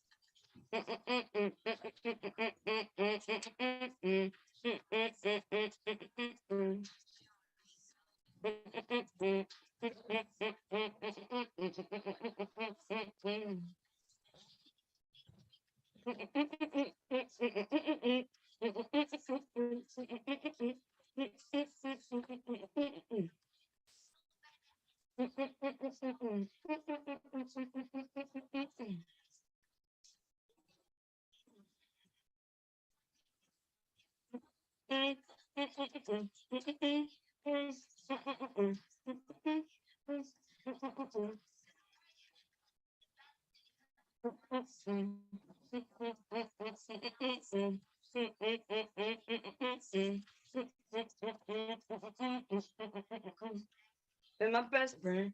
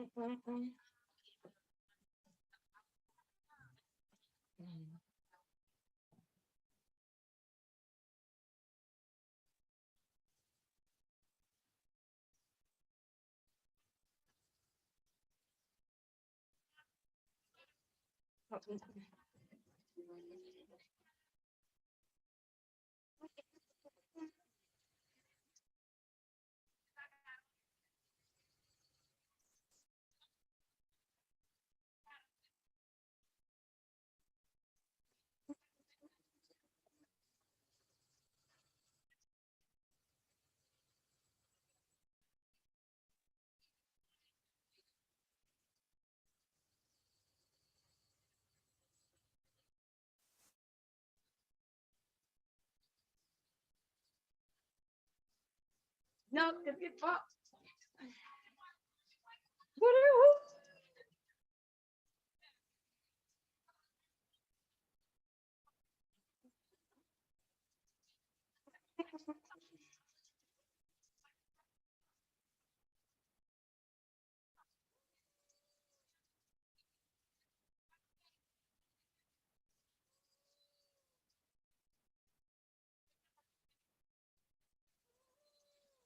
No, if you fuck.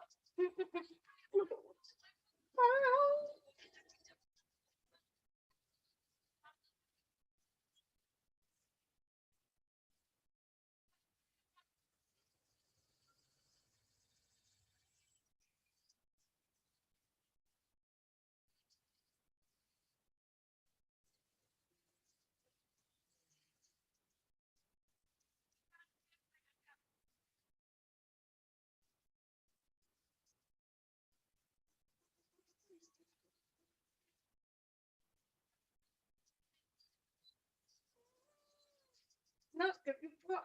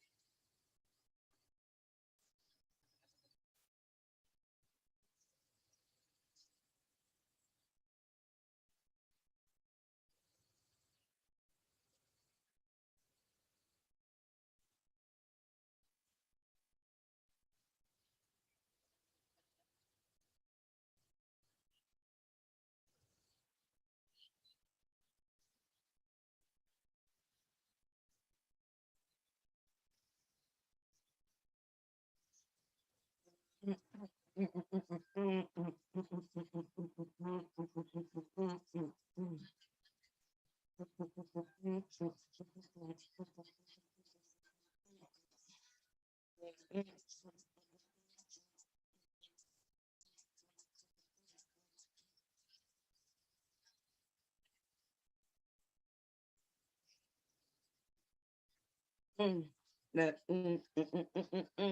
Yikes.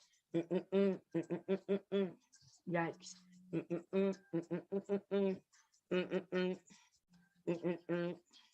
Yikes. Yikes.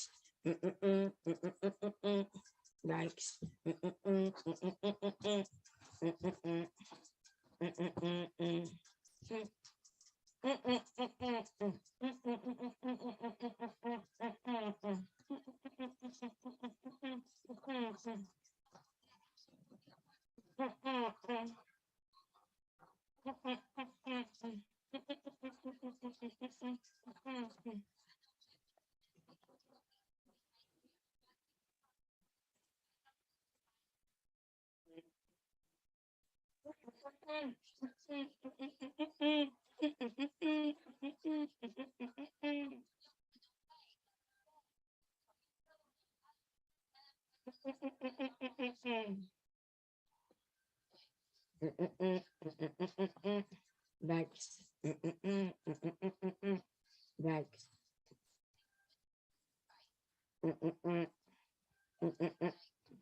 Yikes. Yikes. Yikes.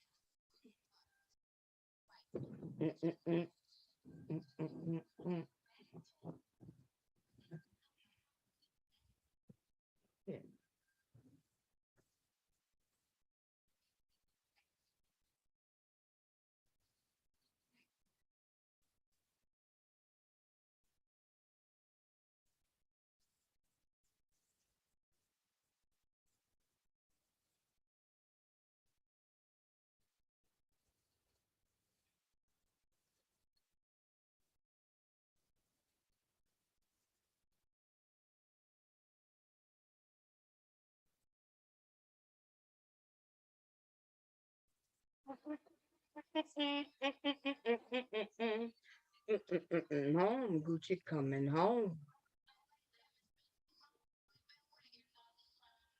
Home, Gucci coming home. Gucci coming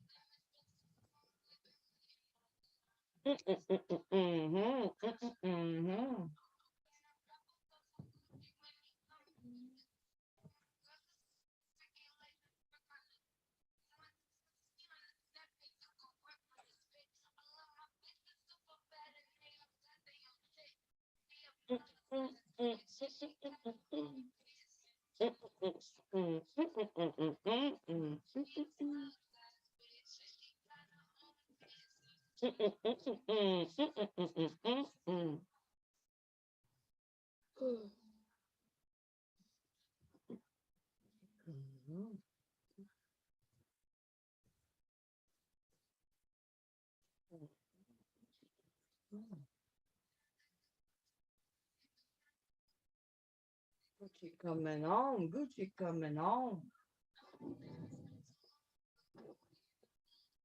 Gucci coming home. Gucci coming home.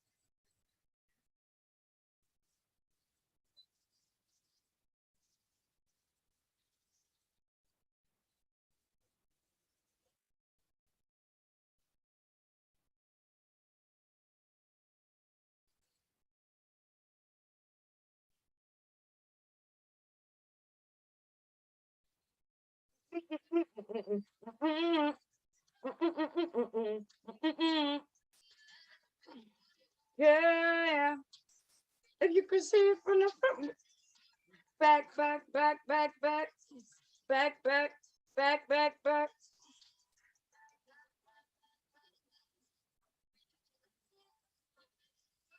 Mm-mm.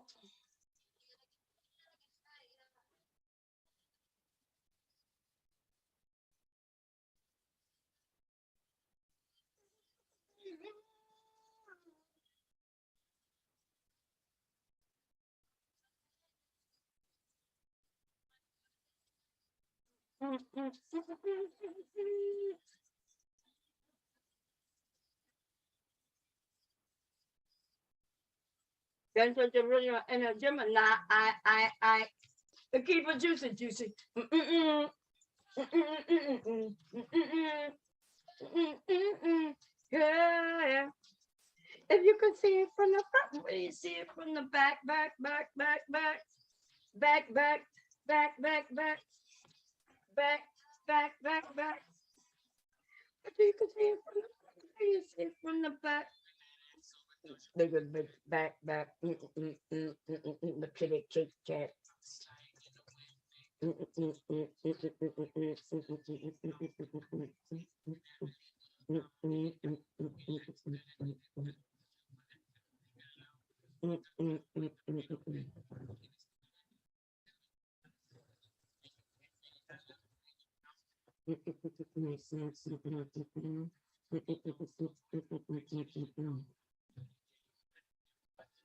It can reduce it, juice it.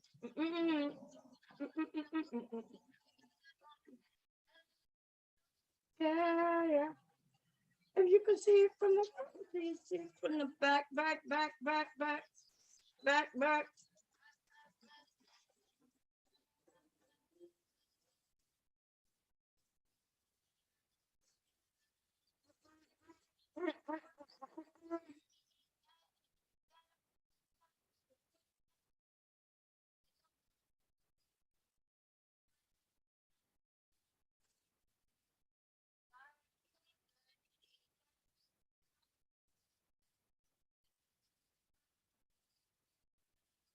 producer juicy.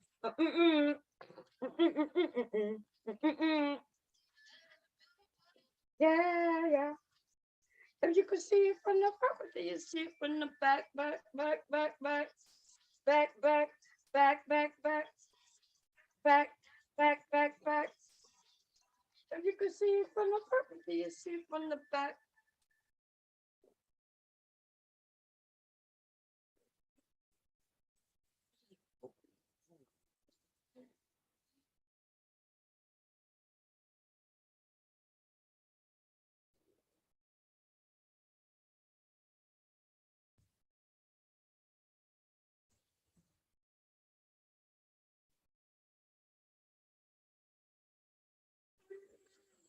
You, man, I want you.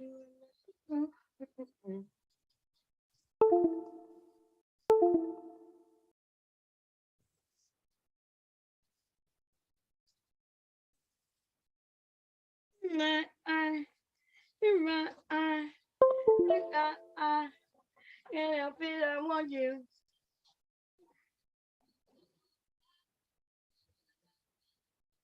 Can't help it, I want you. I want you the other way. I want you.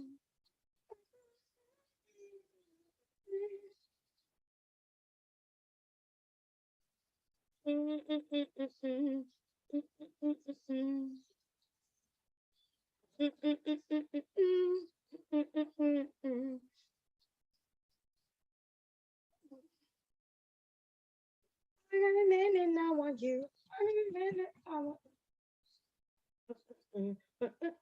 oh, you.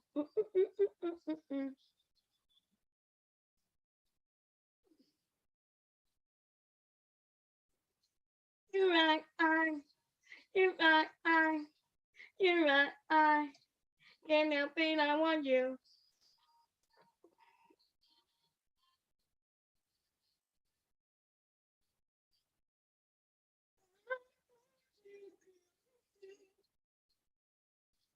When you're on top of me.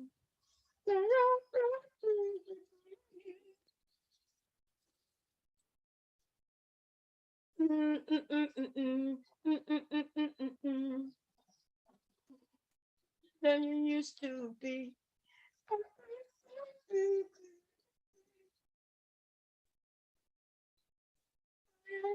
I want you.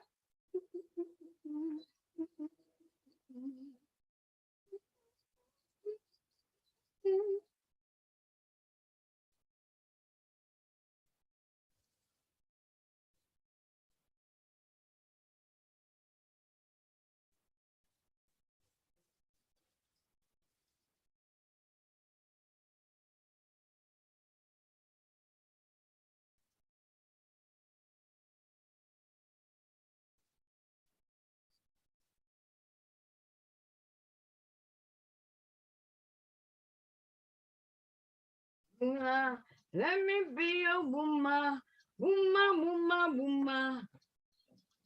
That's too far. Woman, woman, woman, woman, woman, woman.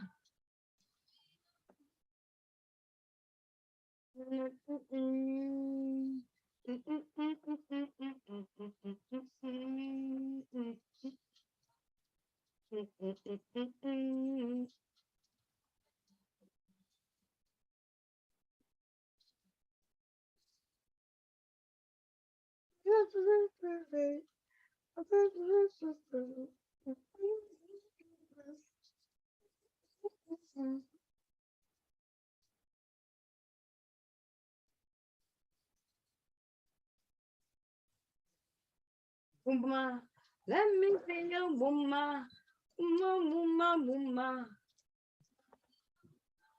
Wooma, wooma, wooma.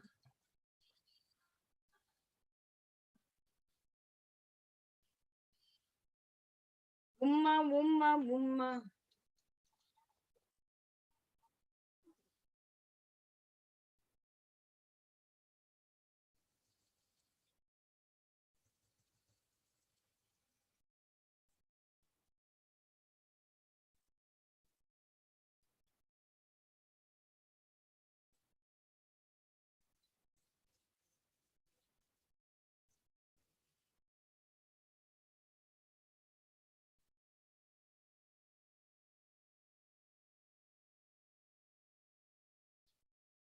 Wooma, let me be a wooma.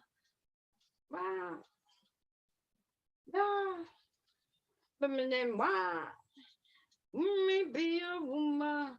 Wooma, wooma, wooma. Wooma, wooma, wooma.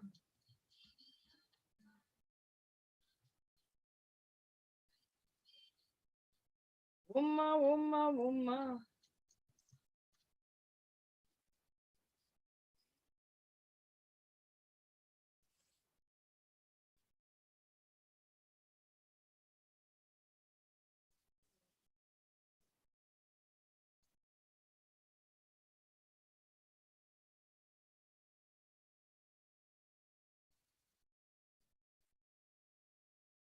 Mm, mm, mm, mm, mm.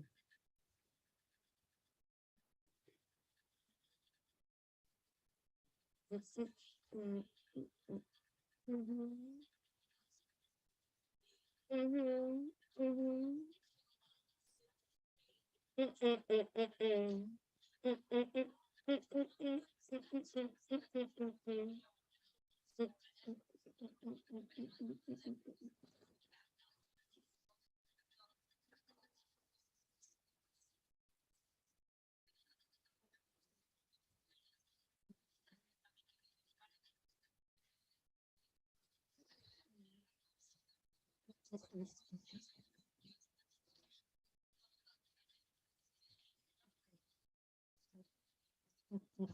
mm, mm.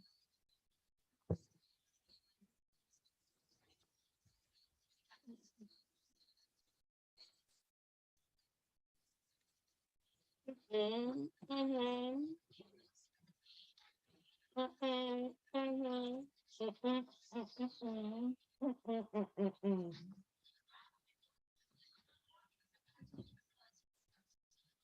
Mm, mm, mm, mm. Mm, mm, mm, mm, mm, mm. Mm, mm, mm, mm.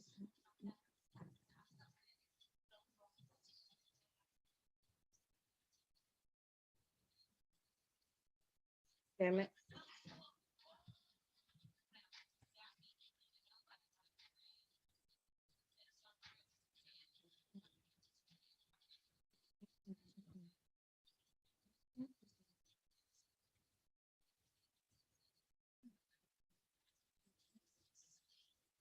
Mhm, mhm, mhm, mm, mm, mm, mm. Mm, mm, mm, mm. Mm, mm, mm, mm.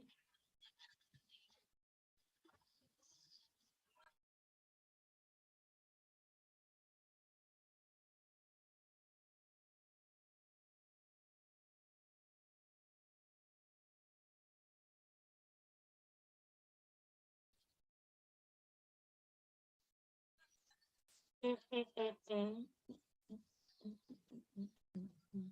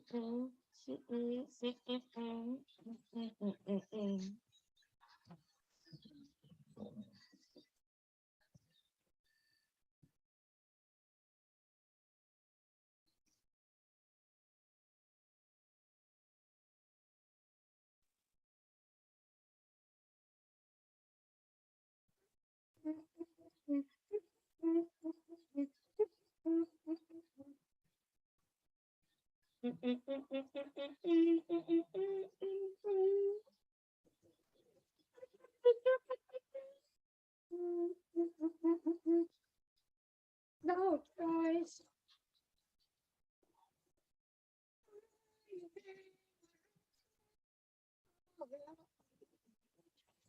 Your mind.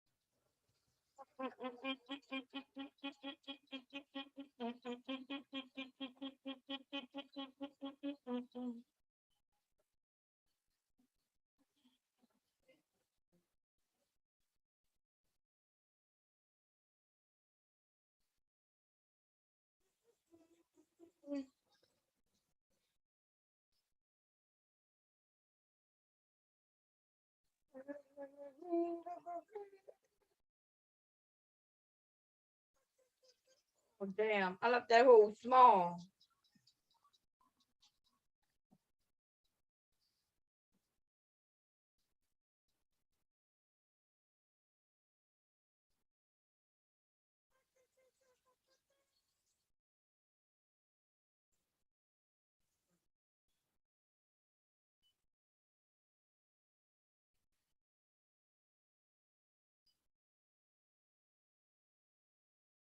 It's still pressed for.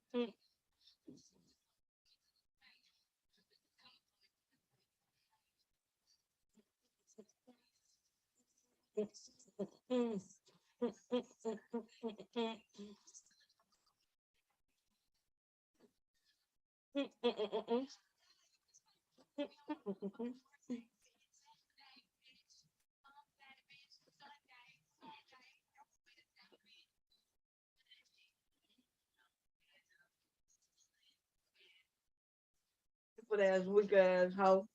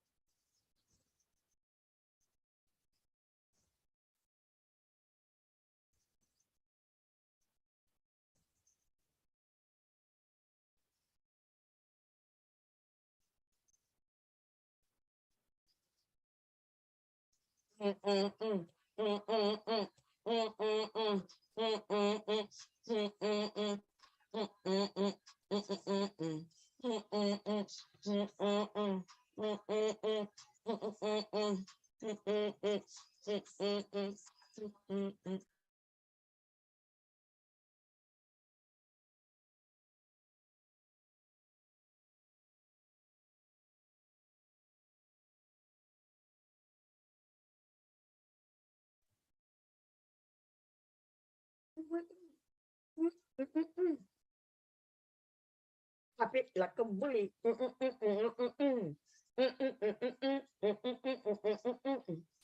Wet, wet, dripping like a whippy. If I fuck around and lick a tape, I win the enemy. Pop it like a willy, hop on top and not go silly. Pretty tight and sticky, fucking once he won't forget me. Wet, wet, bust it like a fleeky. If I fuck around and leak the tape, I win the enemy. Fly up on my cat, better nigga, met the match. And then, check in with me. I love the sneaky leak. Being in the change of seats. I love when you wear gray sweats in a print show.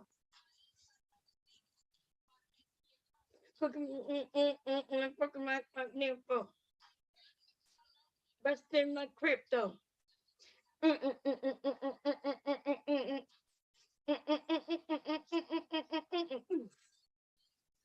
Roof, roof slurping like a soup, pussy stink, hunky fruit.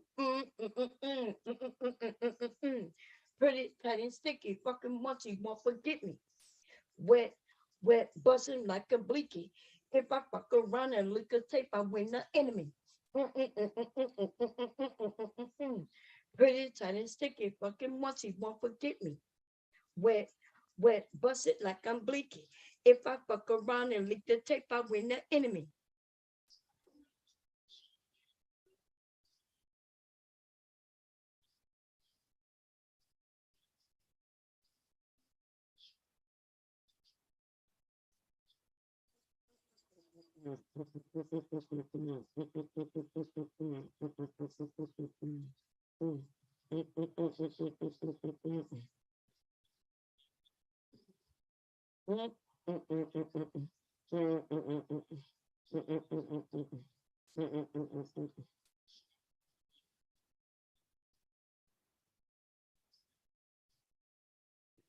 Like a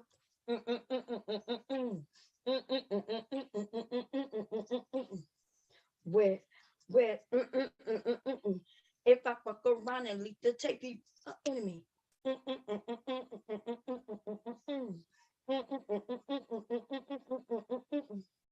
Wet, wet. If I fuck around and leak the tape, I win the enemy.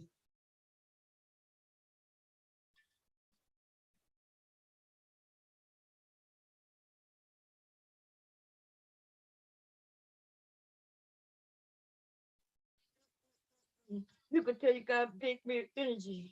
I do, but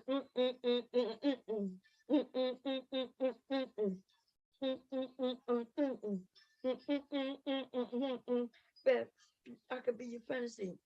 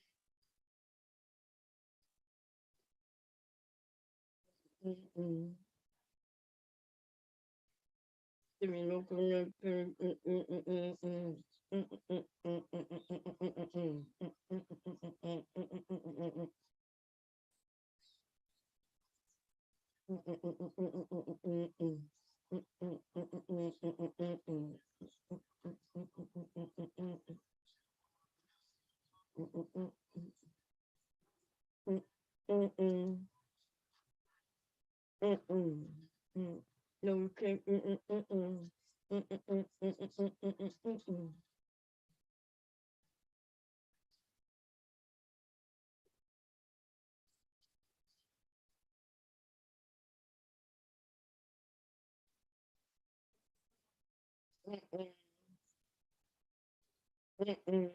Call a broke nigga back.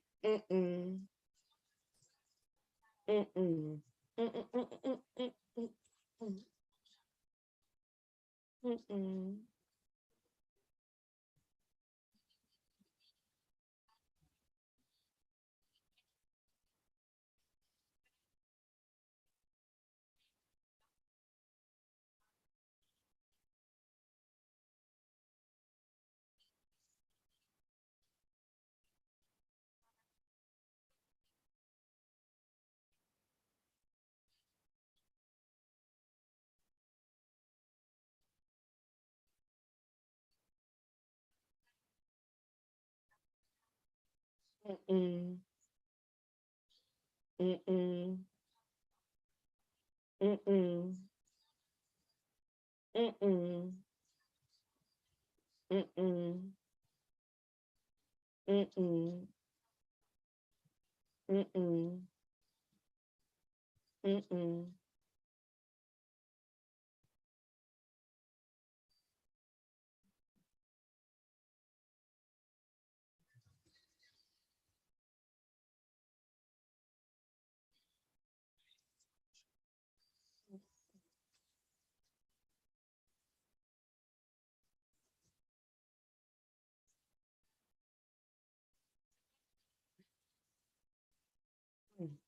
Mm-mm.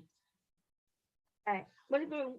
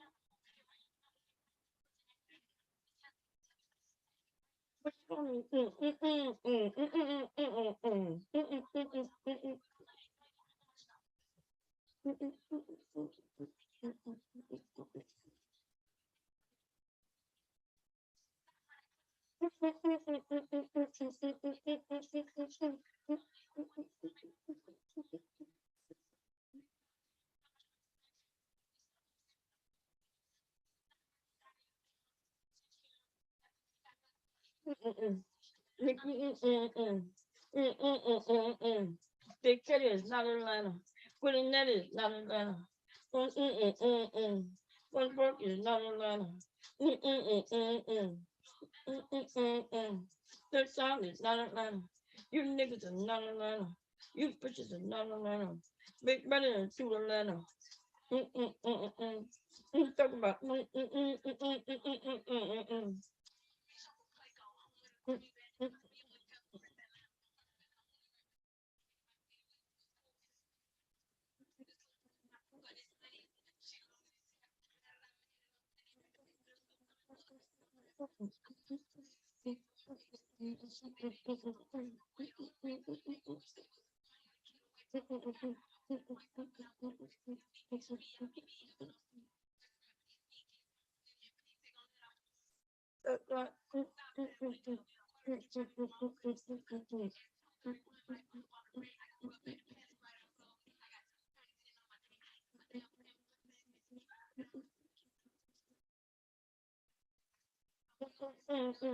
Put him on his nine. See, there is none.